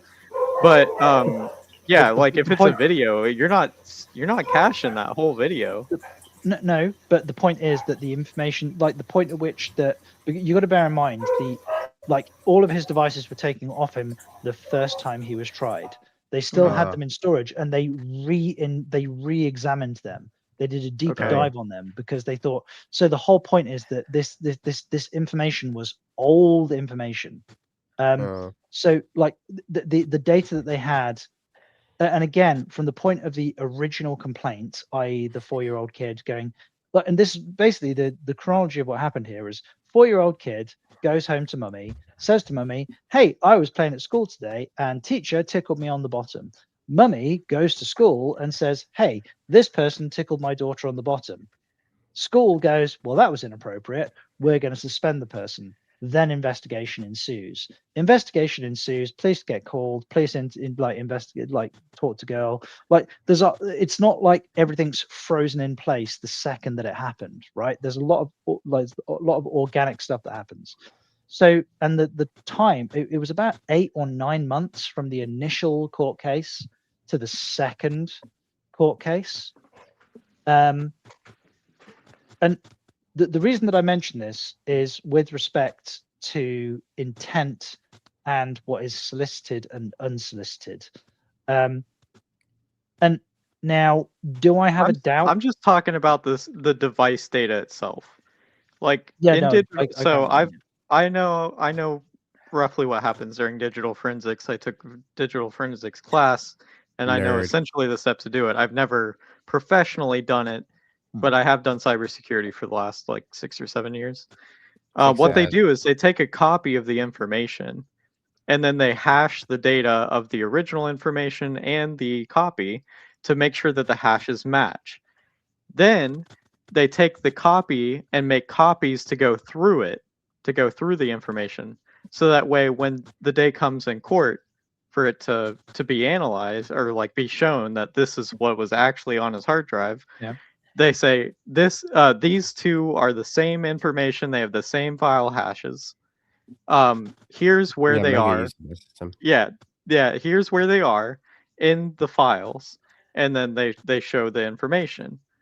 Well, the information in this case, they could not determine whether it was either solicited or unsolicited, and they couldn't even be certain that the image data was can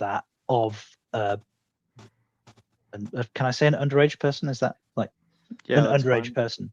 Yeah. So but the point is that information in concordance with the initial complaint was enough to get him actually successfully got him prosecuted. He was found guilty the second time round. So I'm the glad. initial complaint. Yeah, no, I am too. Like on average, I do think he was guilty. But the bit that I find odd is this: it wasn't like this was a criminal conviction that was based on a preponderance of evidence charge, not a beyond a reasonable doubt standard. If that makes sense. That sucks. Yeah, look, I mean, would I let him babysit my kids? Fuck no. Yeah, probably not. Is it possible that this isn't? So was it a potentially criminal charge or was it a civil charge? He spent 2.5 years in How do you prison. get So yeah, civilly it's a fucking charged? criminal charge. That's what I Yeah. was. That's because in the United States, the beyond a reasonable doubt is a criminal charge, but Yeah, this civil was court criminal. This was cases criminal. only need 51%. Yeah, the CPS, the Crown Prosecution Service, doesn't get involved in civil cases. Yeah. Wait, in Britain, aren't you guilty until proven innocent, or am I tripping? Am I missing something? Are you fucking mad? No, it's innocent. No, okay. And the reason No, that you have wait. the standard is because you got it from us. Sorry, Right. the burden of proof is on. Sorry, no, I'm sorry, not guilty. The burden of proof is on the defense, not the prosecution, right? No. The burden of proof. Burden of proof is always on the prosecution. Yeah, that we got that from English common law back even before we were a country. Am I missing something? What about in a civil case? No. So the difference is the evidential standard. So Right. the burden of proof is always on the person who accuses you, but the evidential standard is different. So the beyond a reasonable doubt standard would be a presentation of a piece of evidence that eliminates your innocence as a possibility, whereas the preponderance of evidence could be a shitload of circumstantial evidence where it's still possible that you could be innocent. But as far as the jury is concerned, or the magistrate is concerned, that there is so much circumstantial evidence that it means that on the balance of probability, you are guilty of said crime. And those are the differences between the civil and the criminal. Like if you're going to rob somebody of their liberty, basically you better be fucking certain of it. Whereas if you're just going to apply a fine or some kind of financial recompense that can be made good if you're wrong later, then you can potentially reduce the burden of proof, like the standard of evidence required. You can give money back. You can't give years You of can't your give life time back. or exactly. Yeah. Okay, I think. Wow, we strayed so far from my initial question. Yeah, holy I was shit. all dealing with your question. Yeah, it kind that of was all interesting, though. It's but the reason I came back in is because somebody said the Brits are gone, and I just wanted to drive that tent peg into the ground and go, "We're not gone. We're always watching." But no, somebody- I do. No, I On do. the 4th of July? Yeah. How I know. dare you? The date is relevant, boys and girls. Somebody, I'll see you all somebody later. said that. Who said that? Who said that? Who was that? I need a dead ringer in chest to kick Bob ass. Because Bob, beat me up Bob is always kicking my ass in chest, and I don't like him for that. So I need somebody to chess. humiliate. Well, hey, beat me up Bob Stop playing because chess. he has a Start very playing mean Magic the game in Gathering. chess. Oh, stop playing. I thought you said I play chess. No, I do play chess. Well, I want also you to, are play you any Magic the good? Gathering. Oh, okay, Yay! I got you. Are you any Are you good? on, like- Because I need somebody to beat up on beat me up Bob. He's a bully. He bullies me in chess all the time. He kicks my ass. So a couple questions first. What's your elo, if you don't mind me asking? Well, I normally play Blitz and Bullet and Okay. Bullet. I'm probably like 1100. I maxed out maybe around 1300 in Bullet, and then in Blitz I'm doing bad right now. I'm in a valley right now. I'm in like 900, but I normally range around 12 to 1500 in Blitz. But right now I'm sucking life. I think We're around Bob the done same took then. all my confidence. You heard my We're around confidence, the same. Bob. We're around the same, but I don't play Bullet. I just play Oh no! Bullet. I love Great. Bullet. Where the fuck did Gretchen go? Man, That's it. Bullet is not real chess in my opinion, because you're not like if you make a move in Blitz and it's wrong, you get punished pretty much immediately. If you make a move that's wrong in Bullet, you're probably not going to get punished for it immediately, Oh, but well, it probably the depends. next move. You can. I like- It's not impossible, but The reason why I like Bullet is you can win with cheesy tactics. Like I could sacrifice a whole bunch of pieces at the beginning, just bam bam, and Like create such pre-move. of a Yeah. create such a confusion and distraction that I can win with less pieces because time is ticking fast and you got to move fast, and I can win with. But if you had time to think about it, you would see that I actually put myself in the worst position, and you just kick my ass. That's why I got say- Bob a couple of times like that because at first when we were playing, I said, "Yeah, I can get him on Bullet. I could cheese him," and I damn near beat him a couple of times, but I always end up beating myself. I end up doing that stupid ass move where he gives which allows him to come back and beat me. I don't think I ever beat Bob yet, but I don't whoop this. No, I have beat him a couple of times. Yeah, But it's getting around. Hikaru even agrees. But he's obviously the master of chess in the United States. Well, yeah, because he even gave Magnus Carlsen a fight too. I think the last couple of occasions he's been winning the last couple of rounds. Anal beads. That's something different. You just have to be there. You don't know ball like that. Yeah, no, Magnus and Hikaru love playing against each other. Hikaru definitely gives Magnus a run for his money, but Magnus usually always wins. I don't think that's going to be the case anymore. Really? Yeah, I think Magnus. I think the age is catching up with him, and like he doesn't really have that much time to play chess anymore. So he's just kind of like. I think he's like he's declining. You know how old Hikaru is, right? Well, same thing. Does Hikaru have a child? I think so. Does he? I know Magnus does, but I don't. Yeah, I don't know. Magnus hasn't been playing chess as much anymore. He's been losing a lot too. I do know that he took a break, but I think he's still ahead of the game. And Carlson is switched into poker a little bit too. He's trying to play poker. What the fuck? Why? Yeah. Well, I guess he likes poker. I don't know. We got. I guess he's into gambling. I don't fucking know. Money. Yeah, I mean, they probably gamble on chess. People do it. That's why hustlers are a thing. Yeah, I want to know. Maybe Gretchen one of these days will allow us to play a game, and then we can broadcast and let everybody see Bob kick my ass. So apparently in Bullet, Magnus, this was 2 years ago, but Magnus won 35 out of the 25 games. I would do that. 35 versus 25. Blitz, Magnus won 29 versus Hikaru's 20. And Rapid, Magnus won 3 versus Hikaru's 1. No. But they've drawn more in Blitz than they've won. What you said you would do that, Gretchen? Yeah, you want to play a game of chess online? I'll stream that. And y'all could talk over it too. Y'all don't have to. I mean, I could be like commentators or announcers or whatever. Would you do that, Bob? Would you play me on and we'll broadcast it on A-Stink? I'm no challenge for Bob though. Give him time to respond. Who's Bob? Beat me up, Bob, in the chat. Yeah. Yeah, that's Bob. He changed his name, but I know who the fuck that is. That's Bob. Goddamn Bob, always kicking my ass. I know exactly who that is.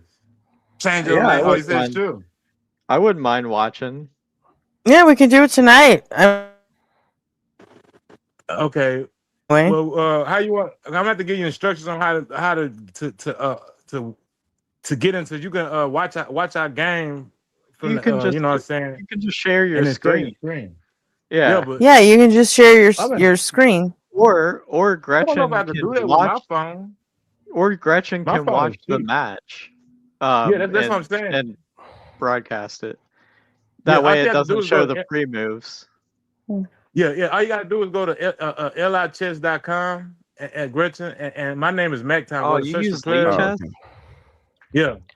Well, when you guys get your game started, DM me a link that I need to go to in Discord, and then I'll go and watch it, and then I can pull it We can up do and that then I too. can share my screen Right. and put it on there. Okay, it's 9 a.m. Because Everybody. I mean, I don't think RP's gonna be around tonight. Oh, He's got a show Wait a to minute, do. y'all can talk. Y'all the can show? talk What about other show? things while we playing chess. That just Huh? be playing in the background. What show is RP gonna do? A friend of his asked him to do the sound engineer for an EDM show, Oh, that's and awesome. he said, see if you can find someone else, but if not, yeah, I will. So he doesn't know Right. if he's going to even be here for a stream tonight. So Anyway, but I will be. 9 a.m. So I gotta go do things. I gotta go get my day started. So you guys have fun. I'm gonna go see y'all. Bye. Bye. you have a day. Well, have a Yeah. good day. Yeah, have a good Enjoy day. your day. Success in your endeavors, man.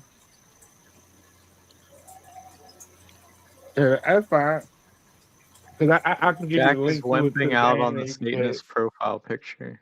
I don't know what you mean. And see, y'all can play it while the game is playing in the background. Y'all can be talking about other things or whatever. What just have something playing in the background. Is it not showing in? Oh, it's not showing in YouTube.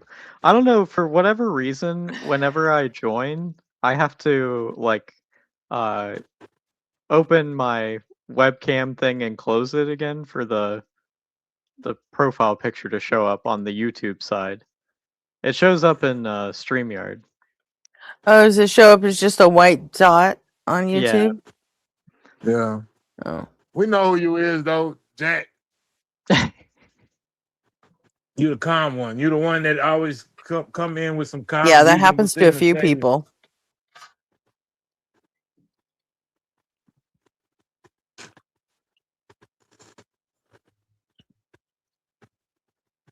Is that what you have to do? You have to turn on your camera and then turn it back off? Yeah, hold on.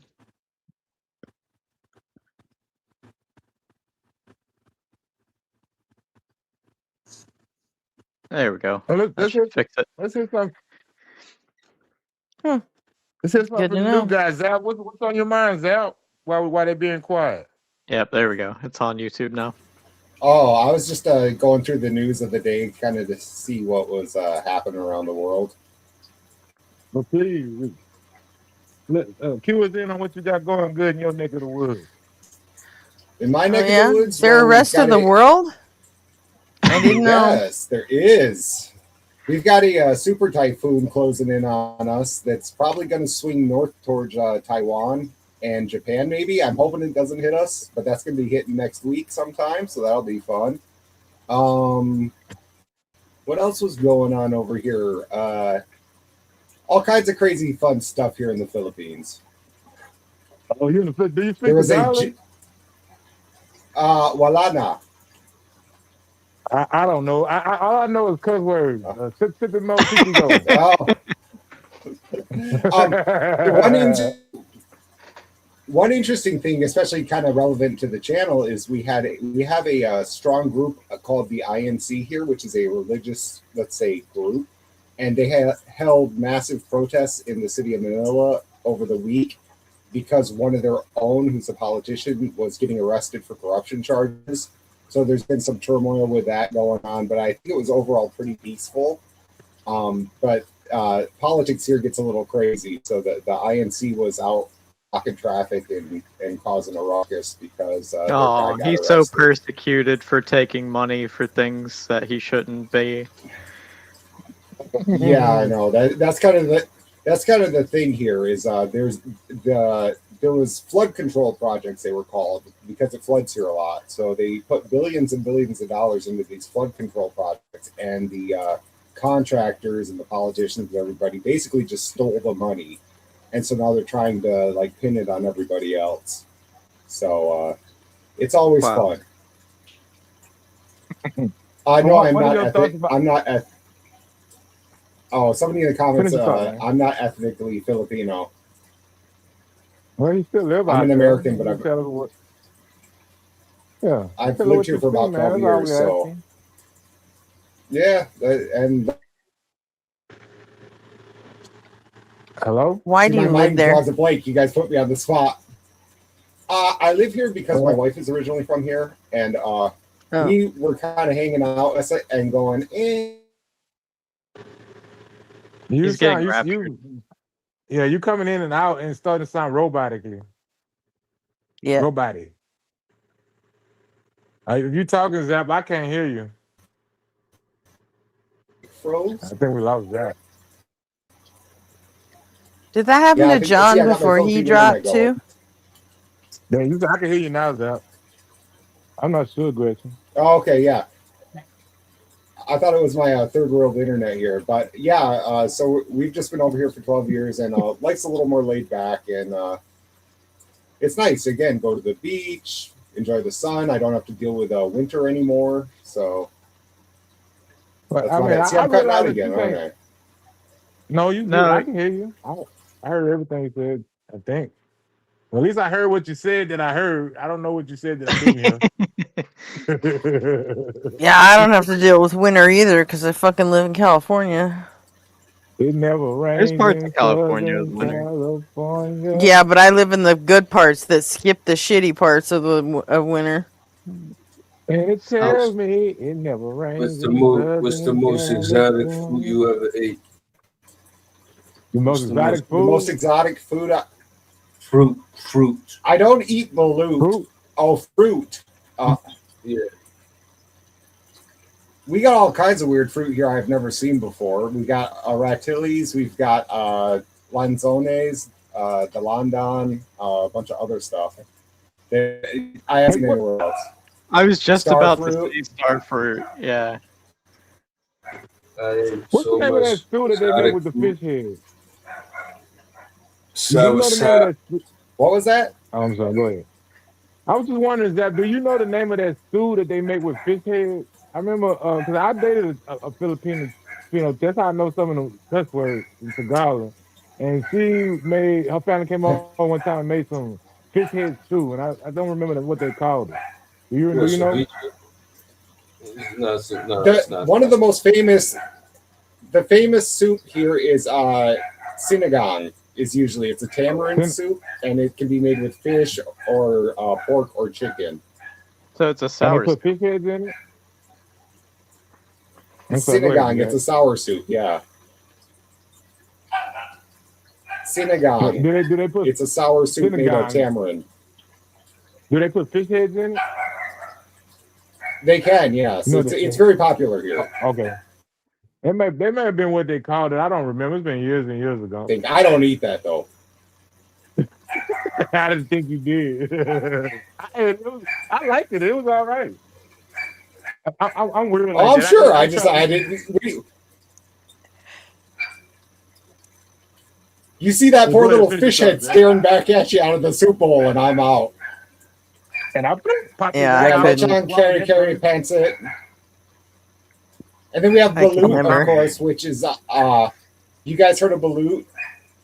No. Balut is a duck egg that has a fertilized baby duck in it. Oh yeah, I heard of it. Balut, like BALUT, right?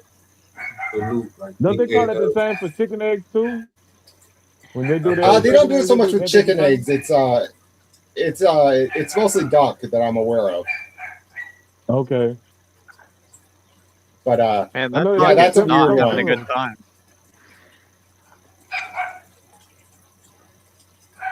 Why? I forget how many days they let it cook. He's upset about something. That dog in the background mad. Yeah. Oh, is this at my place? Yeah. I don't. It sounds like it. Oh, probably. I hear the dog in your mic.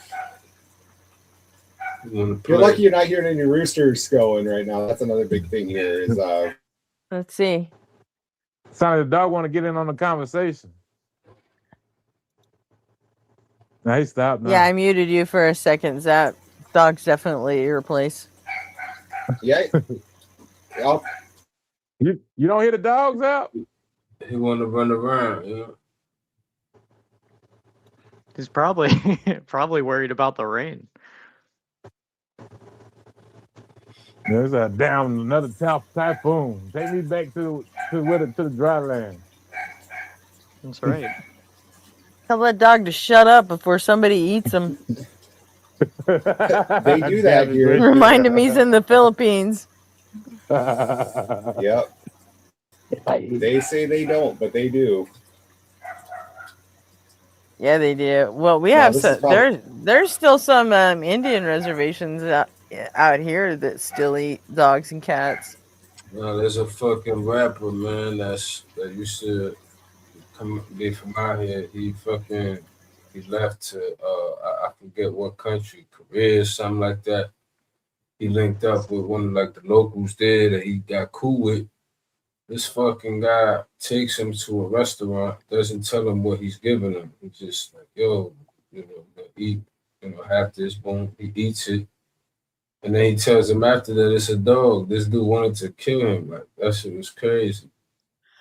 It happened on the stream. Like, he's just like, fed him dog and didn't tell him until after he ate it. He was like, yo, what? He was about to kill him. I did that for one of my girlfriends for deer, but I'd never do it for dog. Some dude named China Mac. It wouldn't be my first option. But in a survival situation, that dog is not gonna make it. But I wouldn't do it first. Yeah, if there's a zombie outbreak, he ain't coming along. I met that dude China Mac, and then he ends up going out there and they like beat that dog. I'm like, what? That's crazy. They still kind of do it here, but it's mostly in the out in the provincial areas, more out in the jungly areas, not so much in the city. They don't eat dog as much. What was that? So since you've been out there in the Philippines, what is the best meal plate that they cook that you like the most out there? The best meal they cook is probably adobo. Probably their version of adobo is pretty good. I'm trying to think what other ones I like. There's what is that one? It's a type of pancit. Pancit is like a noodle dish, and they have like 50 versions of it. I think it's pancit malabon, it's called. I like that one. That's pretty good. But then they got a lot of weird food. I was just about to ask you, anything you ate that you thought was weird but ended up liking it, like any surprises? There's one that is called diniguan, which is it's a pork blood stew, and they trick foreigners into eating it by calling it chocolate meat because it's very dark. And so I tried it and was like, oh, this is good. And then they're like, you know that it's pork blood, right? And I was like, eh. You can't no take backs on that. You can't call no take back. Yeah, exactly. You like it. Another weird food they have, which wasn't as bad as I thought, but I don't think I'm going to have again, is a day old chick, is what it's called, and that's literally what it is. It's day old chickens that they put on barbecue skewers and then barbecue. So the beak and all, you're supposed to eat the whole thing. That shit, yeah, I seen a documentary one time on the Philippines. That shit broke my heart, man. They fucking got some shit called pag, man. Like, oh yeah, the pag. Yeah, it's nasty shit. What is that? Man. It's literally they. Yeah, he can tell you. They dig through the trash. McDonald's, yeah, and then they clean out the food, like the stuff you didn't eat and threw away, that little last bite, that little last French fry that you tossed out. They retrieve that from the garbage, clean it out, boil it again, just clean it out as much as they can. You know what I'm saying? And then they repackage it and sell it to you straight from the trash. You see what I'm saying? They go to the trash. Sound like meal loaf in prison. Say what? You ever heard of meal loaf in prison? When they just take a whole meal and they just cook it together into like a meatloaf or thing, they call it meal loaf. Nah, these dudes going in the garbage though. Bro. Yeah, I got you, but prison food ain't that far from garbage.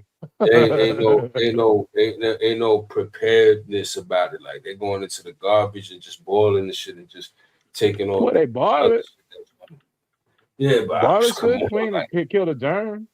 I Hell mean, no, it doesn't. I wouldn't recommend you do Hell it, but no, it it should doesn't. kill the germs if you get the nutrition. Oh hell no, it doesn't. You're telling me that shit's gonna kill every single germ that's in all that trash that was on it? Like hell no. Maybe, No but matter I what don't know. Most of them, I don't know what kind of germ can survive in 212 degrees Fahrenheit boiling water. I mean, listen. I know this. I'm pretty sure there It's are food. some, but It's food from the garbage that probably been yeah, there I for got long. you. The rest of it, you understand? You don't know how long all of it been there. You understand what I'm But saying? They retrieving that, they repackaging it and selling it like dirt cheap, like big bags of that shit to the people for dirt cheap, and they call it pag. You got some people that they prefer it now. Like now they like not even doing so bad that they gotta buy, but they like, yo, this is what I fuck with. I'm like, oh my gosh, like to each his own. I mean, I'm sharing Doom in a if anybody survival wants to situation. watch. I'm sorry. Go ahead. So I'm repeat that, sharing Jack. Doom if any. I'm sharing Doom if anybody wants to watch. It's gonna be on the screen, or you got to go to something else. Yeah, I'm sharing it in StreamYard. Okay. But that's a poverty thing. Don't get it twisted. It's not like that's just what they want to do. Like they going through it. You Like, guys they're not. really? Does anybody really want to fucking see that? I Doom? fucking hate watching people play video games, but I mean, I'm whatever you. I'm like whatever you I allow. tried to personally. connect my game earlier, but I figured you ain't want to see it. That's why you ain't plug it in. But I was gonna play Satan's Guide to the Bible. That's pretty good. That's a good I haven't video. seen it. I haven't seen it like since it came out, so I'm curious to see what I think of it now. Because Apology, yeah. that's like what 2-3 years old, something like that. I thought it was older than that, but yeah.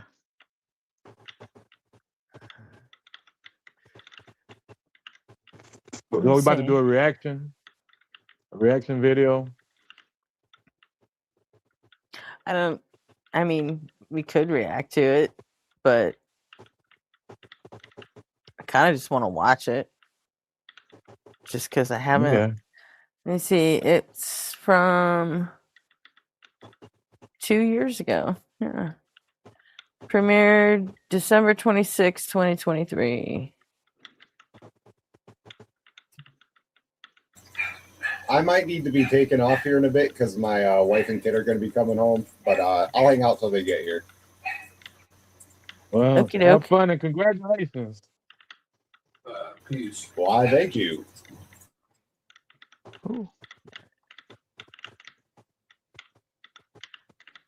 Wife and kid make your house into a home. That's right. That's true. Turn this house to a happy home. Happy. Yeah, you already know where I got that from, J Money. Turn this house to a happy home. All those problems got me gone. Got a family. That's why I don't mind hearing the little kids in the background, and they make my house kind of feel a little more homely. You want a dog too? There's one barking outside. Oh nah, not dogs. I like gardens and stuff because I like to eat them, eat what I grow. I don't want to eat the dog. I'll put him in a box and ship him over for you. You and that motherfucking loud ass barking dog. That's what Eminem said.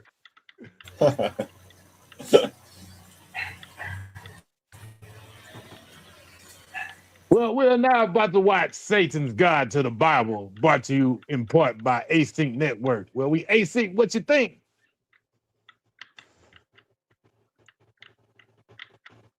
Still growing on me. What is that? Like, what is that you're about to watch? Satan's Guide You've to never the seen Bible. Satan's Guide to the Bible? Yeah. Oh, it's good. It's a cartoon with Bible stories, and then it's got like Bible scholars talking about like. That's an hour and 25 minutes, man. I mean, you don't have to watch it. I mean, obviously you're gonna watch it, like you play it, but I'm just saying, damn, it's an hour and 25 minutes. Goodness gracious. It's good though. Well, at least I remember it being good. It is good. I'm curious to see what it's like now because I haven't seen it since it was new. But What are your thoughts about us doing like Maya Atkinson and do like a Bad Sunday reaction? Find some wacky ass conspiracy theories out there and just cut his damn video up to pieces and stuff and just make fun of him. You know, if you want to think about doing that, Gretchen. what do you mean? You know Maya Atkinson. She got the Sunday Bad Science Theater where they find conspiracy theories and all kind of crazy people with all these crazy conspiracies and documentaries and stuff, and they just make fun of it. You ever think about Nah, doing something like that? I've never watched it. Oh, okay. Well, I mean that's You basically the mean premise of like Forrest Valkai does with Reacteria, shit like that? yeah, something like that. Man, just have fun on somebody doing some crazy ass conspiracy theory they put on YouTube or something.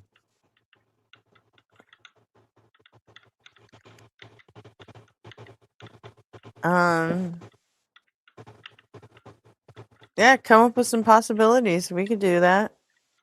I don't know it. I don't watch that type of stuff, so I won't have no That idea. could be fun. Well, But you you hear know, that, I Ted? tend to let the people who know what they're doing take care of that format, you know? Yeah. Like Well, we could Professor find somebody Dave and Milo Rossi and Milo Rossi is hilarious. I love I'm Milo. pretty sure they got somebody on there that we could find that claims are so outrageous that even we can prosecute it and show the unreasonableness in their stance with our limited knowledge. We can just beat their ideal on practicality alone. This shit is unreasonable, stupid, and impractical. Well, if you find anything Without like having to- that, let me know. Cuz I don't All right. typically, like cruise YouTube for shit that I Me don't neither. fucking agree with, you know? I mean, if I do that, it's in a political context, you know? Like Yeah. my I algorithm got is you, so 'cause I don't fucking do it cooked either. with Ben Shapiro and Nick Fuentes and all that, but then Ugh. you know, now that the Dark Yeah. Brandon channel got taken down, like I don't have shit to do. I don't have to do Yeah, I that don't watch anymore. this shit So neither. I definitely am not going to go looking for it if I don't have to, you know. Well, Chad, it's up to you, Chad. If you want to see that, you're going to have to make it happen. Please give us some ideas on some whack-ass conspiracy theories we can make fun of and rip their ideas to pieces. All right, guys, I'm gonna dip out. Thanks for having me out. See All ya. right, Zap. Catch you later. Have a good one. Don't make that Hey, happen. let me say something. I'm going to say something in Tagalog. Watch me butcher it. If there's a Filipino listening to laugh, I'm going to say, "Maraming We're not going to know salamat, the difference. magandang gabi." Okay, that's what I'm hoping. That was perfect Maraming Tagalog. salamat.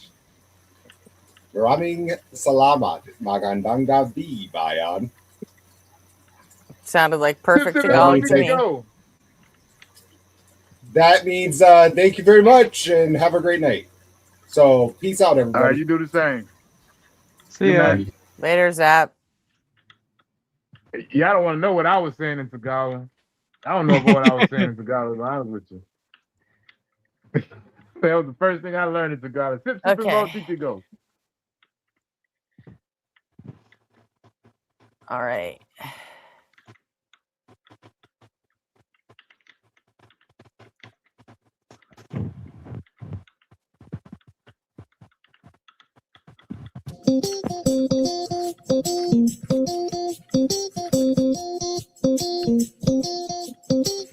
This little light of mine, I'm gonna let it shine.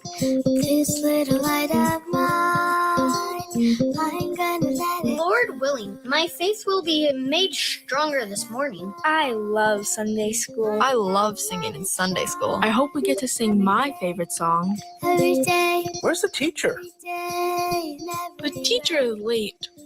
I sure hope nothing's wrong. Do you think something bad happened? For reals? Let's all pray for the teacher.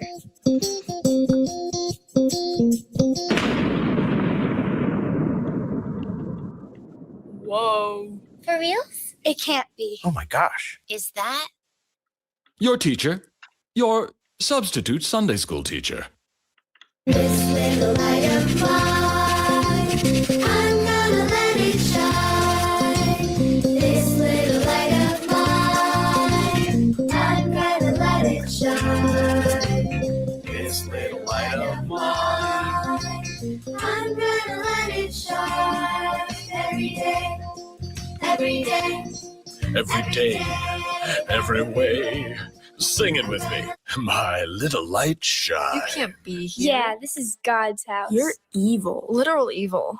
Students, the New Testament writers really messed me up. Messed you up? The New Testament, a Christian amendment added to the Bible. They mixed me up with the devil. Hell, oh. I fail to see a resemblance.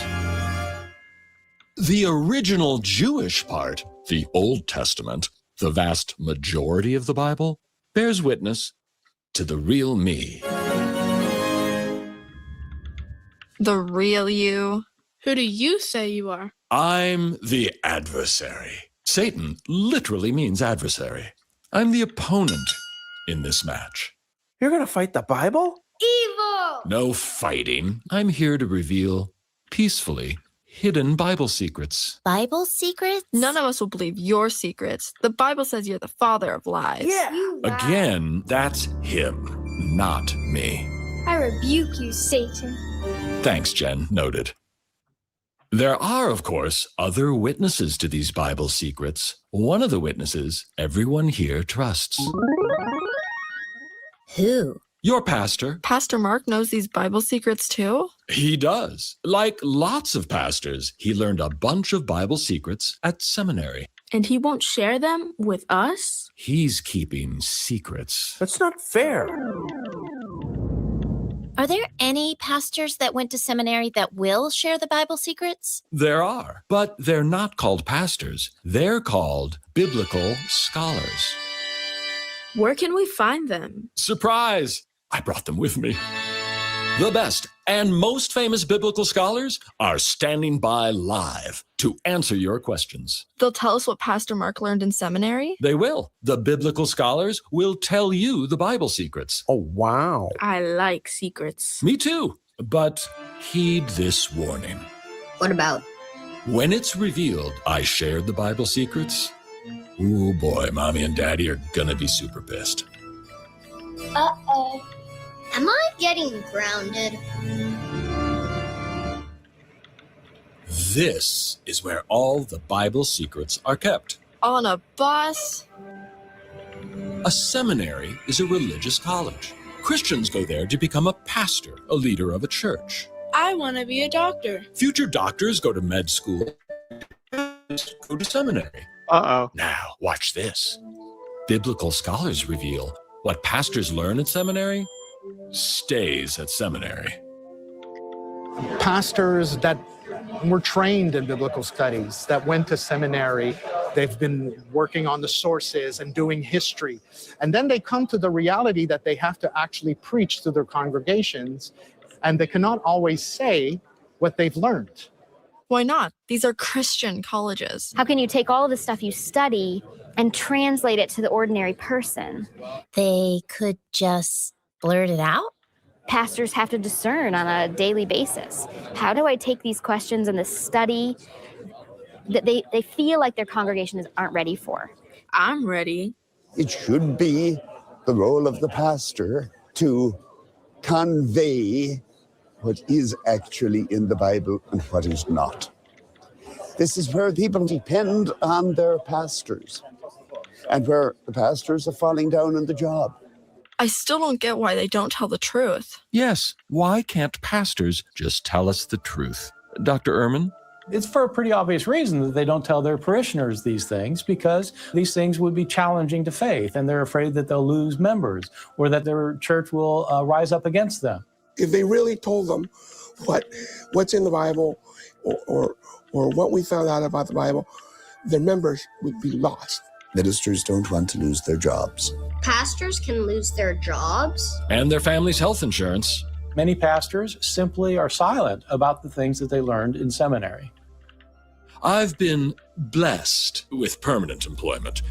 I can spill the Bible secrets. What kind of secrets? Secrets about history, secrets about moral issues, authorship secrets. Oh, and my biggest secrets of all are secrets about Jesus. Big secrets about Jesus? Secrets about Jesus? Secrets everyone at seminary knows and we don't? That is totally not fair. There are no secrets in our house. Well, then let's begin. I've got big seminary secrets about Bible history. Or God acts in history. The Bible does make that claim, and God's biggest act in history in the Old Testament, that's the Exodus. Freedom! Liberation! The Bible says Israelites lived in Egypt for more than 400 years, slaves to the empire. The Bible tells about a great man. Moses! That's Moses. Moses takes on Pharaoh and his empire. When Israel was in Egypt's land, let my people go. Oppressed so hard they could not stand. Let my people go. The Egyptian Pharaoh did not let go of Moses or his people. More than 2 million Israelites. You guys are never leaving Egypt, okay? Like never. Never, ever, ever. So God intervened, attacking Egypt with 10 truly awful plagues. The last plague? Killing all firstborn children. Ouch. Listen to what the Bible says. And it came to pass that at midnight the Lord smote all the firstborn in the land of Egypt.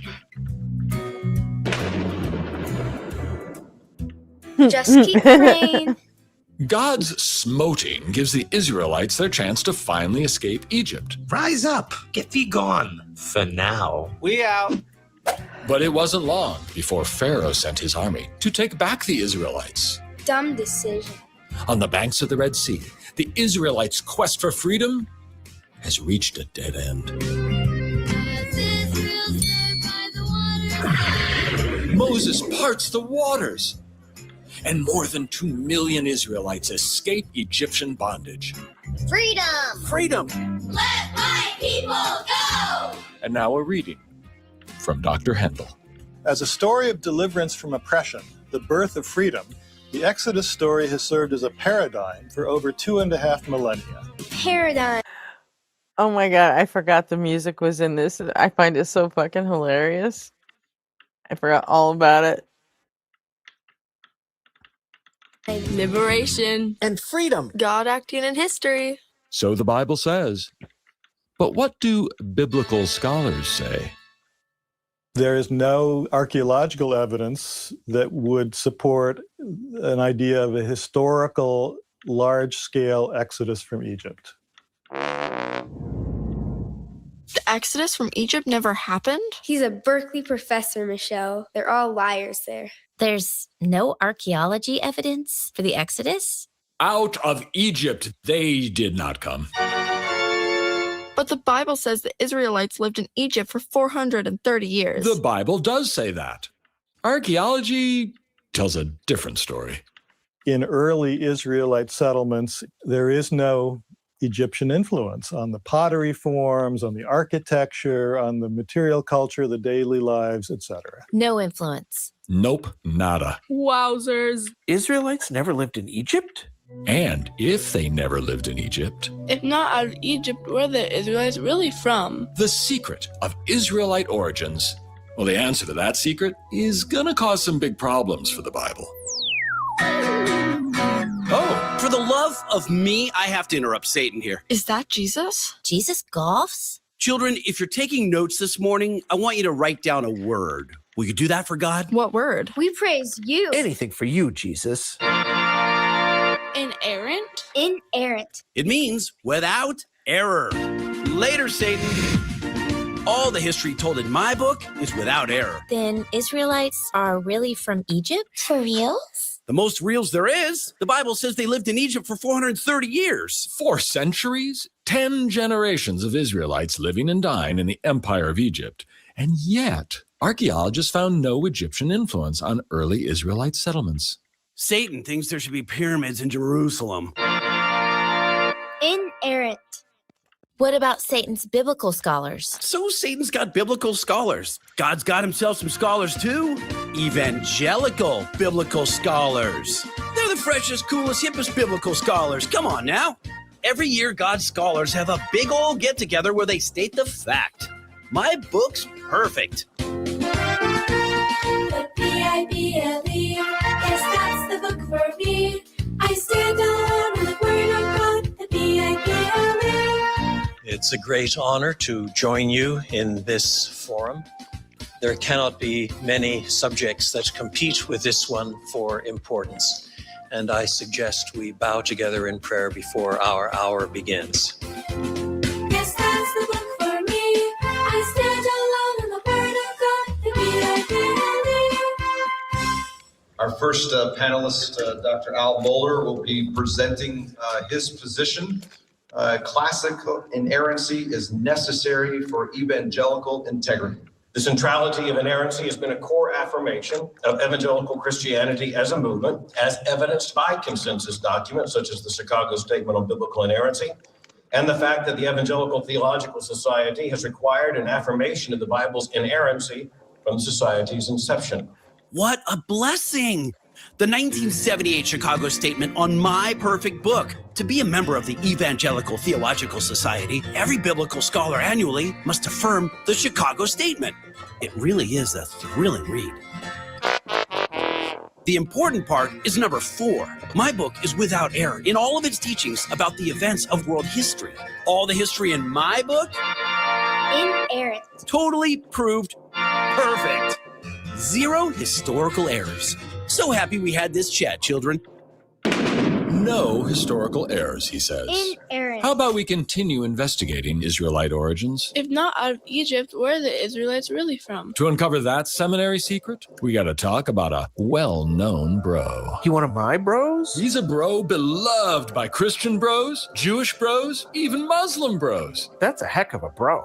In the 17th chapter of the book of Genesis, God is broing out with him too. That's Abraham. Father Abraham. He owns the title, the first Jew. Father, bro, Abraham. Father Abraham had many sons. Many sons had Father Abraham. I am one of them, and so are you. So let's just praise the Lord right on. Abraham was God's bro.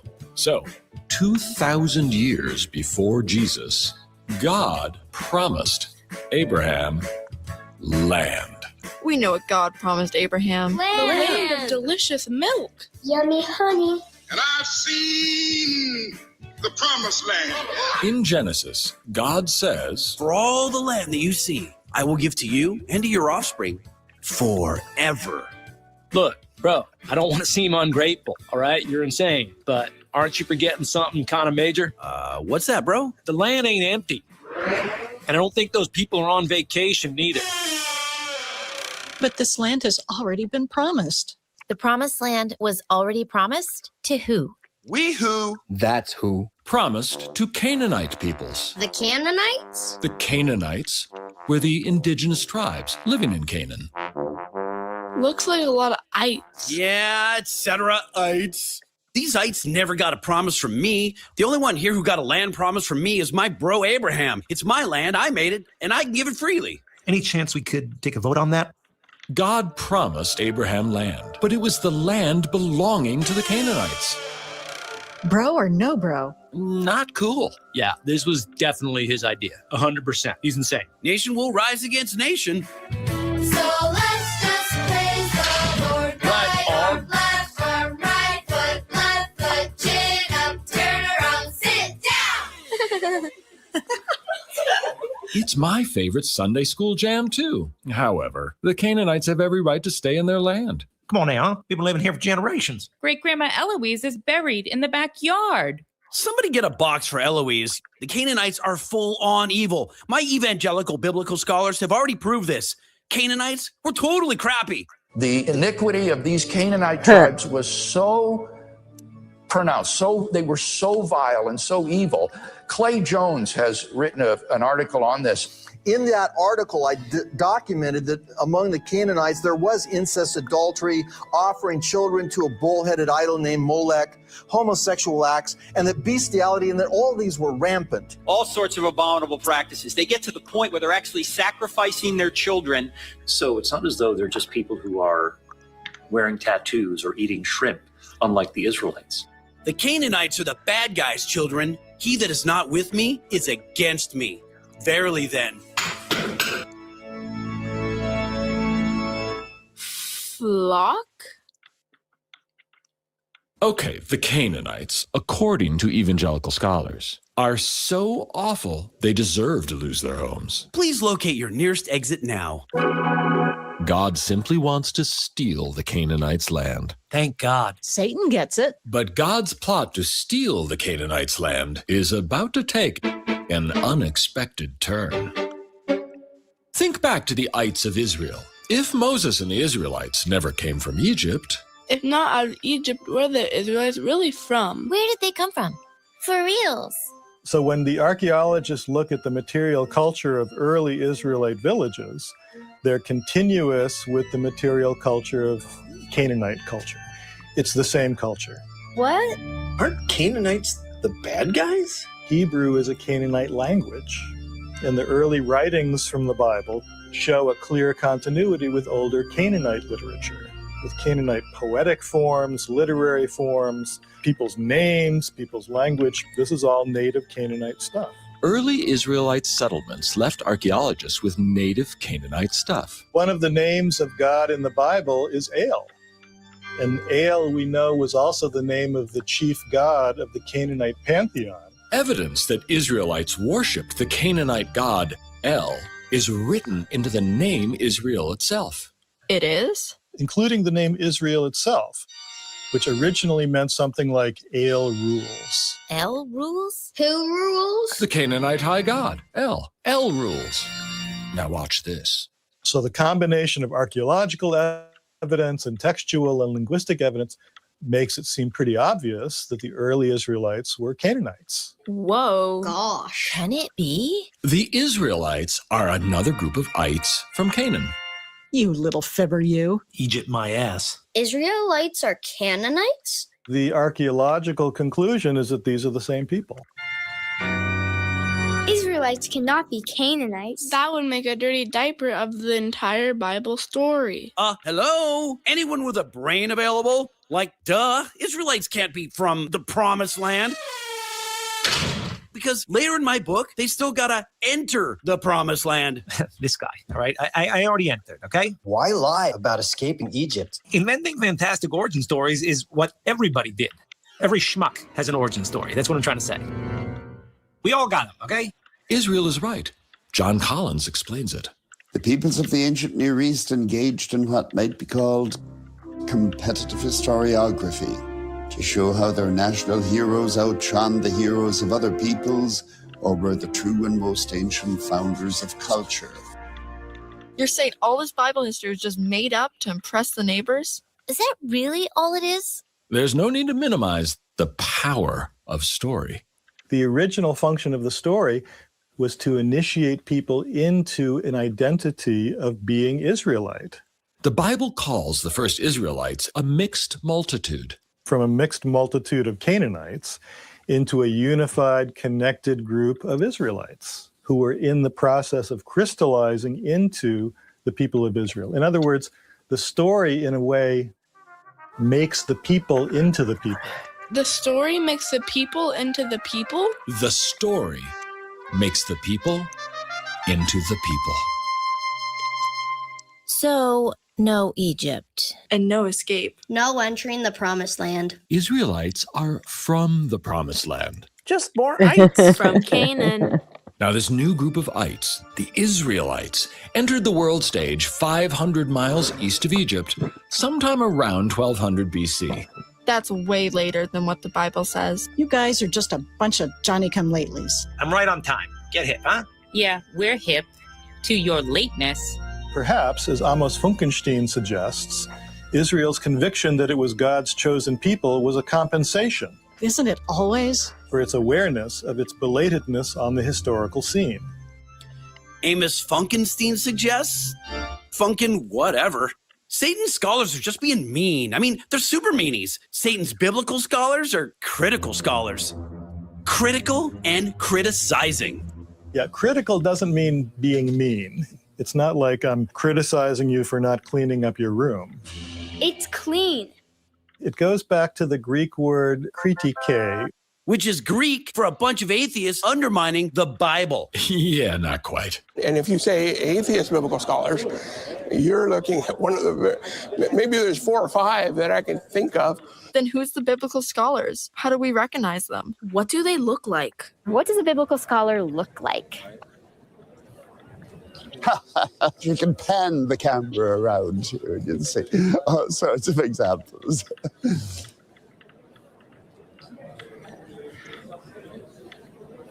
White, middle-aged, or aging, male, Protestant. They're Protestant? Christians? That's right. Most all critical biblical scholars aren't atheist, but Christian. For sure Christians. Biblical studies has always been mostly Christian. He said white Christian. Dudes. All of the early creators of biblical scholarship, as we know it today, were all religious people. They were ministers, they were priests. Most of the great founding fathers of biblical scholarship were church-going, pious people. False believers. I don't like They that. were usually ministers of Protestant churches who would argue with each other about the best way to understand this text, with the idea that you didn't need any special office to read the text closely. So modern biblical scholarship comes from primarily Protestant theology. Modern biblical scholarship comes primarily from heretics and false believers. And Christians. Mostly Christians. I have a question, Satan. Yes, Kathy? If most biblical scholars are Christians and these secrets you're sharing are taught in seminaries, well, my question is, why would Christians attack the Bible? That wasn't the intention of the scholars that created biblical studies. They wanted to elucidate the Bible and show its truth, and they believed that all sorts of scholarship would be compatible with the Bible. And how'd that turn out? That was overly optimistic. Thinking that archaeology would verify the Bible. But then, it turned out that it didn't. No, it did. Didn't. Did. Didn't. Did. Didn't. Whatever. So what do biblical scholars, mostly Christian biblical scholars, think today about the Bible's version of history? Today, most of what was held 100 years ago, say around 1900, as history is no longer held that way. Certainly the creation stories are not held to be history. Talkie snake. Most of the patriarchal narratives are not held to be history. A phony bro. Moses is not held to be mostly historical. Demon lies. The Exodus is either minimized or not held to be what is depicted in the Bible. The biblical texts are not historically reliable accounts of early Israelite history. Says who? The more history we learned, turns out that a lot of the biblical history was simply wrong. You guys are not exhibiting the kingdom mindsets. Wrong does not compute with perfect. Inerrant. The Bible's perfection is crucial for preachers. Inerrancy is a crucial component for the preacher to be able to say, this is the word of God. Whose word? Your word. Your perfect word, Jesus. Word up. Scram, Satan. Perfect Jesus. Perfect book. Perfect book? I hate to pump the brakes on biblical inerrancy. Pump the brakes? This is the open highway. And the check engine light just went on. Hey, we have a problem. The problem is yours alone, Satan. Your scholars share this problem too. Evangelicals say there's no agreement on what exactly inerrancy is. The problem, however, is that there are various understandings and misunderstandings of inerrancy in circulation. Different people have different definitions of what counts as inerrancy and what doesn't count as inerrancy. Well, it really depends on whose inerrancy we're talking about. How are there different versions of inerrancy? Hey, these are your scholars, J-Man. Evangelical scholars can't even agree on what inerrancy is. I'm sure all of it can be harmonized.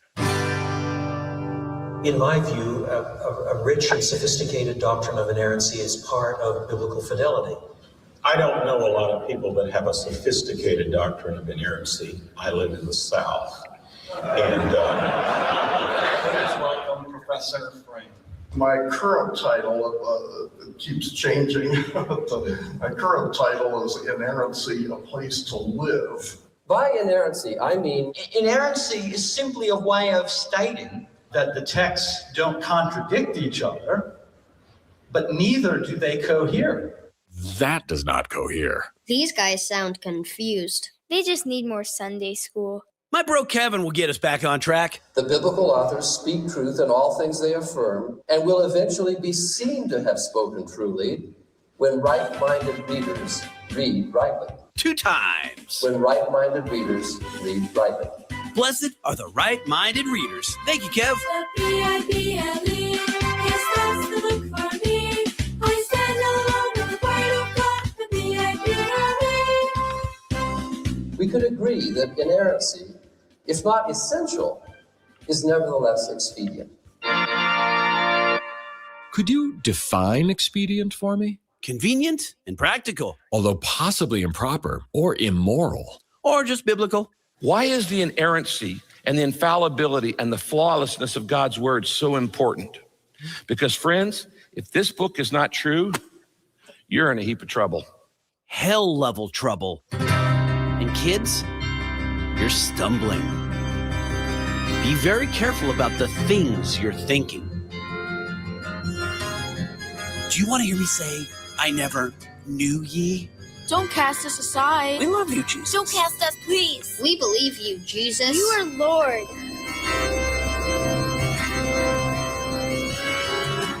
Well, okay then. I want everyone here to pray. Pray on this word. Ask me. I'll open your spiritual eye to the truth and trustworthiness of this holy word. Pray now. I'll wait. Witness this, Satan. Discipline, morals. That's why parents send their kids here. Not because of any nerd history lesson. Parents send their children to church to learn good morals. Is that what they're learning? Students, I got seminary secrets about biblical morals. Your math is slightly off there, Satan. What math? Math is hard. Jesus will help you. Without my book, there are no morals. Is it going to be the word or is it going to be the world?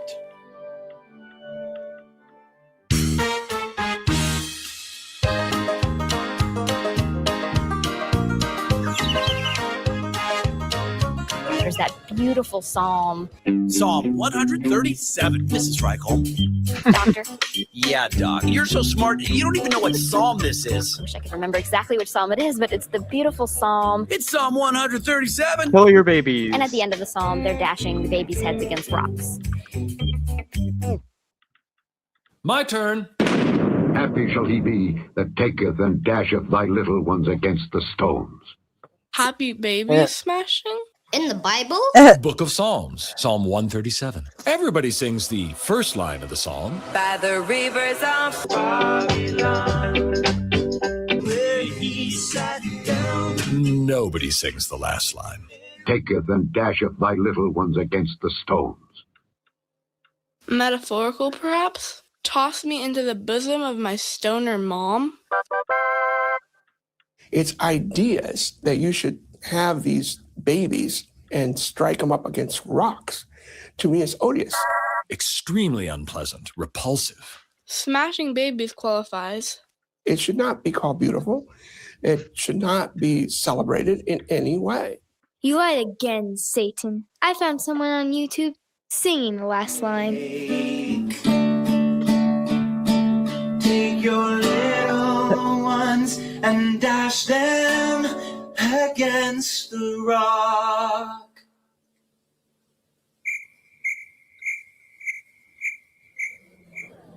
And so we just tend to repress or ignore those aspects of the Bible.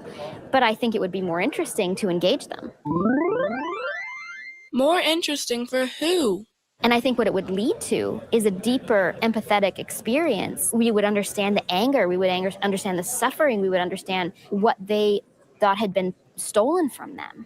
in a much deeper way if we were willing to engage the horror that's present there. And I think something similar could happen with engagement in the story of the Israelites moving into Canaan. Weed, have you never seen this before? Who? Why? Because Weed Bro. Oh. We're watching Satan's Guide to the Bible. That's what you're watching, JR. So, because Weed Bro said, this is fucking hilarious, not gonna lie. Yeah. It fucking is, man. That one little girl gets real evil too. Yeah.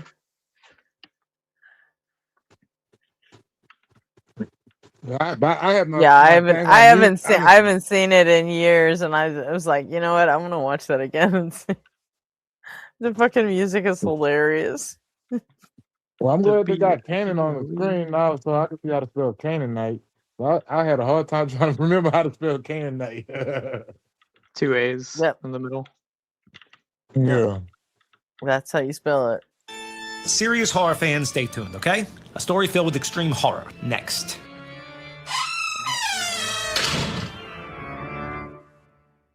Previously in the Bible, God broed out with Abraham. He promised Abraham a ton of land, but the land was already filled with Canaanites.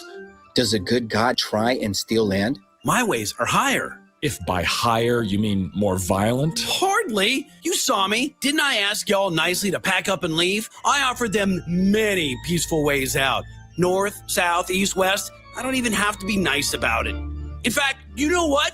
The time for my mercy has ended. You don't want to vacate the land? It's your fault, Canaanites. You asked for him, you deserve him. So Josh, when it comes to mass murder, what's your take? I will leave nothing undone. Oh, right on. In the 7th chapter of the book of Deuteronomy, God lays out his attack plan for Joshua's assault on Canaan. Direct orders for the Israelites when they enter the promised land. Already entered, sir. Said that once already. Say it again. I will leave nothing undone. Hey, this guy. Okay, yo. Yeah, I'm already here. Look down, huh? Stay in your lane, Israel. Now, Joshua, listen up. And when the Lord, your God, brings you into the land you are entering to possess, and drives out before you many nations, then you must destroy them totally. Make no treaty with them and show them no mercy. Do not intermarry with them. Then why are all your boys sliding into my DMs? Do not intermarrying with them, for that would turn away your children. Why are we doing it? It would turn away your children from following me to serve other gods. So ultimately, it's a covenantal thing. You know, maybe it's unfortunate, but we can't leave those people there. They're a bad influence. And what are Israelites to do with them? Kill them. Kill them all, utterly. Kill everyone? They deserve it. Our pastor skipped this part of the Bible. It's shocking. Like baby smashing? Somebody remind me who the good guys are? This is not, a matter of, integration. The book of Joshua tells the story of the Israelites' violent conquest of Canaan. In Joshua 6, a city named Jericho is conquered by the Israelites. They go in and they kill all the women and children. You see, there's a lot of killing in the Bible. There's a lot of genocide, a lot of killing of the Canaanites, women and children. Joshua fought the battle of Jericho, Jericho, Jericho. Joshua fought the battle of Jericho, and the walls came tumbling down. And they utterly destroyed all that was in the city, both man and woman, young and old, with the edge of the sword. But there's none like good old Joshua. Because that's part of the directive given in Deuteronomy 7, that when you conquer the land of Canaan, the Hebrews are to exterminate everyone. And they burnt the city with fire, and all that was therein. Is that really you, God? They should have left already. But that's impossible. You do know our legs are made of felt, right? When God kills people in the Old Testament or any time, Does he give reasons, or does God just wake up like one day saying, Canaanites, I want them all dead? Previously, we heard God and his evangelical scholars slander the indigenous Canaanite peoples. A culture that was incredibly homosexual, sacrificing their children, eating shrimp. Gay shrimp eaters. You know, it might now be appropriate to ask, are there limits to victim shaming? Now, the really difficult problem, then, it seems to me, is the children. Now, the more difficult problem is the children. How could God command that the children be killed because these are innocent? Ooh, that is indeed a problem, Willie. Let's restate that once more. You know, for the children.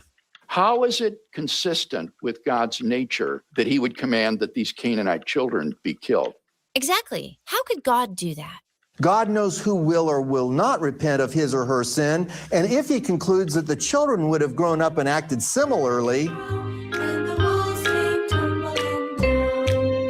he's perfectly right to institute capital punishment. God has the right to give and take life as he sees fit. Children die all the time, every day. It's right for God to slaughter women and children anytime he pleases. Wow, and they call me the Prince of Darkness. Also, although it isn't a given, I agree with Paul Copan. From an article that I wrote with a friend of mine, Matt Flanagan. This is a central part of the moral arguments. You hear people like Paul Copan and William Lane Craig. Since I believe in the salvation of children, that this was actually a mercy extended to them. And those children, once in heaven, would be grateful that God had issued such a command to the Israeli armies to wipe them out. So the death of these children meant their salvation. They were the recipients of an infinite good as a result of their earthly phase of life being terminated.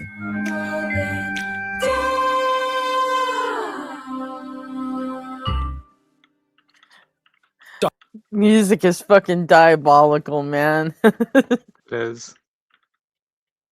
Dr. Collins, any response? One hopes that the Canaanites appreciated the honor. That was horrible. Doesn't bother me. Is this part over? Joshua's conquest of Canaan is only now ramping up. And the Lord said unto Joshua, You shall do to Ai and its king as you did to Jericho and its king. You shall do to Ai and its king as you did to Jericho. And so it really, as I read this with you, I've never thought of this before, it becomes a kind of building thing. 12,000 men and women fell that day, all the people of Ai. 12,000 men, women, and children. Why doesn't God put a stop to it? Please, God, save the children. God has a plan. There's certainly, at the very least, a sign of approval on God's part, and then a saying, okay, do it to them again. Again? They totally destroyed them, not sparing anything that breathed, and he burned up Hazor itself. Really? Unfortunately, yes. God is in total command here. You are to hamstring their horses and burn their chariots. Does God say stuff? I don't think in those terms. I think I'm thinking in terms of what do human beings understand God to be expecting of them. I will leave nothing undone. Joshua destroyed them utterly with their cities. Neither left they any to breathe. God, you really did that? They could have exited east, west. North and south were options too. It's terrible. As the Lord commanded Moses his servant, so did Moses command Joshua, and so did Joshua. He left nothing undone of all the Lord had commanded Moses. So they are truly assuming that this is what God expects of them. So Joshua took the whole land according to all that the Lord said unto Moses. And Joshua gave it for an inheritance unto Israel according to their divisions by their tribes.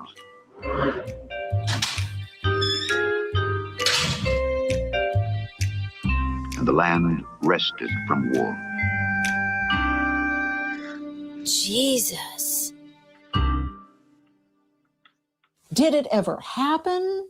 I wanted to ask that. The archaeological evidence does not support the view that the marauding Israelites actually engaged in the massive slaughter of the Canaanites. I knew it. Our God is an awesome God. In some respects, I would say the conquest of Canaan is more analogous to Aragorn killing the orcs in The Lord of the Rings. Now, you don't like orcs. You want them all to die.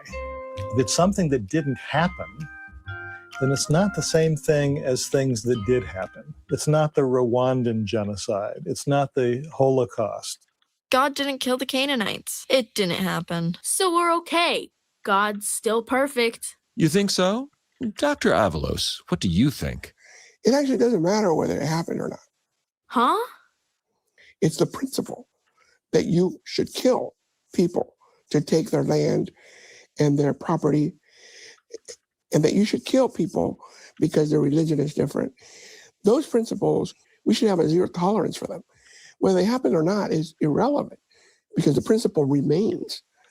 The author believed that you should kill women and children if their religion is different or because God told you to take their land and valuables. Joshua's conquest of Canaan is not historical, but history continues to see real violence inspired by Joshua. There's entailed ideas about violence and genocide that were paralleled repeatedly throughout history. The liberation of the Israelites and the subjugation of the Canaanites are two sides of the same coin. Read from the Canaanite perspective, this was not a liberating story at all. Oof. Irish guy knows nothing. Joshua battled wickedness, and if God commands us to kill them all, kill them all. In fact, there are millions of people in the world who have no objection to genocide if the right people are being exterminated. The perfect little Christian, man. Mhm. And she only gets worse. I know.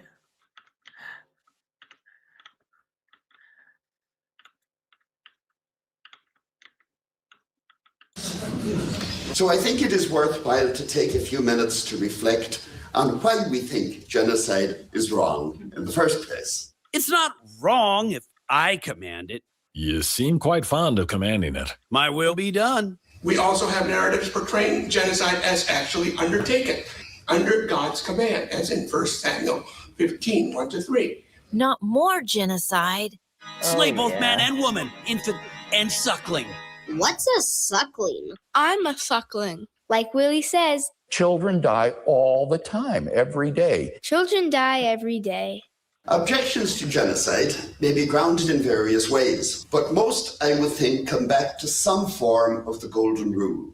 Golden rule. I know that one. Jesus invented it. All things whatsoever ye would that men should do to you, do ye even so to them. That we should do unto others as we would have them do unto us. Christians may regard this maxim as a summary of the teaching of Jesus, but some form of it can be found in most religions, and ultimately it is a humanistic principle. Did you catch that? The golden rule is a humanistic principle. No book needed. You need the Bible. Jesus invented it. But Jesus was after Krishna, after Buddha, after the Stoics, way after me. It's in the Old Testament. It's everywhere. That's why Dr. Collins calls the golden rule a humanistic principle. It is a humanistic principle. No book needed. You just watch. I might pull my book back, take it away from all you animals. Then where will you be? 24-hour rape and anarchy is where you'll be. There are no morals, no comprehension of right and wrong without the Bible. The Bible is the ruler by which goodness is measured. Trusted for like 1,700 years, kids. It's so much like the song says. God says, sing it now. Give me that old time religion. Give me that old time religion. Give me that old time religion. It's good enough for me. In the ancient world, with its old-time religion, we've witnessed God killing kids in Egypt. God commanding the killing of everyone in Canaan. You're just cherry picking all the bad stuff. It's just Old Testament. None of it scares me, Satan. Not scared. Nope. I do have one little thing these old-time religions do, and this should scare you plenty. Child sacrifice. Only false gods do that. That's totally gross. My God is definitely not cool with child sacrifice. They get to the point where they're actually sacrificing their children. And if Israelites or Canaanites, Did Israelite dads kill their kids too? It is now widely recognized that human sacrifice was practiced in ancient Israel much later than scholars of an earlier generation had assumed. Oh boy. Exodus 22 appears to require the sacrifice of the firstborn. The Judean kings, Ahaz and Manasseh, are accused of child sacrifice. The practice cannot be dismissed as due to foreign influence, but had venerable precedence in the cult of Yahweh. Baloney. My God is not cool with killing innocent children for divine favors in battle. That may be, but the God of the Bible is. Victory in battle is related in an integral way to your offering these things to the deity. In the 11th chapter of the book of Judges, Jephthah, the leader of the Israelites who are at war with the Ammonites, from Canaan, wanting to secure victory for the Israelites, Jephthah makes a promise to God. If you give the Ammonites into my hands, whatever comes out of the door of my house to meet me when I return in triumph from the Ammonites will be the Lord's, and I will sacrifice it as a burnt offering. The leader of the Israelites promises God he will set fire to whoever greets him first when he returns home from battle. He will devote to the Lord first thing he sees. But of course, it turns out to be his daughter, his only child. And I'm back, and I won. Who's behind door number 1? Welcome home, Daddy.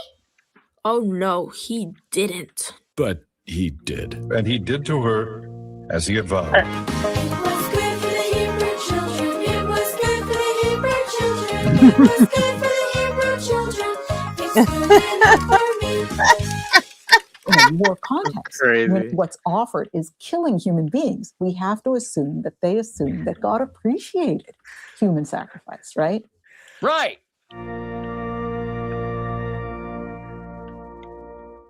Okay, that's not good, but everything you're cherry picking is from the Old Testament. Yeah, we already know the Old Testament God is the mean God. But the New Testament God is the loving God. Uh-huh. Dr. Avalos?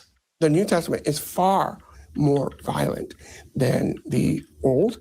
That's totally crazy. How can you even say that? The Old Testament God may wish to hurt and kill you, but it was only for your lifetime for the most part.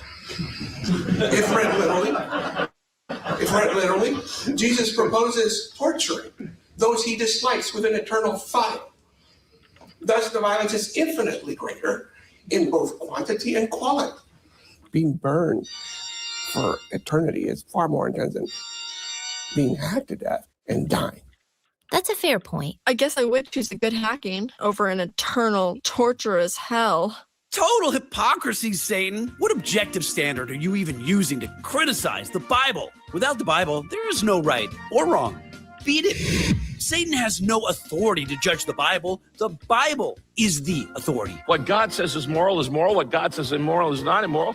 And it's he gets to make the choice. He's God and you're not. Ah, that's exactly it, Rick. I'm God. You are Lord. And you're not. Should morality be based on the Bible? Dr. Avalos? The very idea that a text should tell you what you should do is immoral to me.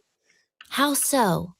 Because now you're saying that whatever somebody writes is what becomes moral for you, as though it was based on authority. Morality should not be based on authority. It should be based on your empathy for the suffering of other human beings. Let's shine a light on that. Morality should be based on what? Should be based on your empathy for the suffering of other human beings.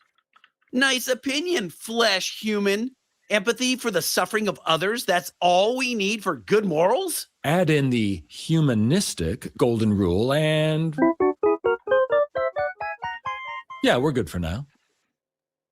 That's it. That's only 2 commandments, and I got 10. You got nothing about idol worship. You got to look out for idols, man. And you got nothing about coveting your neighbor's slaves. Once again, Satan, you finish below me. Hello.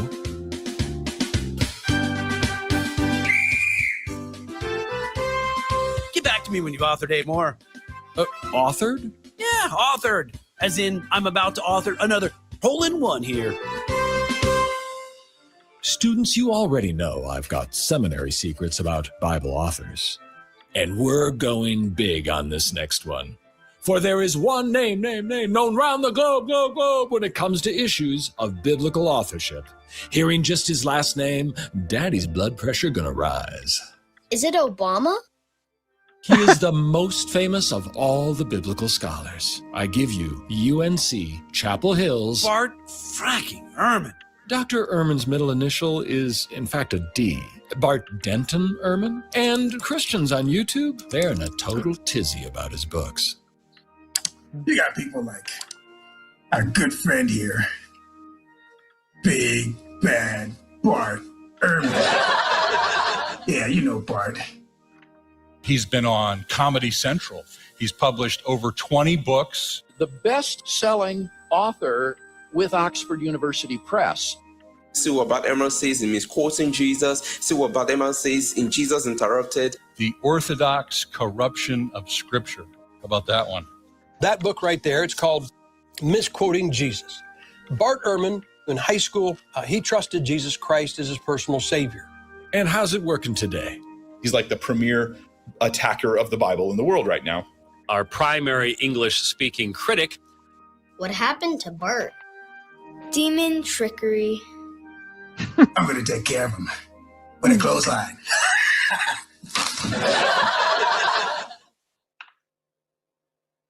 The kinds of critical scholarship that I promote in my books, those are things that seminarians learn when they're training for ministry if they go to a mainline Protestant seminary. They're teaching Bart stuff to everyone?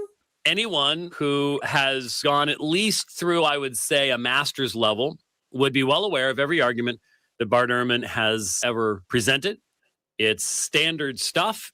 This is standard stuff that people are taught in all the mainline Christian theological seminaries across the country and in Europe. And yet most pastors who've gone through that training don't tell their congregations what it is that they've learned.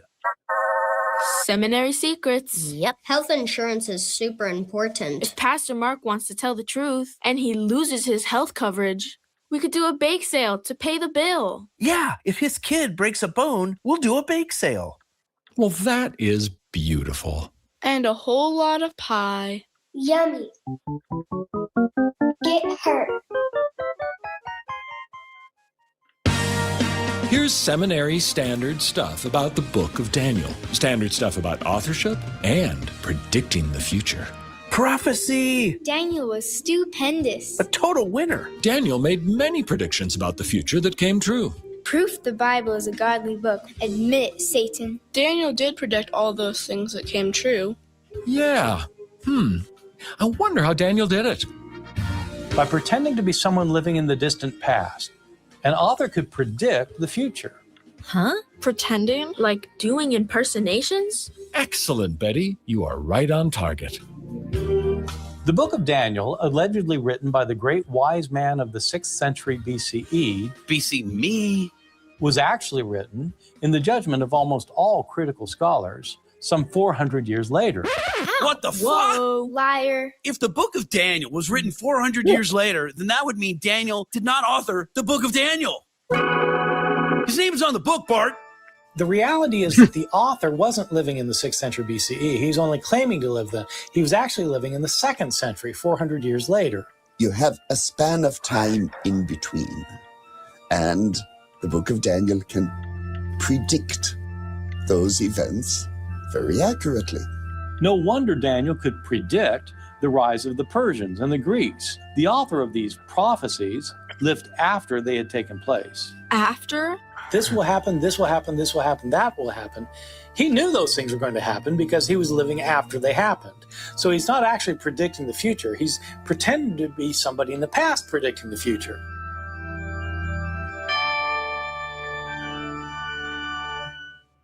It's prophecy after the fact.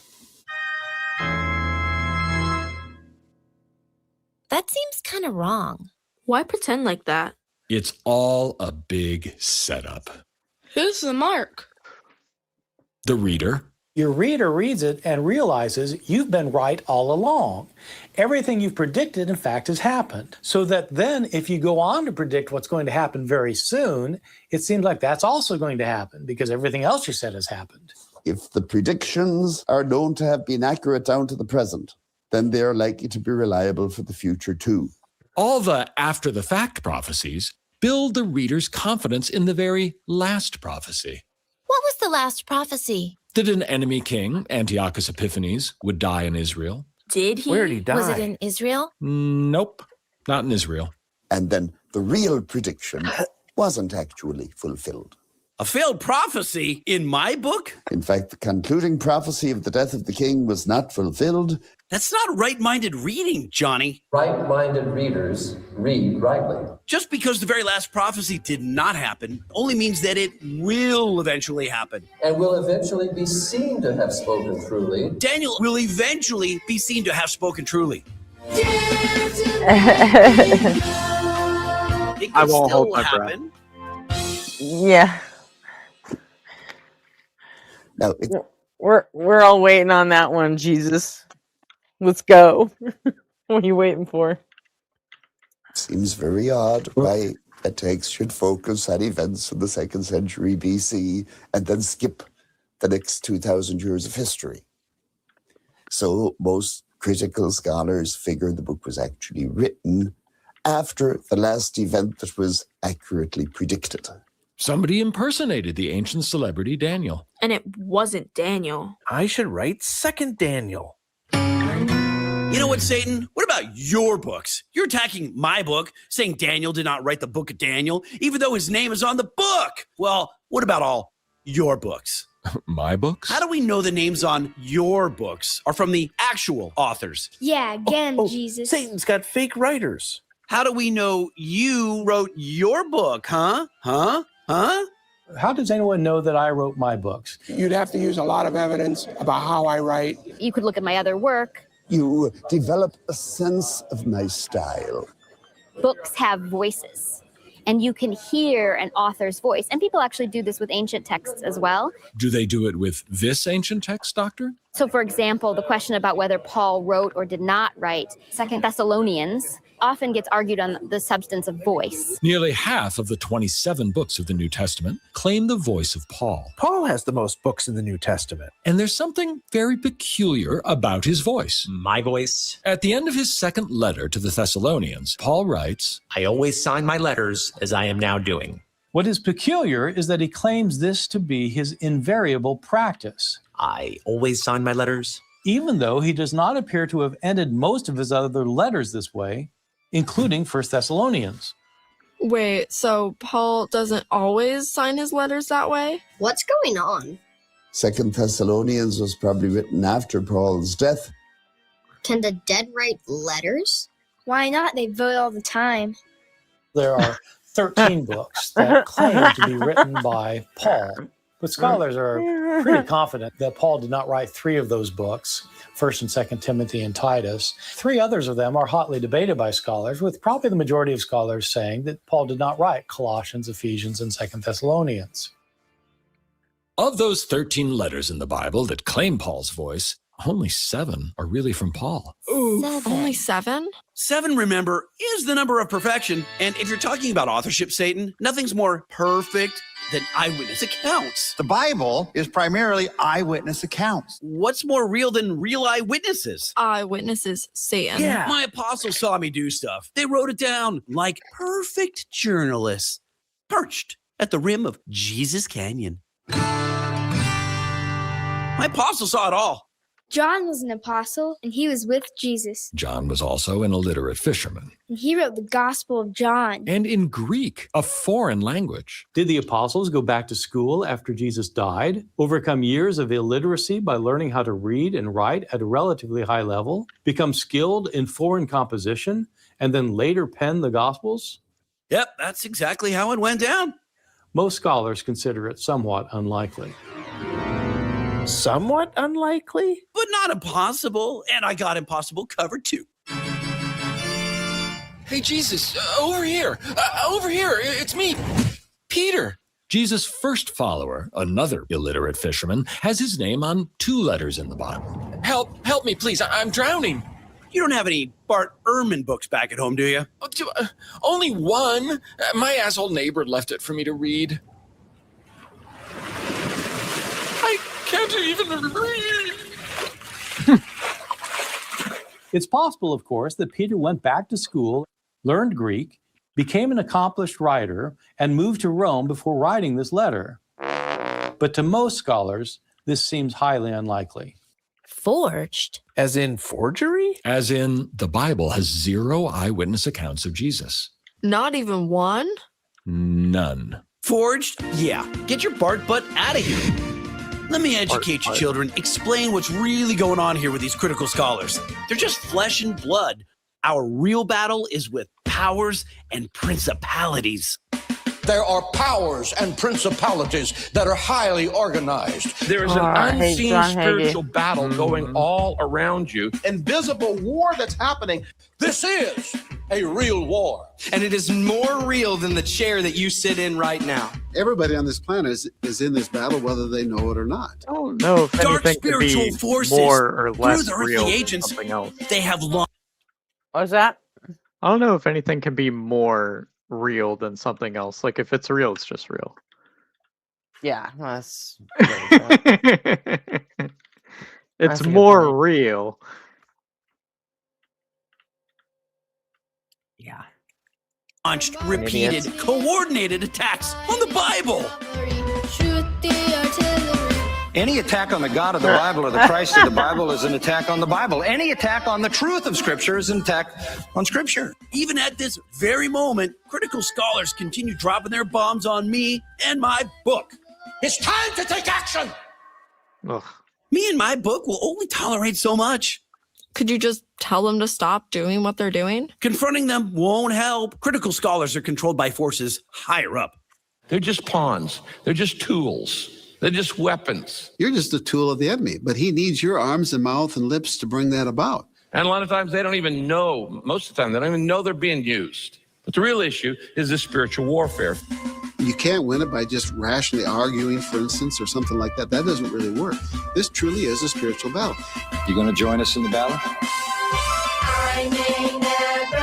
We wrestle not against flesh and blood. Spiritual warriors! The time is now. For this is a day of battle. Put on the whole armor of God. Put on the full armor of God. His loins girded with truth. He has the sword. And the sword is? There is only one thing with which we can fight back. The only offensive weapon to engage in spiritual warfare. Reading the Bible is what carries the power. The sword of the Spirit.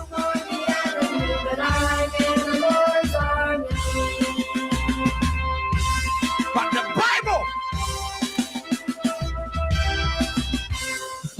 What in God's name? Okay, are we having any kind of rational discussion here? No, Satan, we're not. That's why it's just not a rational discussion. This is a spiritual battle, and it has to be fought on that plane. My God, Satan, get it through your felt skull. You're wasting your time. How so? In war, it all boils down to one thing. Whose side are you on? You're either with me or you're against me. Jesus said, he that is not for me is against me. It's that cold, huh? It is. And everybody here is with me. Not you. Nobody wants you here anymore. Checkmate, Satan. Go on home. Oh, but I still have one more batch of Bible secrets. You know, why don't you just go ahead and mail them to us? Who loves you, kids? Jesus loves me, this I know. For the Bible. That's a little sharp, Eddie. You are gonna want to hear these secrets. Am I? These secrets all revolve around you. Gossip and rumors. Big, big, big Jesus secrets. You bore me, Satan. Yes, Jesus loves Oh, Eddie, volume down 5 dB, please. Jesus loves Listen to the right hand. Yes, Eddie, melody, Jesus loves melody. me, the Bible tells Ah, would you look at that? It looks like, yep, there's a foursome about to pass me. loves me, God's got to go now.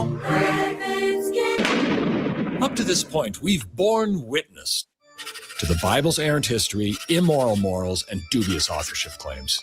For this final round, my opponent is not Jesus' errant book. My opponent is the errant Jesus. Whoa. For real? Ha, that's just fantastic. First, you would have my followers believe that my book is errant. And now you would have them also believe their Jesus was errant too? Jesus was never not perfect. You think Jesus was wrong about something? I have over about a dozen chapters of things I think he did wrong. I got a dozen chapters on that guy going straight to hell. Fry him. Silencing Dr. Avalos will end to an errant Jesus. It's crazy. Seminaries have long taught a Jesus who was wrong. What about the cemeteries? For 100+ years, Christian Yep, seminaries have been teaching an errant Jesus. The cemeteries say I'm wrong? Spectacularly wrong. Where? What subject? Apocalypticism? Apocalypto what? Apocalypticism. Apocalypticism? Apocalypticism.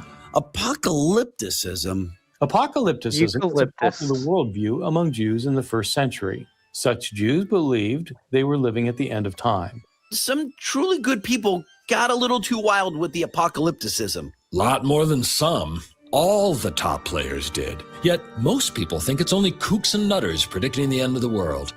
Instead, failed apocalyptic prophecies have been offered up by the biggest stars of the Christian faith. That's Billy Graham. He predicted the end? Yeah, Billy said the end would come before 1952. Human's gonna human. Mr. Protestant Christianity himself had the end coming before 1600. Christopher Columbus said it would end in 1501. Columbus? Seriously? Francis of Assisi, lots of popes, St. Patrick of St. Patty's Day fame, Game Clover. 3rd century Christian star Hippolytus of Rome, 2nd century's Tertullian, Who, and who? and listening to you, Jesus. You got a little too wild with the apocalypticism, didn't you? And you got a little blah, blah, blah with the blah, blah, blah. Did you not preach a 1st century ending? Did you not preach a 1st century ending? Jesus was not a false prophet. You calling Jesus a liar? Pay no heed to Satan. Close your ears to his words. Slanderous, deceitful, deadly words. People will burn because of your lies, Satan. I invent nothing. Christian seminaries teach it. Sorry, Satan, but that's beyond plausible. Which part? Christian seminaries teaching Jesus, making failed prophecies? Failed apocalyptic prophecies. Some of them that stand here. End of the world prophecies? That failed to come to pass. Christian seminaries teach that? About Jesus? That's a seminary secret? The biggest one. Jesus told his followers the end would happen soon. And soon didn't happen. That's the seminary's biggest secret. If Jesus said that it would be soon and it didn't happen, then he was wrong about that. Jesus was wrong? There's no scriptural proof for anything that you're saying. It's not in the Bible. Jesus' failed prophecies are in the Bible. Where? Hiding in plain sight. What verse? Where? I'm going to show It's you. not in the Bible. Hey, first things first. Let's look at the reason this whole gigantic Christian thing got rolling. Shout out to me. Because Jesus. Jesus is the reason. Which leads us to the most important event for all Christians. The resurrection. It's the single biggest event in the Bible. It's the reason for Christianity. The resurrection. It's Jesus' resurrection. The Bible says Jesus of Nazareth was resurrected from the dead. Oh, no way, you say? The Bible says Jesus' tomb is empty. His body vanished. God's not dead now.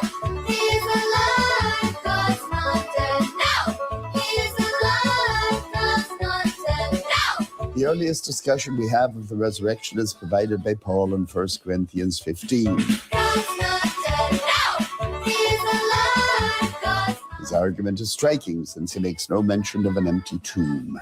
The oldest mention of Jesus' resurrection comes from Christianity's number 2 man, the guy with the most books in the New Testament. Paul never mentions, not once, the empty tomb. in the church. Him on the street. Hold on, back up. Empty what? Tomb, dude. Tomb. And then there was an empty tomb. Empty tomb. Okay, yeah, so? I was in here. Totally did. And then, poof! The tomb was empty. I'm sorry, who was in the tomb? Jesus.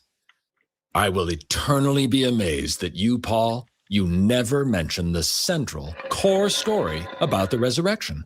It is odd Paul never wrote about the empty tomb. It's super important to know. Maybe he just forgot about it. The empty tombs in the Bible. Doesn't matter what part. You guys are so focused on a single empty tomb, you're going to miss out on the main event. I thought Jesus' resurrection was the main event. So you got something bigger than the empty tomb, Paul? I do. Very soon, possibly tonight, all the tombs will be emptied.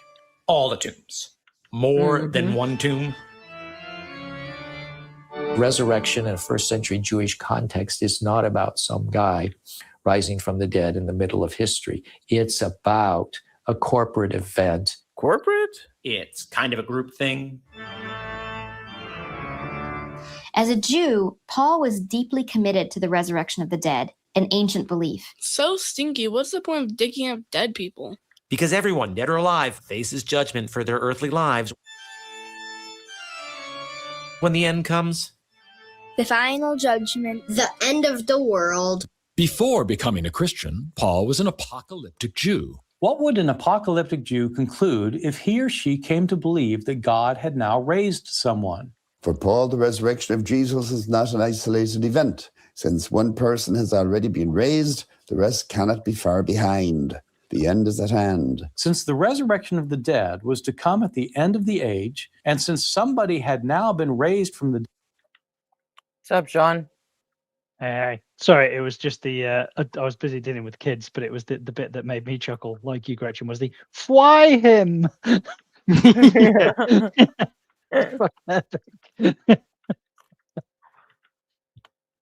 This whole thing is so great. I can't believe I haven't watched it since it was new.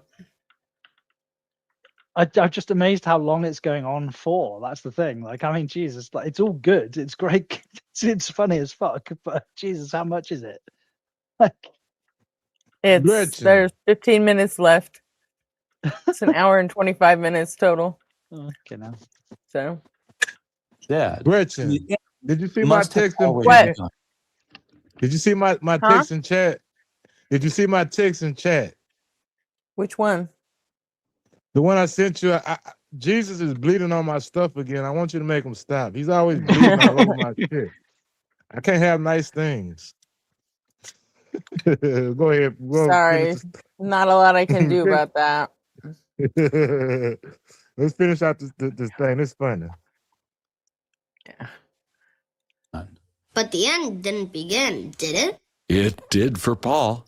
1 Corinthians 15, where Paul connects Jesus' resurrection with the general resurrection very clearly. He's the first fruits. Thus he speaks of Jesus as the first fruits of the resurrection. Christ has been raised from the dead, the first fruits of those who have fallen asleep. If the harvest has started, then the rest of the harvest has to come soon. Jesus was the first fruits of the resurrection in the sense that all the others would soon be gathered in. He goes back and forth between the general resurrection and Jesus' resurrection because they're not really yet two completely isolated events for him. They become that way in church history. The more time passes, the easier it is to think, well, there's Jesus' resurrection way back there, and then there's ours down there. But that's not what's going on in the first 2 or 3 decades of the church. Paul and the early Christian church believed Jesus' resurrection was the start of the resurrections. All the tombs. And the beginning of the end. The end could come tonight. Like really tonight. Tonight was a long time ago, Paul. Undoubtedly, Paul felt that this world would pass soon, even in his own lifetime. Wow. That would mean Paul was wrong about the end? Wrong a lot, in multiple letters. We which are alive and remain shall be caught up together with them in the clouds to meet the Lord in the air. We're going to a mansion on the Rapture Cloud Express. We told you he was coming, and straight yes to us. Pentecostals, evangelicals, Baptists, all Bible believers right this way. Young Earth creationists, rapture time. You're taking my baby? Sorry, no Episcopalians. I couldn't have done it without you, Mom. For Paul, the hour was not about to strike. It had already struck in the raising of Jesus from the dead. He believed that he was living in the end of time and that he would be alive when Jesus returned from heaven. Yep, looks like we're getting left behind. Don't worry, we'll feed your cats. The church that emerged in Jesus' wake was apocalyptic. Early Christianity was an end times movement. It's the end of the world. We're still here, Paul, reading your letters. We which are alive and remain.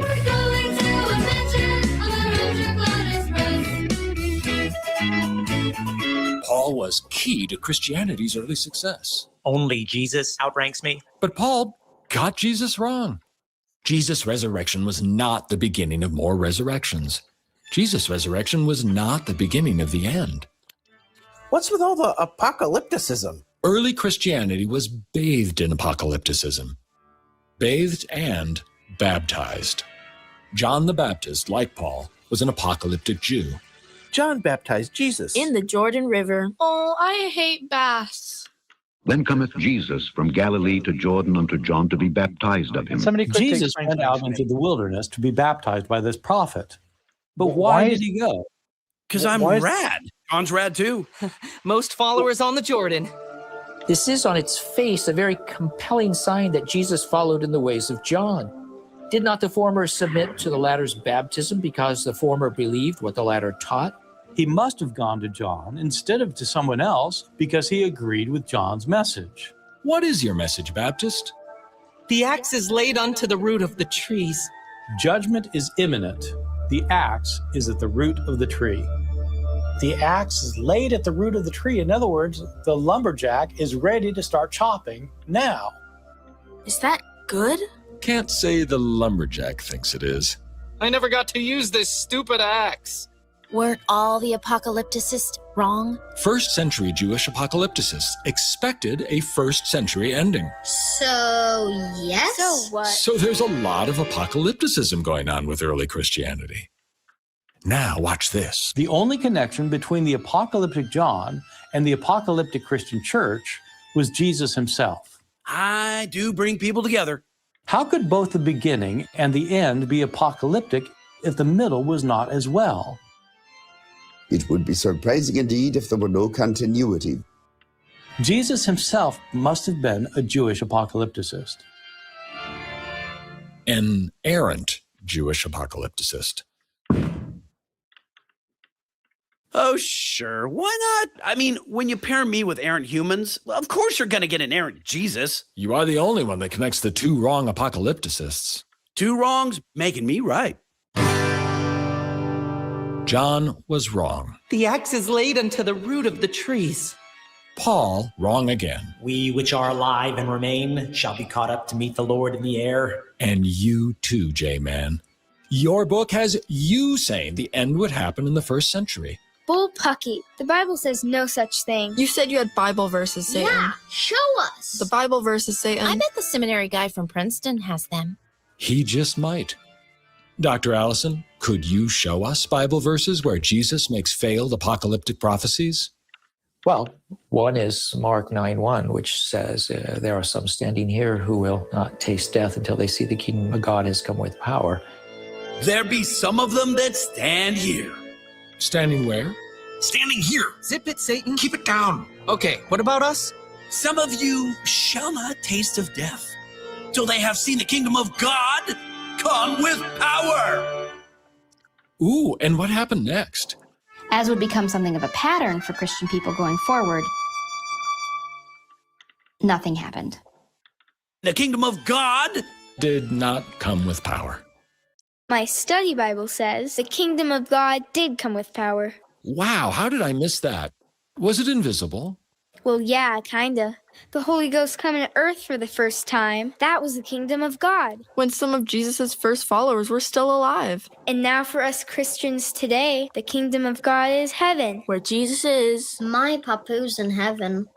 Many people today think that the kingdom of God refers to heaven, that you die and your soul goes to heaven, and so that's the kingdom of heaven, which is the kingdom of God. But it's not what early Jewish apocalypticists thought. First century Jewish apocalypticists thought that when the end came, a physical kingdom of God would land. Plop, here on earth. Heaven on earth? We still get to fly? Early Jewish apocalypticists, such as the author of the book of Daniel, the book of Revelation, Jesus himself, thought that the kingdom of God was an actual kingdom. A restoration that would be earthly, not heavenly. Inhabited by the dead come back to life. Did Daddy's battle end all war?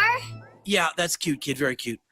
Jesus talks about people eating and drinking in the coming kingdom of God. And I will not drink henceforth of this fruit of the vine until that day when I drink it new with you in my Father's kingdom. Jesus talks about people being admitted into the kingdom of God, people being thrown out of the kingdom of God. When ye shall see Abraham and all the prophets in the kingdom of God, and you yourselves thrust out. It's the place here on earth where God actually is the ruler.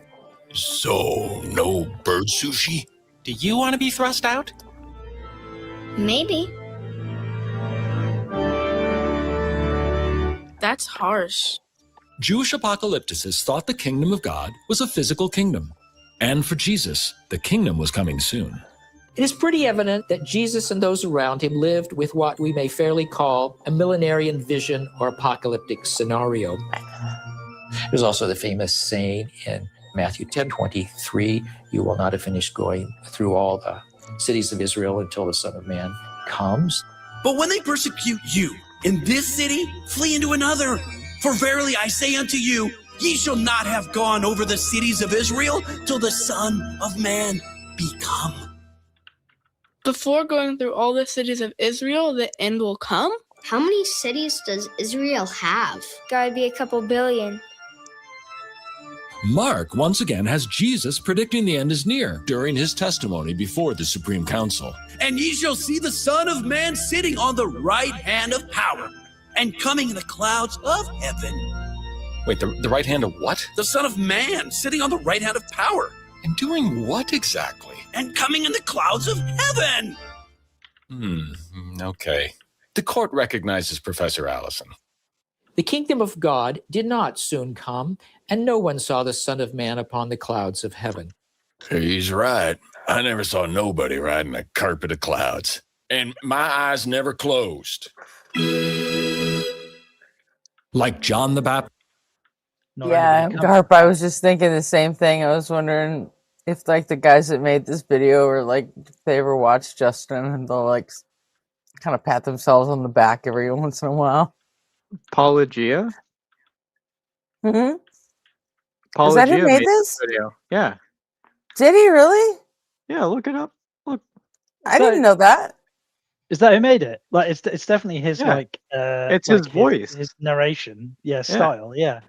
It's on his channel. No, Well, also Yeah, Apologia, knowing Paul, He's a he writer for definitely Star had Wars. he definitely had when he's talking about like coming repeatedly again and again and again. Like he definitely had like a. I had no idea that was him. I don't really You're watch playing him. the So video. I didn't. Yeah, but it's on its own channel though. Yeah, It's not. I'm not playing it. I'm not playing it from his you're playing channel. it I'm. for that. But yeah, Yeah. Apologia on a separate video said Christian YouTubers versus Satan, and he said that he helped make it. So Yeah, I'm pretty sure he knows his way around producing a video and stuff. Cause he worked for George Lucas with Star Wars. No, I had no idea. I've only ever seen, I think, Apology on maybe 1 or 2 episodes of The Line. he's pretty good. Like,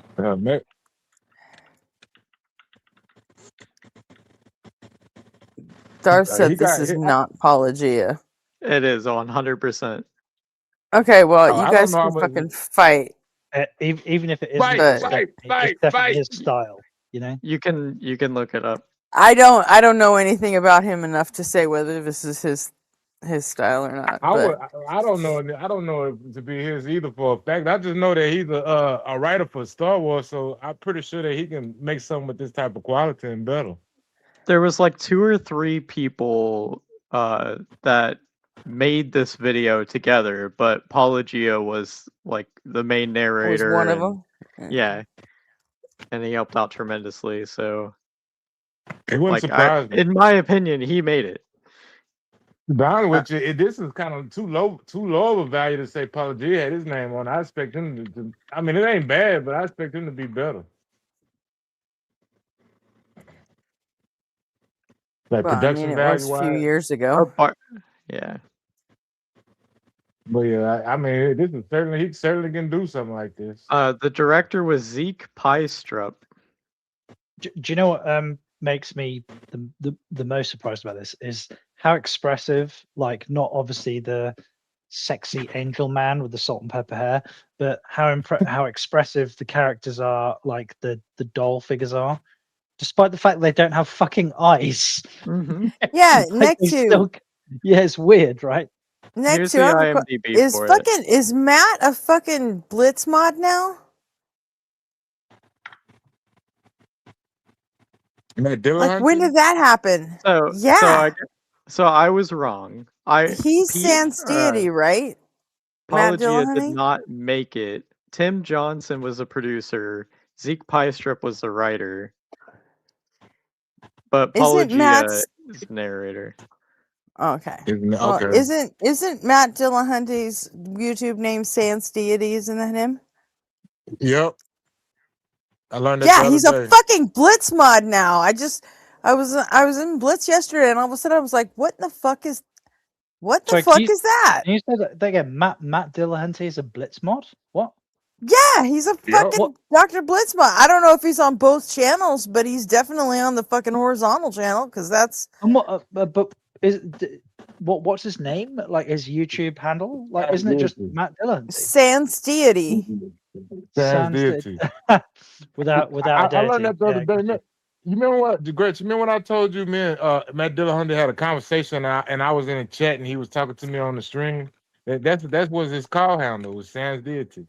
So, yep, you're right. Yeah, I mean, well, obviously. That's Yeah, I was like, I was like, just, that I depends was, on I was fucking around, and I was like, you know what, I can't, because I've torched my fucking YouTube settings on my Gretchen Z Yeah, man. account. You need to stop Like, with this more I realism I shit. still don't know how the fuck to get them back. I don't know what I'm doing. I don't know what I did. That's the problem. Is I don't know how I fucked it up, so I can't unfuck it. So Hey, I got a topic I want to introduce after the video, Gretchen. If we gonna I got any haven't time thought left. all week because it's impossible with my settings like it is. So I asked Joel, I just asked everyone that I mod for. I'm like, can you just fucking give it to async because my settings work on that one. So, and Lilith made me a mod in the middle of Blitz's stream yesterday, and Hey, I was Gretchen, like, all right, I got a cool. And topic. then I noticed, I was like, Can't remember oh, now. holy I'm like, what the fuck? When did Matt Dillahunty become a fucking Blitz mod? Well, I had a topic. Hopefully, I can remember by the time the video go out. That is, if we have time, Gretchen. I would like to propose a topic when the video go off. I'm trying to remember it now. I had it just a minute ago. It'll probably come. Okay, well, let's get through the video, and then if you All think of right. it, write it down, make yourself a note or something. I'm gonna type it in the chat so I can remember. There's only 6 minutes left, so Just let's burn before through him it. and like Paul after him. The Bible quotes Jesus as saying his generation would be the last generation. Jesus did not speak of a golden age, which might just as well come later as sooner. For him, salvation was close at hand.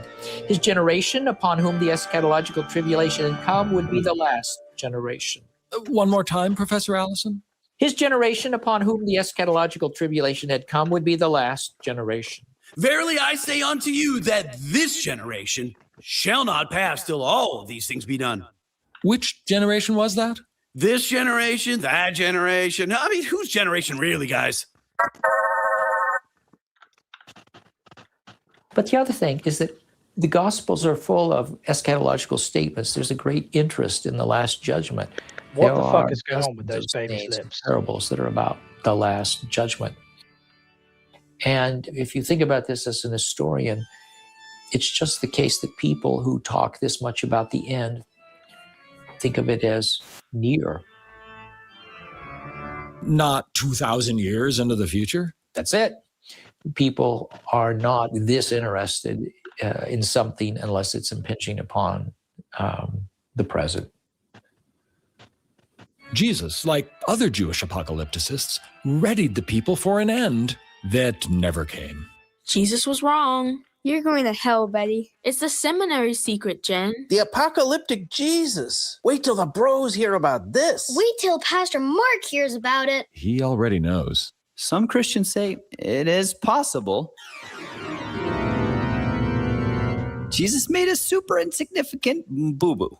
You're fired. Goodbye, health insurance. Get hurt. I feel sick. That's it. Seriously, Satan, I'm over it. I'll make my own exit, thanks.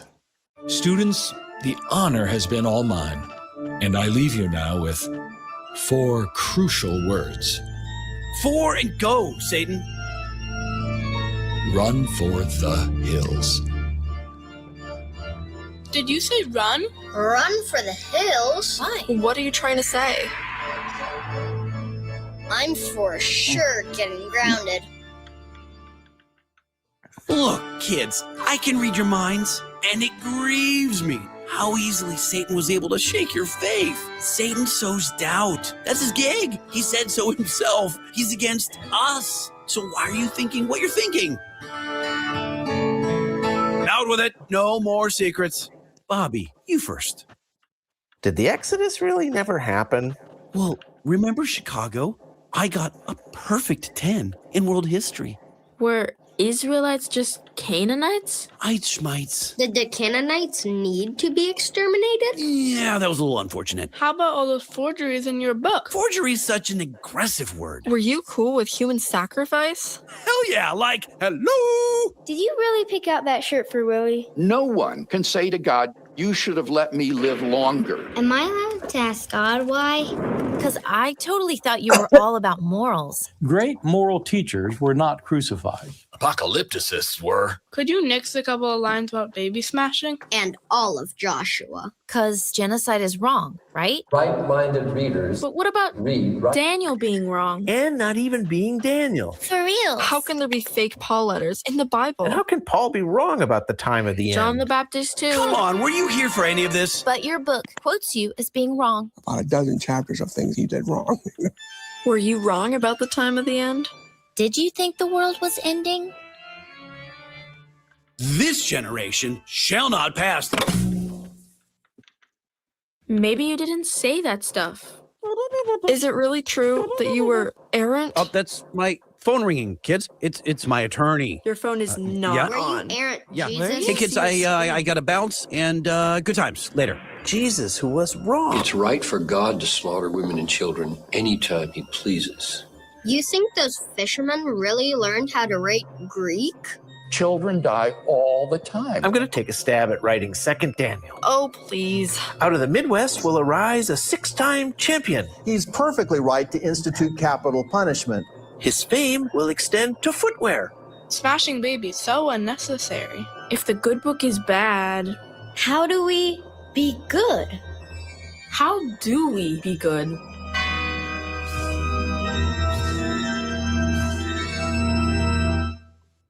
Satan's 2 commandments? Our morals should be based on empathy. Empathy for the suffering of other human beings. And the golden rule. It is a humanistic principle. No book needed. No book needed. No book needed. Depart from me, you evildoers. Jen?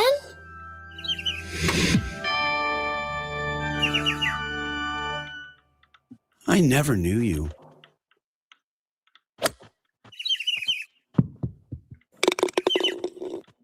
Inerrant. We should have ran. For the hills. For the hills. We should have ran for the hills. For real. This little light of mine, I'm gonna let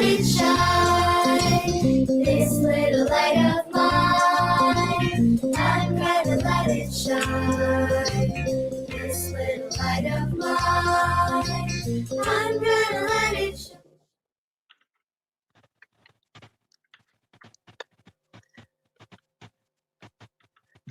That was good. The best bit really good. is like when it's like the Bible doesn't really call for human sacrifice, does it? Hello. That's I got it.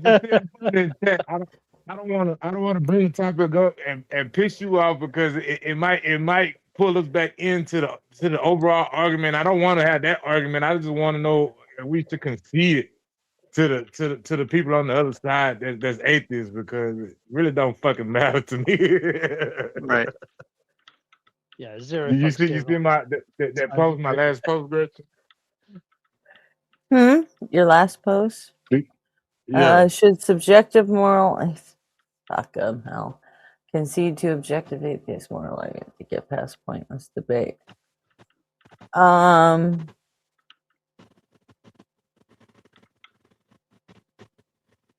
No. Fuck no. You don't think so? Can I bring it up?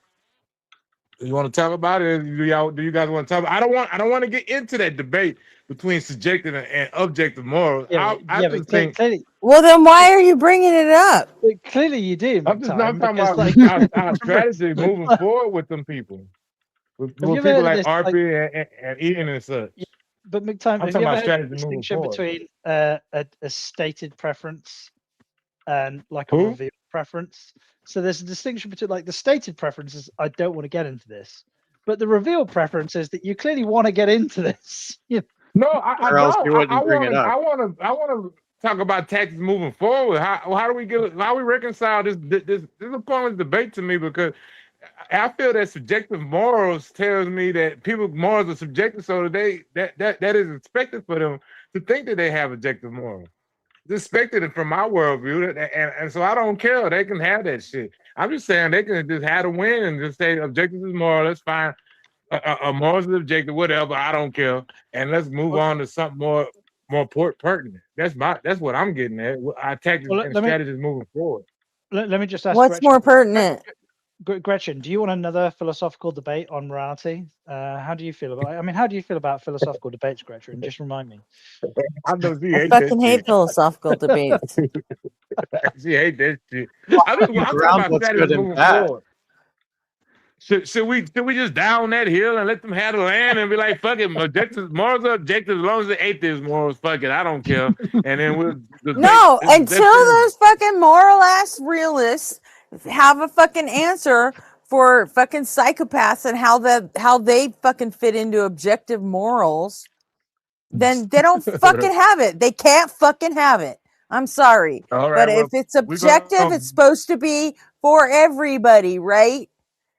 And I'm sorry, but there are just too many fucked up people in the world that it's just, I'm sorry. You can't have your fucking more realist framework without taking into account basic fucking human psychology. I mean, and really fucking, neurology, if you really want to get down to it. Obviously, God wrote their morals. God wrote his morals on those psychopaths' hearts. You know what I mean?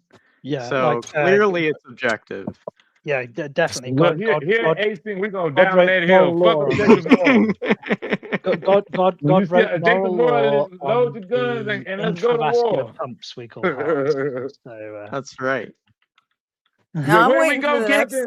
Go to war. The next time Arpy has the fucking stomach to go at the shit again with me. I mean, he likes to say, well, no, my definition of subjective isn't, or my definition of objective isn't independent of a mind. It's stance independent. Well, once you take into account any stance, you're talking about subjectivity. Also, stances are mind dependent. So, yeah, exactly. Stances are mind dependent. Stances are subjective. So basically what you're telling me is that your objectivity is subjectivity independent. You can't fucking define shit like that. That's a fucking circle. But So I'm placing a bounty on. Look at me, I'm getting all up, and he's not even here. But Gretchen, is RP a moral objectivist or a moral realist? He's a moral objectivist. Realist. He's a Really? moral. He's a Wanted fucking dead or Geworth alive, killed. Him and Nobody on Fire. They're all fucking Ian pilled, Geworth pilled morons. All of them. There are enemies. Yeah, I know they're probably wanted- listening. I don't care. I don't even care. Wanted dead or alive, all moral realists. All moral realists are wanted dead or alive. So there you go. There's a bounty placed on Ian and all the moral realists. We know we got our marching orders. We're going down this hill. God damn it! I mean, I've lost track of the number of times that I've had this conversation with people, and it always, without fail, even those people. It's okay, man. I'm building my team. I'm building my fucking team. You guys can go ahead and have your philosophical arguments. I'm building my fucking team. Me and Beard of Empathy and Dr. Joe Catch. And I'm putting together the fucking Psych Bros, and we're gonna fucking go to battle against the fucking Phil Bros. All of you. I got you on the objective realism front, on the more realism front. I got your back, Gretchen. But where we draw the line at is the Mary Poppin gang gonna keep hell. the We'll shit take poppin'. anyone that ever took a goddamn psych class. Let's go. But why? Fuck the Phil Bros. But why? Done with this shit. But now I'm genuinely curious. Why do you think there is a distinction between the philosophy bros compared to the psychology people? With respect to philosophy, philosophy isn't antithetical to psychology, right? I mean, because you can be wrong. Well, yeah, but philosophers and psychologists can both be wrong, right? Cap in the house. Yeah, self doubt or the guess. capacity for error But is the thing built is into that all aspects. There haven't been a hell of a lot of, there's no such thing as fucking psych bros, because they're not they haven't banded together and like the Phil Bros just took over the fucking debate space like lock, stock, and fucking barrel. Do you think And the funny part is, do you think it's because with respect to philosophy there are bow specific down to them. points? Well, the funny thing is, It's because they speak their own fucking dumbass language that nobody else wants to fucking hear. That's what you got to do. You got to clap back at that shit. When you do, they want to be like, "Oh, well, you're just crazy. You're just dumb. You're just this. You're just that." I don't agree. But there are some rudimentary aspects to psychology in the same way as there are some rudimentary aspects to logic. Like if I asked anybody here to quote the 3 laws of logic, right? You could quote the classical 3 classical laws of logic. Okay. All right, Phil Bros and logicians are 2 different things. Yeah, no, I agree. Don't get it twisted. No. Obviously, philosophy and logic are 2 different subjects. They're two different modalities. But no, that's not philosophy. That's just Phil Bros, man. Look. Watch Tom Carroll and watch the philosopher he interviewed. They don't sound nothing like them goddamn Phil Bros. I didn't know that people exist like them Phil Bros. Even RP and Nobody on Fire aren't fucking Phil Bros. No, yeah, they sound different. They got their own bullshit. Phil Bros are their own fucking species, and they're not a philosopher. Am I a Phil Bro? What's a Phil Bro? I don't know. It sounds like you like that shit. I don't know. If you like, well, no. What is I'm genuine. Have you ever seen those? Have you ever seen those people who join the debates and they're like, well, how do you ground your morality if you don't have a god? Well, how do you ground what's good and right if you don't ground it in what God thinks? And then they say just like, and what's your axiological epistemology of your fucking it's they use the big word. They throw in all this stupid ass big words that they don't even know what they're fucking saying anymore. And then you don't. And they suck all the actual fucking. They suck the entire fucking point out of any argument you were making. You say, well, I don't know what you mean by that. Can you explain it? They're like, well, you're so dumb you can't even know what this means. And then they don't want to engage in actual argument. They want to engage in word games. That's exactly what I tell them. Exactly. Would anybody be interested, especially you, John? John and anybody else listening? Would they be interested in getting some watching a Sean Carroll interview of a philosopher, so you can see how these philosophers sound totally different from that Phil Bro shit? Because I thought that's what I thought philosophy was. I don't know nothing about philosophy, and my introduction is through Sean Carroll lens. And when I started watching these down. Yeah, but he interviews more than just scientists on his show. He interviews all kind of shit. But would you be interested, John? And anybody else in chat, would y'all be interested if I could find those links? Would y'all be interested in them? I don't want to just do it, find them for nothing, because I got to dig. Sean Carroll, nobody on fire introduced me to him. He's pretty good. Huh, John? Would you be interested in it? I guess John, you there, John? Dad knows best. Oh, all right. Well, if anybody else interested in the chat, just let me know. I think he's gone. Let me know, and I'll send you a link if you want me to. Cause I gotta dig them interviews. He done the last one I can remember he done with a philosopher like a year ago, but he done more than one with philosophers. Yeah, he do them all the time. You know what I'm saying? Mm-hmm. Philosopher, political scientists. Hey, Gretchen, I'm pretty sure you like the ones where he did with the political scientists.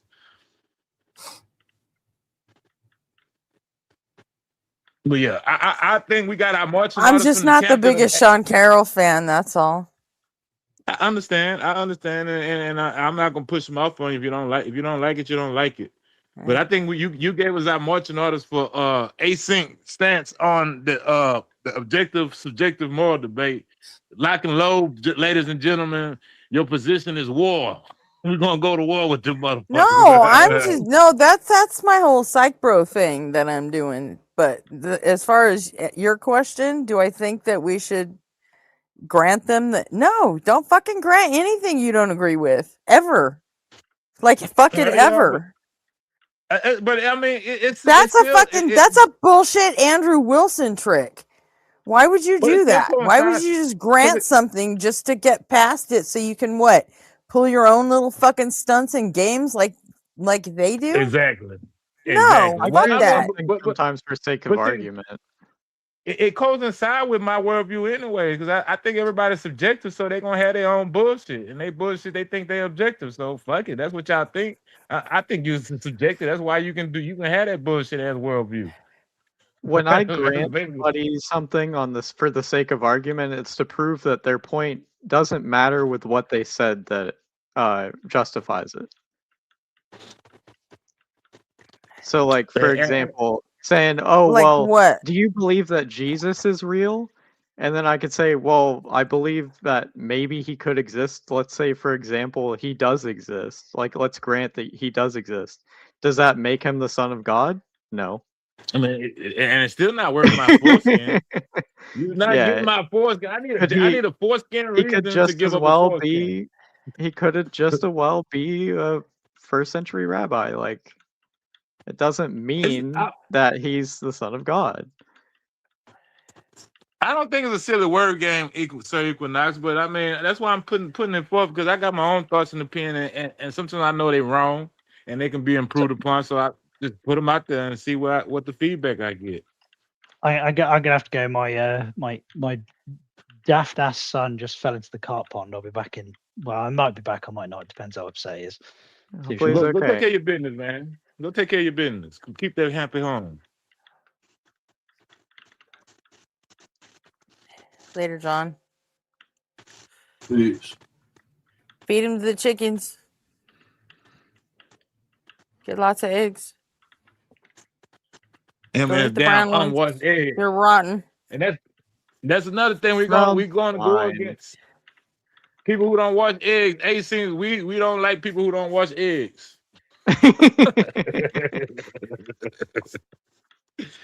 You got your marching It's more about not refrigerating eggs. I mean, why? It depends on where you are. If you're transporting them far away, yeah, you should wash your eggs and refrigerate them. If you're in a small country and they produce their eggs locally and stuff, like, they're fine as long as you rinse off the stuff. But like brown eggs versus white eggs, there is no actual No, difference. I know. There's no Yeah. difference. I know. I'm just playing on that Yeah. one. You and your dirty eggs. Brown eggs are dirty because they brown. That's what Gretchen says. Just like brown rice. Just like brown rice. That's dirty I like too. brown rice. They actually put the brown back on the rice. It's Then why do they take the brown off the rice, man, and then put it back on, and then sell it to you at a more exorbitant rate? Yeah, they put the brown on the rice. No, but they take it off though. They take the brown off first, and then they put it back on.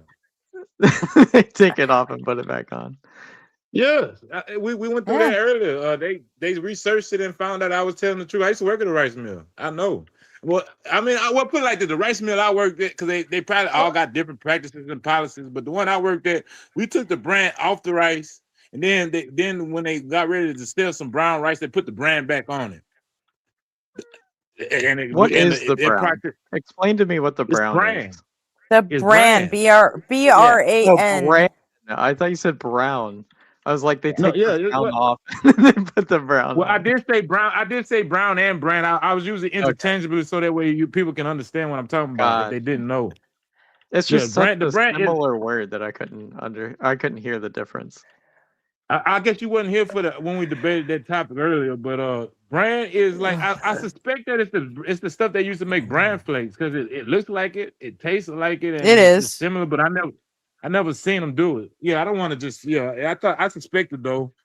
Yeah, and they use it to make dog food. It's highly nutritious and it's very good for you. I used to go in and just get a handful of it and just eat it out of the damn little thing. Sir Equinox, yes, green eggs are okay.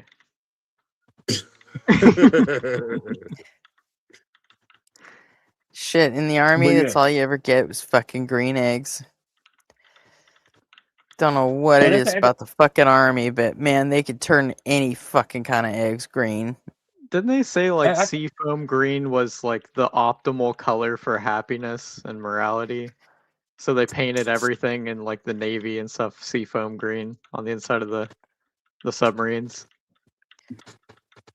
I don't know. I was never in the Navy, so I never heard of that before. But I stayed out of. I scored high enough on my ASVAB to be nuclear, but I didn't want to get in those ships that can sink. I thought everything was gray on the inside. That was the point. They sink. They're submarines. They probably did it for some type of optimization. I mean, that's what the military gonna do. They're gonna try to optimize everything they got. You teach you how to fold your clothes so you can fit more of it in a goddamn bunk in the locker. But yeah, green eggs. Don't green eggs come from the powdered eggs? It's like it's not. It don't happen all the time. But when you cook it a certain way, to make powdered eggs turn green. I think it has to do with more the length of time they set in the big metal pans that they serve them from. I don't think it matters whether it's powdered eggs or real eggs. I think because I've seen both turn green, and I think it has to do with how long they're sitting there in the big old hotel pans. If you got fucking green eggs and it's not because of no THC, you need to throw that shit out. If you got green eggs, if you got green eggs and it's not because you infused it with THC, then that means it's rotten. You gotta throw it out. That's not true. Well, I mean, it's green eggs, you know what I'm saying? So you put some green in it. Well, maybe food coloring, maybe that too, but I missed the eggs turn green. They rot. I have never noticed the difference between fresh farm eggs and store eggs. I swear I haven't. I probably won't. Huh? Said you probably won't. Yeah. Weed Bro in the chat said that fresh farm eggs are so much better than store eggs, but I've had both. Maybe in quantity, but not in quality. I don't know the difference either. Eggs. I had some buffalo, and I thought that was goddamn but it was chili though. It was ground buffalo. Just tastes like ground meat to me. Maybe a little less, a little lighter. And they drain the grease off of it or something. But I didn't notice it until he told me, "Oh, that's buffalo meat." Oh shit, they like ground beef. Yeah. I've never been able to tell the difference. That's why I still don't like Eggland's best. Like they said their eggs are better. How exactly are their eggs fucking better? I mean, me neither, Michael Grant. I ain't never seen paid green twice eggs in as much Malaysia. for them. Tell me how you got more protein into an egg. I'm not Like gonna legit, fucking tell me that. You feed them more I protein. I guess it tastes better to them. Yeah, and they said they taste better. I'm like, bullshit, they taste better. They taste like fucking eggs. I'm not eating That's no all there is ostrich to it. that shit. I guess they taste all the love. They taste all the love and effort they put into growing them fresh. See, even M Carp is like his wife buys Eggland's best, and he can't tell the difference either. Yeah. Might as well just get the fucking Great Value ones from Walmart. It's all the fucking same. They're just eggs. Yeah, Kirkland. I believe in Jesus if he lowered the price of eggs. Please lower the price of eggs. I haven't had eggs since inflation in 2020. Yeah, Chrissy, the eggs come from the green in your eggs, whether they're boiled or scrambled. It basically comes from the sulfur content. If they start turning a little bit green, it means you overcooked them a little bit. And if they're in like an aluminum pan, that can, I don't know, it reacts with the sulfur or something and helps turn them green faster. Some shit like that. I've overcooked my eggs before and they don't come out green. Like, I don't know what y'all doing to your eggs that they come out green, but y'all need to reassess. Like, I have seen when it you before, cook them but in it's not big batches, you've never hard-boiled eggs, let them go a little too long and the yolks looks kind of green. well, it's like a little That's net never around happened. the yolk itself That that's happened to me. different. When I boil an egg, that's different. I'm not talking about that. I'm talking about like when I'm making an omelet or something like Yeah, that. but when you make scrambled eggs, there's still fucking yolk scrambled in there, and it can still turn green when you overcook it. I understand that, but once you mixed it and it turned but once yellow, you understand what I'm saying? That shit come out yellow. I ain't never mix an egg, right? And then the shit turn yellow. You understand? I season it, I throw all that good shit in there, right? And I Right, make because the it's egg. protected It by the never once white. ever came green. It never ever came out green.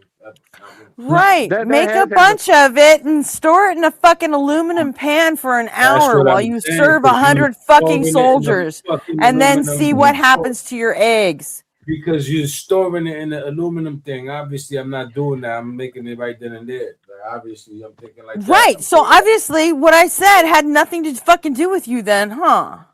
I obviously didn't hear what you said. How about you mind your fucking business then? What the hell is my I business? thought Because I'm here. I'm listening. Like, if I didn't hear Crit- you, enlighten me. When we were talking about that, we were talking about boiled eggs. That she said Well, the yolk I came didn't out hear. kind of Obviously, green. Sometimes look, that happens when you boil eggs. when you Tossed boil salad, scrambled eggs around the yolk itself, you're not Yeah, mixing but it. it can also happen when you scramble them and then never mind, not doing this again. I understand that, but that's crazy. Like, that's, I thought you meant one time, like when, you're just making an egg on your shit and it come out green. I'm like, what? Like I said, I only ever saw it in the army at chow halls. That's it. That's only when it saw fucking when happened.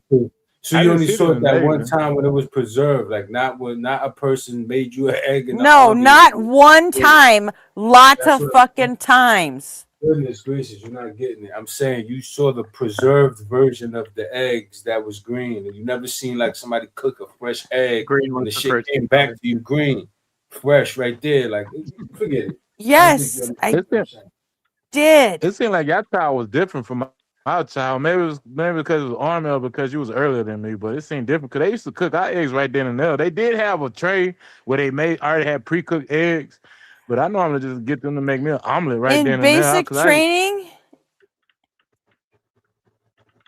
No, this was I'm talking after I got out of They didn't boot cook camp. fucking individuals. No, they didn't do shit like that in basic training, and they didn't do shit like that when we got mess 10 out in the field either.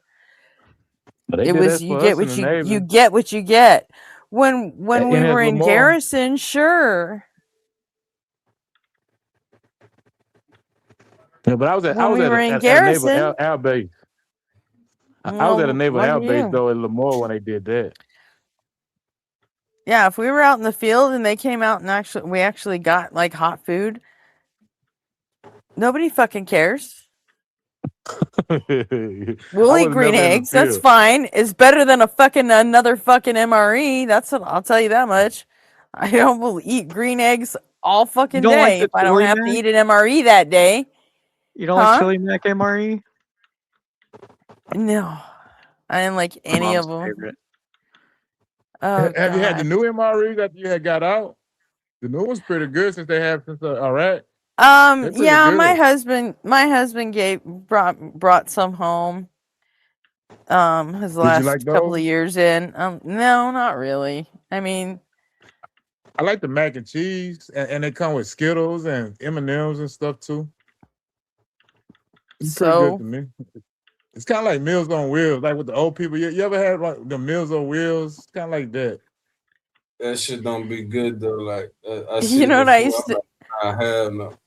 That should be I crazy. used to go to Damn. I used to go to like whatever the grocery store was there, and anytime I went to the field, and I would just I would pack like however many days I was gonna be gone, I would pack double that many like little mini cans of tuna, and then I would go to the restaurant store and I'd just buy boxes of Crackers. packets of mayonnaise and pickle relish and shit, and I would had these little boxes that looked like giant Legos, and they would fit like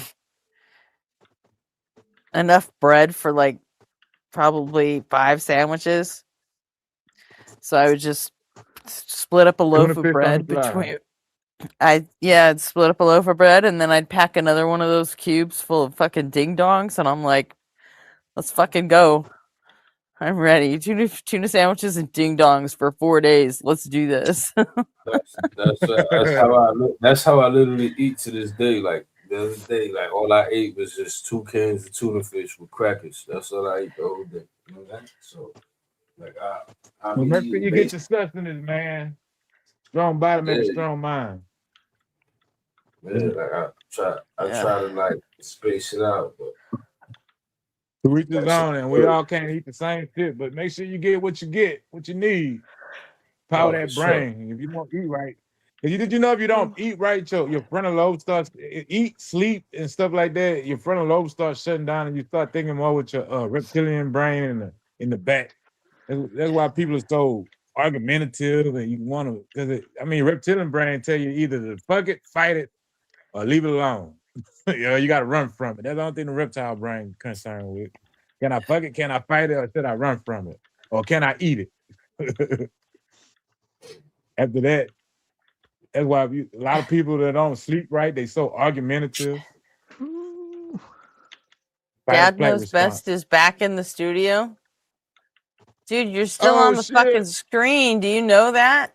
I was driving to the feed store to buy feed for my chickens, and you guys are talking bullshit about eggs. Firstly, like a fresh egg, like fuck off, John.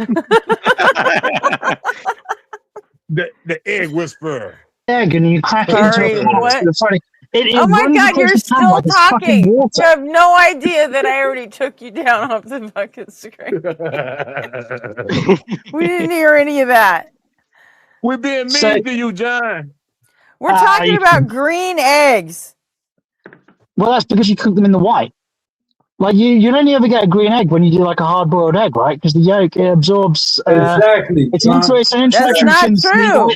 no, it's an Exactly. interaction Not between the true. iron. It's the iron in the yolk and the sulfur in the white, right? It goes green. If I would have heard that's what you said, I would have never said nothing because obviously I didn't hear that part. You said boiled egg. But I have you might seen green said that, parts there in should be eggs no that green. I've made. Yeah.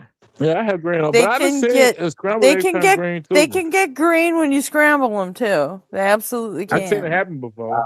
Yeah, like I if don't you had remember green well. food dye or something. But like, I mean, fuck, how long were you No, cooking them? no, that's not You gotta true. scrub the pan a little harder, I guess. I don't know. You gotta scrub the pan a little harder, I guess. That's Those crazy. cast iron I eggs, think where man. I seen that at was in jail, but What's I haven't that, seen it green? much, but I've seen it before. I mean, look. You crack an egg, right? You mix it, right? You season it, and then you put it in the pan, right? Then you make an omelet, Believe right? me, That shit a come out green. military cook You did can something turn wrong. anything green, and you'll still fucking eat it. No, listen, you did Guarantee something wrong. it. See your food. You'll eat it if you're hungry enough. Nah, man. They listen. can't see. They can't see what you eat when you're hiding in the bush. Is this why all like military cooks think that they're good chefs? Because every single person who's ever rocked up to their kitchen has seemed grateful. Probably. No, they get an unrealistic expectation of their ability to please. Yeah. Well, you got to capture the audience. Yeah, it's sort of like a person who's only ever had sex with a hooker and he thinks that he can give all women an orgasm. You know. Exactly. What a military chef is. Well, women are the only ones But that can hey, fake you an get hungry orgasm, enough so. and you'll fucking eat anything. Some of the True. worst shit I Right. ever ate in my fucking life was in the army. Yeah, I don't know about that. Right, well, I'm literally outside the feed store. It was just that. It was the egg bullshit that I wanted to deal with because that was fucking nut scratching. Like, there's You and your definitely fucking a difference. eggs. Don't eat the There's brown definitely- ones. They're rotten.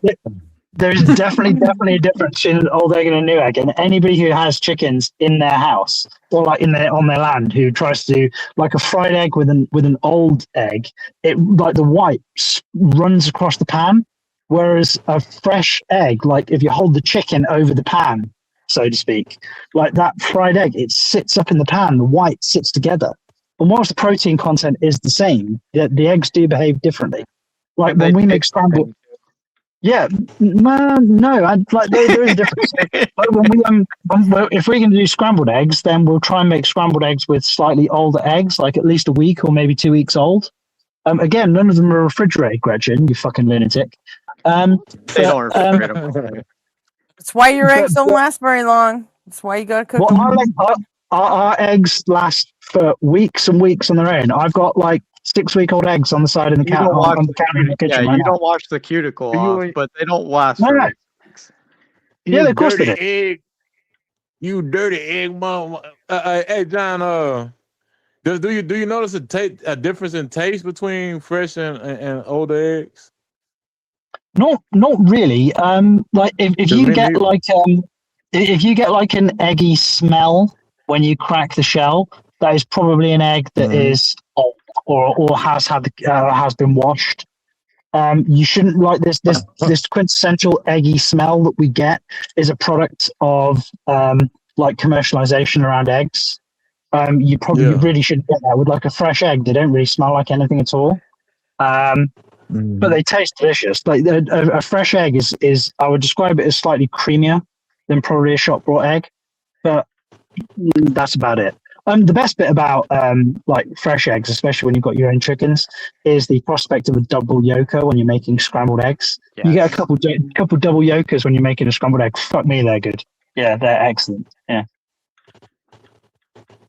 But that's why I quite like bantams, because the yolks between bantams and like full size chickens, the yolks are the same size. The bit that's smaller is the white that sits around the egg. So when you're doing scrambled eggs, if you've got bantams, you use the bantam eggs to make the scrambled eggs because then you get more yolk with proportion to white. So you get like a yellower, richer scramble. Damn. So, well, I guess I've been desensitized to the taste of fresh eggs because I don't know there's no difference in taste or texture. I just swallow it. Barely chew it. Just, I don't know. Take a couple of chews and I swallow it. I swear I'm going this time. I mean it. I'm going this time. I'll see you later. Yep, go buy your feed. Go to your feed store. Buy your fucking feed for your chickens, so you can have dirty ass eggs. Don't eat the brown ones. They're rotten.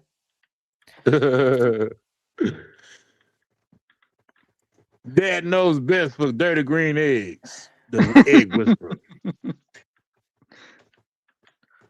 I just be talking shit, people. I'll be honest. I'm glad My y'all aunt tolerated used to me. do. My aunt used to talk that shit all the time. She's like, "No, you gotta try these eggs," because my aunt kept chickens and ducks, and now the duck egg, I can taste the difference. Yeah. Absolutely. Duck eggs are way better. But chicken eggs, I'm like, I can't tell the difference between this and store bought eggs. I'm sorry, I just can't. I'm like, they're fucking eggs. I wonder if you can make a cake with duck eggs. Yeah. How would it taste? Huh? Like, you know how you use Probably pretty bake a similar. cake. You know how you use some Yeah, you eggs? can. Use duck eggs. Yeah. You can. Would it taste different? Probably not. Not really. It just kind of adds to the richness of it. I'm gonna try that one of these days. What about ostrich eggs? I wouldn't mind trying that too. Are you talking about baking a cake with them? Just cooking it, period. That's a big fucking egg. Yeah. I'll eat an ostrich egg. Might take me a little I bit would longer. try it. I I don't think the know. Grecians Ostrich eggs are fucking weird because those are just like emu eggs, right? Because like those are black. I'm not sure. I'm not. They look like the same type of animal. I mean, think they all ostrich birds, eggs but are black. same type Emu of eggs bird. are because I have a couple of carvings of like carved emu eggs that they took all the crap out of them, and my aunt carved these like landscapes in them because emu eggs are black on the outside, and then once you get past the outer shell, the outer layer of it, it's like a powder blue, and then the inside of it is white. Okay. Didn't know that. So what, y'all didn't eat the egg? What you mean? You just keep calling it landscape. They made like a jack-o'-lantern with them or something? No, they didn't eat them. Oh. Well, at least I don't think they ate them. They just poked a hole in the bottom of the egg and then just shook it till all the shit came out. What? That is My aunt didn't raise the emus. One of her neighbors did. My aunt raised horses, so that sounds like a waste. But she's an Right? artist, so huh? Seems like a waste of an egg. Well, they ran a fucking emu farm, so I mean, I'm pretty sure they weren't hurting. I think it takes a lot longer for emus. Not emus, but ostriches. But I'm not sure. Maybe it takes longer for emus. I know they had emus and ostriches there, so I never actually asked them. Because otherwise, we'd just be eating ostrich eggs. I just thought the eggs were neat, so my aunt gave me a couple of them.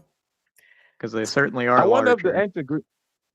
the ancient Greeks ate a lot of ostrich eggs. Ain't that where the word ostracize come from when they would vote against the people they was going to kick out of the society and ostracize them?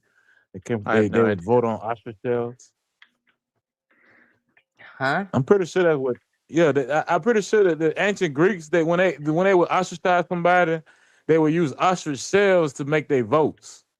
And I'm pretty sure I remember. I'm pretty sure that fact right there, but I'm not entirely sure. And I wonder if they ate the ostrich eggs, and that's why they had all them ostrich shells.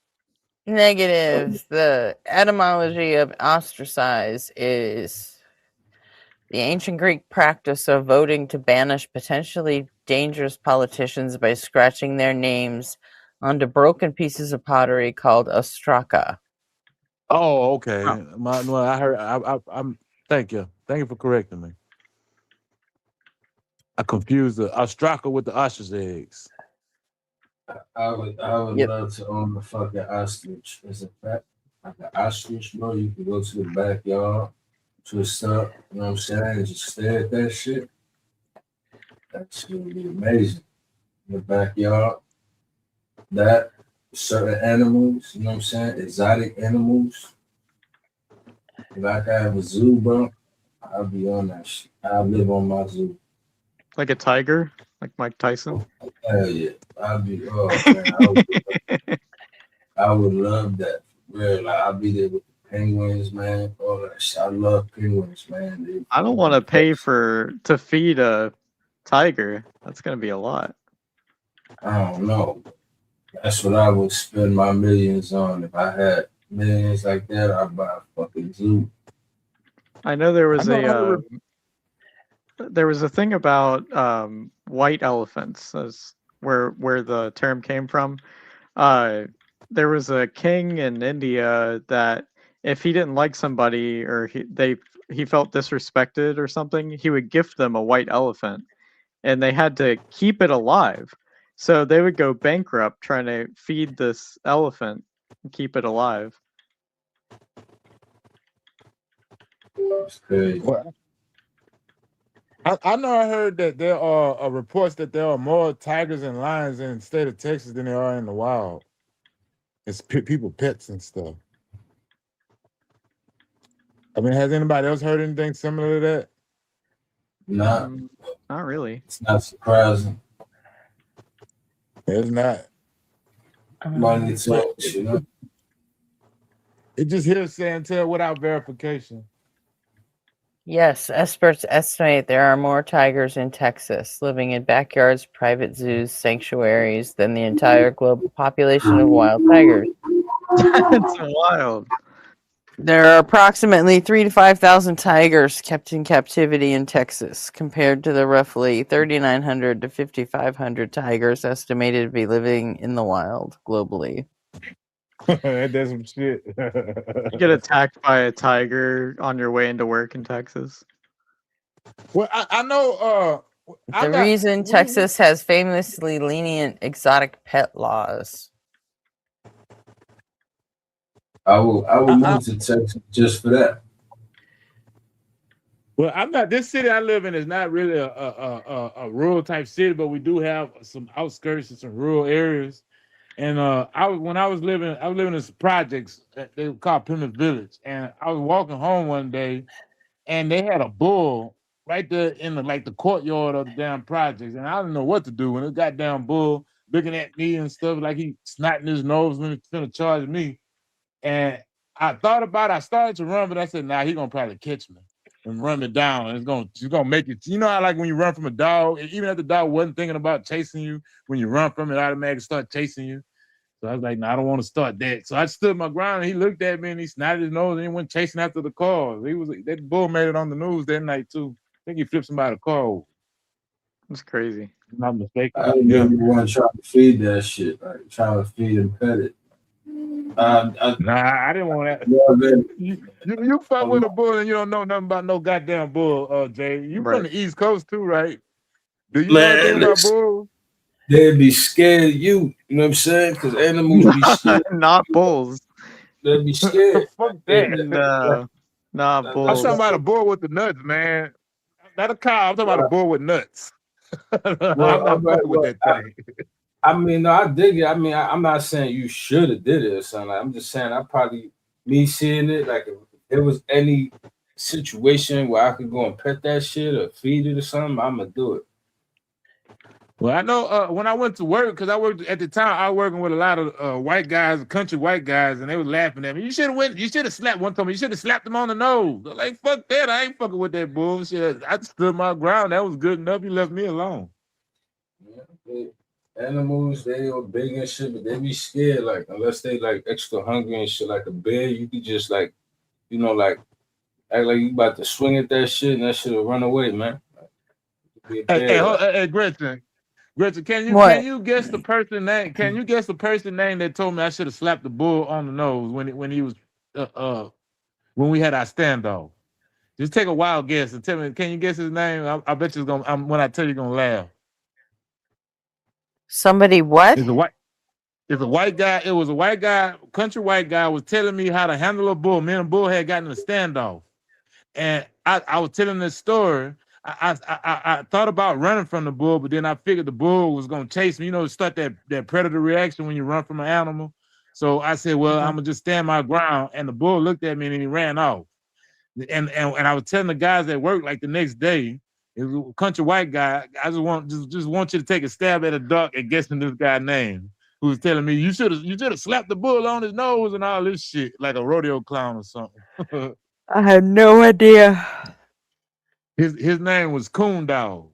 That was his name. It was the guy that they used to hire to go fight the coons that go get under people's house. He would go underneath the house and fight a coon with no weapons. How the hell was I supposed to guess Coon Dog? I just wanted a reason to say his name. That's all. Coon Dog. I think that's just so funny. But you was one of the coolest people I know. For future reference, you could have just said it. You didn't have to make me guess it. I was gonna say, I don't know, Cupper. Like, what? Well, you're not that far off. Most start with a C. Bubba's what I guessed. What'd you say, Bubba? Yeah. They called him Bubba too. Muted. I would have said They called Cupper. him Bubba. Just because Cupper's that dumb, that fucking dumb. I don't know They why, all call each but other Bubba. that name. I don't know why, but that name made me think of moon pies, and now I want a moon pie. Fun fact, moon pies are from my state of Tennessee. Coon Dog, he was a short, bald-headed guy, and he had a beard and mustache like Yosemite Sam. But that guy, he was cool, man. That was one of my best friends. I used to go out there in they had a town, Lumberton. It's about a 20, 30-minute drive from here. And they are getting better, but it has that racist reputation. Yeah. And the police still fuck with you to this day. But I won't get off into that. But yeah, I used to go out there and visit him. We used to have some good time, barbecues, cookouts. This motherfucker, he was not afraid of coon. He would fight a coon barehanded. They scratch him and bite him and all that shit. Rolling around underneath the house with him and everything. Yeah, you just gotta know how to handle them. It's like a stray cat. How to handle cats, stray cats. I'm less scared of possums than I am of raccoons. Oh yeah, I wouldn't want to fuck with a possum either. That thing bites is gonna make you sick. Nah, possums are way more timid. I used to have a lot of them back when I lived in Georgia, but yeah. You used to have them as pets, or they were just like in the yard? So we had this thing called a trash trailer. We lived way out in the sticks, so we didn't have like trash service. So we piled it up in a trailer, and then we took it every month. So like trash would just sit in there for a month, and then raccoons and possums and rats and stuff like that would always get into it. So whenever I was taking the trash out to the trailer, it would be filled with like possums and stuff like that. And most of the time they were just big babies, and they would hiss at you, and then you would like poke them with a stick or something like that, and they'd play dead, and then they would stink. Oh my gosh, I could smell them over the trash. Like that's how bad they stunk. Well,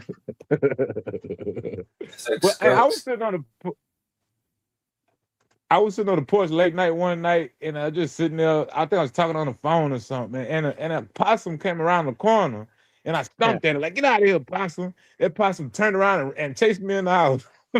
My head's in the house. Like, fuck that damn thing. You can have the porch. Yeah, if you would have stomped at him again, he probably would have just hissed and then like laid out playing dead. That like motherfucker as soon as they get too scared, he wasn't scared of me. I know. They would be in What'd my you say, house. Jay? All the wild Like, animals. you can have that outside. Nah, I said all the wild animals would be in my house chilling. You know what I'm saying? Like, I just be feeling it. Like, you be seeing wild armadillos in my kitchen and shit. You fuck with animals like that, Jay? What was that? Do you fuck with animals like that? Yeah, I love animals, man. Animals, they like the most interesting shit in the world, man. You know? I love animals at a distance. As long as they over there and I'm over here, I got love for you. I love you. just stay away from me. Especially the ones I don't know about. And I don't know many. Like I love all cats and dogs instantly. Just instant. If you're a cat or a dog, I love cats and dogs. You know what I'm saying? I could tolerate a dog. I can't stand cats. Them motherfuckers, they not loyal. You feed a cat, you love a cat, Fuck 'em then come to both. find out that cat, that Nah, cat had a fucking separate life. it He had another depends. wife and kids somewhere else. It depends. You know, it depends how. Cause my cats is close to me. Like they be wanting my attention. You know what I'm saying? Like I be feeding them. They be rubbing up on me. Like it depends, man. My I like baby. cats, I'll grow up. but I can't have cats around me because I'm like deathly allergic. You like them though? Yeah, and they love Oh, that's me. what's Like up. I always leave them alone, and then they come up to me and want petting and rubbing on me and stuff like He's that. probably allergic to it. Let's go kill him. Yeah, that's what they're doing. They're like, I know this motherfucker's allergic. Hey, I was in Central Park in New Orleans. I don't know if I told y'all this story. I was in Central Park in New Orleans one time. I was eating some Chinese food, and they had some thing that like some meerkats. They came out of the bushes and they scared me, and I jumped up. And then I realized they were trying to get me to leave my food, so I went back and got my food. And we had a standoff for about 2 or 3 minutes. We were looking at it. I was like 4 or 5 meerkats versus me. I was like, nah, you ain't getting my food, motherfuckers. They was looking, and then they say. I told her, I said, I could see the fear in your eyes, and that's when they turned around and left. I carry cat food in my bag. Every time I go outside, I carry cat food, like a can or two, just in case I bump into a stray. Like I always do that. You know what I'm saying? Because you strays don't out strike me here. as that type of person, Jay. What was that? You don't strike me as that type of person. When I hear you talk, I think of like a city, like straight city guy. Don't fuck with no animals. Nah, I East am. I'm a Coast. city guy. I'm a city guy. Saying this not you're not wrong, but I just love animals, man, because they just make everything better. You know what I'm saying? And my That's how I father feel. was from Philadelphia. He's from the East Coast too. So I know y'all surprised me. Y'all don't just do what we think what we see on TV and stuff. Nah, I don't. I mean, I do like giving animals, you know what I'm saying, a little something extra, like Rocky, you know what I'm saying? Help an animal that's good, that's worth it, you know what I'm saying? I'll be doing shit like that. Like I'll rescue a bird if I could, you know what I'm saying, take it to the bird hospital. I've saved pigeons, but not saved. They probably kill them shits once you take them. Now I feel you're a better man than me, Jay Money. I don't like you anymore. Nah, You don't brother, like anybody better than you. that. But it's an animal thing, brother. It's about loving animals. Like some people don't feel that way for animals. Ain't that wrong? Now I know I down so don't. I mean, what I would do before I get an animal is grow me a garden. I've done that several times. I had she used to be a friend of the family, and she used to be a babysitter and stuff. Miss Duty, rest in peace, Miss Duty. And she would always come and well, Mac, you need to go and get out there and do what I taught you and get you a garden started. So I got to start tilling that soil after around Easter time and getting ready for the freeze to stop. Start planting my stuff. I used to every garden I grew since she passed is in dedication to Miss Duty. I have Beard's coming out with a video soon of my interview with him, and we touch on the subject of animals too. Should be tomorrow, Anything right? you care to share? Yeah, it should be. Didn't he put them up on Sundays? Yeah. Yeah, I'll let you guys watch the video. See, Okay, no see for spoilers. yourself. I won't spoil it. Yeah. I don't know if I want to watch yours. Why? I heard enough. Yeah. Oh no, I go a little bit more in good detail. enough for me. Yeah. I don't So need. what's I don't the- need any more than that. What's the symbol, Jack? What's that symbol about? What that What's mean? the Like, symbol? yeah, like that thing, that group, like what's the Oh, my picture? Yeah. That's a goat, ain't it? Yeah, it's a little baby Baphomet. So it's No, I know that. I'm saying like that's a group you represent. That's some shit you. Oh, What no. is it like? That's the So- logo to the crew. Like, what is it? Like? No, I don't roll with the Satanic Temple, but I do support what they do. So the Satanic Temple, one time, I forget where it was, but some school was going to allow like pastors or something, or Christian pastors to replace school counselors. And like they were gonna pay these pastors to provide counseling at the school. And the way that it said, it was faith leaders who were hired by the school can be paid and whatever for the children. So the Satanic Temple was like, well, you can't discriminate between religions, so we're gonna apply. And so they said no, and I think actually I'm getting the ones mixed up, but this did happen. And the Satanic Temple is gonna have their priests or whatever go in, and so they stopped the whole program entirely and just did normal counselors. But they had a after school program that pastors were preaching to kids to go to and stuff like that. And there was one program where you could leave school early and go and do this like seminar or whatever, and then come back. Because legally they're not allowed to like preach at the school. So that's kind of how they were getting around it. So the Satanic Temple made the Hellion Academy of Independent Learning, so that people could pay to go to their schools instead. So basically, it's just a troll. Like it's like it's a big troll. But Yeah. it's also it's not a troll. Like with respect It's to a the Satanic troll, Temple. but there's a point behind it. Like Right. if you're Well, going to use it's- public I money, get it, but it's a troll though. It's still a troll. Like, No, because the reason it's not a troll is because there is only one option available when the general consensus is X, right? Right. No, I know, but like out of all like the other you know how like when you get these arguments where people go, well, if you don't like our institutions, create your own institutions. Well, that's exactly what the Satanic Temple have done. They've created their own secularized institutions, but whilst it is technically secular, they've branded it in as an opposing religious organization, and then you get to use the religious organization's arguments for why they should get to, like, basically propagandize to school kids. Then the secular person gets to use the same argument. So it, like, whilst I understand I can understand why it would be viewed as a troll. It is also providing a legitimate, actual second option that isn't religious. No, I understand it, and it is. The problem is it doesn't actually work.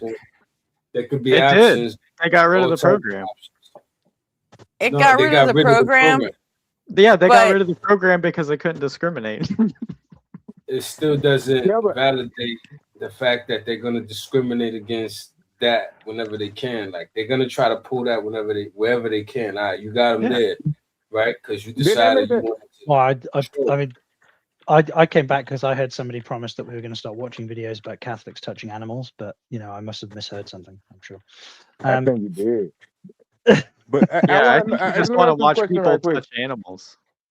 Talk about you talk about fucking a sheep and a fucking brick comes running. It's so fucking weird. No. It's fucking creepy. That is the New Zealanders and the Welsh. Thank you. Thank you very much. We are distinct. Like, we're not separated by a body of water or anything, but there are very different cultural practices. Like the Brits refined the so the there's an old joke, like the original condoms were made out of lamb's intestine, and the British refined the design when they removed the intestine from the lamb. So, like, I got one quick question that on my mind since that's brought up the preaching in school discussion. Isn't that now the chaplain? Ain't that the chaplain in school? Ain't that a federal law now? Where now they got the chaplains in school? Or is that a Texas thing? Or I think that might be a Texas thing, but that's I know just a Texas thing for now. Yeah. Oh, okay. I know That- recently they did put the 10 Commandments in Texas schools, despite having this gone through several Yeah. times and failing. Well, the And thing being is, my like, homegirl. ruled but against by the Supreme Court. But that blew my mind, Jack. Like when you were saying that they were gonna like replace like the school counselors with like a chaplain or something. Oh, that's yeah. like religious learning in UK schools is a requirement, but the requirement is that we learn all religions, and there isn't any particular emphasis on one or the other. It's just basically about like Hindus believe this, Sikhs believe this, Muslims believe this, Christians believe this, and then you've obviously got your sub definitions of Christian and Muslim, etc. And like, you know, but it's not taught with a particular emphasis on this one's correct and all these guys are heathens. So the notion that you're going to have like a chaplain counselor who's like is fucking nuts. Like what? Well, it seemed to me that the Christians are dead set into bringing back the Christian Dark Age like they did the last time they was in charge. I just what it seemed posted like a to me. link in the StreamYard chat about the Satanic Temple Hellion Academy of Independent Learning, or HAIL for short. I mean, how long do you think it's gonna take with all these stupid laws they making now before they start making laws about holding Jesus bread in the air and shit like that, like they did in England in the 1500s and stuff? You know, Yeah, I think was it Andrew Wilson or someone was talking about how they were literally holding off on making religion a requirement until the very end. the end of what? Of The end humanity of or the their, end of like, America? destroying the Johnson Amendment and stuff like that. Yeah. America Johnson season. Amendment. Sorry, the Johnson Amendment, for if you're not unaware, is the amendment that says that you can't promote a political candidate from the pulpit. And that's also the amendment that affects them getting paying taxes at church too. That's what makes Right. them. If you violate the Johnson Amendment, people have or people will and have gotten their tax-free status taken away. I just advocate for taking the taxes away. They're not getting out of politics, so just take the taxes away and be like all the other American citizens. You know, there's nothing special about religion and what y'all do. Obviously, it's different. Again, it's different in the US. But isn't that why, like, isn't it the case that churches they don't have necessarily they don't have a religious status? They have like a charitable status, which is why they're taxed. Well, that's what we're talking about. No, Yeah, they so for financial reasons, they're listed as a 501c3 nonprofit. The status for the IRS has nothing to do with religion at all. It's just you don't have to be taxed. Now, you can be a 501c3 organization if you are a non-religious business, like a lot of like thrift stores and stuff like that. Same thing with AXP. That's why they don't do political speech on at the experience, because they're 501c3. That's our teeth to the legislation. That's how we can punish those who want to preach politics from the pulpit. But Trump has in 2016 in his first presidency he weakened that, and he's been chipping on it this presidency too ever since. Actually, a couple weeks ago, the Religious Liberties like group or whatever he made came out and said that they wanted to get rid of the Johnson Amendment, and that the separation of church and state isn't actually in the Constitution. And sure, those words exactly aren't in there, but the separation of church and state as an idea is in the Constitution and the First Amendment. Yeah, well, I mean, if you want to, for the group that is arguing for repealing the argument between the separation of church and state, because it's not explicitly laid out in the Constitution, probably should reread the Second Amendment, right? Because I think those two groups are going to have a bit of an issue. Is that Jack? Are you talking? Do you know if this group is doing the separation of church and state and the Johnson Amendment, or are they doing either or what's your understanding of it? Let me see if I can find the video of it. But basically, Yeah, it's the same. They're talking about both of them. They say both of them in the same interview or same press release. Okay, because the Johnson Amendment, I mean, I don't really care about the Johnson Amendment. If they just pay their fucking taxes, then you can do like any other citizen that pay taxes, and you can endorse candidates. No, But they're basically saying continue to make them tax free and remove the Johnson Amendment. Yeah, they want to have their cake and eat it too. That's the part that pissed me off with them.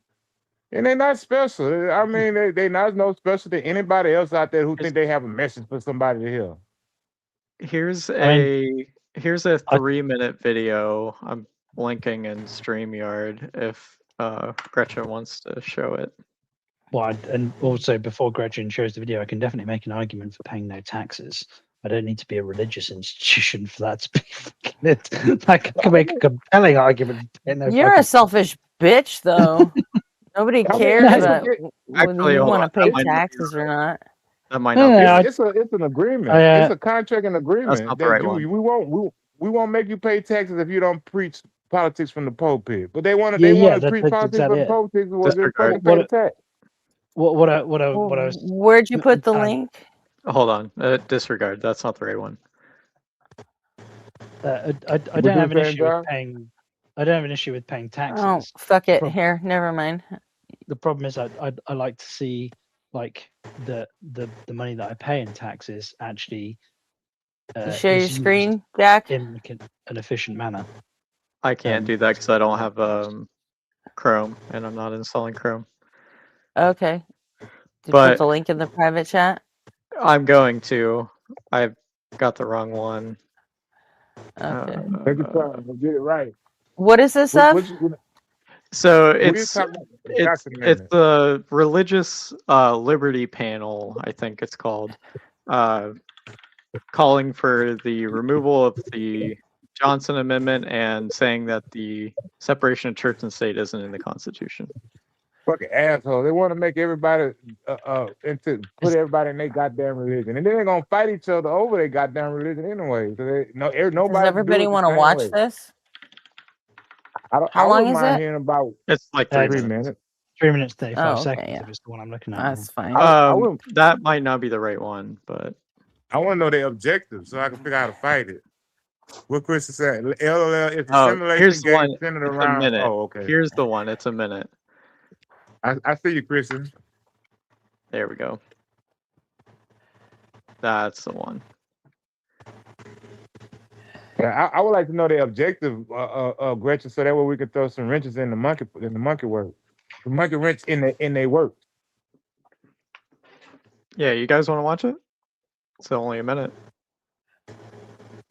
You got my vote.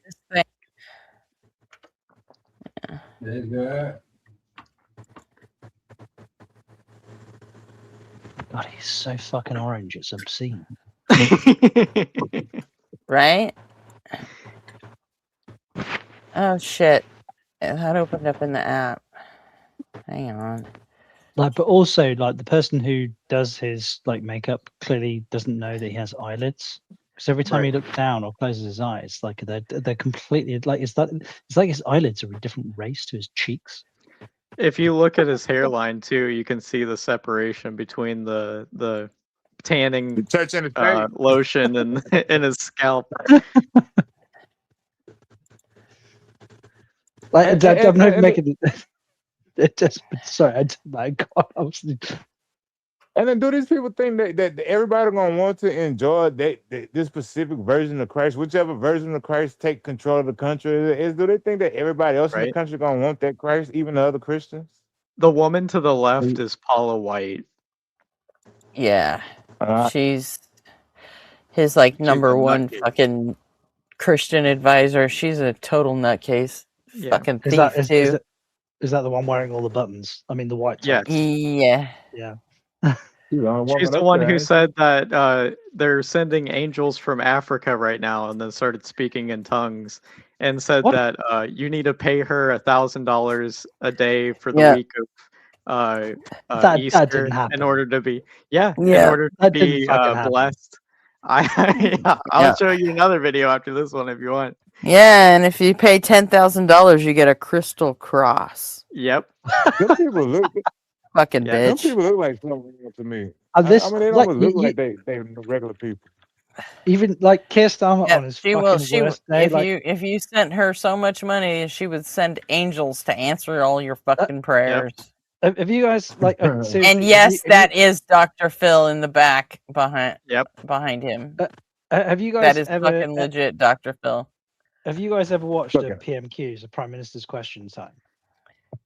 No. Like like if you want to see a masterclass in politics, I do recommend that you just randomly pick up any PMQs. The reason being is the Prime Minister of our country just gets bombarded with questions, and there are literally no rules. Like our laws are exempt. Like with Cute. respect Look, to, they act like they're a real country. but the point is that they're not scripted. They don't get to choose who asks the question next, and they have to answer the fucking question. They can't like dance around it. They have to answer the question. That would be great if we had it here. All right, let's play this video. Yeah, you can't make them answer the question. Mr. President, could I just say one last thing? Please. On the issue of church and state, that was used as a hammer against almost all of our witnesses. One of the important recommendations that we made, if that happens in the future, if any superior person in the military, a superintendent of the school district, someone in the healthcare system, whoever uses that against someone who is simply standing up for their religious liberty or simply praying in public, that within a short amount of time, if they allege separation of church and state, that public official must in writing explain how that person has violated the Constitution. Because again, the separation of church and state is not in the Constitution. Someone should hurt And that from guy. this day forward, if anyone says that to you and they're in public office or serve in any agency in any official capacity, they have to point out exactly where you have violated the Constitution, because you have not. And from this day forward, that phrase should have no power over people of all faiths ever again in America. I'm sure somebody else. I hate him. I hate him more than I hate almost everybody. And But is that fucking Dr. Phil? Yes. Yeah, that's Dr. Phil next to Dan fucking Patrick. Fuck Dan Patrick. Can't you do something about him in time? Getting fucking sick of Dan Patrick. In this same interview, he does say before this that they should get rid of the Johnson Amendment. So Yeah. I Nobody it should wouldn't ever surprise fucking me. listen to Dan Patrick, like ever. No. Well, I mean, There's the I'm trying to Paula figure out, White is, video as well. I'm trying to figure out, Huh? is this a blatant lie? Because the only time I could think of people saying something about people trying to pray in public is when they try to tell people to do something that they like legally like move out the way or something. They go, "Oh, I'm praying," and they start praying all that shit. But nobody tells nobody you can't pray in public. You just can't make the people pray with public officials. That's what the separation of church and state says. That's what I've seen happen. Do you know anybody seen anything different? Do you know the letter of Danbury the Danbury Baptist letter? I've heard of it, but I don't know. You gotta explain it to me. I heard the name. Is that the one where the Danbury Baptists wrote to the government asking for like permission to like marginalize a particular religious group? The response was like, actually no, and also you can't be marginalized either. Yeah, pretty much. And it was one of the founding fathers who replied, and his response was that the same law that protects them from being oppressed by other religions is the same law preventing them from oppressing other religions. Yeah. So unless they want to be under the same fire, then they're keeping the law. This is quid pro If I'm quo. mistaken, if I'm not mistaken, they wrote that to Andrew Jackson, right? And Andrew Jackson was the one that responded. Yeah. You refreshed my memory. I heard of it. So.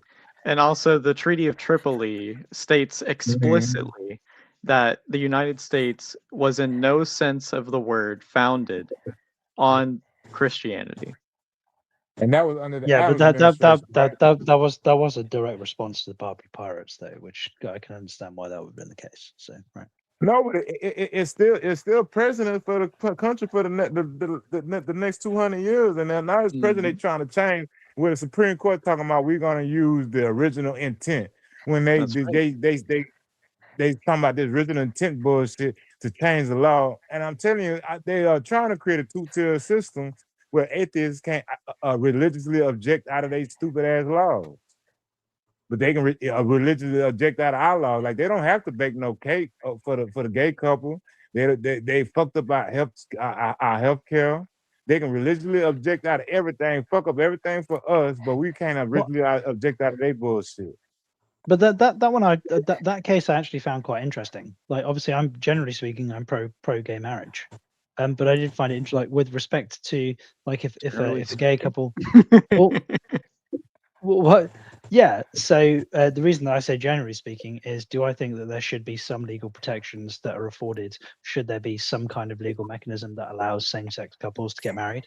Absolutely. There is no rational reason why I think that heterosexual couples should be provided the benefits of marriage that should be precluded from homosexual couples or gay couples. Okay. I thought when you said that you were the opposite of that stance. No. Okay, but that's not what we're talking about, though. We're talking about a private business being able to discriminate based on that. I'm absolutely going to get there.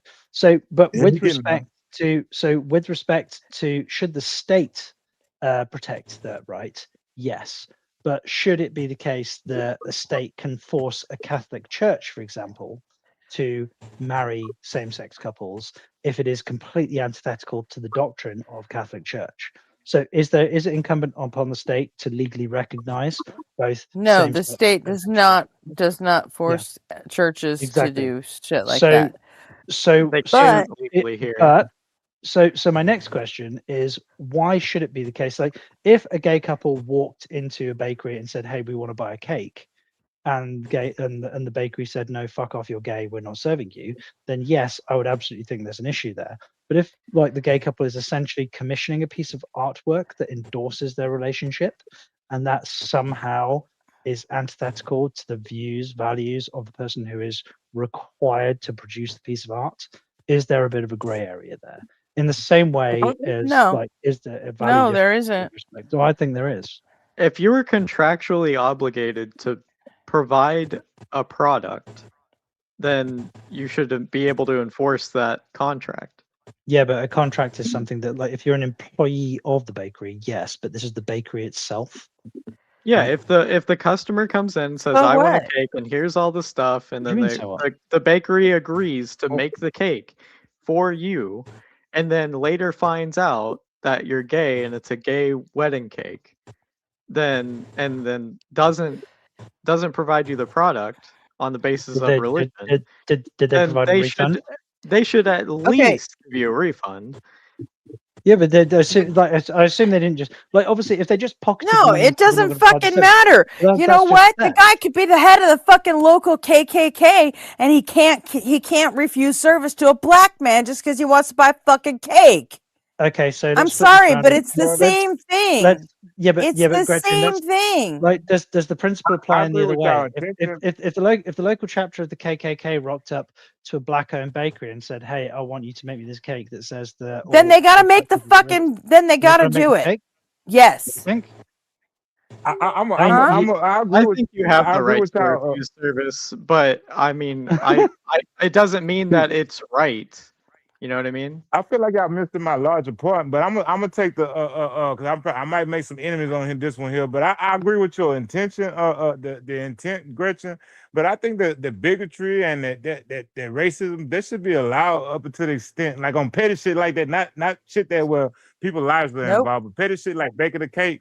We should correct that by not spending money at those places. But the larger point I was getting at is the carve out in the law, which creates precedents for them to expand this law to create a two-tier society where you can opt out on religious objections. That is the larger point that I'm making. What is the fucking point of having discrimination laws then?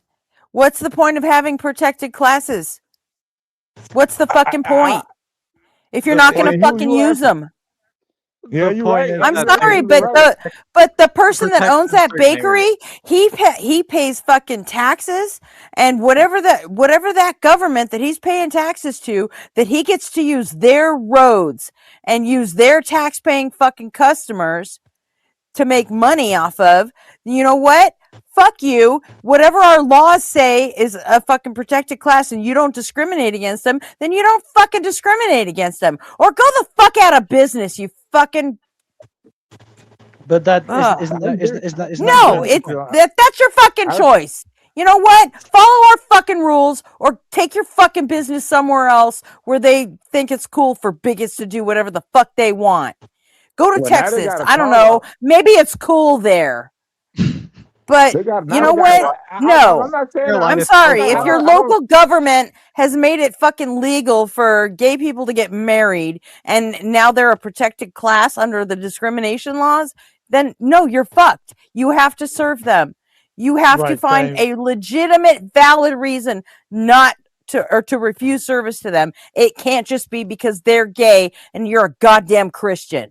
So just for Well, clarification, then that does mean that you are pro forcing Catholic churches to marry same-sex couples. No, churches are a different fucking thing. Why, she's talking about Gretchen? Like, why are you ring fencing? First of all, they're tax exempt, so they're yeah.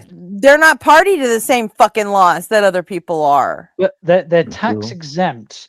But That's they are why also Catholic fucking hospitals don't have to provide hang on, fucking Gretchen. contraceptive services to But patients. Gretchen, they're tax exempt, but they are also able to adjudicate over like not only religious but also state binding contracts between men and women, right? So they can't be like it's not like you can make the claim that they're not like integrated with the state, right?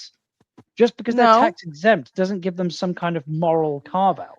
We're not talking about like their legal status. We're talking about their fucking moral What status. we're talking about forcing a Catholic church to no, because you don't have to get married in a Catholic fucking church. Right. And you don't have to go to that bakery to buy that fucking cake, do you? So again, I'm totally like your argument is not consistent here, Gretchen. Like even a little bit. It totally is. No, it's not. I If mean, you're not a I religious would person, if you're not a religious person, a church is a churches can business. just in the say same way as no, a we fucking won't bakery fucking is a marry business. you because you're not one of our fucking church members. But That's why a they totally get- why different they get- thing. Bakeries don't have fucking memberships. What are you talking But about? what? Some do. But yeah. What other things can their religions opt out of Like, now? 'Cause they didn't do expand they? a lot of That's other fucking things. Yeah, weird. Publix has a membership. A bakery membership? I'm pretty sure there's I'm fairly yeah, certain you I'm can pretty get sure donuts there's on like subscription. I'm Like, making a joke, that's true. obviously, but the you fattest know what I mean. nation on earth, or the representative of the fattest nation on earth. Not that you're fat, Gretchen. Obviously, I don't know what your weight class is, but you know, like, I'm Okay. fairly sure that I'm fairly certain that there will be a bakery somewhere in the United States where you can get donuts on subscription. So maybe the membership argument probably isn't the thing that should be Right. made. My point here is that if Okay, you're but not, you if know you what don't, I if you, mean. but my But point you is know that what I mean. I view churches as a business. Now, just because the people that subscribe to the business, I think, are gullible idiots, doesn't mean that it's not a fucking business, right? And just because it's tax exempt doesn't give it a special moral And status. getting married in the church doesn't mean that they're presiding over a fucking contract. That's the marriage license. You get that straight from the state. It has no bearing on where you get the marriage ceremony performed. But you that is strictly a contract between you and the state you got married in. Period. Yeah. But period. Like, so again, I'm confused here with respect to the distinction between the church and the cake maker. Like, firstly, there is no right granted to you in the state that you have a right to have cakes made. But if there was a right to have cakes made, then I would expect you to go down to the local county council office and have like some state-sponsored cake. Right. maker, We don't have which any freedom of fucking bakery law. We do have freedom of religion, though. Yeah, fine. But that's not the only thing, though. But you understand what I'm getting at, though, Gretchen. Like, apparently, no, I don't. I don't fucking understand what you're getting at. So a church, for like you have a right. Do you not have discrimination laws in your country? No, we do. Do you understand what a protected class is? Yeah, of course I understand what a protected class is. But the point that I'm getting at is here, it's the distinction between said protected class and what the state should protect and what private businesses don't have to protect. That's and you the seem to biggest have, part. It's a private business. yeah, but You're the at, you're distinction you're between saying that private businesses and So- fucking and so here's the actual thing. like official So religions are the same thing, because they're not. There is a state enshrined right for a state enshrined right for couples to get married, right? And because there are Right. institutions, there are private institutions that can marry They couples. could do it at City fucking Hall. Yes, agreed. judges. Now there is no state enshrined No one at City Hall can turn them away. But Gretchen, there is no state enshrined right for you to have cakes made. So because there is no state enshrined right for you to have cakes made, but you're prepared to dictate to a private business. But because there is no state enshrined, there is a state enshrined right for you to get married, and there is this thing called There's a no private state enshrined hang on, right for hang on. black people to go eat at Hang on, fucking Gretchen, Chili's can I- either. can I- But if but a can I- fucking racist owned it, they could turn them away. But can I get to the end of the argument? The whole point here is the end of my argument is that there is a state enshrined right for you to get married, and you can go to said private business, but the state provides you an alternate option, and therefore you don't have to mandate that the private business, in this case the Catholic Church or the Protestant Church or any other church, provides you that right. So Churches are not private businesses. Well, but they function like it though. But they're not. But that's not But they function like it. State. No, it doesn't matter what they function like. They're not. But they're endorsed The by the state don't state pursue as a them. private business, right? Because like they're voluntary. No, they're not. No, they call churches. You can But see, discriminate. I want to and get it back on Yeah. my topic. Y'all don't see this religious objection stuff a potential I problem? think it's horrible. How many new laws that they got? People can not just the cake baking, but they made some more shit you can religiously object out of. And I should make it clear, I'm not advocating for it. I think it's abhorrent. Right. I think if a gay couple turns up to a Catholic church, I think they should They be want able to to get concentrate on the married. cake shit. I'm trying Right. to talk about the bigger thing. The point is that it's the distinction between like you've just created this legal fiction, which is this ring fence around these fucking religious institutions. You With keep no fucking justification you keep whatsoever. linking private businesses and churches Because together. they and they they're- act like private businesses in all other They're aspects not. other than this They're special fucking case. not. But they They're are. not. Man, They the are people that not. make the definition. Hey, John, on that, the people that make the definitions define churches differently than private. That's how they define it, and this is the definition we have to work on because they're the ones that. They're not, and that's the whole reason the Satanic Temple exists. And you fucking said so yourself, John. Yes. Who's not being consistent now? No, but I don't think there should be a reason. I mean, didn't you? You used the fucking Gretchen, example yourself. Yes, and now but you're my point- fucking. but no, You're out of Gretchen, your I- fucking mind. No, Gretchen. Yes, the Satanic Temple exists, and yes, they use the same loopholes that the churches use. As a religious but that doesn't- organization, like, I they can- are I can not a acknowledge- for-profit private business. But Gretchen, I can acknowledge the fact that the Satanic Temple uses the same like loopholes that the churches use, and also at the same time go, you know what would be best if the fucking churches. That doesn't didn't mean get a to use those bakery in loopholes. fucking bumfucked Indiana gets to use the same fucking loopholes. But it Well, like well, it's- obviously it's- they're not bumfucked because they're refusing to provide service to gay people. True. Okay, good one. I mean, literally, that would be. the Also, case. I believe it was in Indianapolis, which is the capital. But I mean, okay. But I mean, Indiana in general is. I Well, mean, flyover like, country. So it is weird. Like I'm arguing with the fact that I don't think religious institutions should be able to like exclude people based on things like protected characteristics. But if churches do get to exclude then people what are based you on fucking protected arguing for? No, my point is that if churches, because there is no real meaningful distinction between a church and a private business, which is Yes, my there contention. is. There's a No, huge, meaningful distinction. there's- Maybe there's- not there's in a your li- country, but in our there's- country there is. There's a legal distinction, but there is no practical one. It's an institution that it's a membership organization, that a voluntary membership organization that gets to exclude people, right?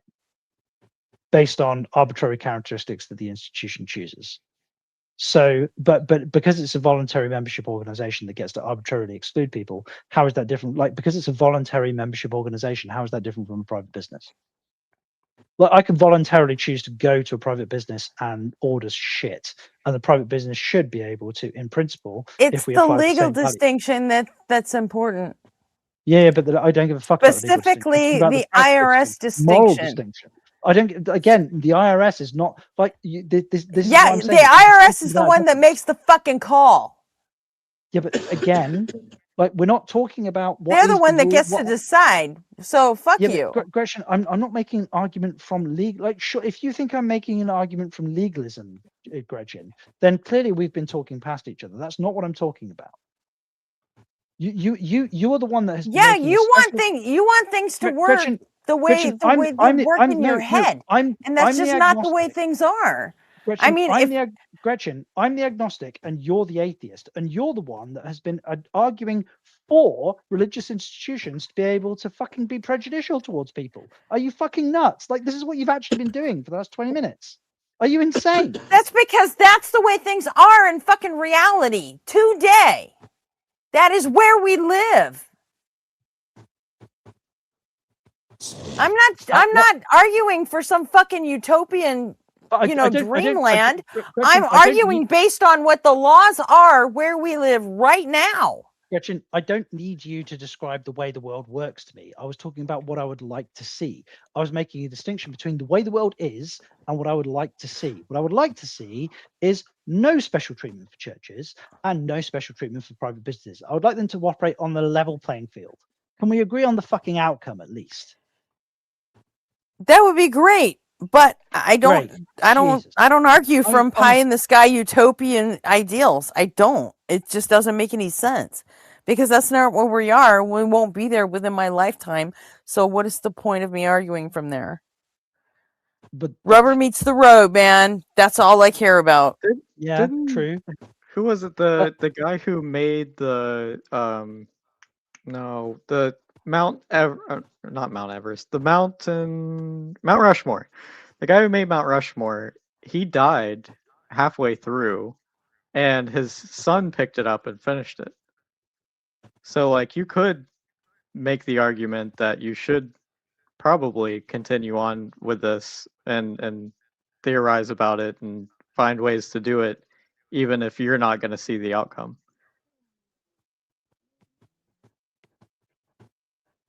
I don't care about Mount Rushmore either. Okay. I've never been there. I've never seen it. I don't fucking care. It's a fucking rock with some chips in it. Come on.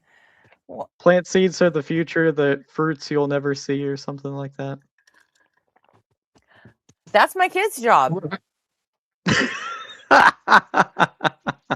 So I just want to know. I just want to get no. Nobody here is worried about the religious. Well, I mean, seriously, I've spent fucking most of my life fucking fighting for shit, and I'm done. You're not done until you're done. Yeah. Well, also, it does seem like I keep smoking, and cancer hasn't come for me yet. So, but I mean, hey, any day, right? Yeah, you're not done until you're done. Like with the don't make greatest me respect in the world, keep one of them science demons on you, Gretchen. I'll stick LeBron's demon on you. But every great again, man in science has a demon. I'll have Paula White send angels to your house. Gretchen, like you say, you're not Angels fighting. won't come here.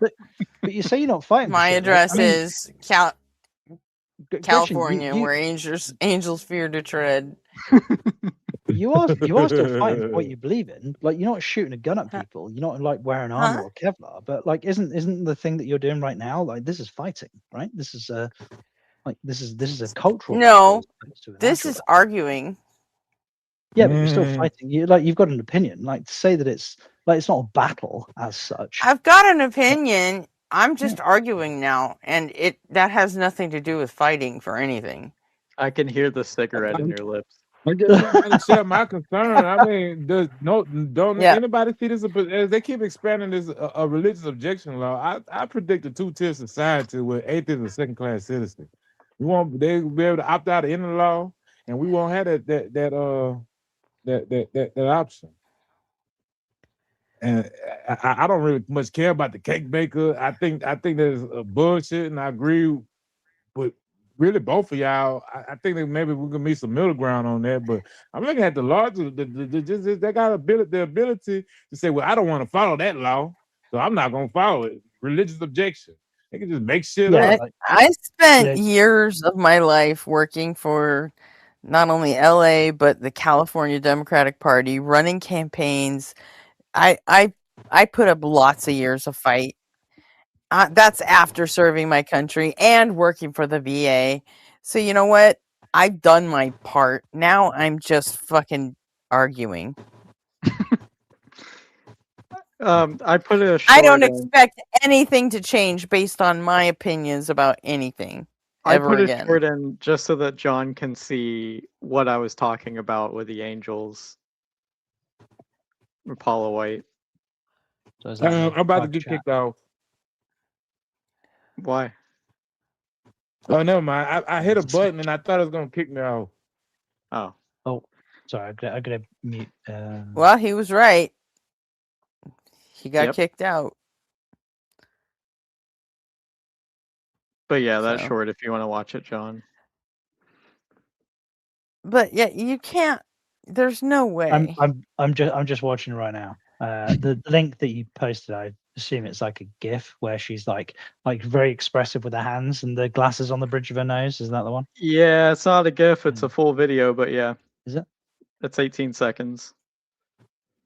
Okay, yeah, fine. Is it her Well, ad for the angels and the crystal cross? And No, it's her like actual preaching at her church. I mean, where she was calling for the angels. The crystal cross was a different one.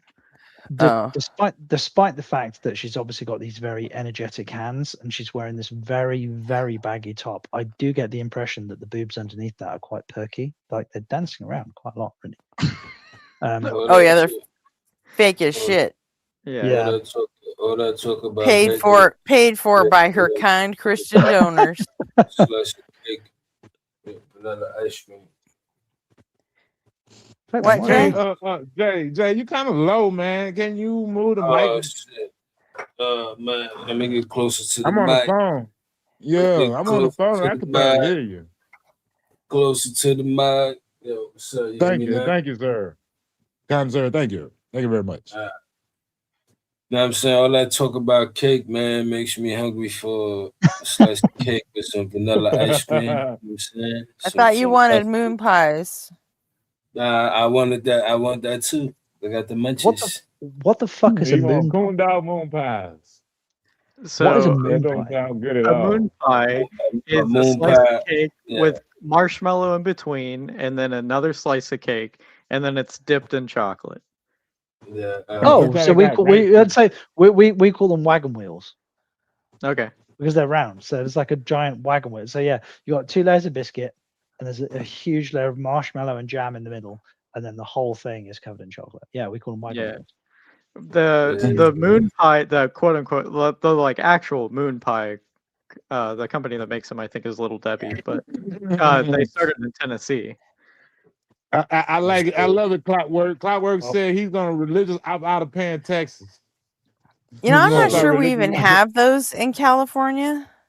We had the company that makes them in the UK when I was a kid progressively slightly shrunk them, and the reason that I know they shrunk them is because over the 4 years or 5 years I was in junior school, they used to fit perfectly in the slot in my lunchbox because it was like a segmented lunchbox, and then it started rattling around in said lunchbox, and I'm pretty sure the lunchbox didn't fucking increase in size because it was the same damn thing. And then eventually they brought out the 25% extra large one that you paid more money for. And that coincidentally perfectly fit in the same fucking lunchbox. Wow. Yeah, we just ate ding dongs here.